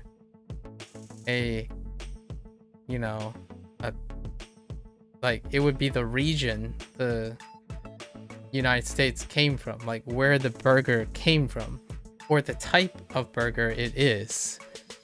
So like an Asian fusion burger, like a Hawaiian burger, it would have a modifier with a burger. But all of them are American burgers, but they would have modifiers from other countries, and that's where monocultural people as a foreigner would have problems with, right? Like for example, I'm having Italian pizza versus I'm having New Yorker pizza versus Chicago pizza. But whenever it comes to using like ethnicities and nationalities from other countries, that's when it gets a little hairy a lot of times. It's a typical cultural dissonance between two people. Not a bad or a good thing per se. I mean, the internet kind of makes it a little exaggerated. But like, for example, I eat Chinese food. What does that mean? To a Chinese person, they would be like, well, it has to be identical, right? It has to be like Chinese food. But you will likely find out that, well, it's Chinese food, but the ingredients would change because they don't have those, like it's not like a homegrown ingredients. So that's kind of where the Italian argument is like a low-hanging fruit argument, because a lot of times like, well, you can't have Italian anything without Italian ingredients, right? So, however, that's not what the word Italian is being used, right? Hats off to the high concentration of Italian Americans in the northeast of the United States, mainly in the north, New York area. Yeah. Like when I say I'm going to eat Indian food, an Indian person, which I've literally witnessed this because American universities still have international people, so you still have people coming from other countries to like stay for 4 or 5 years, and they continue to be nationalistic to the country that they are. They usually talk about like, oh, but when I go back, I have real Indian food or I have real Chinese food. I'm like, okay, that sounds great. So nowadays, to be a little bit more politically correct on the Americanized internet is to say that, oh, I'm having Italian American pizza, as to give you an idea of what it's like, in my opinion, the difference between like the attitudes. So like now we would say, oh, and here's the fun part. I don't mind this, by the way. I think when things get diverse, it gets complicated. And one thing I really like about living in a country that does this is because everything seems complicated, largely because they're willing to talk about it. The other difference, the other way, is to turn a blind eye to it. So you could be a country where if 90% of the people agree, right? They agree about an identity, then you don't have to worry about the other 10%. So their policies and nationalities and rules and stuff, the ones that stick out, they disappear or they are not visible, right? And that's fine. That works because the overwhelming majority behaves in a similar way. Then you like look out. So if your country is in great agreement, right? Like everyone agrees and most of the people agree, then you look at a country that has like an overly complicated need to categorize. That's the trade-off for diversity. Like the reason things get complicated is because most people can't agree with any particular thing. And that's kind of where I am. Like that's how I grew up. So it's not out of acceptance. I actually embrace it. Whenever someone asks me, how do I solve a problem or do critical thinking, or like, what if I have a problem that someone else don't have a problem? Like, welcome to growing up in the United States. Because sometimes you grow up poor. Sometimes you grow up rich. Sometimes you grow up with a language barrier.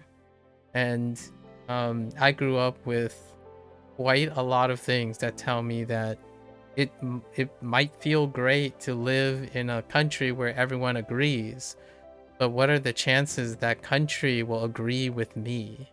Which is not likely if it's a country that embraces their own like traditionalism. Hello there, Walter. How's it going? Speaking of someone from Europe, Walter's from Europe. Just Walter, how are you? Are you getting up for work or what are you doing? Oh, actually, what's today over there? Thursday? Yeah, Walter is over the pond as well.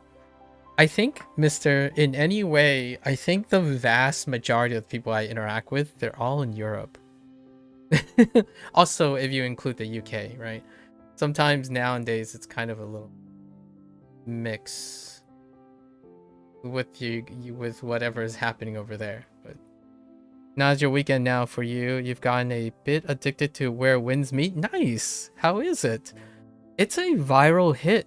I think it's a people's hit. A Westerner's people's hit. Like it's a smash hit like a hit and smash hit for like the new wave thing. You know what I mean?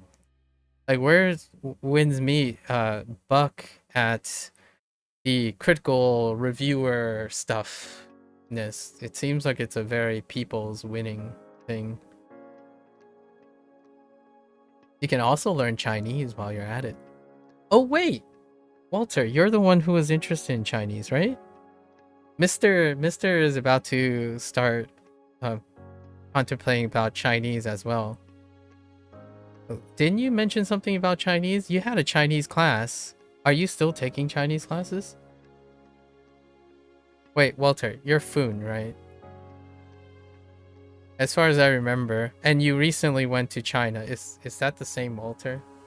Yeah. You're the one that went recently on a China trip with your class. Or like involving in your class. Have you encountered your use of Chinese and Where Winds Meet? It's a good game to like randomly roleplay with your Chinese. I'm just saying, if you are comfortable with that. No slouch. And I don't know what it's like for you, mister. You wouldn't say so? I see.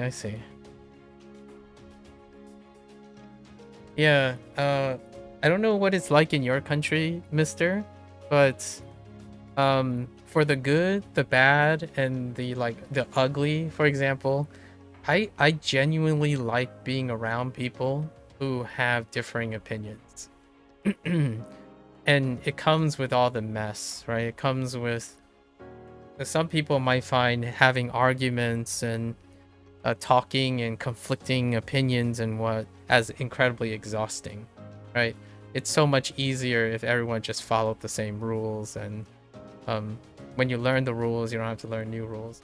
But I think there's a lot of for myself, there's a lot of charm to it too. And maybe it's a little bit too romantic, but I mean, some people could argue like, oh, what do you mean? Why would you say that? Because then there will be hate and racism and discrimination. It's like, yeah, I know. I grew up with that.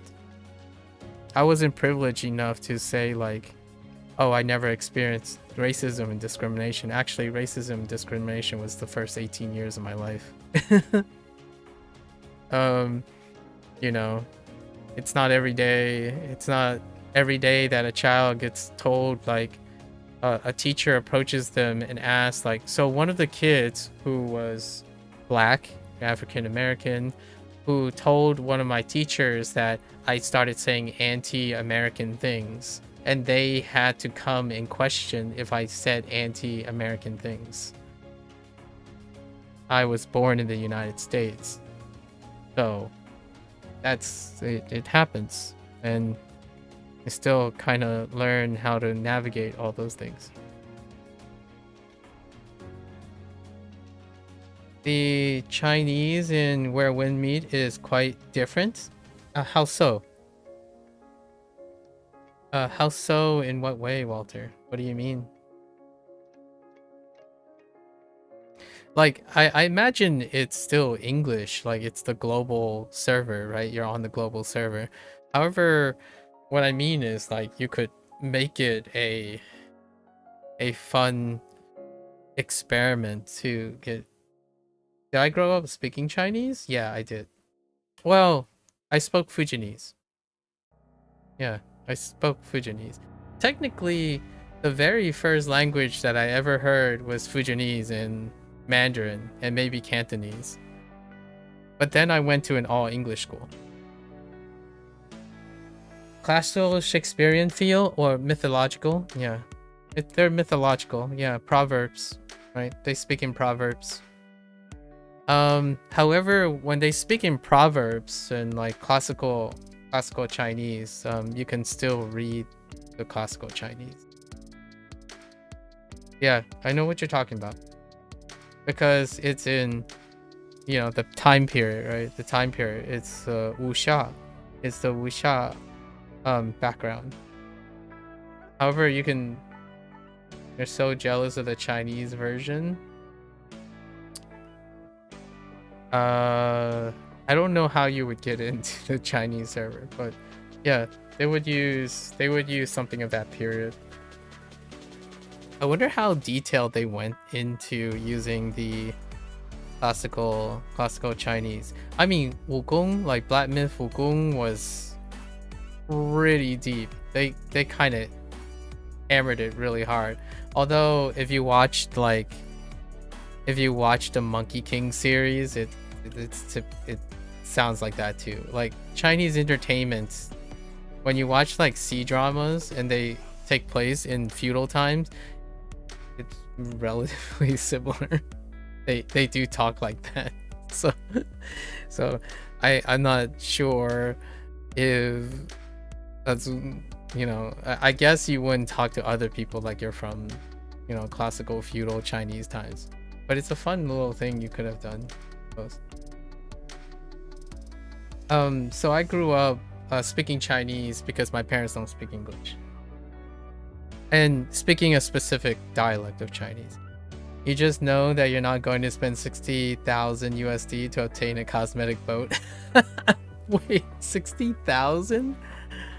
Are you exaggerating, or is it truly that expensive? That really does sound like something that would happen though. Yeah. That's too rich for my blood. That's like the average price, dang. That sounds like the second coming of Mabel story. I'm throwing in a Korean one because Mr. is interested in Korean. So I'm throwing in Nexon. And that's for the low standard boat. Are you telling me that WMM is rivaling a Nexon game? Man, Maple's story is still going. Oh, speaking of a Nexon game, the most unlikely place, Mister, I'm not sure if you're gonna ever use Korean in this capacity, but the most unexpected place that you could possibly use casual Korean, but for like a Western audience, is probably Dave the Diver. It's a wonderful game. It's put out by Nexon, and there you can like play the Korean version of Dave the Diver, and they have very casual. It's like Americanized Korean. Oh, you played Dave the Diver? I think they have a Korean, like you can mod it to play it. You know what I mean? Like in Dave the Diver, they speak American. You know, like the English is like written in a way, but it's also I'm pretty sure you can mod it to display Korean, the Korean version, because Midrocket is I mean, you already hear some Korean in the Dave the Diver thing, right? So Dave the Diver is by Midrocket, which is part of Nexon Co. Like in the very beginning of the scene, you probably heard some Korean, like, and the ending credit was in Korean, like the song was in Korean. So you could totally do like Dave the Diver in Korean. That sounds like a fun experiment to see how like the casual conversation. You love Korean fashion, so you have lots of Korean clothes. Oh, interesting. I'm glad you played Dave the Diver, by the way, Mister. I absolutely love Dave the Diver. Before Clair Obscur, which I don't know French yet. Before Clair Obscur, Dave the Diver was like up there. Like, I absolutely love it. I'm looking forward to their update. It's coming out soon. The jungle update for Dave the Diver. Looking forward to it. The reason why I like Dave the Diver is not necessarily largely for its I love the game mechanics and all that stuff, but it's a cross-cultural thing. You're currently playing Expedition 33? Nice. I played it through in French and English. So most of the games, if there is a multicultural, like a multilingual game, I try to find as many multilingual games and then play through them. like the Spanish playthrough, there hasn't been like a really large Spanish game yet, but maybe in a year or two I'll play like Cyberpunk 2077. So Cyberpunk 2077 is dubbed in many languages.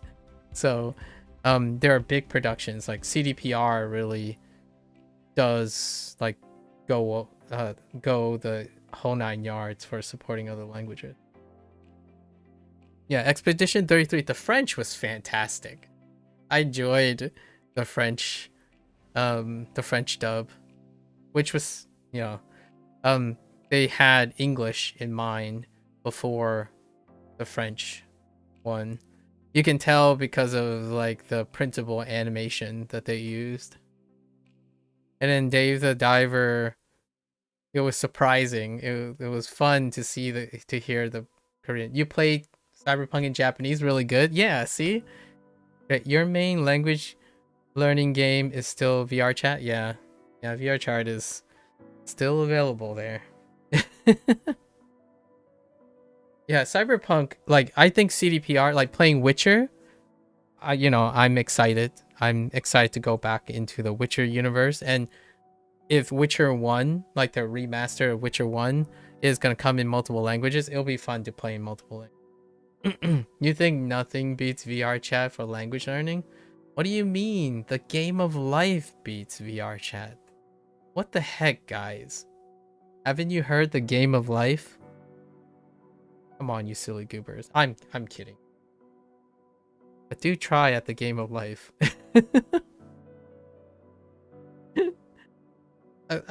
I'm just joshing, but VR chat is very, very useful as a platform, right? As a platform. I'm kind of curious if like Roblox will ever do something like that, or other platforms, right? Games as a platform, like a video game platform. I don't think Minecraft will be, I mean, Minecraft already does it, right? You can find a creator who's in that language, more or less, but interacting like firsthand could be a little tough. Like, since when are you gonna log into? You think that's one of the few games where you can learn sign language? Well, that's fair because of, yeah, that's very fair. Good point. Yeah. Right now, obviously, I don't want to play favorites, but RGG has got my vote. Sega's like need, like, honestly, I'm still waiting for them, like, nah, hold our beer. We're gonna make our games quadruple dubbed and include Korean. We'll see. We'll see if RGG gets even more ambitious. But to me, I think if there's any developer at the moment or publisher who's like making the push for like multilingual consumption, that's definitely RGG. RGG is definitely one of them. The Like a Dragon team. And you remember HBO did a documentary on it? Oh, on the sign language thing? Or the VR chat in general? I didn't hear about it. Intriguing. There's also different sign languages. You guys know that, right? I don't know if you came across it, but there are dialects of sign language, and there are two main branches of sign language. So oftentimes, like in the United States, when you're like, I learned this from watching doctors, like medical series, because when you go in as a patient, you also have to know which sign language system you're using, because if you need to communicate with the patient would have different sign languages depending on where you are. Where you learn sign in VR, they had like 7 different sign language classes. Okay, yeah, isn't that fancy? Isn't that crazy? That's so, that's like, hear me out. How there are VR chat sign language classes? Apparently, according to Walter, like American, yeah, Korean and French, yeah, sign languages. Within each sign language, there are also professionally branched sign languages. So think about it this way. Have you guys ever considered that if you study body language, there's also different regional body language? So why would that be any difference when you think about sign language, right? Like, never thought of that? No, yeah. So for me, I see people's body language. Like, I enjoy watching people like act, you know, when you're acting, right? When you're watching actors do things and whatnot, that's probably what they're doing. They're studying like body language, and it's fantastic. Oh, like The Mentalist. Have you watched The Mentalist? Oh, wait. Are you talking about the TV show? Because Bree and I, Bree brought me on to Mentalist, and I like watched the Mentalist show. Okay, you love the show? Man, Bree and I, we talked so long about The Mentalist. And then recently we watched, right now I'm watching The Pit. Whoa. I just recently finished watching the first season of The Pit. Yo. Dude. The Pit, oh my gosh. That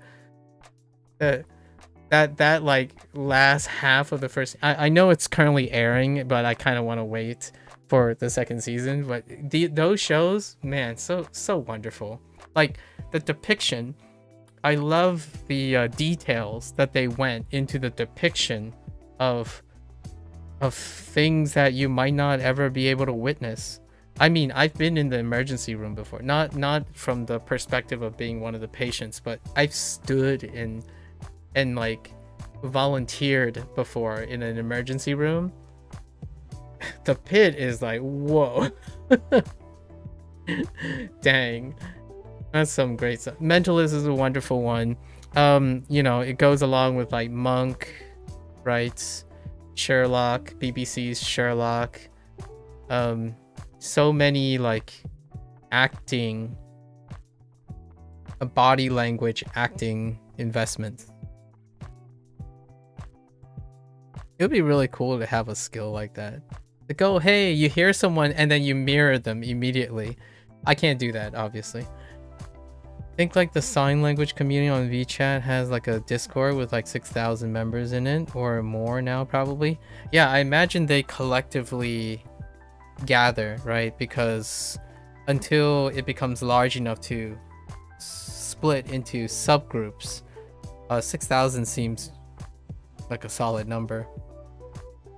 Until like they have enough influence where they would split into groups, right? For management. That's pretty neat.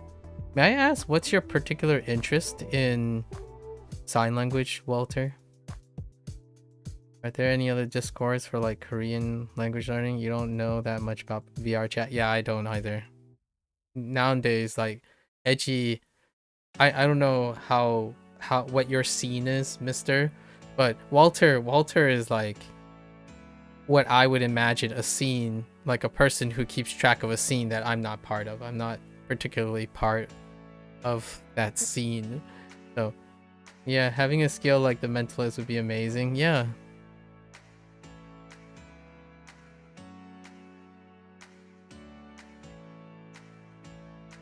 Observational skills. Anyways, that's so I will have to tell Bree. Like we nerded out to Mentalists for some time. I watched all the Mentalists last year because last year when Bree mentioned it. So because, you know, I watched all of Monk and all the other stuff, so Mentalist was not far stretched. Bree is really into her like crime law things. Her what does she call it? Her dramedies. So for you, it started because you're not a big talkers. So your first year in VR chat, you were mute and you stumbled across a sign language. So that's kind of how you got into it. And deaf people love to teach it anyways. Oh, well, that's a cute way to that. So you're saying it's easier for you to communicate in sign language than using your mouth. Walter, what is this? What is this? I'll show you a universal gesture. I'm kidding. I'm kidding. Fair enough. Fair enough. Well, not anymore, but was back then. Who is Bree? Don't know how to spell her name. Oh yeah, it's Bree. She is the other person that I talked to during like the normal. She's from the United States, but occasionally you would find her on Twitch. We would be talking about random things, but I refer to people who are here and not here at the same time. That's how I keep track of everyone's name. Keep track of everyone's detail. Same deal with like language learning, right? How do you remember people's name and details? I try to use their details as much as possible.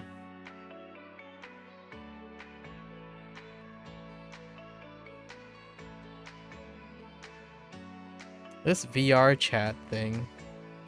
Now, do you VR with VR, Walter, or do you VR with like seated VR? You know what I mean? Like,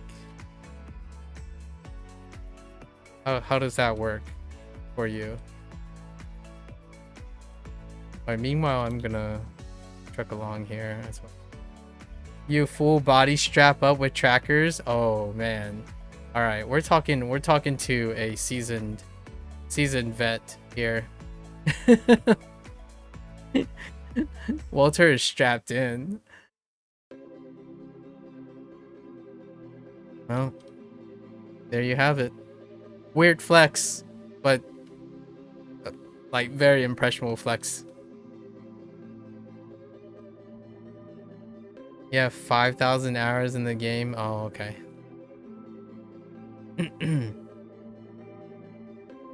Fair enough, fair enough. I have 5,000 hours of something, but that's definitely not VR chat. It's nice to have a thriving community. I can't even begin to imagine how large the community is.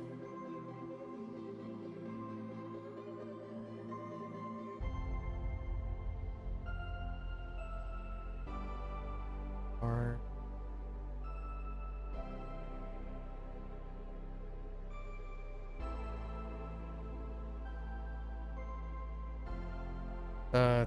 他看是写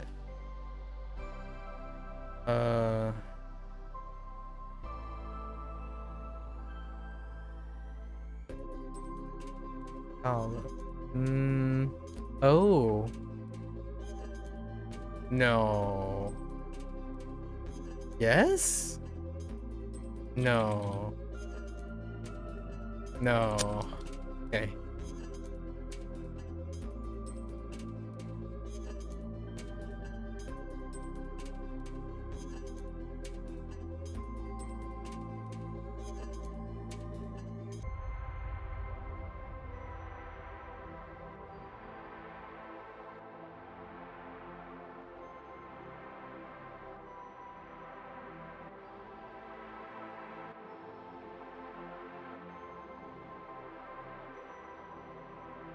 Nope. No dice. 真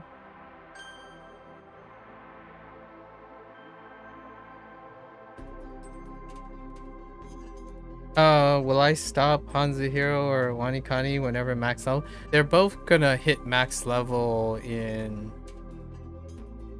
January. Yes and no.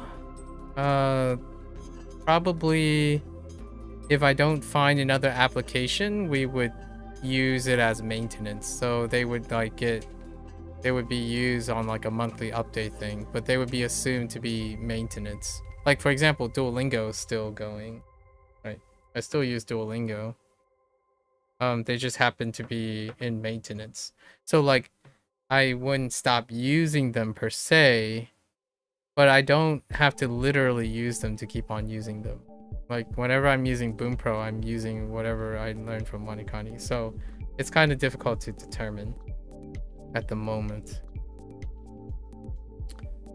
Yeah, when you quit CS, you sold lots of skins, bought a new computer and a VR headset and stuff, and got into that. Oh, interesting.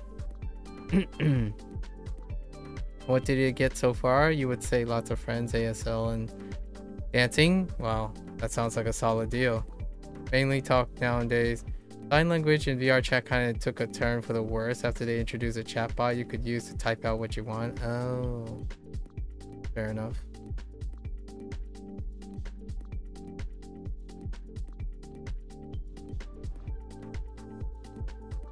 Oh, that's probably Meow. Mao.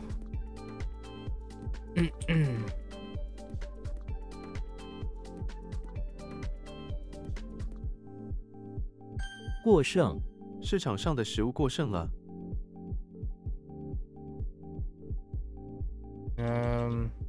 Just like over we'll just go with like surplus.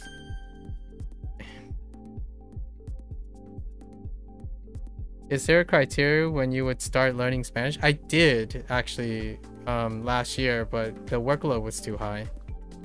Not particularly at the moment. The threshold would be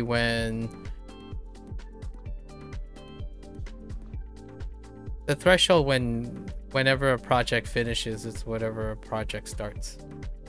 So right now I can no longer juggle more than 3 projects at the same time. Like 3 annual projects. 3 annual projects. So these are the 3 annual projects. Until one year-long project ends, we don't take into consideration whether we start learning Spanish or not. And we already started last year a little bit. Kinda got to like through some of the A1 stuff that were largely review. So it would take quite some time before, and we'll probably continue from that point at some point. Yeah, Spanish.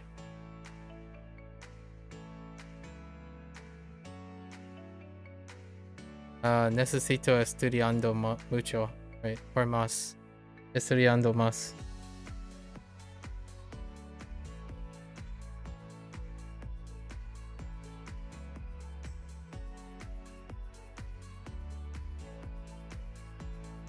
Okay.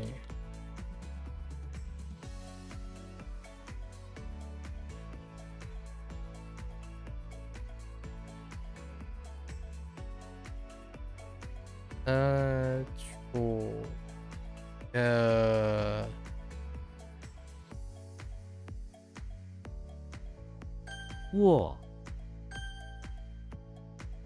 Alright. Enjoy WMM. Thanks for stopping by. Good luck, good luck.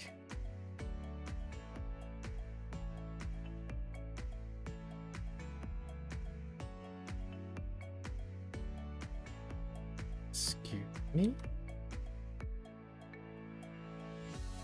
Oh. I guess that's not what I think it is.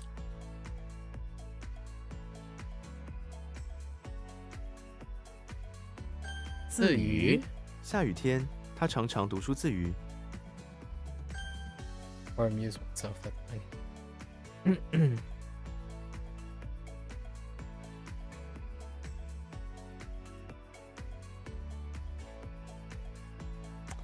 Passing quizzes.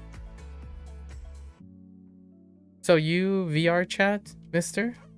In like a different way now, or was that before?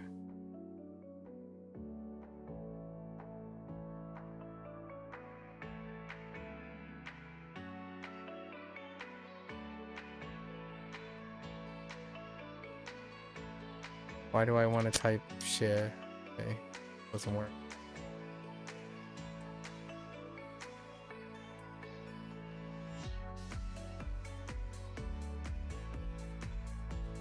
Oh, it's 3. 帽，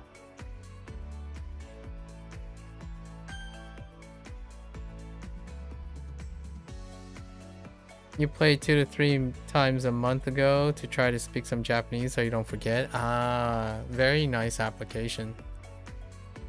Isn't this borrow? Oh, 借, not 借.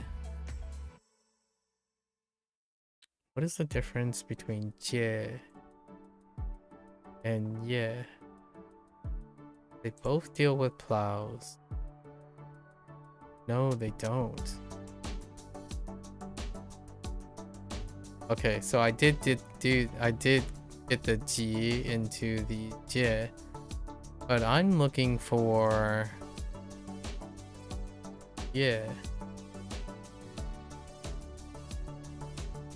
Where's the that I'm looking for? Not really. Huh. I don't know what I'm thinking of then. Jieko should be excuse you. Did I change this to harm? I don't think I changed this to harm.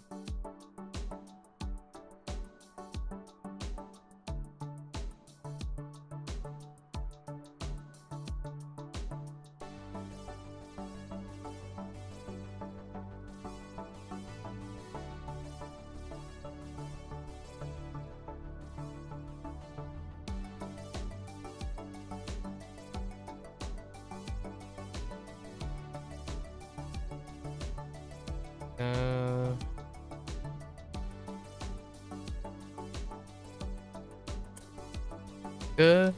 Good.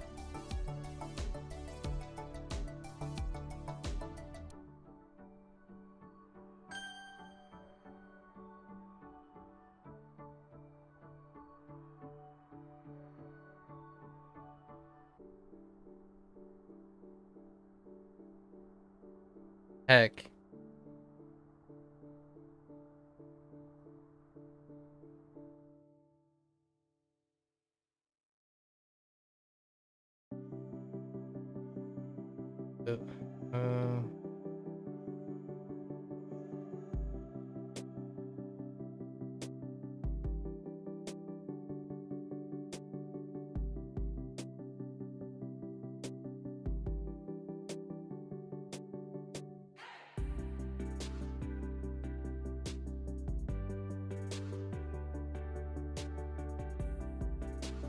I didn't use the valley, did I?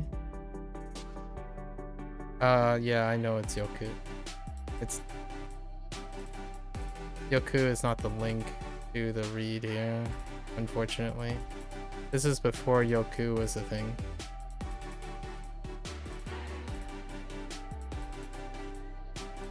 Yeah, we didn't attach Yoku to this. This was well before Yoku.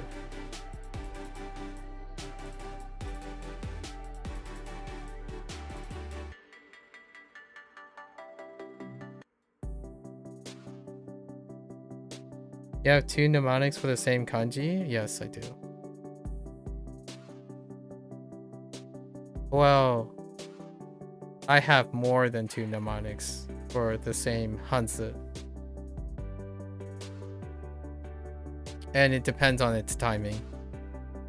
So, because of certain Hanzi coming before kanji, sometimes not all of them have 2 or 3 attached to them. And they're not really called mnemonics, they're more like associations. Like for this one, there's also multiple radicals that are attached to them. And I can't quite negotiate the swim fins for the bill. We'll update this one for you.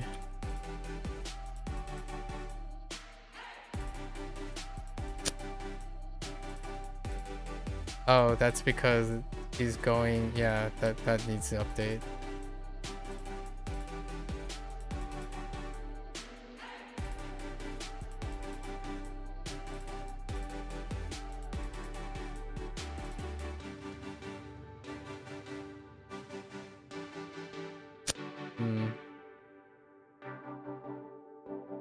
chicken.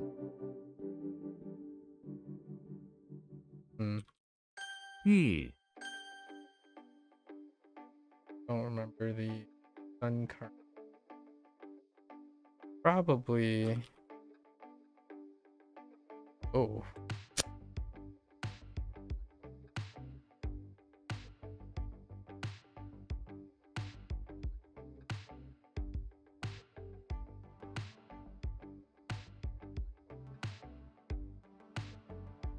障碍他克服了很多障碍，终于成功。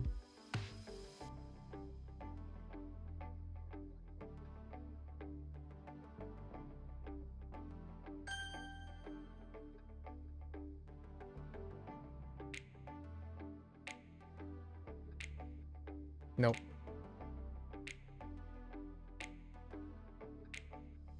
忠贞他们发誓要忠贞到老。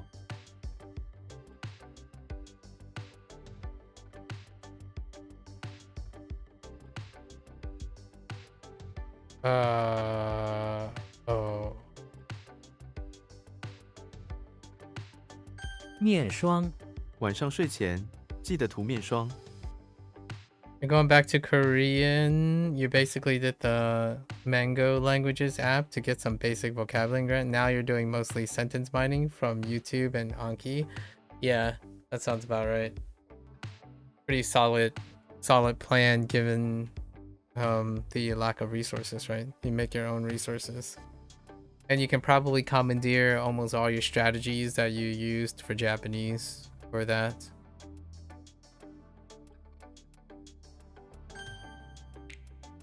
You gotta double dip with all your methods. Gotta keep those methods intact too.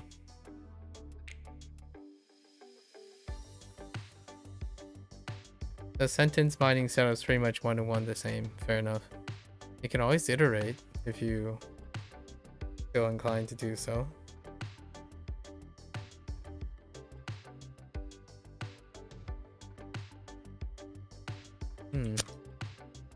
What am I thinking of here? Oh, this is like... It's like past... Oh no, it's energy. It's Jing, but it's energy. What is the other Jing? Pretty sure this is Jing. 静 The other one that I'm thinking of is past due.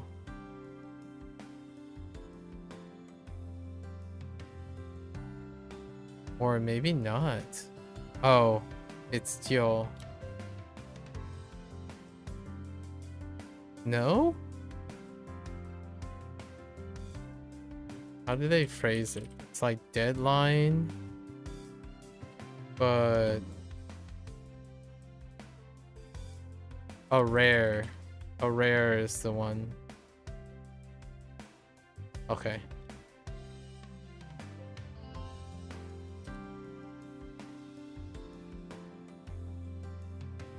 Oh, here's one. Show you.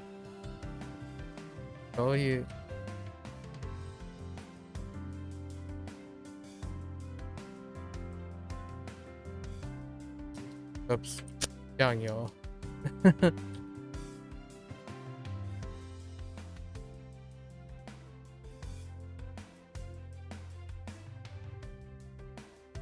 那该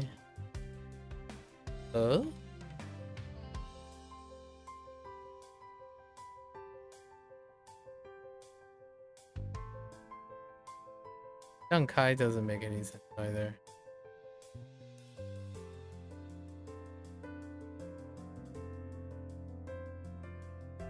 Kai?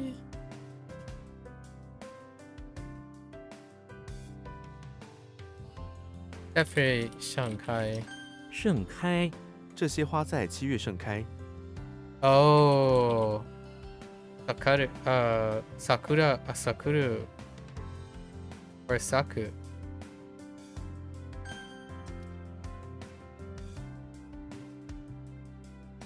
鹅 This is her? No. Not her.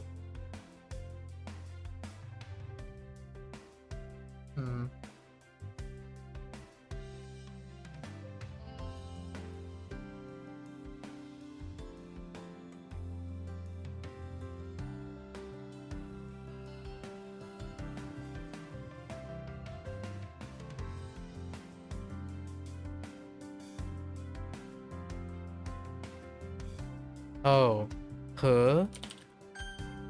Seki. What is a seki? 和 You've been learning 2 languages at the same time for over a year now. Any tips or cautions to watch out for? Ooh. I don't know if these are tips or caution, but there are fun observations. So I don't usually like have like year related things. So here's one thing that I absolutely, here's some things that are fun to do, like some fun things to consider. When you learn this, use Japanese to learn it. So since I've learned 2 languages at the same time, I had to integrate both of them, because where there's similarities, some people would think it's confusion, but they are also mnemonics. So the earlier you create a routine that turns confusion, similarities, which could have been confusing, to mnemonics in a routine, it becomes your asset. Like for example, even if I had right? But I knew this was seki or seki, which is cough, right? As well. And cough is ke, right? So the sooner you like do that, that's really cool. That's something that you can leverage, period. Oftentimes when people say it's confusing, it's because there's not enough detail resolution. So that's one thing that would be really cool for you to experiment. Like, and I'm actually kind of curious how much resolution you can. And then there are differences, right? And differences is what most people focus on, where differences is like, oh yeah, then it's easy, but you can make it hard on yourself. So a lot of times when you think hard, what you're thinking about is you're doing the easy thing, but times 10, or times however you need to get to hard. So for example, how much can you think about just staring at this character, right? Mouth, say, right? Words, and you might be thinking, well, words look like this. Like, well, yeah, it can look like that too. This is pig, right? But then there's lid, right? Then these strokes can be broken apart if you want. And then we have seki, right? And seki could be in your head like this if you want, or it can look like this, right? Then you can write it in your head at the same time. And then for this, you have Kermit, right? Kermit, inside electricity plant, where a wild pig went into electricity plant. So Kermit is a good frog, and the frog for Kermit is my archetype. He's a good frog. So he's helping and trying to help the pig not cough. So that's like all this stuff is happening all at the same time. It's constantly happening at the same time. So my personal thing over the year is, if you think similarities will be a word of caution, it's pretty much my boon. And what happens is, it's not about how fast I go, is how much I know. And even though I'm not saying like like 你我听音你摇 you know 摇咳太多了 or something like that. Like I heard that you cough a lot, right? Something like that. Instead, you can also do things where like you should be able to fill the page up. Like fill the page up, even though when someone looks at this, When someone looks at this character, they're like, well, there's not a lot of information there, right? And my first thought is, when it comes to tips, it's like, hold my beer, right?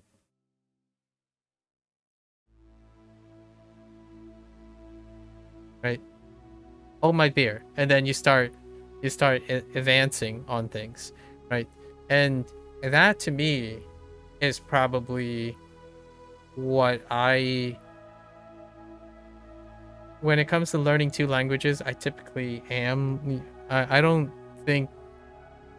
know how often people like to learn more than one thing at the same time, but I deliberately chose to learn two things at the same time, or at least two or three things at the same time, and focusing on, or like not necessarily scatterbrain, like bouncing back and forth, but more like orchestrated studying. Like you have orchestrated studying in which like my retention, right? My retention is at the cost of efficiency, because what is efficient to someone is doing a limited number of tasks very, very fast. For retention, you maximize. And by maximize, I don't mean idealism. It's not idealism. You're trying to push yourself to create retention. And series of retention is as many connections as you have. Like right now in Bunpro, since this is the year of Bunpro, when I have a vocabulary word that I'm missing, I create a mnemonic from my WaniKani mnemonics habit. And when my mnemonics WaniKani habit enters a confusion with multiple words, right? For example, the day is good, right? For example, the day is good. It's like, okay, feeling good. Like, well, there are multiple things. So then I commandeer my Duolingo way of routine, how they sort out nuances, and then I add that to the Bunpro thing. So in most cases, whenever I'm doing something, all the things that I do much faster now because of practice get stacked on. So whenever you ask, do I move on to something else? I do. However, those things come along with me. They don't, like, I don't discard them or move them on. So like, if I run out of WaniKani things to do, and I've already spent a year modifying how I'm using the mnemonics, right? Then my next thing I'm going to use is going to be one of the things. So my routine right now, like for example, figuring out this thing, it's roughly 9 steps. The last 3 steps is a troubleshooting loop, which I'll do at the end of my session. Troubleshooting loop. And the troubleshooting loop accounts for less than 5% of the occurrence. The first 3 steps account for 95%, like we'll say 90%. And there are middle intermediate steps, 3-step loop, that accounts for the other 5%. At the end of the day, most of my retention is around 90% or above, but it also comes with optimizing a loop that will address the problem or something. I'm basically just optimizing over time nowadays, where like for example today WaniKani, right? WaniKani was level 38. We got to level 38. There was 92 lessons, right? And the first routine for all the active recall, for the routine is to recover all my keywords. So, you know, in WaniKani, there are all these blocks, right? And then today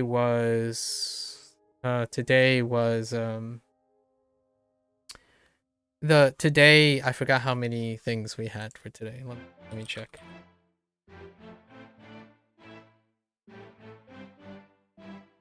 So today was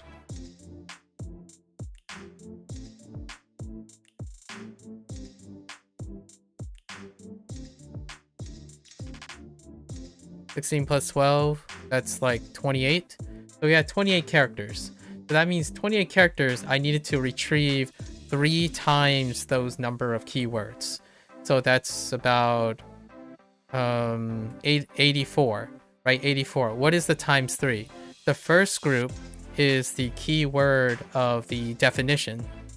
So it'd be like cough, right? Cough. It could be a phrase too. So deaf. And then second would be the mnemonic keyword. So the mnemonic keyword for this would be, for HanziHero would be Kermit inside, inside plant, right? And then the third one would be the read off of the mnemonic keyword. And the read a mnemonic keyword would have to elicit the definition. So at the end of the session, I would look at that grid and I would go through it and actively recall all my mnemonics the other direction. In Bunpro, you do it the opposite direction, where they give you the English and you're supposed to retrieve the Japanese. So now I'm working on a routine where it reverses the routine, where I could take what I constructed in Duolingo, WaniKani, and HanziHero, and then I'll reverse engineer going from English to Chinese to Japanese, or even more, most of my notes that I'll be writing typically are going to be in Chinese to augment Japanese. So in the future, if I need to remember Seki, right, in Bunpro, I would write ke, or simply I also write this, because while I'm doing this and explaining this, I also practice writing the characters. Really do it 100%. You would really use the Pareto principle because of your limited time, where you would have to sacrifice for efficiency's sake. Yes, exactly. So these are for fun. Whenever someone asks me like what are the tips that I would have, or like the cautions, the caution is probably, the blanket caution is do more means at the cost of efficiency, right? It is through the practice of these things from doing more that efficiency eventually goes up. But when efficiency goes up, I stack on more things. So if I had, like, for example, if I have 5 hours, right? And when you're getting faster, say your 5-hour load after 1 month, then it becomes faster. You should have learned. When you learn, things should be faster. When you practice, things should go faster. So after a month, that thing might reduce down to an hour, right? That would be a clear sign that you have learned something, and then you have applied it through practice, right? So if you're grinding along and your sessions are always 5 hours, and then after a year, it's still 5 hours, right? My tips are not for someone who is satisfied with this. Like, you can be satisfied with doing it this way. You'll get to your goal. I'm talking about more someone who does something and it becomes 1 hour, and then it becomes tedious. As in, what happens is they're drilling for efficiency. So for myself, whenever like 5 hour becomes 1 hour, I add 4 hours of more work. And what I mean by that is not that I'm going to increase my volume. That would increase efficiency. I'm increasing my routines. So I'm working on improving my routines, as opposed to, so I'm working on systems, not content consumption, because the goal that I have most of the time is becoming more efficient at learning, not efficient at accomplishing the tasks that I have. So when I do something, it's no longer the same. It's rarely ever the same. Like someone says like, "Oh, how do you use HanziHero?" Give me 8 hours, which I will do it on day 400. On day 400, give me 8 hours and I'll explain the routine that I use now from 2 years ago. Like over the 2 years, what does the routine look like now? Because the routine involves everything up to Duolingo to the present time, as opposed to like discarding things. I can do all of them because they are faster now from doing them. So the volume, the type of material will limit what I can know, right? So for example, if I don't listen to a native speaker, if I don't speak to a native speaker, then it would limit what I know. For example, like I can't produce something if there's no input, right? For example, right? So I'm not saying that. So whoever is gonna counter argue and come by and say like, well, you're never gonna be able to speak Japanese if you never practice Japanese. Exactly. Like, I agree with you. But the thing I'm talking about is not, it's not if I listen to native speakers, is when I listen to native speakers, I will be very efficient at learning it. So the idea is that I sacrifice time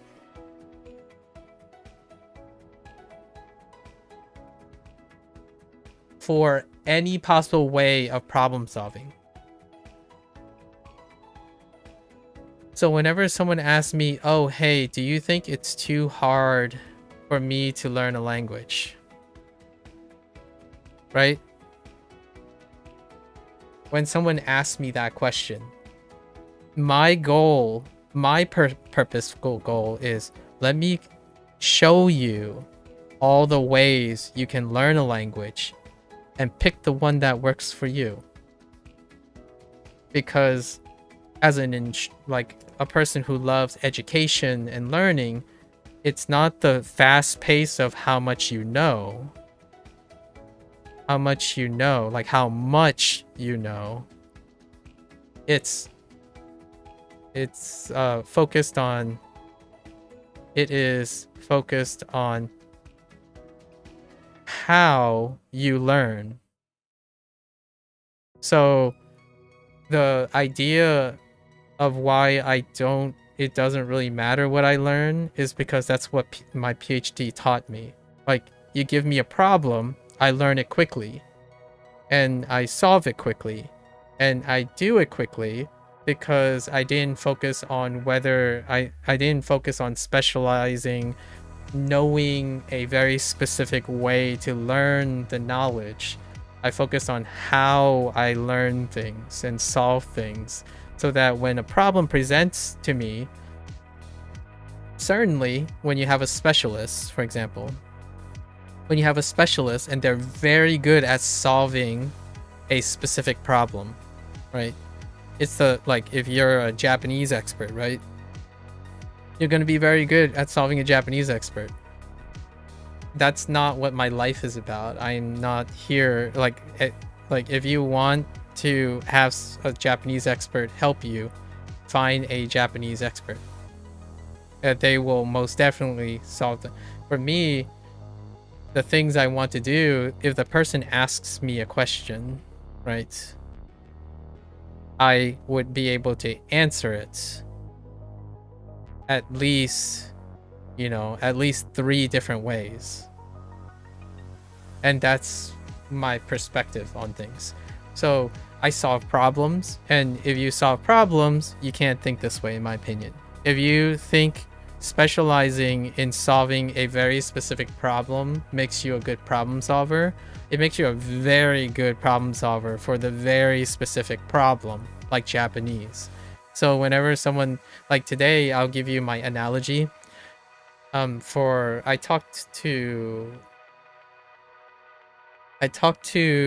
Beth earlier, And the person mentioned about, kanji and abstraction, and they were tackling a key problem of abstraction or something about abstraction, and it deals with names, right?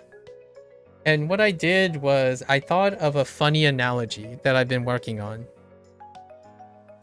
When someone asks, I want to learn Japanese, right? I want to learn Japanese. And they ask, do you think it's a good idea? For example, it's a good idea.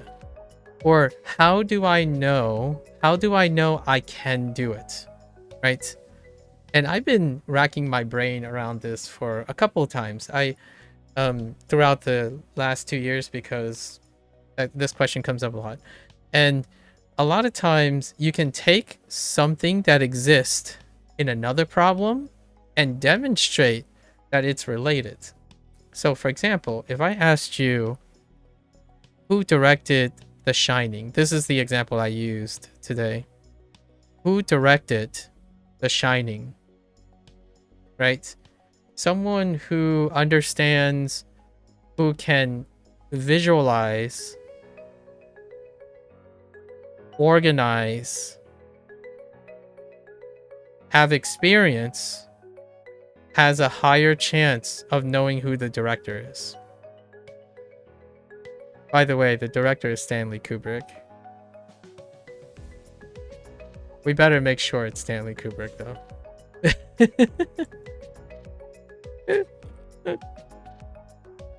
I believe it's 1980, Stanley Kubrick.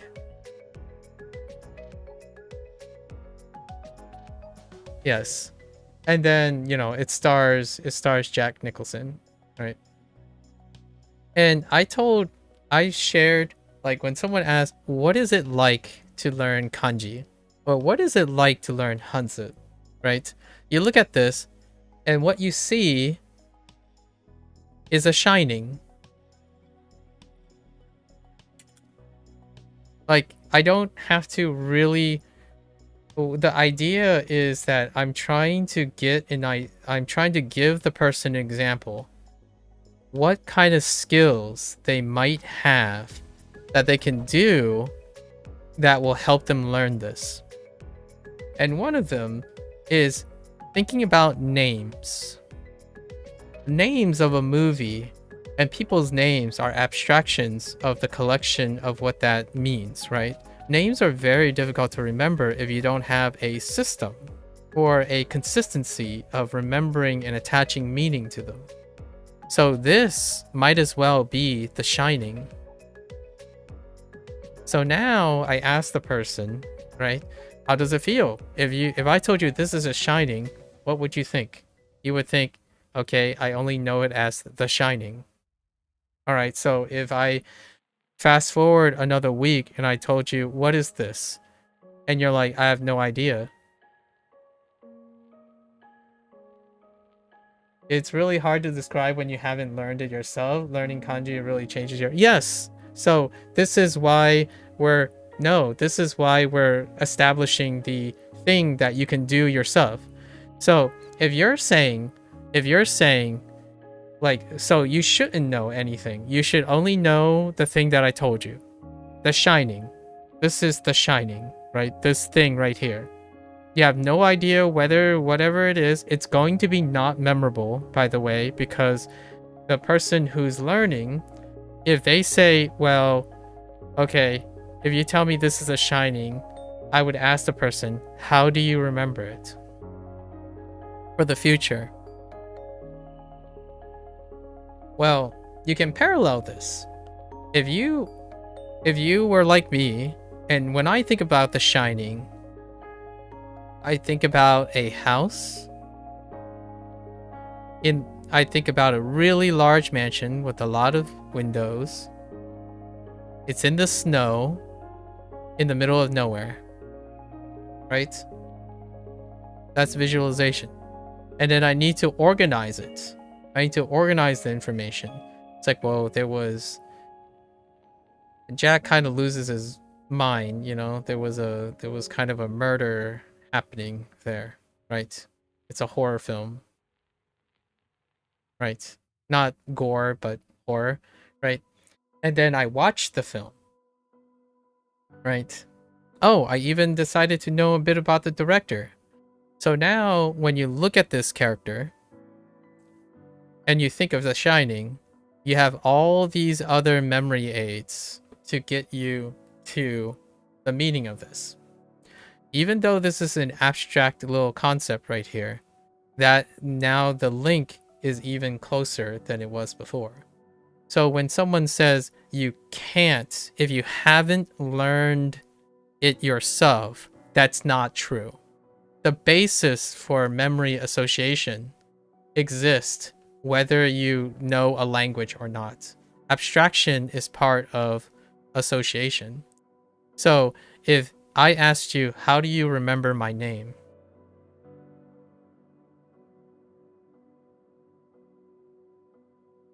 Right? How do you remember my name? Well, you develop a meaning with it. You connect it to a face. You connect it to the sound of my voice. You create the context in which you spoke to me. So if I'm asking you, are you able to do this? If you say no, you're not able to do this, then yes, there might be some struggles against this, right? But I don't think there's a living human being that doesn't understand how association leads to memory retention and coding. So this is now, why is this important to go through this list? Because now you ask them, what can you do to create meaning? Definitions. What can you do with faces or visualization? A drawing. What can you do with sound and voice? I don't know, your favorite native TTS, I suppose. What can you do with context? A sentence of your choice. And you want more from the sentence? You mine it from your source of, like, your fun source, whatever it is that you mine with. So now you have the context of asking, you ask the person like, okay, so how am I going to learn Japanese or Chinese now? It's like, hey, guess what? All of these components that we just talked about, TTS, fun, sentence mining, this is CI like 101. All of these things are like, now you know what to look for and what you can do because you've already have all these skills. These skills already exist. So no, I don't give tips, right? So my tips is, let's talk about what you can do. And then what I demonstrate is after this. So now you know what you can do. The question is, do you stop there? I don't. I don't stop there. Most of the time when I'm learning something, I'm working on what I can do.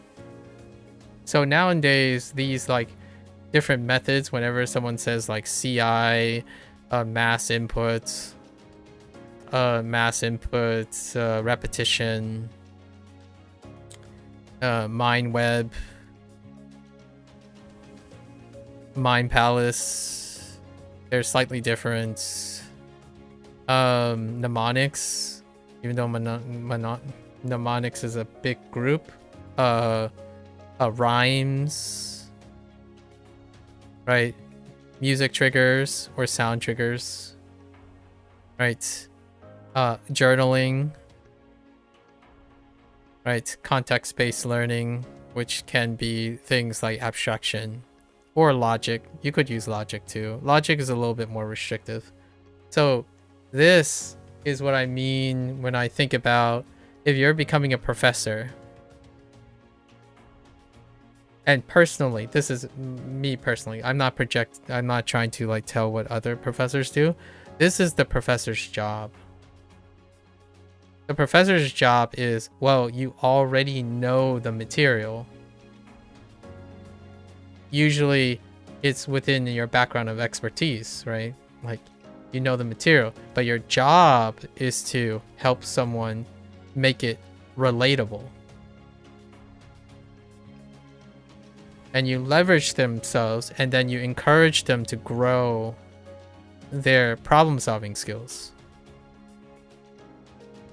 So not only do you focus on finding out what is it that they know how to learn and the skills that they have, the one thing that you can leave them with is the ability for growth. And that's kind of where I am. So I can learn Chinese and Japanese, certainly, and that will come with time regardless of what method I use. The idea is that the quote-unquote confidence, whenever someone says, like, when they ask you, do you have any tips or cautions, or like, there's a confidence thing going on. Not that you have, because you already learned Japanese. Like, my first reflection would be is you leverage everything you learn in Japanese and then encourage yourself to iterate on what you have learned using Japanese. And hopefully all of your transferable skills when you were learning Japanese is transferable to Chinese, right? If not, if it's syntextual, like if it's syntax governed, you bridge it. So my tip was that you bridge the syntax. So if, like, when someone says, oh, translating this to cough, right? If they only remember the attachments between cough, like ke, into seki, right? If these are the only channels, there's these steps can be embellished. Now, a lot of people who think it's efficient, who thinks it's a cost of efficiency, right? It's a cost of efficiency, but it's a cost of efficiency at first. Most things are not a cost of efficiency with practice. And this is a cost of efficiency forever for someone who doesn't need it. Or maybe even doesn't want it, right? Or want it. And that's understandable. So if your strategy to learn language is proficient at all times, that is wonderful. You don't need to learn this. My personal interest is, what else can I do? Like, I do want it. What else can I do? And the reason why is dealing with the word confidence. Whenever someone gives me a problem that they have, right? Oh, there, Jazz. Whenever someone gives me a problem that they have, it's more like I'm excited to see what awaits me in, does all my skills cover the problem? Or am I going to have to develop a new problem solver to solve it, right? That is my life. Like, so the confidence is not that I'm swimming in insecurity of failure.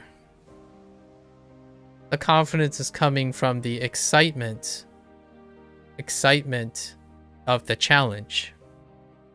And I understand that there are plenty of kids out there who says, like, oh, I love a challenging game, right?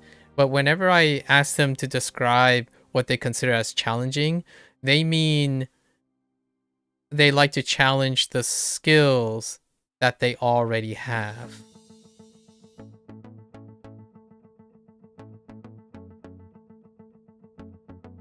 Right? They already have. It's the skill that they've been grooming and increasing. So when it comes to efficiency, yes, your efficiency will still be at 99%. But the path to improvement over time, right, is diminished consistently.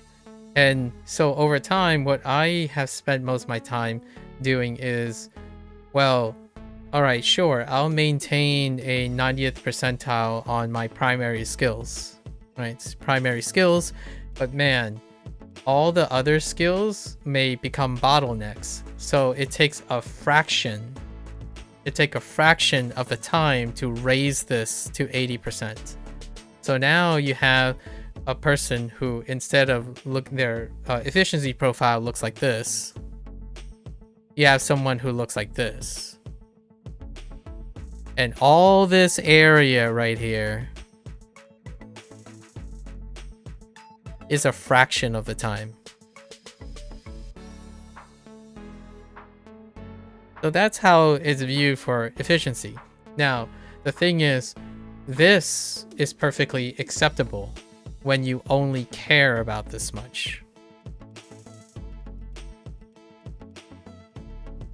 So whenever I'm thinking about like, hey, if I'm going to learn new future languages, right? Like if I'm going to continue learning languages, the syntax and the context, right? The specific knowledge and facts about the language is not where I'm going to gain most of my time. What I'm going to gain most of my time is working on how I'm acquiring all those things.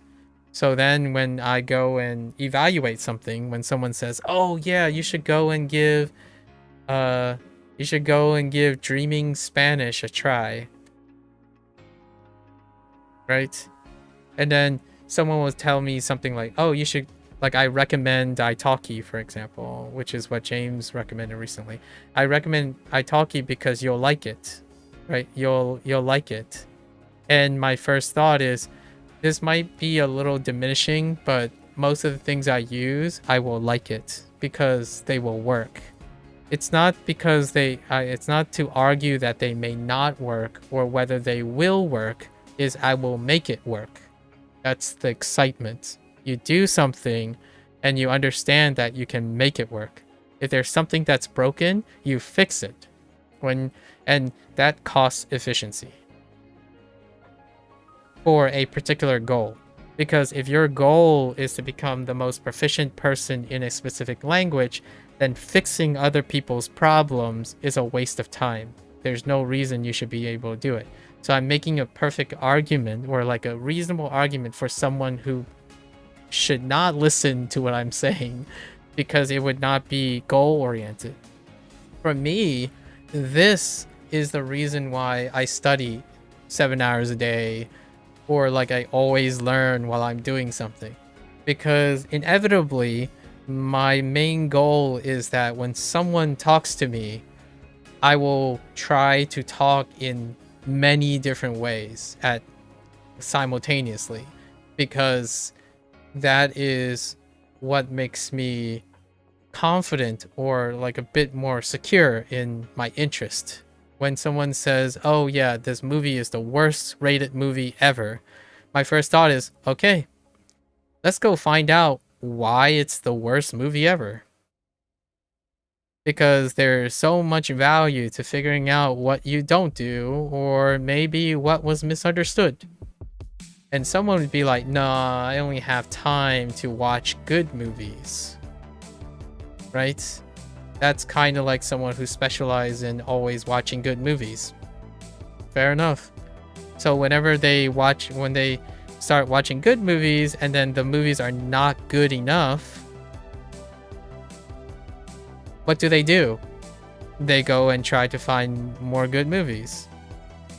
Alternatively, you can learn from what's not good enough to go find better or like more consistent good movies. So whenever you're saying like, oh, do you get more efficient over time? I would say yes, but oftentimes it's not because of the quality of the product. It's great every once in a while when the product is good. Like if you get a good product, right? If you get a good product, that's awesome. It'll work. This is why I asked earlier what are Korean resources there are. And the reason why I feel that, Mr., you're going to be successful at Korean is because despite not having good Korean resources like in Japanese, there was enough skills that you developed that allow you to learn Korean anyways without it being good. And for me, that's my focus. So like if Duolingo sucks, how do I make it work? And in the end, I ended up doing what most people did without Duolingo, and that's fair. Like I went to a grammar source, we explained the grammars, we did conjugation tables, we did our webbing, which I showed you before about writing and whatnot. Those are all consequences of being challenged without a resource. So whenever someone says like, oh, how do I learn how to use this textbook if I have to use this textbook, right? Because in class, you don't really have a choice a lot of times. And the thing is, the difference between someone who can succeed in a system that is restrictive is that this person is able to build upon an existing system. So whenever I think about consultants, you know, things like when you're consulting something, which I have often thought of professors, especially in like a graduate level professor, as more of a consultant. The people that you are consulting or mentoring are the ones that will grow into finding all the solutions. You are the one that's guiding them.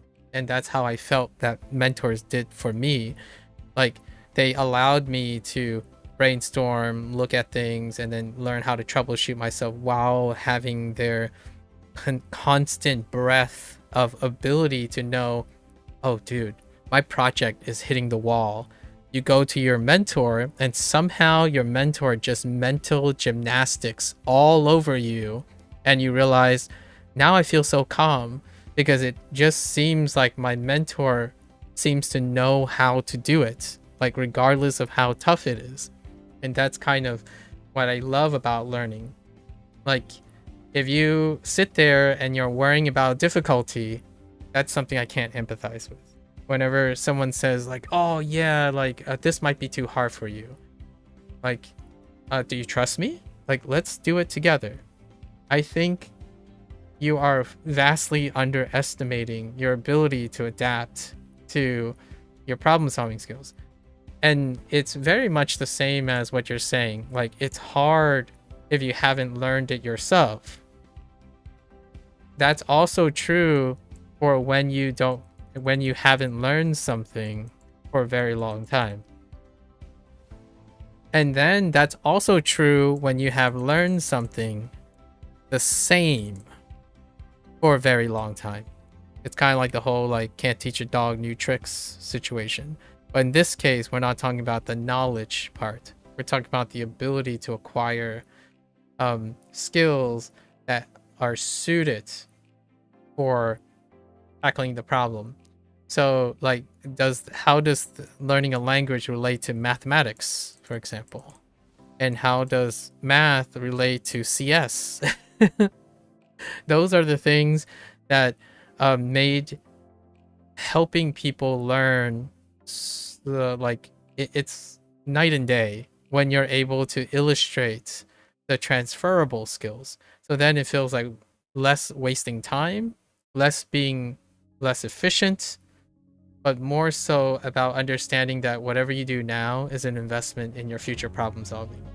So that silent confidence is, in my opinion, something that I wish to, at least in my personal wish is that I would be able to impart that silent confidence in other people, because humans are extraordinary. Having a brain is extraordinary. It's one of the things that you think something's hard at first, but then when you find the connections and the associations, they become trivialized in like to a point of tedium. Like you get this little this little 18-year-old who's like coming out of high school and they're like, oh, I can't do a job, for example. But then you make it about something else, something that they can do. And then suddenly, after like 1 month, they're bored. They're bored of doing the task that they said they can't do. That's like such a beautiful thing that humans can do. And that's kind of where my perspective is. My point of view is, oh yeah, you don't stop here. This is not where you stop.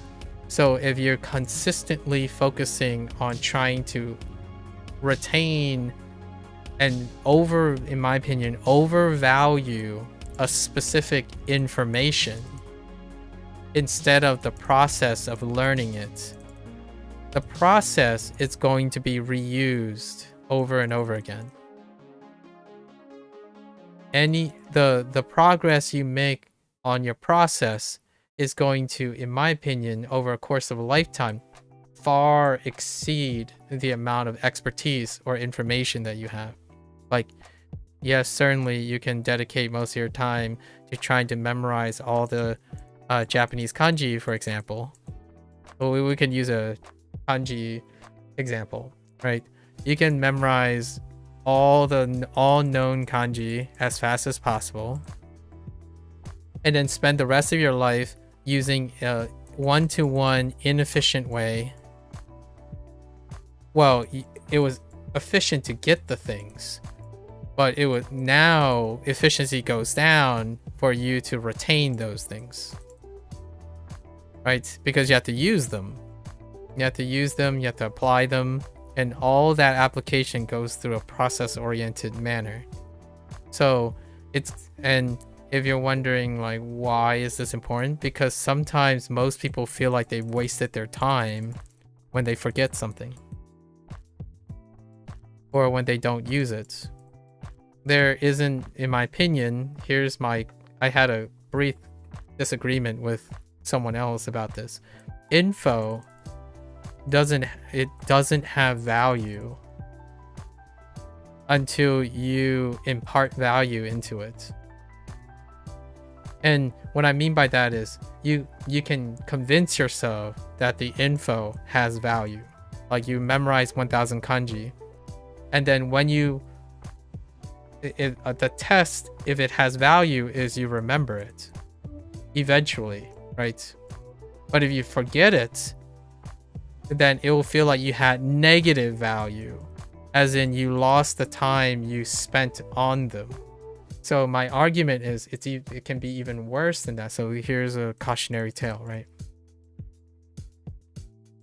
The cautionary tale is, if you're not developing processes to make you constantly use the info that you're collecting, then there is no accumulated value for it.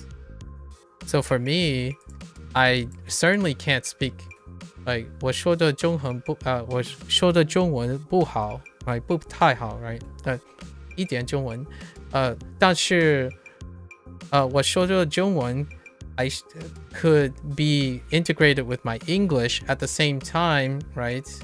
日本語を勉強する right? While I'm doing that, the idea is I'm still using the information, and I'm already setting habits in place where they are constantly using that information. It doesn't matter if I remember something or if I'm going to understand this. It's more about when I'm going to decide to learn those things, because the habit themselves will reinforce the retention. So in the future, like, I mean, I can't look at my keyboard without saying keyboardo with a smile on my face, right? Like mizu, right? Bing, right? Bing or ping. Actually, ping is a cup. But things like this is pretty much standard, monitor and I guess pingzi would be the monitor as well, now that I think about it. Another ping. So like saifu, right? I'm looking at my wallet and I say saifu. Or tianbao, right? Tianbao. Smaho, right? 电话, right? In fact, 电话, right? This is also an overlap. Things like that should be automatic, in my opinion. So if it's not automatic already, I honestly think that takes out all the extra time later. So all the time you invest now is time saved later, which then you never have to repeat, honestly. Like, or the ideal case is you don't have to repeat these things. And that's kind of where we're at. Slow and steady kind of situation, right? If you trip and fall, it's basically the goal-oriented versus yes. Exactly. Yeah. It's the goal-oriented versus process-oriented debate. And you can do both. Obviously, the goal is to do both and moderate. You don't think you've ever met someone as process-oriented as I am? That's interesting. Like, have you, like, did you, like, do any form of science education, like, in later life? Oftentimes, like, I know this is going to sound cliche, probably, but one of the first process-oriented thinking roles that you do is the scientific method. Like, when you do your methodology in your science, it's pretty much, it has to be process-oriented. Otherwise, man, ooh-wee, those experiments do not come out well. Like, for example, whenever someone says, like, oh, I'm going to test A, right? I want to test A. So basically, the goal is to have A control, a delta A for test, right? This would be goal-oriented. It's like, all right, that's easy enough. This rarely ever works.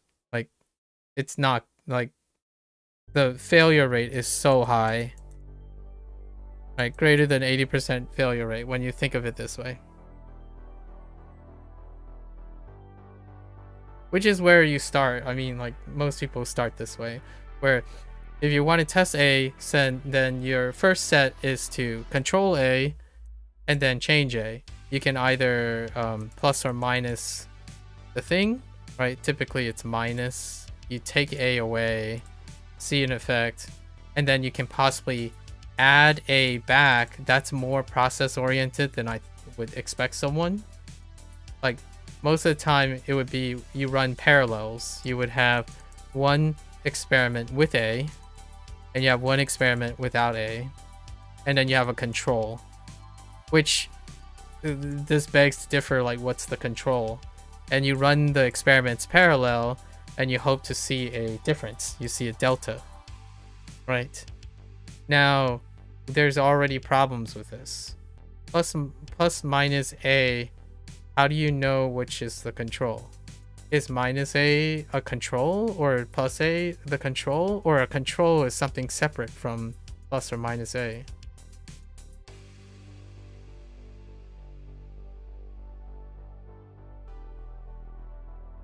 But applying this to language learning and other aspects in life, you encounter rarely, if not to say never. No, that's fine. I would say that must be a really fantastic life. Yeah, that must be a really fantastic life. I spend most of my life trying to solve people's problems. So, I mean, it might not be part of my aspect of my life. And, I mean, I will be encountering new aspects. Like, for example, right now I know how to take care of my family, my aging parents, from now until foreseeably when they become too old to do things. So most of those aspects of my life, especially because working in a non-scientific sector is extremely goal-oriented. Yeah, true. I mean, I don't work in science anymore. Now I simply work in it's more like working in unofficial consultation stuff. So the reason, how do I know, like, I would argue that you do encounter those aspects nearly on a daily basis. However, they no longer present themselves as as process-oriented. They're often presented as goal-oriented questions. So, for example, when you asked me, do I have any tips? and cautions. I could have given you an goal-oriented response, but I didn't. I went through the process of explaining how to appreciate my tips and caution. However, in the internet world, when you, like, if someone asks you for advice, you're probably going to give them a goal-oriented comment, which a goal-oriented comment leads to the idea of people not having critical thinking and problem-solving skills. Right? For example, oh, I did what this person said and got a different result.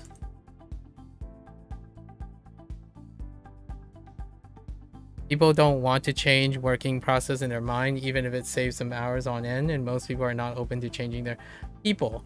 People meaning those who do not, right? So we're self-selecting first. We're self-selecting for, like, for example, the net. And I agree with you. It's a very strong preference. And there's a difference between changing in the sense of, when you're saying changing, the sense of having to stop doing what they are currently doing. So it's not the same as or adapting, right? Adapting is different. Adapting and iterating are different. You continue to do what you're currently doing, but the extra efforts to innovating on your currency is not. And I'm not saying that this is something that is exclusive to the internet. I think IRL, like other professions for sure, but it's even more felt now. I would agree. Like, I would say most people are now conditioned to be incentivized to work the same way. And if I had to tell you, what do I encounter when you say, like, it barely applies, rarely, ever encountered, rarely, I see it every day. I literally see it every day. Someone says, oh, I guess I'm going to grind my Anki. That's one instance. Oh, I guess I'm gonna wake up tired again.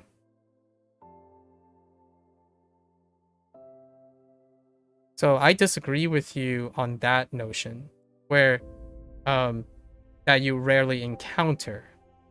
But I do agree with you that people don't do it. They don't iterate or change their process. Like, they're not process oriented, right? However, the application of process, I wrote process, not process, are not process oriented. However, when I think about where it's encountered, it's usually these things, like grind Anki, why am I tired again? Why do I doom scroll? Why do I doom scroll every day for 2 hours? Why does it feel like all games suck? Or it feels like I'm drifting in life. I don't understand. I do a lot of art studies and I never feel like I'm growing. No growth. Right? These are the types of things. Can you elaborate on the encounter thing? What do you encounter? I encounter people who do the same process. So I agree with you. And because of that, this is what I'm describing. I'm describing the process of how they're doing that. So you encounter it every day. You encounter people who do a process. It just happens to be the same process really efficiently. So what I'm saying is, it's not yes or know whether they are goal-oriented or process-oriented. I'm suggesting that they actually do both, but they do it in a very specific way. So like people don't not do no process-oriented and no like only the way I interpreted your comment when you say that at least, but applying this to language learning and other aspects in life you encounter rarely, if not to say never. And the thing I'm describing is that I encounter it every day. It's characterizing them as not process oriented and is goal oriented is something that I wasn't trying to create a difference between. I say that humans do it every day. Humans do both every day.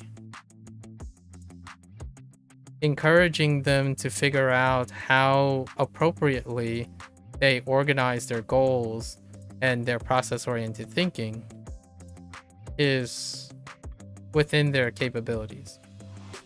So typically my tips my tips are the thing that they're not doing, which I agree with you. Like I totally agree with you. The thing that they are doing rarely,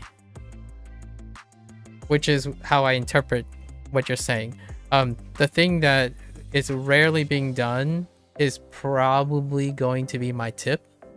I have met some process-oriented people, and they lose sight of their goal.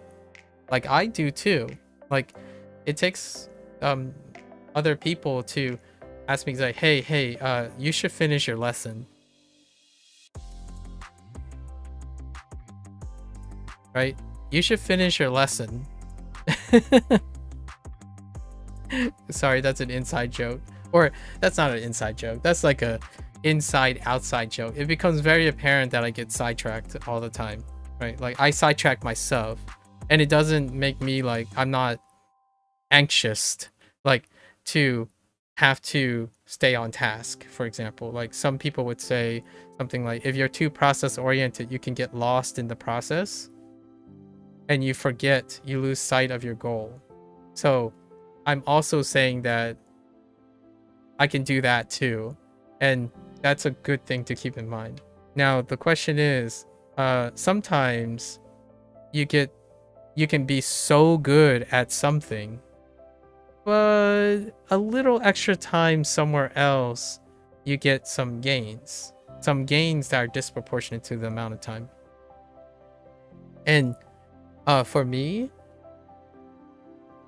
my way of creating goals is exactly what I answered last time, which is, or like earlier when you mentioned, when do you think I'm going to learn Spanish, right? And my goal is that once we hit max level, which is something else you mentioned, max level on HanziHero and WaniKani, they would be moved to maintenance.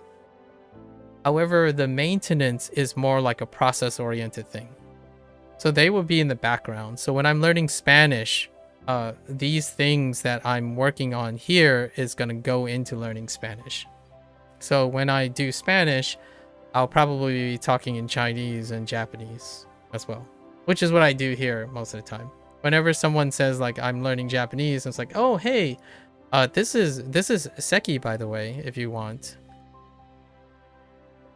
Because you're rather process oriented, you're really intrigued. When would you move on? Exactly. So I have instituted those check marks. So June is when HanziHero and WaniKani is going to reach max level.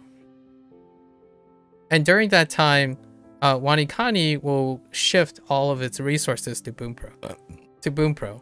Because Bunpro is the platform that allows me to make decks, right?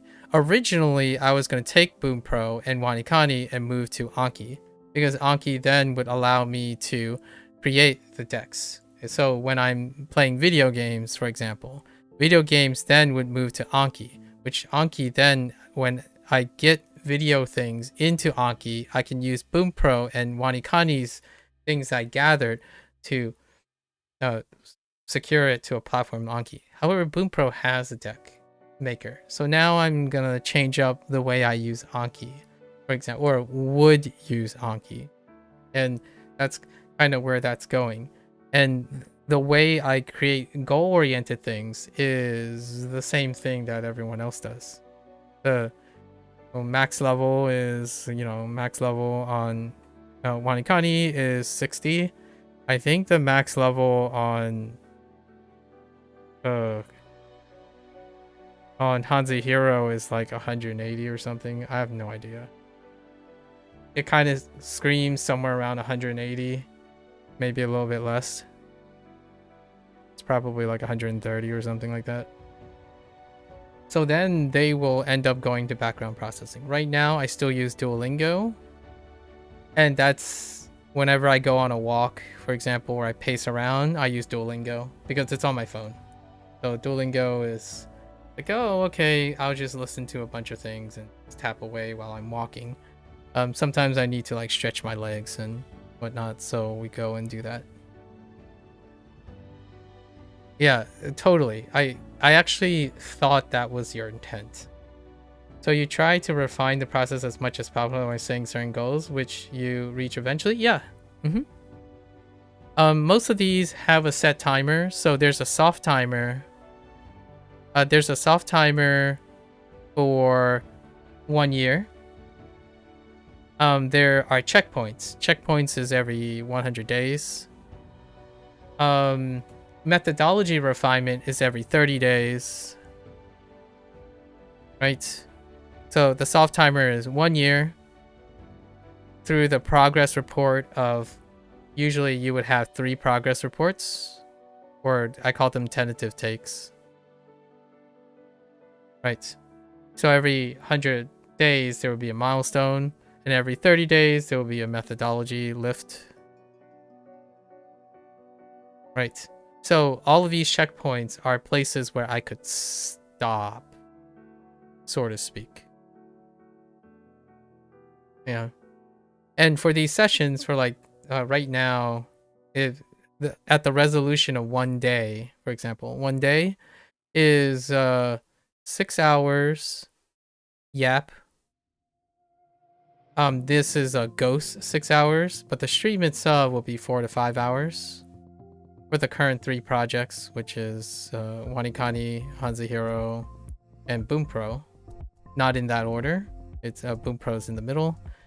So I can yap up to 6 hours, which would then lead to just enough time to like sleep, eat, not in that order, but eat, sleep, wash up, do my like physical maintenance, right? So within the 6 hours, this would include all offline activities like speaking to people asking me questions and whatnot, and then the 4 to 5 hour stream things. And then this slot is also when I play video games. So when a stream exceeds 5 hours, that means I either yapped beyond 5 hours. So right now it's 9.5 hours. 9.5 hours, that means I have approximately like an hour and a half to complete my session before I run out of time, right? And then video games would occupy those times. And then video games is a flex spot. So every single time when I'm doing something, there's going to be one routine. So like for goal-oriented things, the routine is set. We have WaniKani with a set routine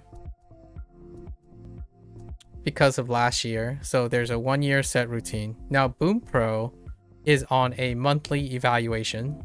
So 30-day modification, which then would eventually balloon to 100-day modifications. And then HanziHero is already set in a 1 year routine. So those 1 year routines are going to go for 6 months to the end, which I will probably summarize in less than a week because the 400-day is coming up. Right. And then Bunpro will get most of the attention because it's being modified. every single month there will be a monthly project that only goes for that month, and it's usually less than the month. And that this month, February, would be playing Like a Dragon, would be Kiwami 3 Dark Tides. And this is more of a completion thing. So this is goal oriented. It's for completion. So we finish the monthly project, and it usually finishes before. May I ask what the 100 days are like? They are all available on YouTube. But the thing, you remember that like big picture of all the like kanji written with the glowing thing? That came from the 100-day milestones. So the 100-day milestones, I start at every project at day 1, and every project at day 1 has an opening opinion. So that's what I call it, the opening opinion. This applies to everything I do. Every single project that's streamed will start with day 1. And it would go over the facts. Basically, you start with the facts, based all the things that are unchanged. So things that are facts that are germane to my decision making. And then it would then go into archetypes. Archetypes being like correlational things that are important to why I started the project, and then personal takes. And it's always broken up into this, in this order, because I think that people like facts-oriented things, and then they usually leave. And then if they're really interested in corollary stuff, which deals with interpretation of the facts, and then if they really care about what I have to say, they'll stay for the personal takes. And usually these things take anywhere from 4 to 8 hours.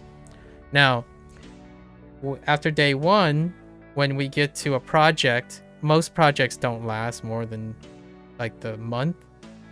So there will be a conclusion. So day X, which is the conclusion, and they're the candid conclusions. Now, for longer projects, the yearly projects, they're separated into a convenient amount of days representing their length, and that's 100 days. And 100 days is, we start with the facts, what happened in these 100 days. So that's the facts, what happened. And then we go into archetypes. Archetypes would be something like methodology. So what did I learn about the standard archetype? Basically, the first 100 days for like Bunpro would be, what are the default settings of Bunpro? What are the behaviors that I think I would use moving forward? What are the behaviors I developed, right? And what does my current routine look like? And then the last section, right, after the facts. So I would go over like I finished N5, and these are the goal-oriented things. Facts are the goal-oriented things.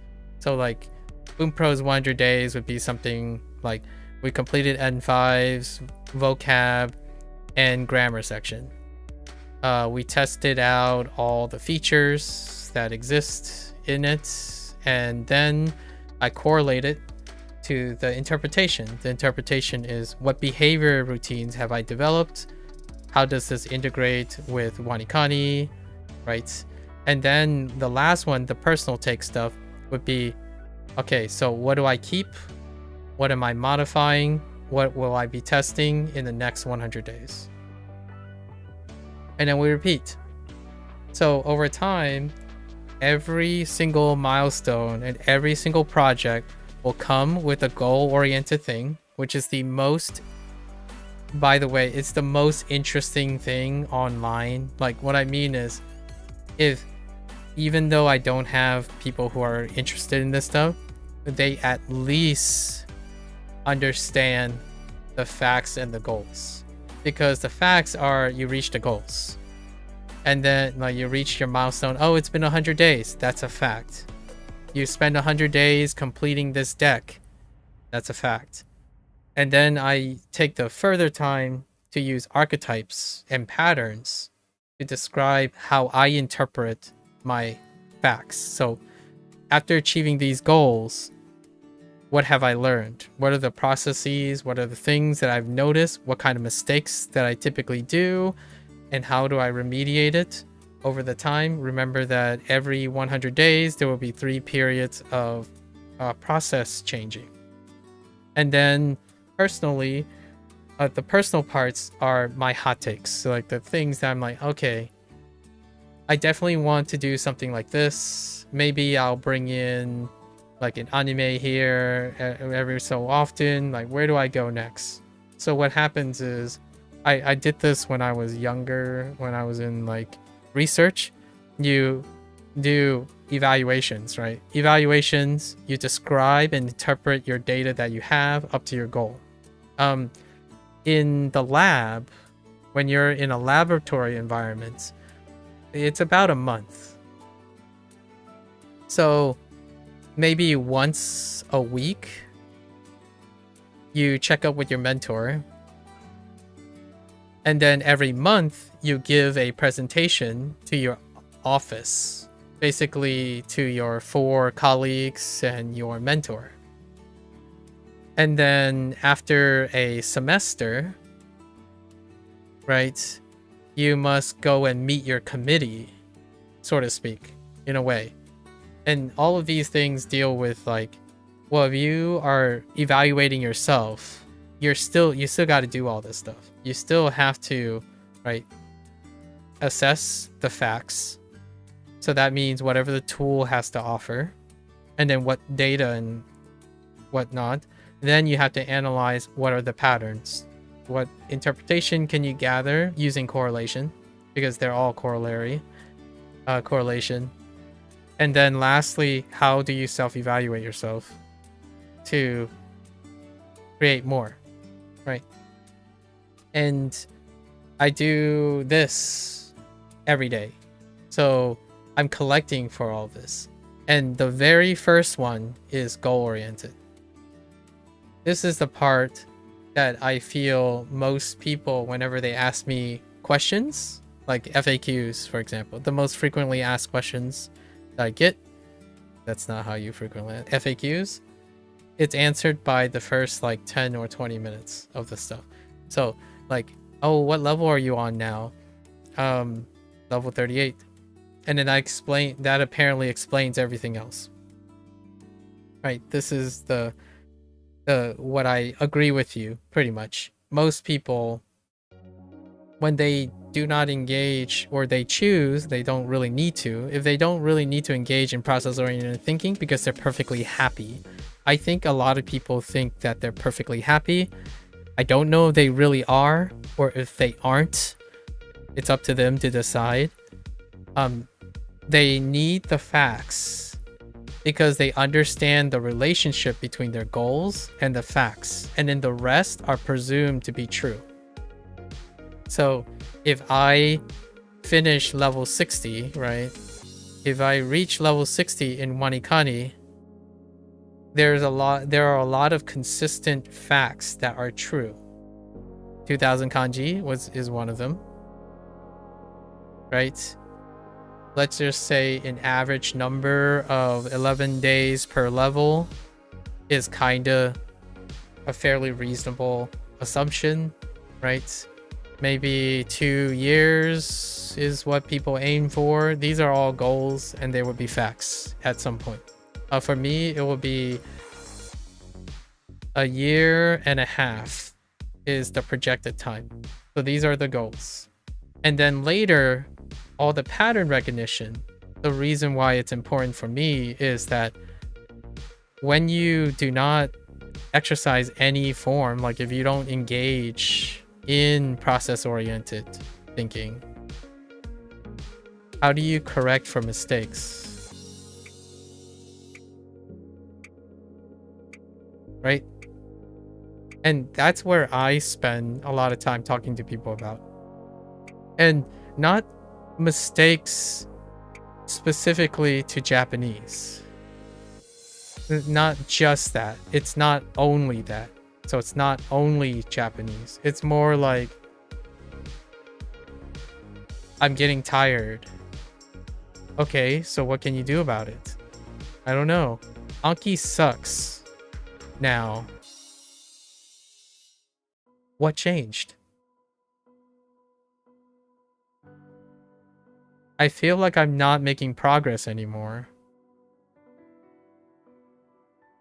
Right? So I do understand when people move really fast, they can get to places possibly even faster. They also have a consistent number of setbacks and possibly even ways to derail them. And they're still going through the process of process-oriented thinking, because when they say, oh man, you know, I really don't want to do my Anki lessons right now. So they have gone through a very shortened process of, well, if Anki sucks, I guess I'll find a way to be okay with that and power through. So they have decided through process-oriented thinking, like rigorous, like doing it or something like that, that they've come to accept that.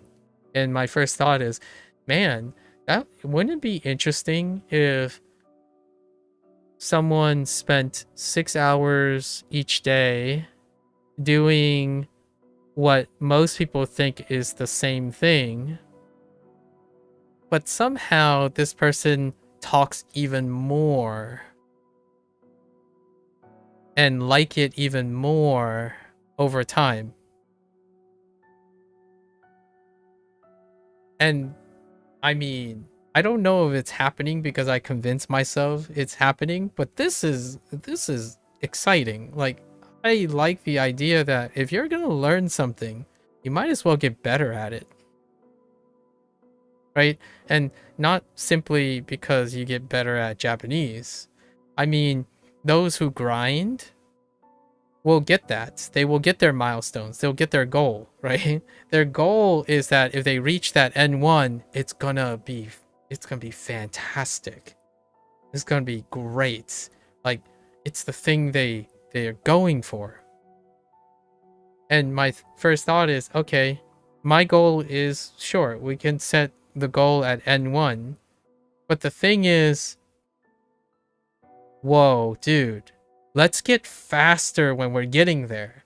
Like, heck, by the time I get to my goal, it's not N1, it's HSK 10 and 1. NN1. That's kind of where I'm going about it. And yes, you do lose focus.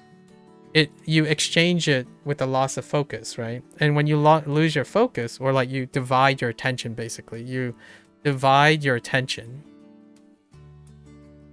your efficiency goes down for the one goal. Your goal gets bigger. I don't know if you've ever thought about like startups, right? It can be bad too. Right, I'll show you the extreme case. When you have a startup and they're like, oh, our goal is to bring product A to life. All right, let's do everything to make product A as fast as possible. But then they're like, oh, wait, on our way, oh, we should make product B. And now they're doing B. It's like, wait a minute, but product B, then C. And then you realize now the attention is divided too intensely. And when you divide it too intensely, then there's a chance that A suffers, right? A goes down at the cost of B and then C. So yes, efficiency does go down. And you might even argue that quality goes down without balance. So I don't want to give anyone the impression that I don't have goals, because all my goals are already set in stone. Like, for example, February 12th is when I play Kiwami 3. Kiwami 3 will occur on the 12th of February. That's set in stone. It's already set. And that would be the goal. The goal is to start Kiwami 3. And what does that involve? I already said it. Day 1 requires an opening opinion. So I have to prepare for it. I have to gather the data and talk about something, my decision making, and how to explain my legacy that I practiced the last 3 years ago before I started the language learning, right? 2023, I played every single RGG game of the Like a Dragon series, except for Ishin, I guess. Except for Ishin. So Yakuza 1, Yakuza 2, Yakuza 1, 2, 3, 4, 5, 6, 7, 8, 9. There's Gaiden before 9. And then before 6 here, there was Judgment. Judgment 1, Judgment 2.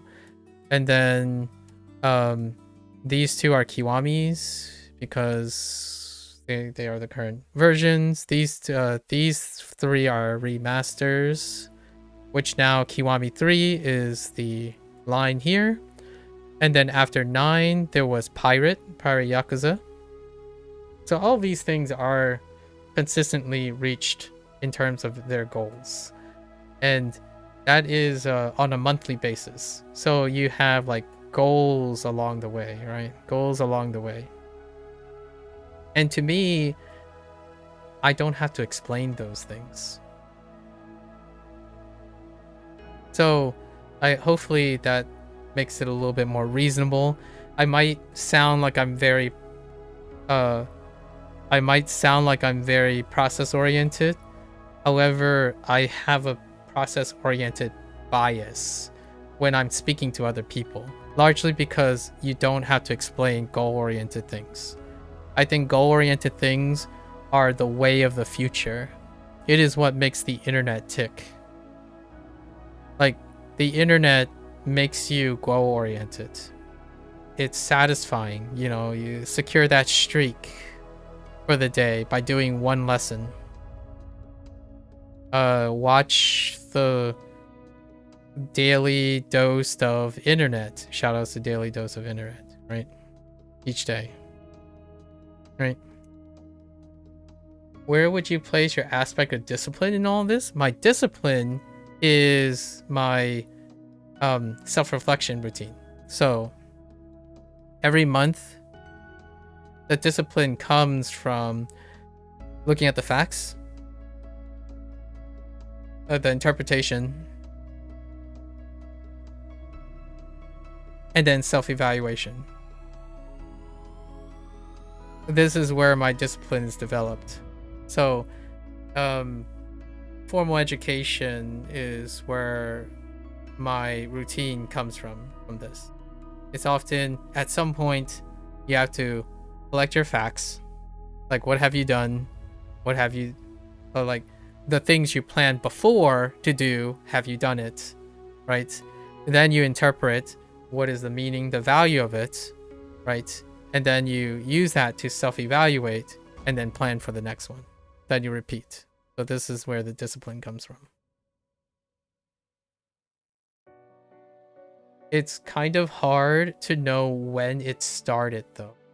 Like my discipline, when I was a kid, you don't grow with discipline, right? Discipline doesn't come out. So who provided my discipline? It was my parents, then my mentors, all my mentors along the way. So eventually at some point in my education, my mentors became my colleagues. And now this is my discipline. The discipline is to understand I can collect the facts, immediately then use the facts, and then use those facts to create a meaningful response from those facts. So facts equals info. When you collect a lot of info without being able to interpret it into your own thinking and your processing, then it does not have any value. It's tenuous, it's temporary. Without integrating it into your interpretation and then executing on how to use it and like plans and whatnot to use it in self-evaluation, then that info is, I would say, and I don't like saying this word too often, so I'll say this once. That's when you waste time. Things that don't have value because you're collecting them don't have value. So something like I collected that virtual NFT that now sits as a collector's item in the corner, knowing that I can collect it until it is sold or have some sort of application. It rarely will allow you to feel like it has a value outside of the initial dopamine, right? Of acquiring it. And then you move on. So the initial excitement of acquiring a kanji, for example, or hanzi, goes away the moment you acquire it. And then for every practice, whenever you practice, it becomes less and less satisfying for a goal-oriented person. The goal is already achieved. Right? Like, what's the point of learning vocabulary again? Or quote unquote, learning again would be the phrase that most people say. Like, Bunpro, I have to go over all my vocabulary. And then someone asked me, well, is WaniKani better than Bunpro? Because they both have vocabulary.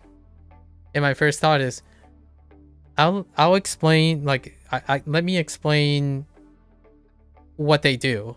And then you can answer for yourself if they're different, right? The first thing I would notice that I had to do was in Bunpro, they would give their default input is that you're given the Japanese sentence and you have a fill blank. This is their default input. And then they would have an English sentence on the bottom if you want, or they can give you a Japanese nuance clue to what this is. And then you have to actively recall from either the English word to produce the Japanese read. Now, WaniKani's dominant and only form of input is you look at the Japanese term and then you provide the read and then the translation. And then if you really want to go and do the opposite way, there's Kaniwani, which flips the process, right? But we're not referring to WaniKani. So when this person asked me, is WaniKani better than Bunpro? I would present what is the primary way you interact 99% of the time with default settings. And then I would test the person and ask, are you doing the same process in both cases? If they say yes, then I would then move on and say, okay, so they are yes. It's not my place to counter argue them unless they're asking, if they ask me, what do you think? But for the record, it will require them to understand this. Like, it doesn't matter if I think it's different. They have to know by process orientation, like process-oriented thinking, that these two processes are very different. If you're conditioned to trigger this and then provide an answer, instead you get none of this.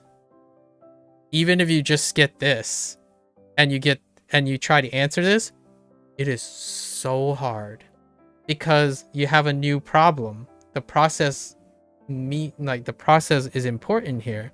If someone typed ke, my first thought is, as a person who have seen many kes, which I can illustrate very quickly.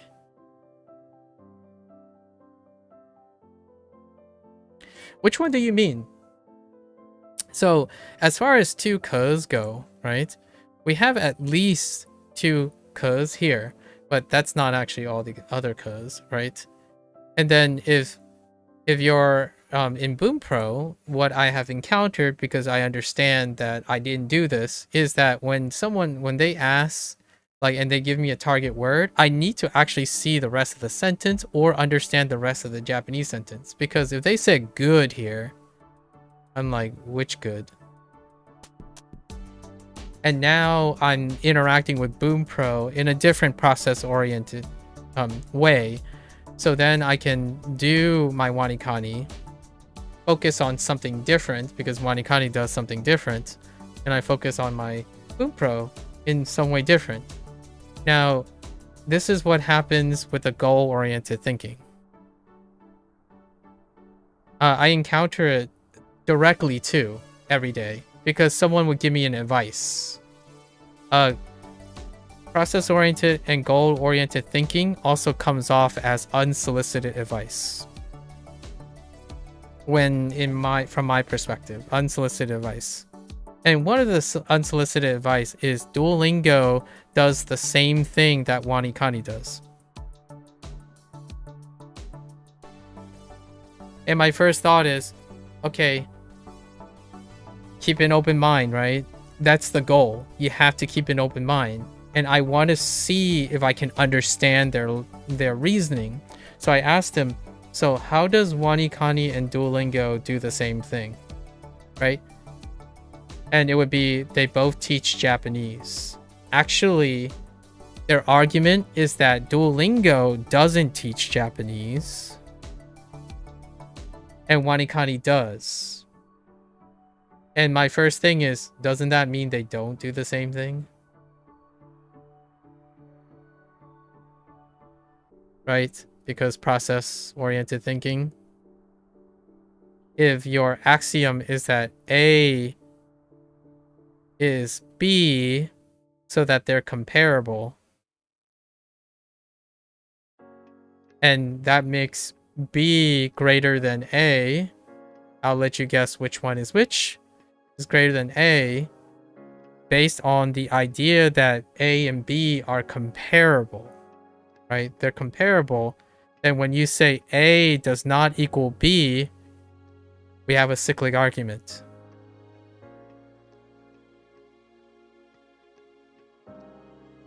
Right? And that's where I just summarized 90% of my interactions with process-oriented thinking.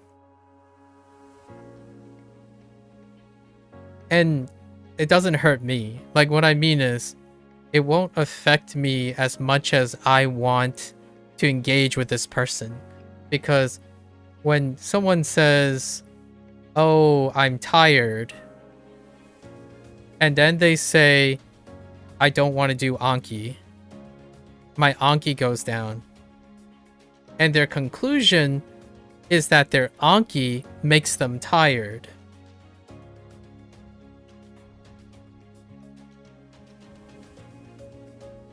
That, I'm telling you now, this, when someone's asking me for advice on learning Japanese, right? Learning Japanese. They're saying they have a problem. When they do Anki, it makes them tired. And then when I ask them, how do you feel before you start Anki? Oh, you know, I'm usually tired.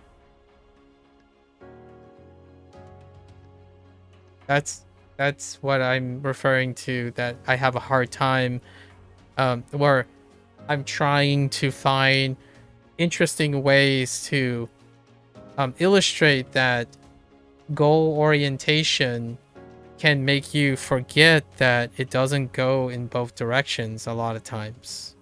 Sometimes, if you're less tired when you do Anki, you might want to do Anki. So, one of the first things that I would say if someone trusted me, if they really asked me, oh, what can I do as a tip? And I followed them for like a month. Is there any way that you can set a time where you don't feel tired,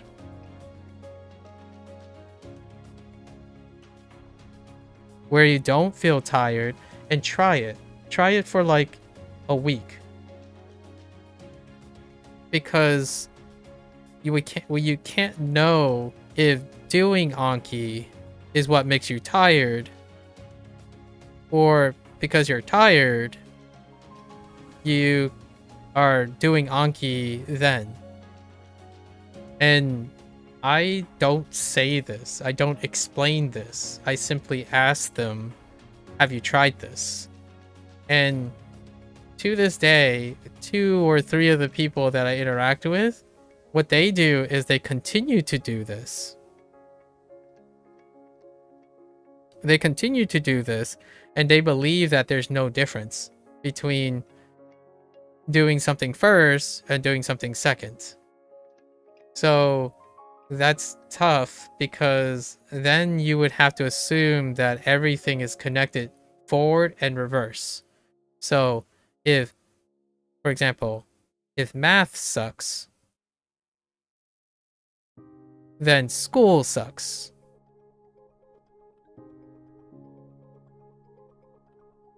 Right? And the idea is, if any part of school sucks, then clearly all of it sucks. So now when people learn Japanese, if Anki doesn't work, then that means they suck at Japanese. Crazy, crazy, crazy, crazy. But understandable.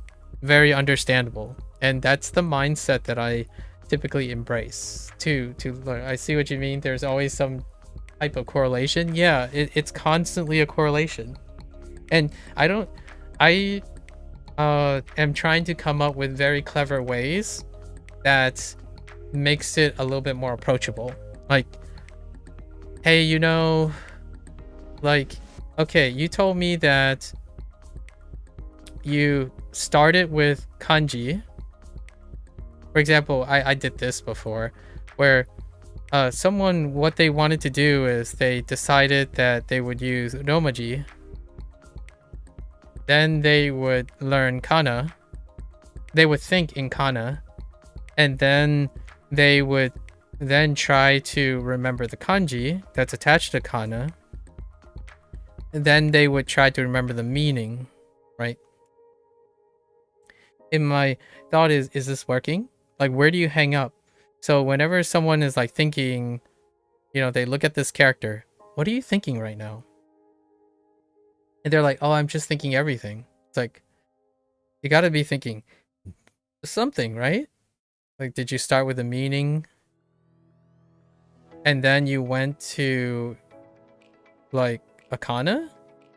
Or did you hear it? So oftentimes, like, the idea is like, well, I keep getting stuck. I don't know why. But I can't answer that question, obviously. Like, I don't know why. Like, they stare at this thing and they sit there and they're like, I don't know why. I'm drawing a blank. It's like, so what did you do? The reason why I say this is because there's no possible way that I could know what they do if they don't know what they're doing. And that's kind of the parts.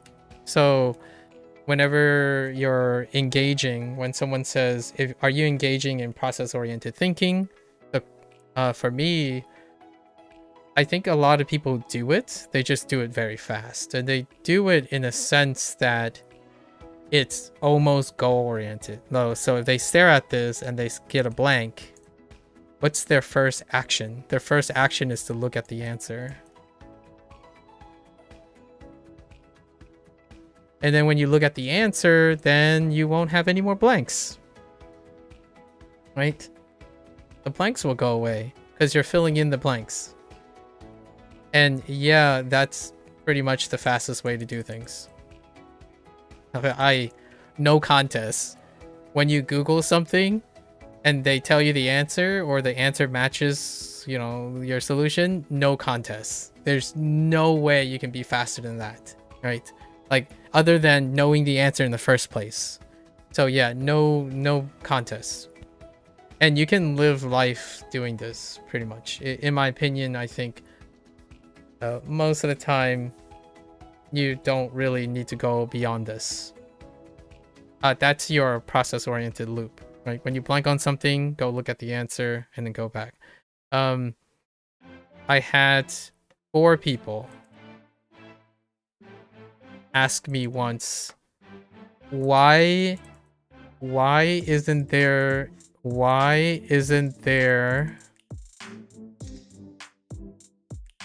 in answer to sadness. I want to say I'm joking, but I'm not. Like, there are 4 instances last year where someone asked me, why isn't there an answer to sadness? Like, they're expecting that when they're trying to solve a problem, instead of, they know that when they do something, when they do A, they become sad. So their next process is to look up for the answer.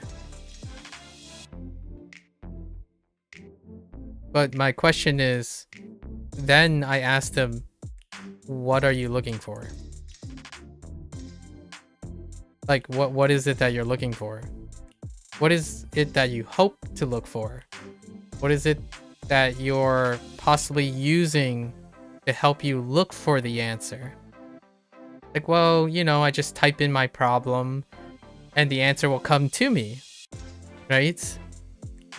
And that's what I mean by you encounter it pretty much every day. In fact, I do it for some things. So I don't look for what day of the week it is. Like, I look at my smartphone and I will know what day and time is. Like, there are plenty of times where there are plenty of things that I don't keep track of. Like, I'm most definitely not sorting my emails. It's filtered in a certain way, right? Yeah, and there's no way I'm keeping track.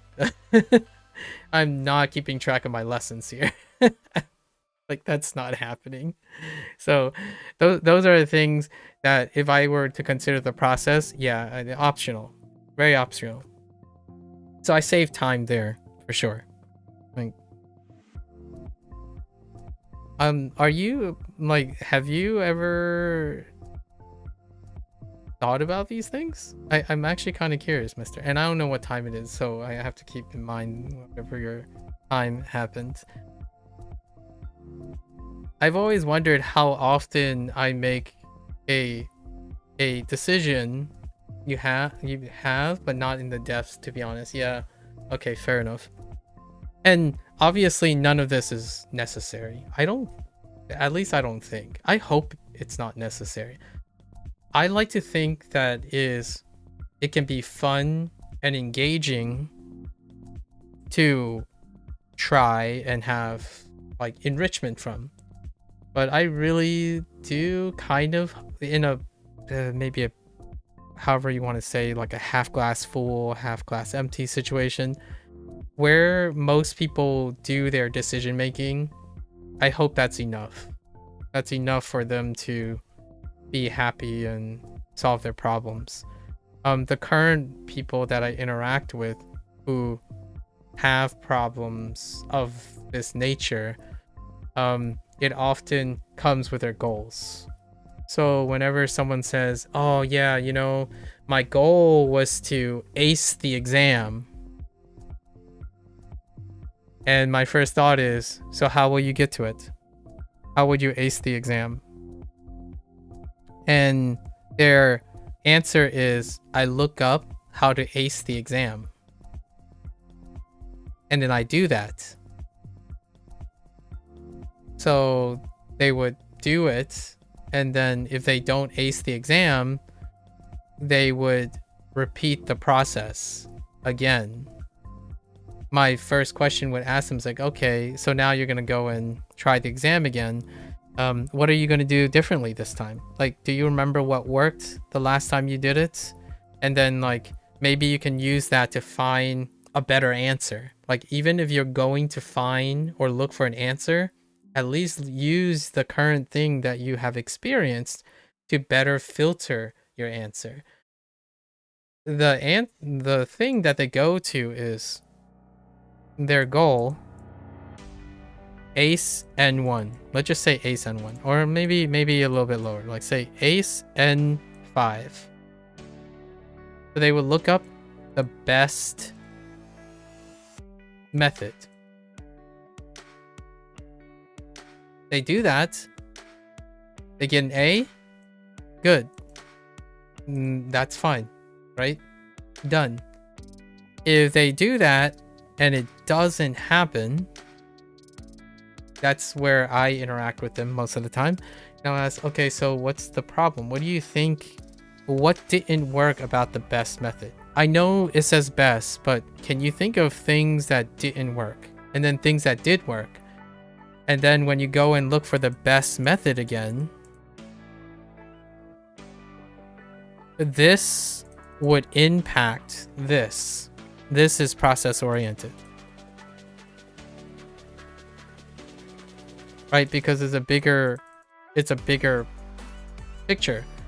But what I find instead, which of course, mister, you've highlighted, is that they pretend like it didn't happen.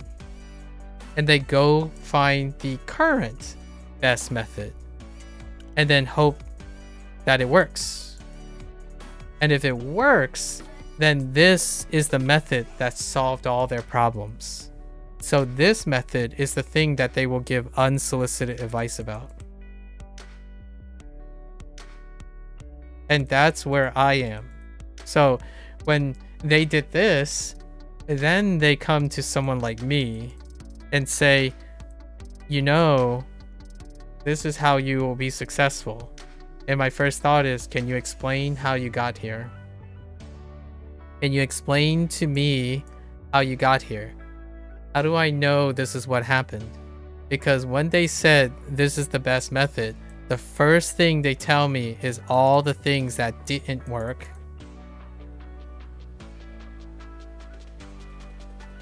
And how they settled on the one thing that did work. So and then I would, they might wait for me to ask a question. And my first question is, why didn't these work?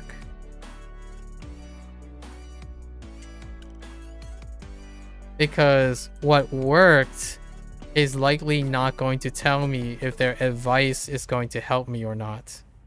Because they don't even know what doesn't work. The idea would be like, well, I started with Duolingo. Duolingo sucked. Then I discovered the Genki textbook.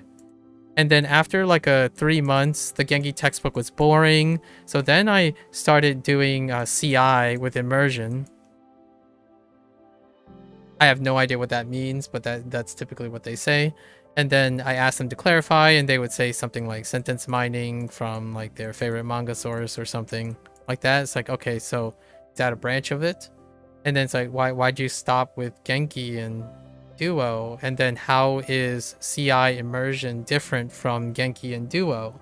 Because I want to know what works, right? What works and what don't work for this person.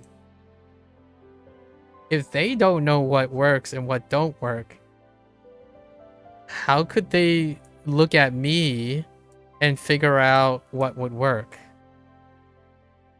It's pretty crazy. Yeah, I know. And I'm not trying to make light of this.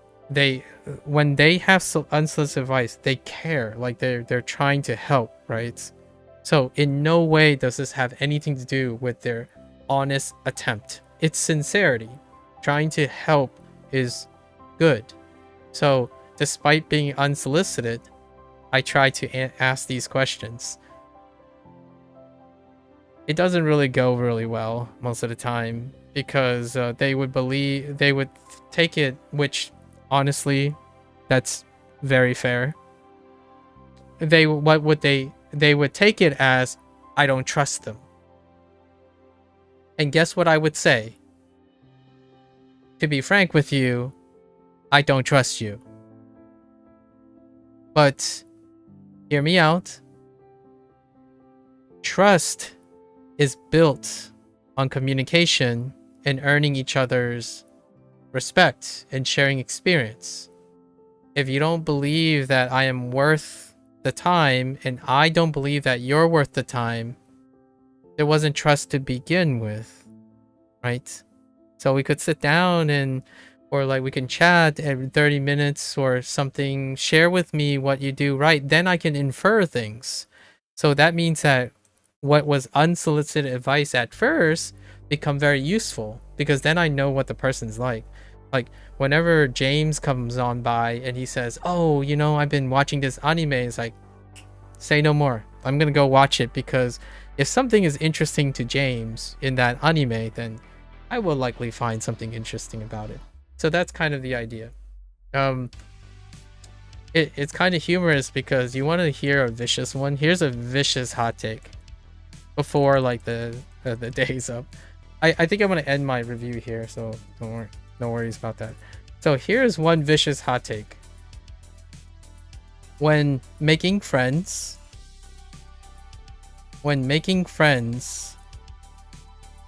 become a goal. Ooh-wee. This is the tough one. My heart bleeds when I think about this. Each and every day.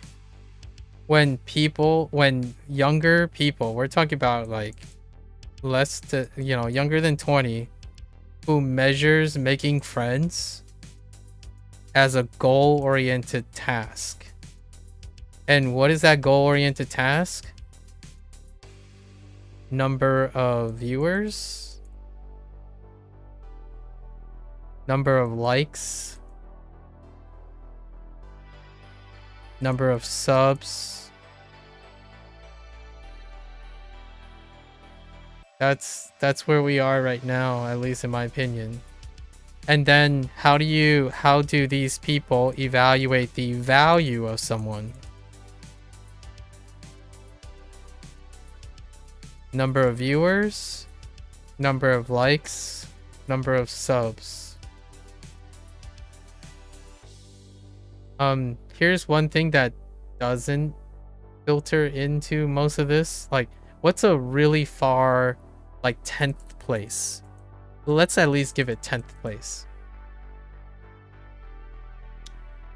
Shared experiences is low on the list. Shared time, any form of time, low on the list. Exchanging ideas, very low on the list. And what do most of these have in common? They're often process-oriented. It requires time to share experiences and exchange ideas. So it has to happen.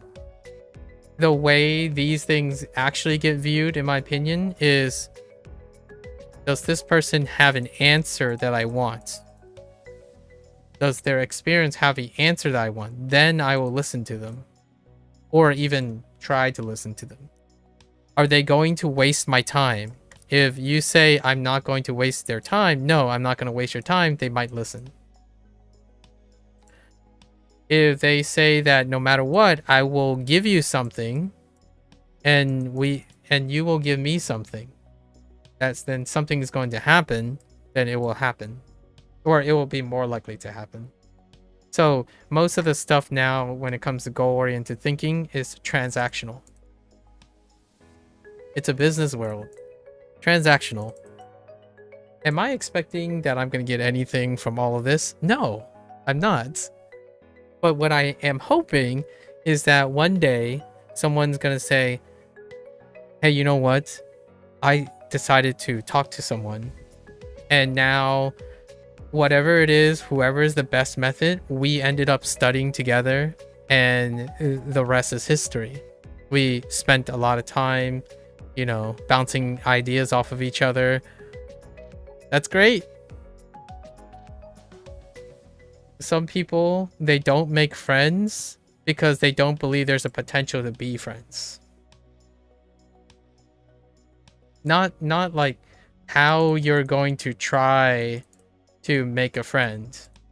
Not how you're going to try. Like, what are you going to do is there's no point in making friends if it's not possible. If they don't think it's possible. So now we go all the way back to language learning. If you can't convince someone that it's possible, right? If you can't convince someone that it's possible, they're not never gonna do it.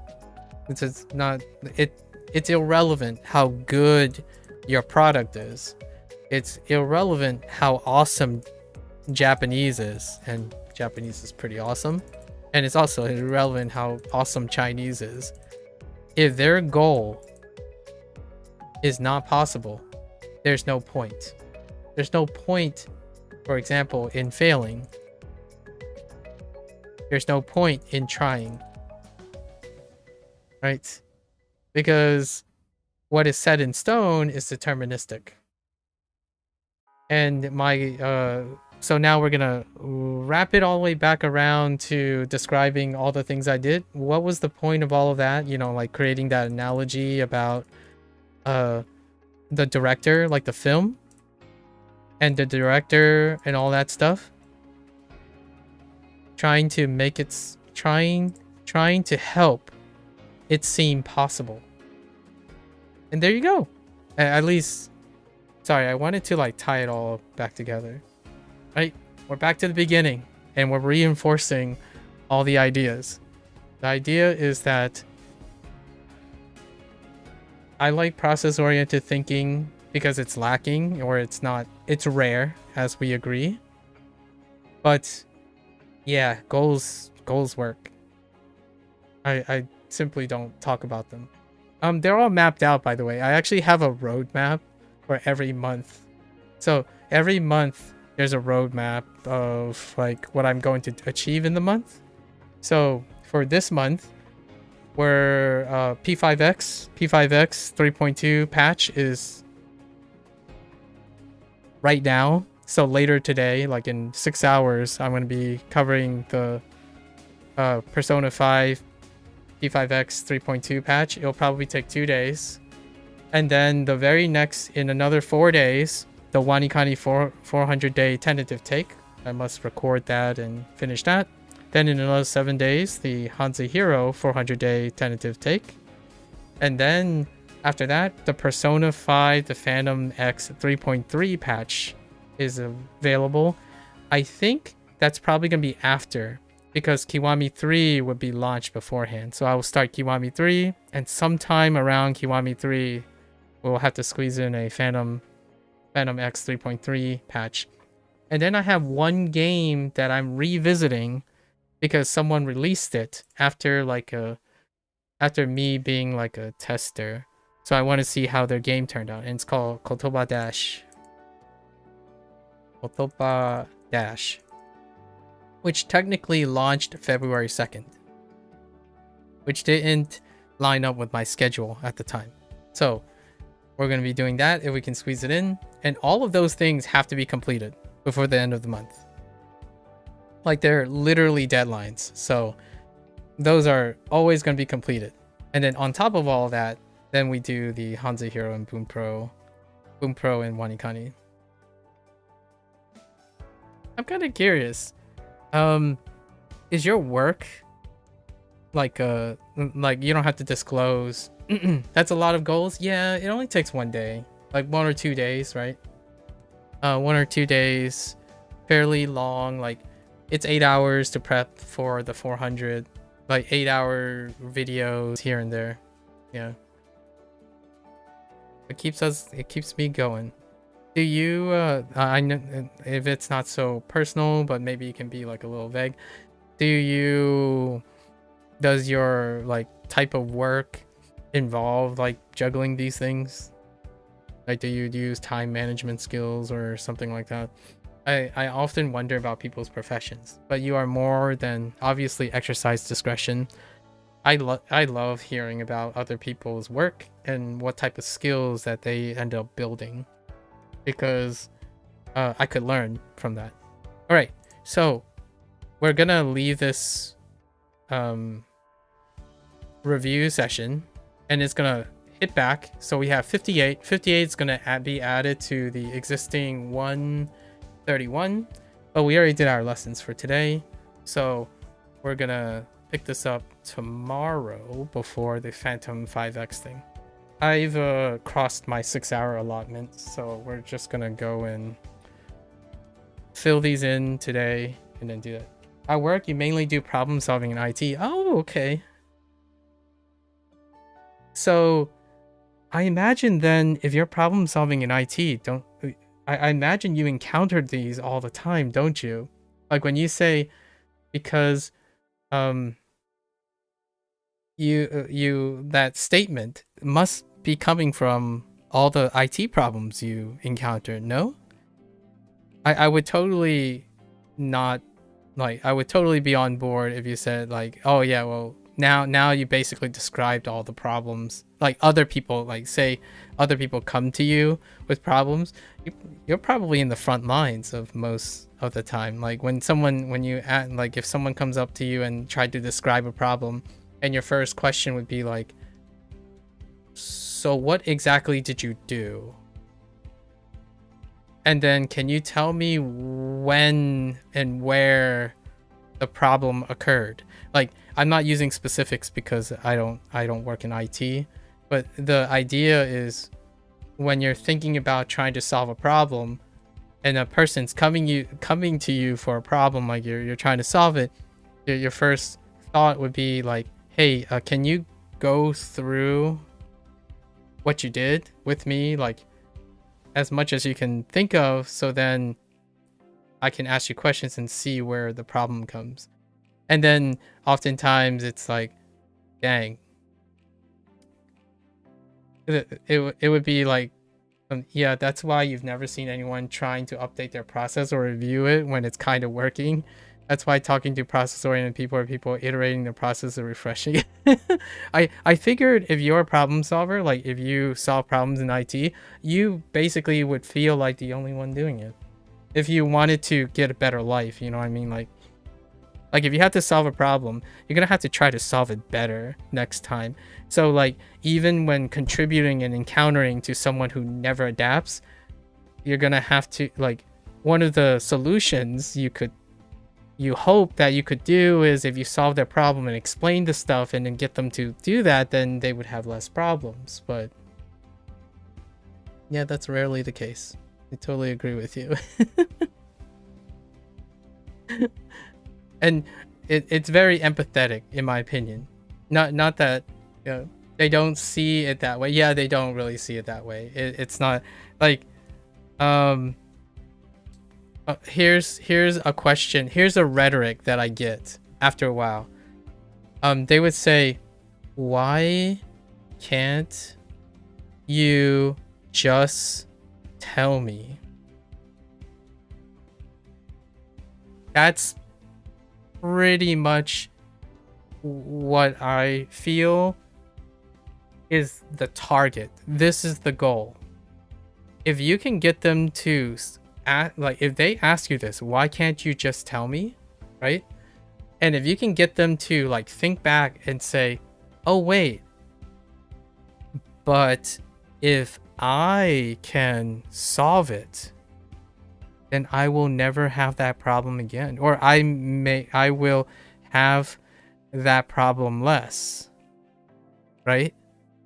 Like in any shape or form, that would be wild. Because that's a mission accomplished. So whenever someone says like, why can't you explain it to me? Let me show you.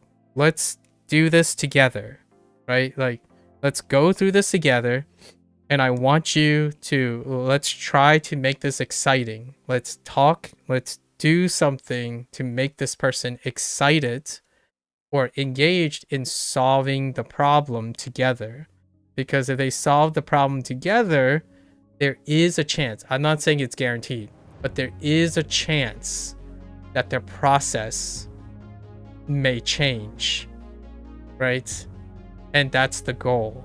And I feel like when it comes to a teacher, like if you're a high school teacher, if you're a middle school teacher, the first thing you really hope for your kids, you know, all the like kids you're doing, when they make a mistake, the next time they encounter that mistake, they would have intuitively and or somehow process orientedly not do it again, or like do it better, or even, dear me, like make it worse. But sometimes it's kind of even disappointing when the same problem occurs in the same way but not get worse. You know what I mean? Like it's gotten to the point that I feel, and this is worst case scenario, and it's a little bit negative,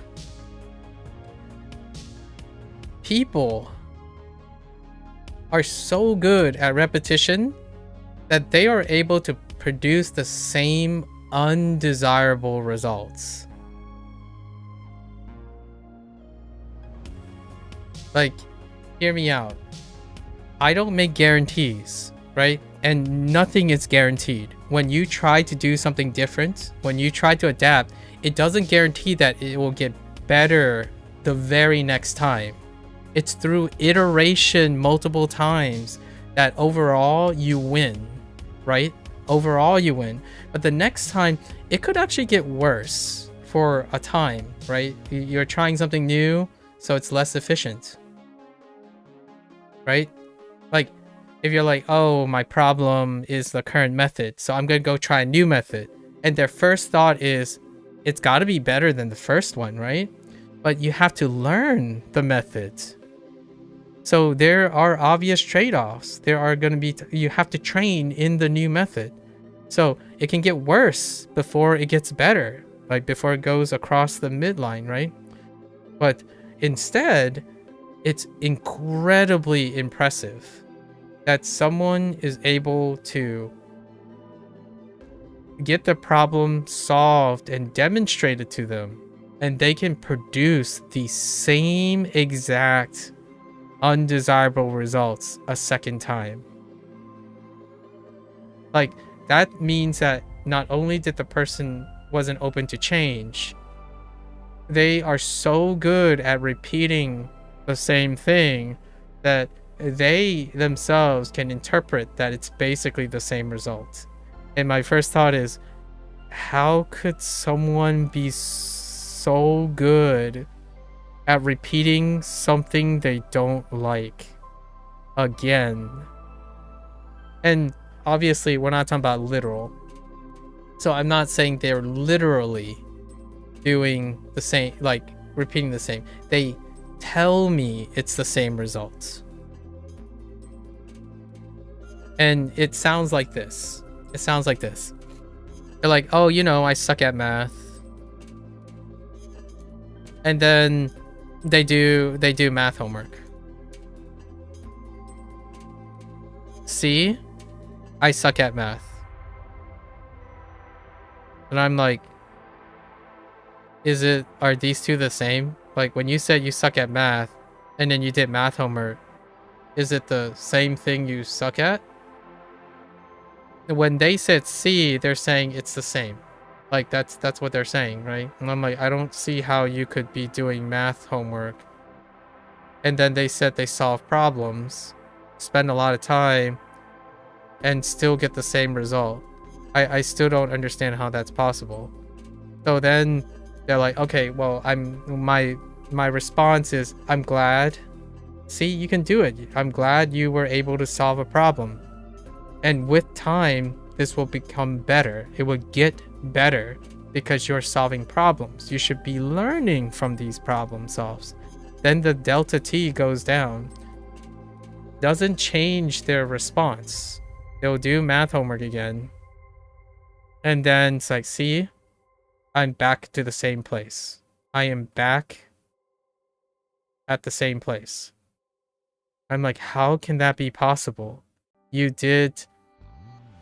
have like 4 homework assignments done that you didn't have done before, and you solved problems using your time. That's the world right there. So in the more serious note is like, everything makes this person sad. So that sad is always the same sad. So whenever something happy happens, it eventually becomes the same sad again. And we're back to the beginning.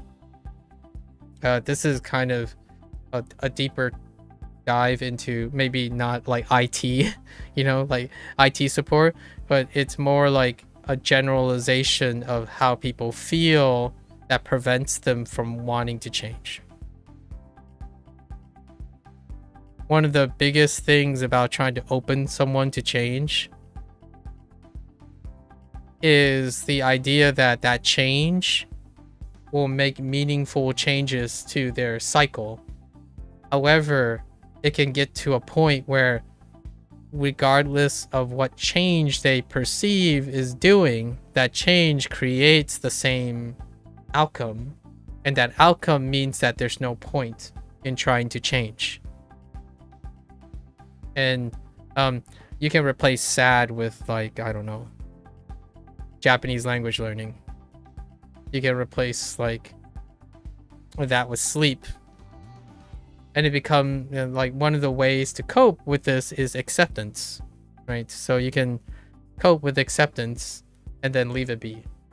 And you can do this with parts of your life. Like, what are my acceptance? I'm not going to become a marathon sprinter. Like, I'm a terrible sprinter. I'm okay with that. So I use acceptance, close the chapter on sprinting so that it no longer feeds into some sort of sad, right? So you can do that. One of the downsides is, what if your goal is to become a sprinter? And now we're talking about Japanese. When someone says, oh yeah, I love Japanese and I wish I can speak Japanese and like talk Japanese without having to learn how to do it. How can I do that? What is the solution to that? And now we're back to apps. Okay. I promise that's the last point. So we can laugh about that. Like, you're already like, there's no contest. Level 60 WaniKani, I'm sure you've already had this conversation 5 years ago when you did like max level WaniKani and you post your, I don't know if you posted your level 60 celebration, but I'm sure you got the same. You've already read from all the other level 60s. Like, good on you, right? This is a monumental milestone. You have proven to yourself that you're able to do something for at least that long. Now you have all of that experience that you can build like confidence off of, right? So whenever you go into your next language, it's like, yeah, you got this. That's the silence confidence, that security in confidence. So then when someone comes by and gives you unsolicited information like you're garbage, you can't learn with that technique, my first thought is like, okay, do you want me to sit here and try to gaslight you? Like, watch me learn something from this. No, instead it's more like, thank you for your unsolicited advice, right? Thank you for your unsolicited advice. It's okay, I'll keep it under advisement, and if I get time, I'll use your method too, and then I will talk about the pros and cons about your method as well. Like, there's plenty of time, or at least I'm fairly confident that whatever I do, I will find usefulness out of it. I hope that you continue to find usefulness out of it. And also not be too angry when people don't listen to you. People really do that. I know. Like, the first year of Duolingo, half my interactions are someone coming by and say, dude, check it out, guys. Check it out. This guy's actually using Duolingo and he's actually serious about it. And my thought was like, yeah, I mean, if you think I'm only doing Duolingo, then I think we have other problems, but that's okay. Like, I'll see you in another year when I'm not using Duolingo, I guess. And then I'll see you another year when you come back and you find out that now I'm playing Japanese video games in a different way. And then maybe I'll see you in another 5 years and we'll do something else, because that's all part of the process, right? And the first WaniKani message to everyone when you're celebrating your level 60, it's all part of the process. You do it with a smile. And I don't know, have you watched Frieren? Mister, did I ever ask you this? You watch Free Ren, right? Oh man, Free Ren. Oh, thank you, Free Ren. I don't need to. Yeah, I don't need to explain anything. Go watch Free Ren. Like, you know, like if someone is saying like, I don't get it. What are you talking about journey? Why does the journey matter? Like, what? I can't feel it. Go watch Free Ren again. If you already watched it, watch it again. Remind yourself. Remind yourself that even if you made it and you retrack your steps, it also is different. You know, you can have different companies. Like, you go back through your paces and it still will be different. That's what the process is. It's beautiful. Or at least it's beautiful if you're in a, you know, a 500-year-old elf. I'm kidding, obviously. It's also beautiful when you're a... It's also beautiful when you're a human being who only lives 100 years. Why do you love Free Run so much and reference it at every opportunity? I didn't. This would be the third time I referenced it in like 10 months. Yeah, no, Mika. This would be the third time. Yeah, it's a really good example. Another one would be 100 meters. Yeah, that's the second time in the last 10 months that I referenced Free Run. And then I can tell you what the third time is. When James asked me 2 months ago.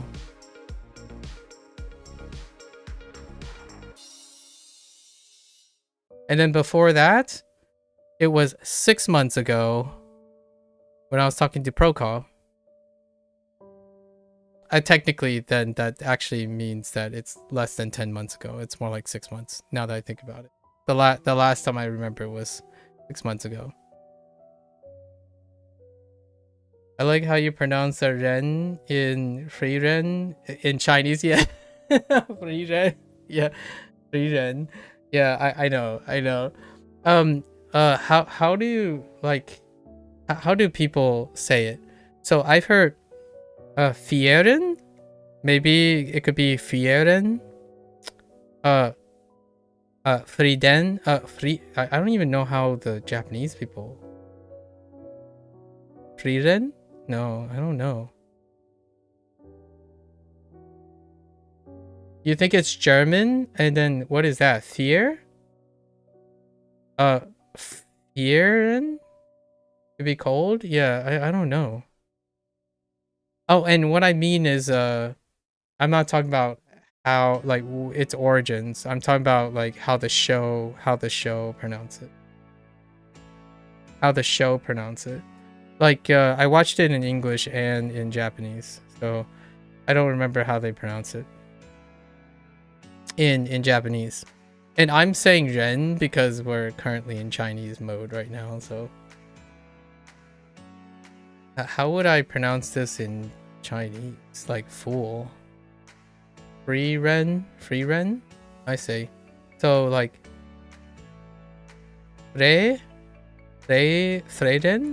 Freden? Interesting, Frieden.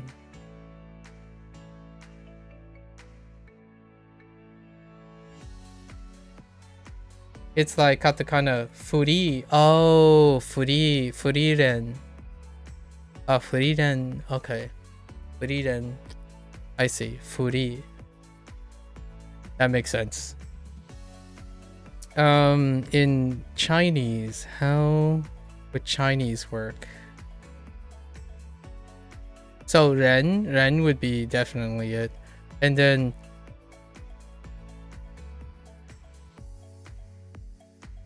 for R Ren. Wei. Oh jeez. I don't know how you do this. I feel like it's more like fu. So fu ri er ren.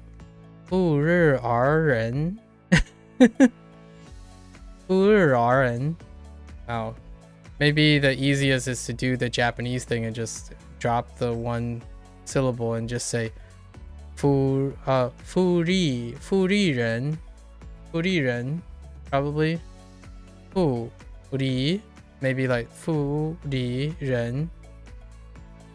So fu ri ren, or yeah, there's no muting, so that'll be interesting. You think it would be the same as Japanese? Fu ri, yeah, okay, yeah. And then the only thing I applied is what would be nice, like sounding, maybe fu.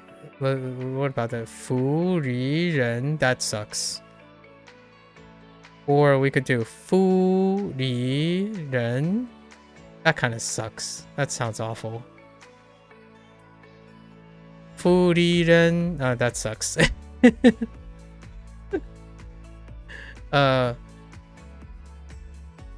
I'm like mixing up the tones to see if anything sounds nice. Like sounds like Riren.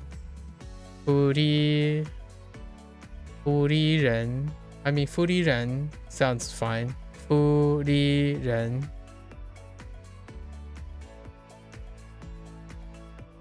And then in English I pronounce it a combination, I guess. English. It would be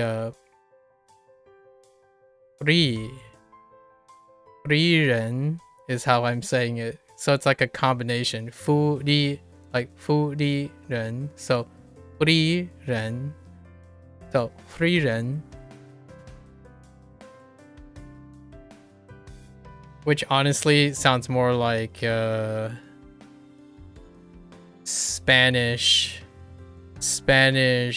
combined with Ren.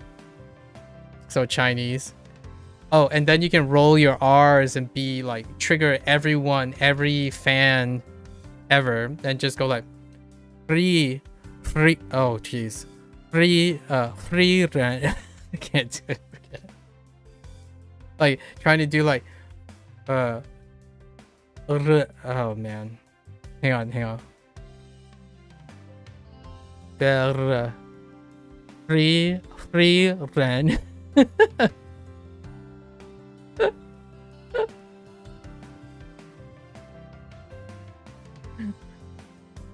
Why does this make you want to learn Chinese? I like it. Should. Back to earlier, you also sent a DM about Korean 2 months ago. Yeah, but you're talking about stream. Like this is about stream.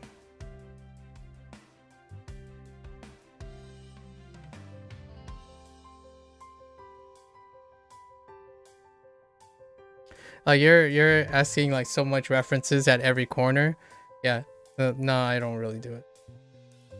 Oh, which by the way, like if you wanted me to like how frequent Mr.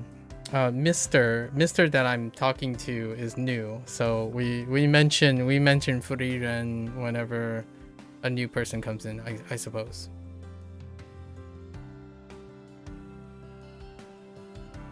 All right. Secretly though, Mr., if you learn Chinese, we should just like throw Chinese back and forth, right? Or if you want, we could like you could throw Chinese and I can throw Japanese back.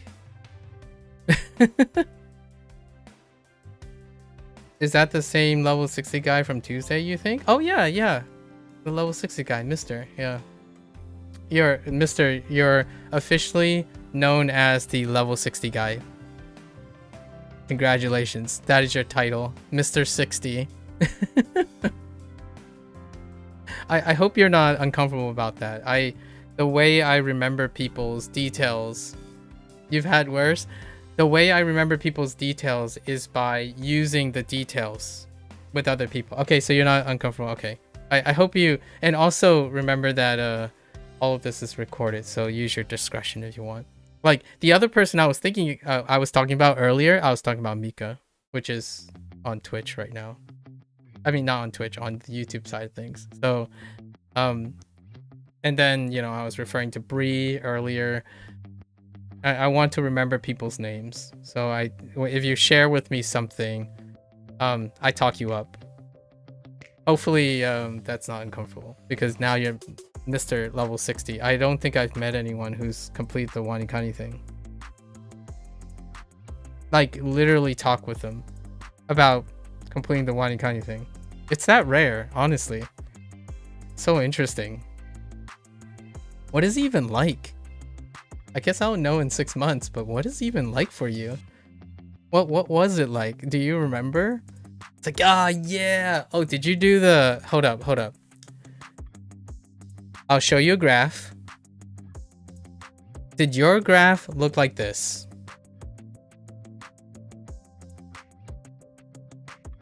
Is this your WaniKani graph? Are you one of those people? Did you do this? Mr. Goal-oriented paired... oh, no. That's a little too far away. Maybe a little bit further down. Is this what you do? Is this you? I didn't draw a scale, but I'm gonna draw a scale now.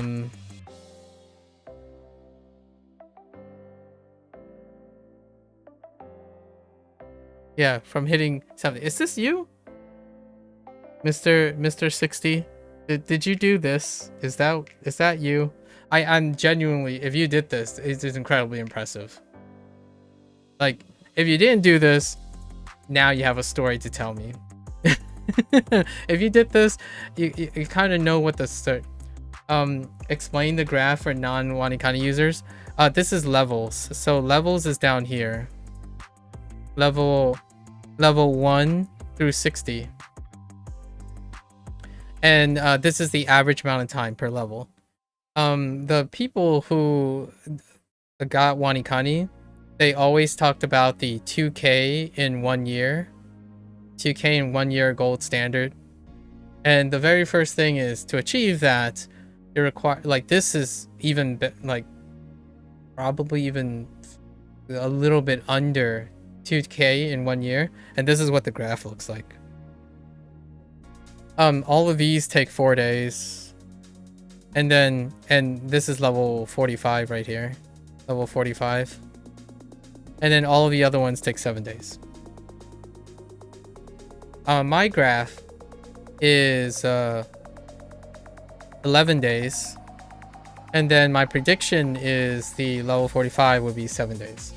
Because I'm keeping my thing consistent as well. However, the workload is different across the days. But anyways, that's kind of the running joke. It's one of my joke, the WaniKani meme. Like, one of the earliest WaniKani meme is, hey, WaniKani is easy. Just make your graph look like this, and you're good. Make sure the longest days is 7 days, the longest level, and then the last couple levels, the last 15 levels, is 4 days long. You got it. Okay, I'm gonna go over this, and then we're gonna...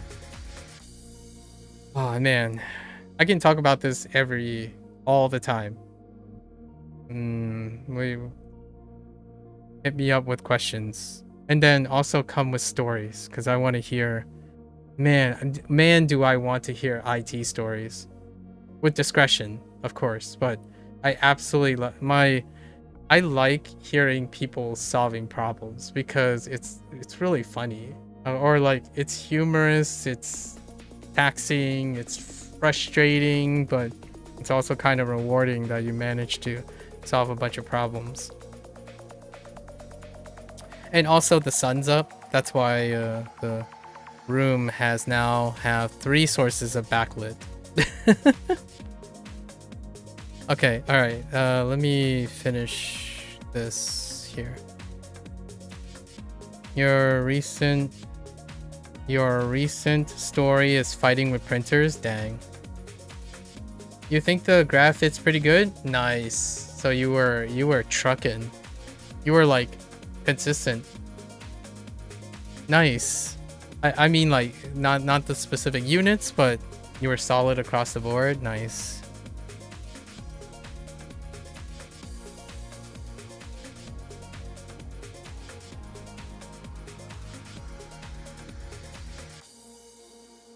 What is this?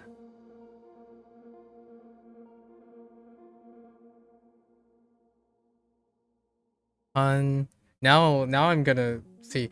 Even though it was flatter, not that much of a fall off. Yeah. Yeah. The reason why the this here is because for whatever reason in 15 at level 45 they decided to not have 2 cycles.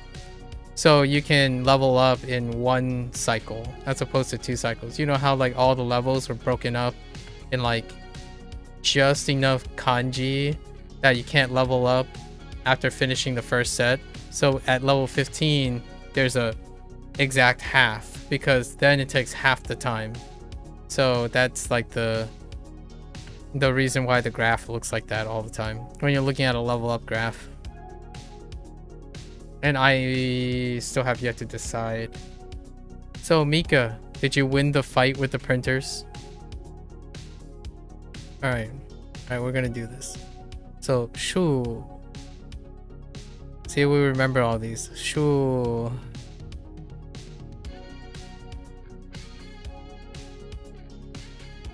Chi. You know what's funny about this? The people that are around me, most of them wouldn't even know if I'm right or wrong. And I don't really even mind if they know I'm right or wrong whenever I'm writing this stuff. No, you didn't win. Well, then what did you do if you didn't win against the printer?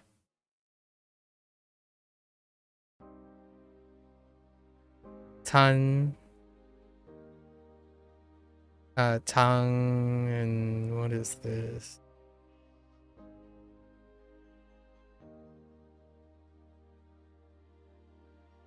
Liu. Oh.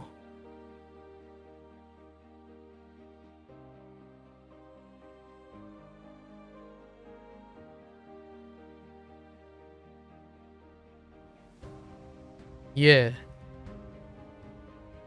Can we talk next time about hitting 60? You'll go iterate your process now after talking with you so much. Probably went way longer than you would expect, I assume. Yes. Yes. But it was totally worth it. I look forward to hearing. And also, again, no obligations or anything, right? Yeah, we should totally talk about hitting 60. And also, bring back some juicy IT stories. You know, as discreet as you can, but I would love to hear your IT stories. I have a high school friend that works in IT too.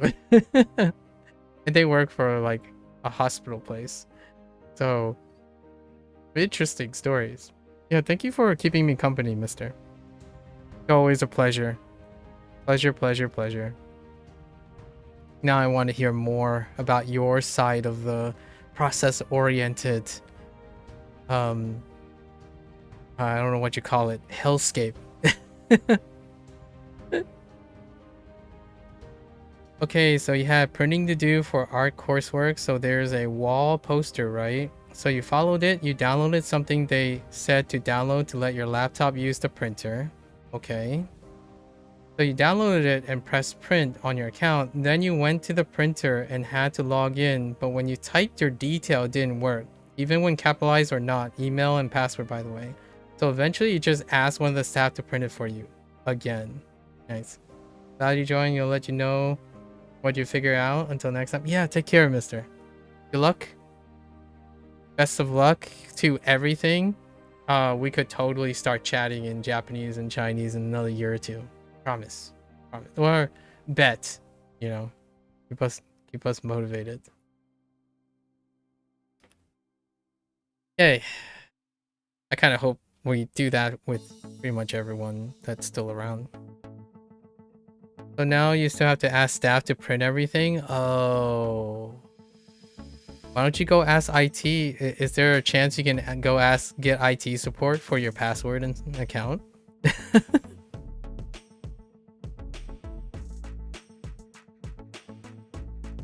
which is a lot considering to do all your write-ups on your laptop. Yeah, I can imagine.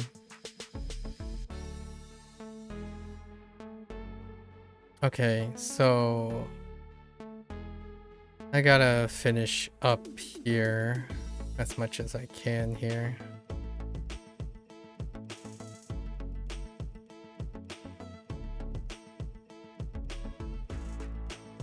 Wei Lu. What is Duen Fan? Li. Your detail works. IT support is in a different part of campus. Your details work for everything else, so why not printers? That's for IT support. Aren't you the least bit curious why it doesn't? Lie Jue. Lie Jue.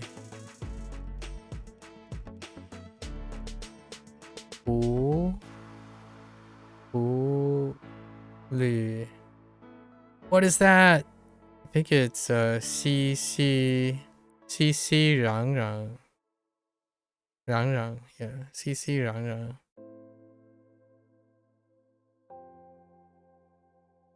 Yu.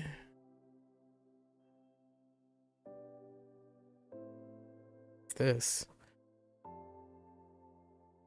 Qian? See Qian. I can't read you. I think it's something about like Qian. What is the Chinese pound thing?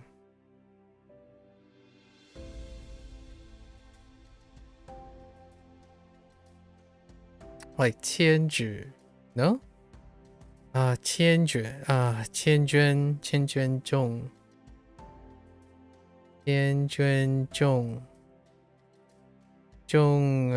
重富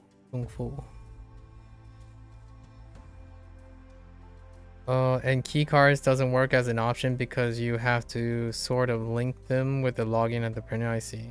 And you're curious, but you don't want to walk up all those stairs to ask the guy, and there's always a 50 chance he's not currently in. Leave him an email. They are also probably going to ask you to use the main campus printer instead for testing, which is sure would suck if that one works, but the art doesn't. Okay. Sounds like you have a lot of routes to do things. Oda. What the Oda? Oh.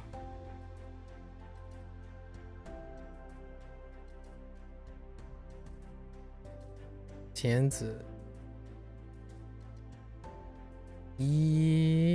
What?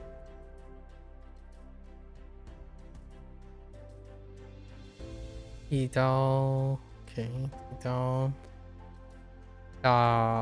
什么大垮，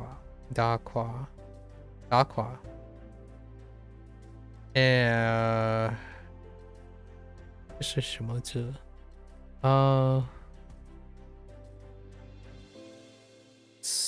？So, no, that's 树报。Maybe when you next need to print, so when that art study is done, you'll try the dorms one. But if it doesn't work, that means interactions with people. Yeah. Opportunities. You could make a friend in IT for all you know. You know? Sorry, that was a little aggressive. Yay. Let's accomplish this. Tarzan. Front of pawn shop. Learning the ways of the potential greedy world.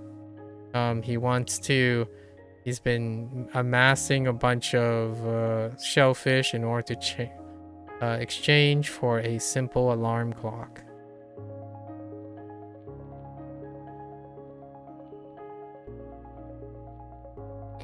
and hope that he's not being greedy, you know. Fair price.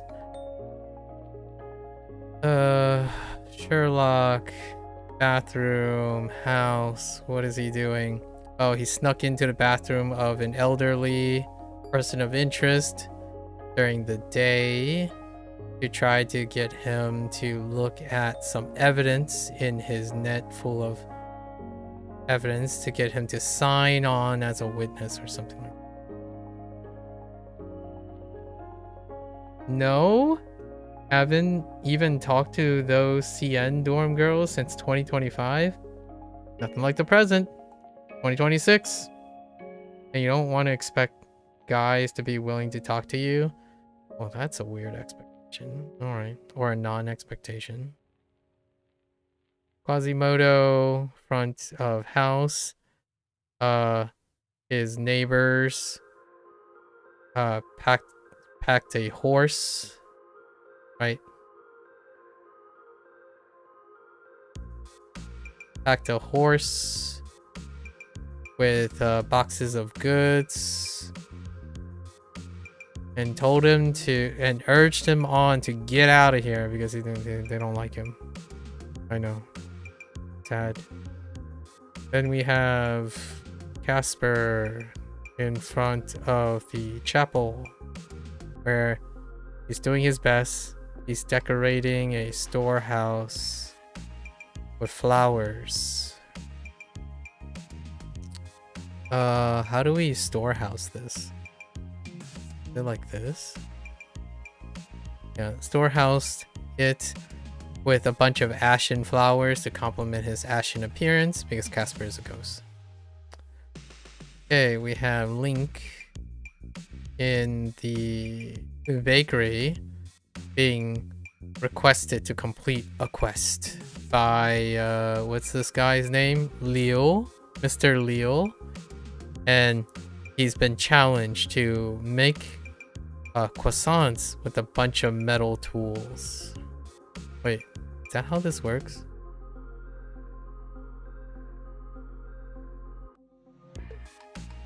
Oh yeah, that's Leo. Yeah, that's right. The thing is Leo. So he was given, and you know, he had an iron, a knife, or like a saber, a sword. He had to go and perfect a croissant for his quest. You're sort of convinced the CN girls don't like you for not being CN, but I don't know. They have a couple non-CN friends. Maybe it's something else I did, but I can't figure it out. You don't want to talk to them due to assumptions? Alright. Well, I suppose it can be helped. Okay, Master Chief, Master Cheeks in the bathroom of the barn where he's trying to help out. Got a bunch of trash cans. Right. Trash cans. Oh my goodness. I just realized how okay, trash cans, and he's spraying them down, you know, cleaning them up that he collected from the Bay Area where on his patrol route. Keep the place clean. Good old Master Cheeks. Hey, Yugi. Bathroom? You know, this bathroom. Taking a break in the bathroom and electricity plant.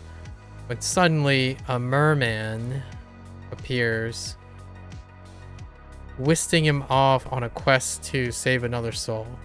And Yugi is more than delighted to do so, instead of having to work at the power plant. Okay, you'll head out to attempt to responsibly use your time to grind assignments, Anki. Yeah, take care, Mika. Talk to you later. Okay, we got two things. I don't like Ti Hui. I can't even write T. He is so huge. It's like bone.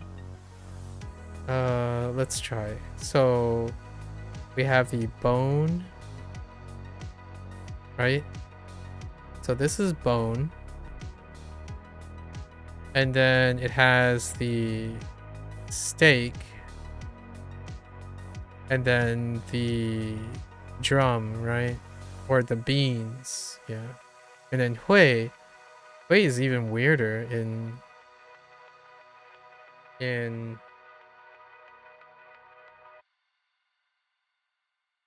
the traditional, right? So it's got the hat like this, and then the net. Actually, that doesn't seem right. Is it? Oh no, it's not. It's goggles. Okay. It's kind of hard to see. Okay.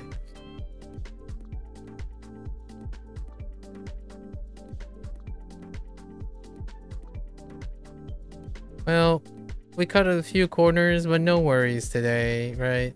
No worries. Whoops. We'll catch up tomorrow. I mean later today.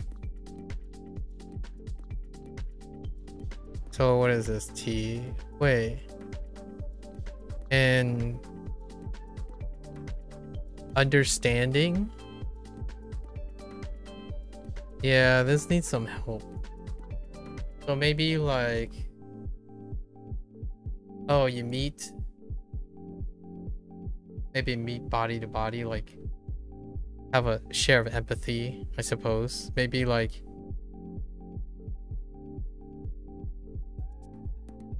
you generally meet eye to eye and understanding. I guess that's what we're gonna do. Like, so that this is meet, like more like association, right?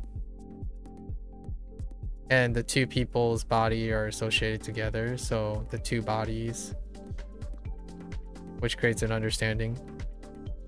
Then we have you. How do I forget you? Desire. What was desire? There was a bill and something else. Heck. Oh, wait. Something about sandals. No.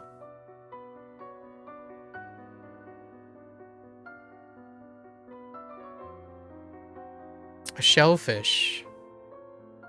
Was it like this? That doesn't seem right. Nope. That's not right. Dang it.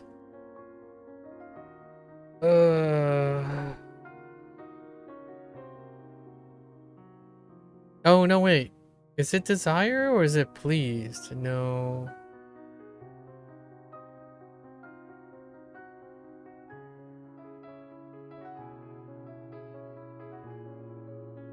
Is it you or yeah? I swear it's you. Oh, it's Windfin. I think we're gonna do Valley. Oh, I did rewrite it though. I did rewrite Valley. Oops.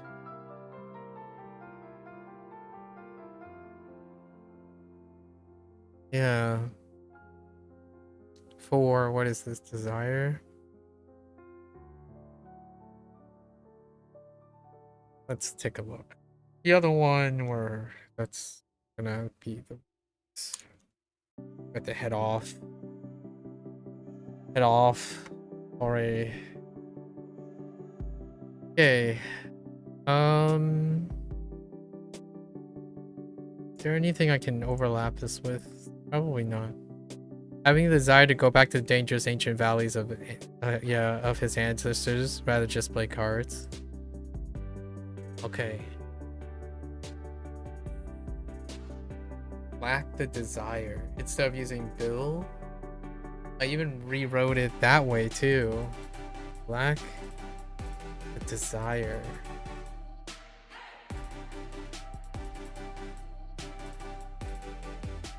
I'll come back to this. Pretty tired.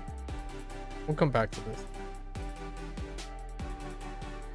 All right, folks, that's a wrap for today. It's a long one. We had a bunch of discussions, right? That's kind of how we roll. what seemed like it was projected to go to 4 a.m., we added another 4 hours. No biggie. Right, so that's a wrap for our session today. If you're going to watch this later, 谢谢. As always, feel free to follow along. Pick up HanziHero for yourself. Give it a try. Let me know what you think. You're always welcome to come on by, yap, ask some questions. We're just digging in now, deeper and deeper. I reckon these like digressions are gonna start spiraling out of control, so we're gonna have to exercise some discipline. Until then, you're always welcome. We make time for it. Until next time, 大家下次见. Right.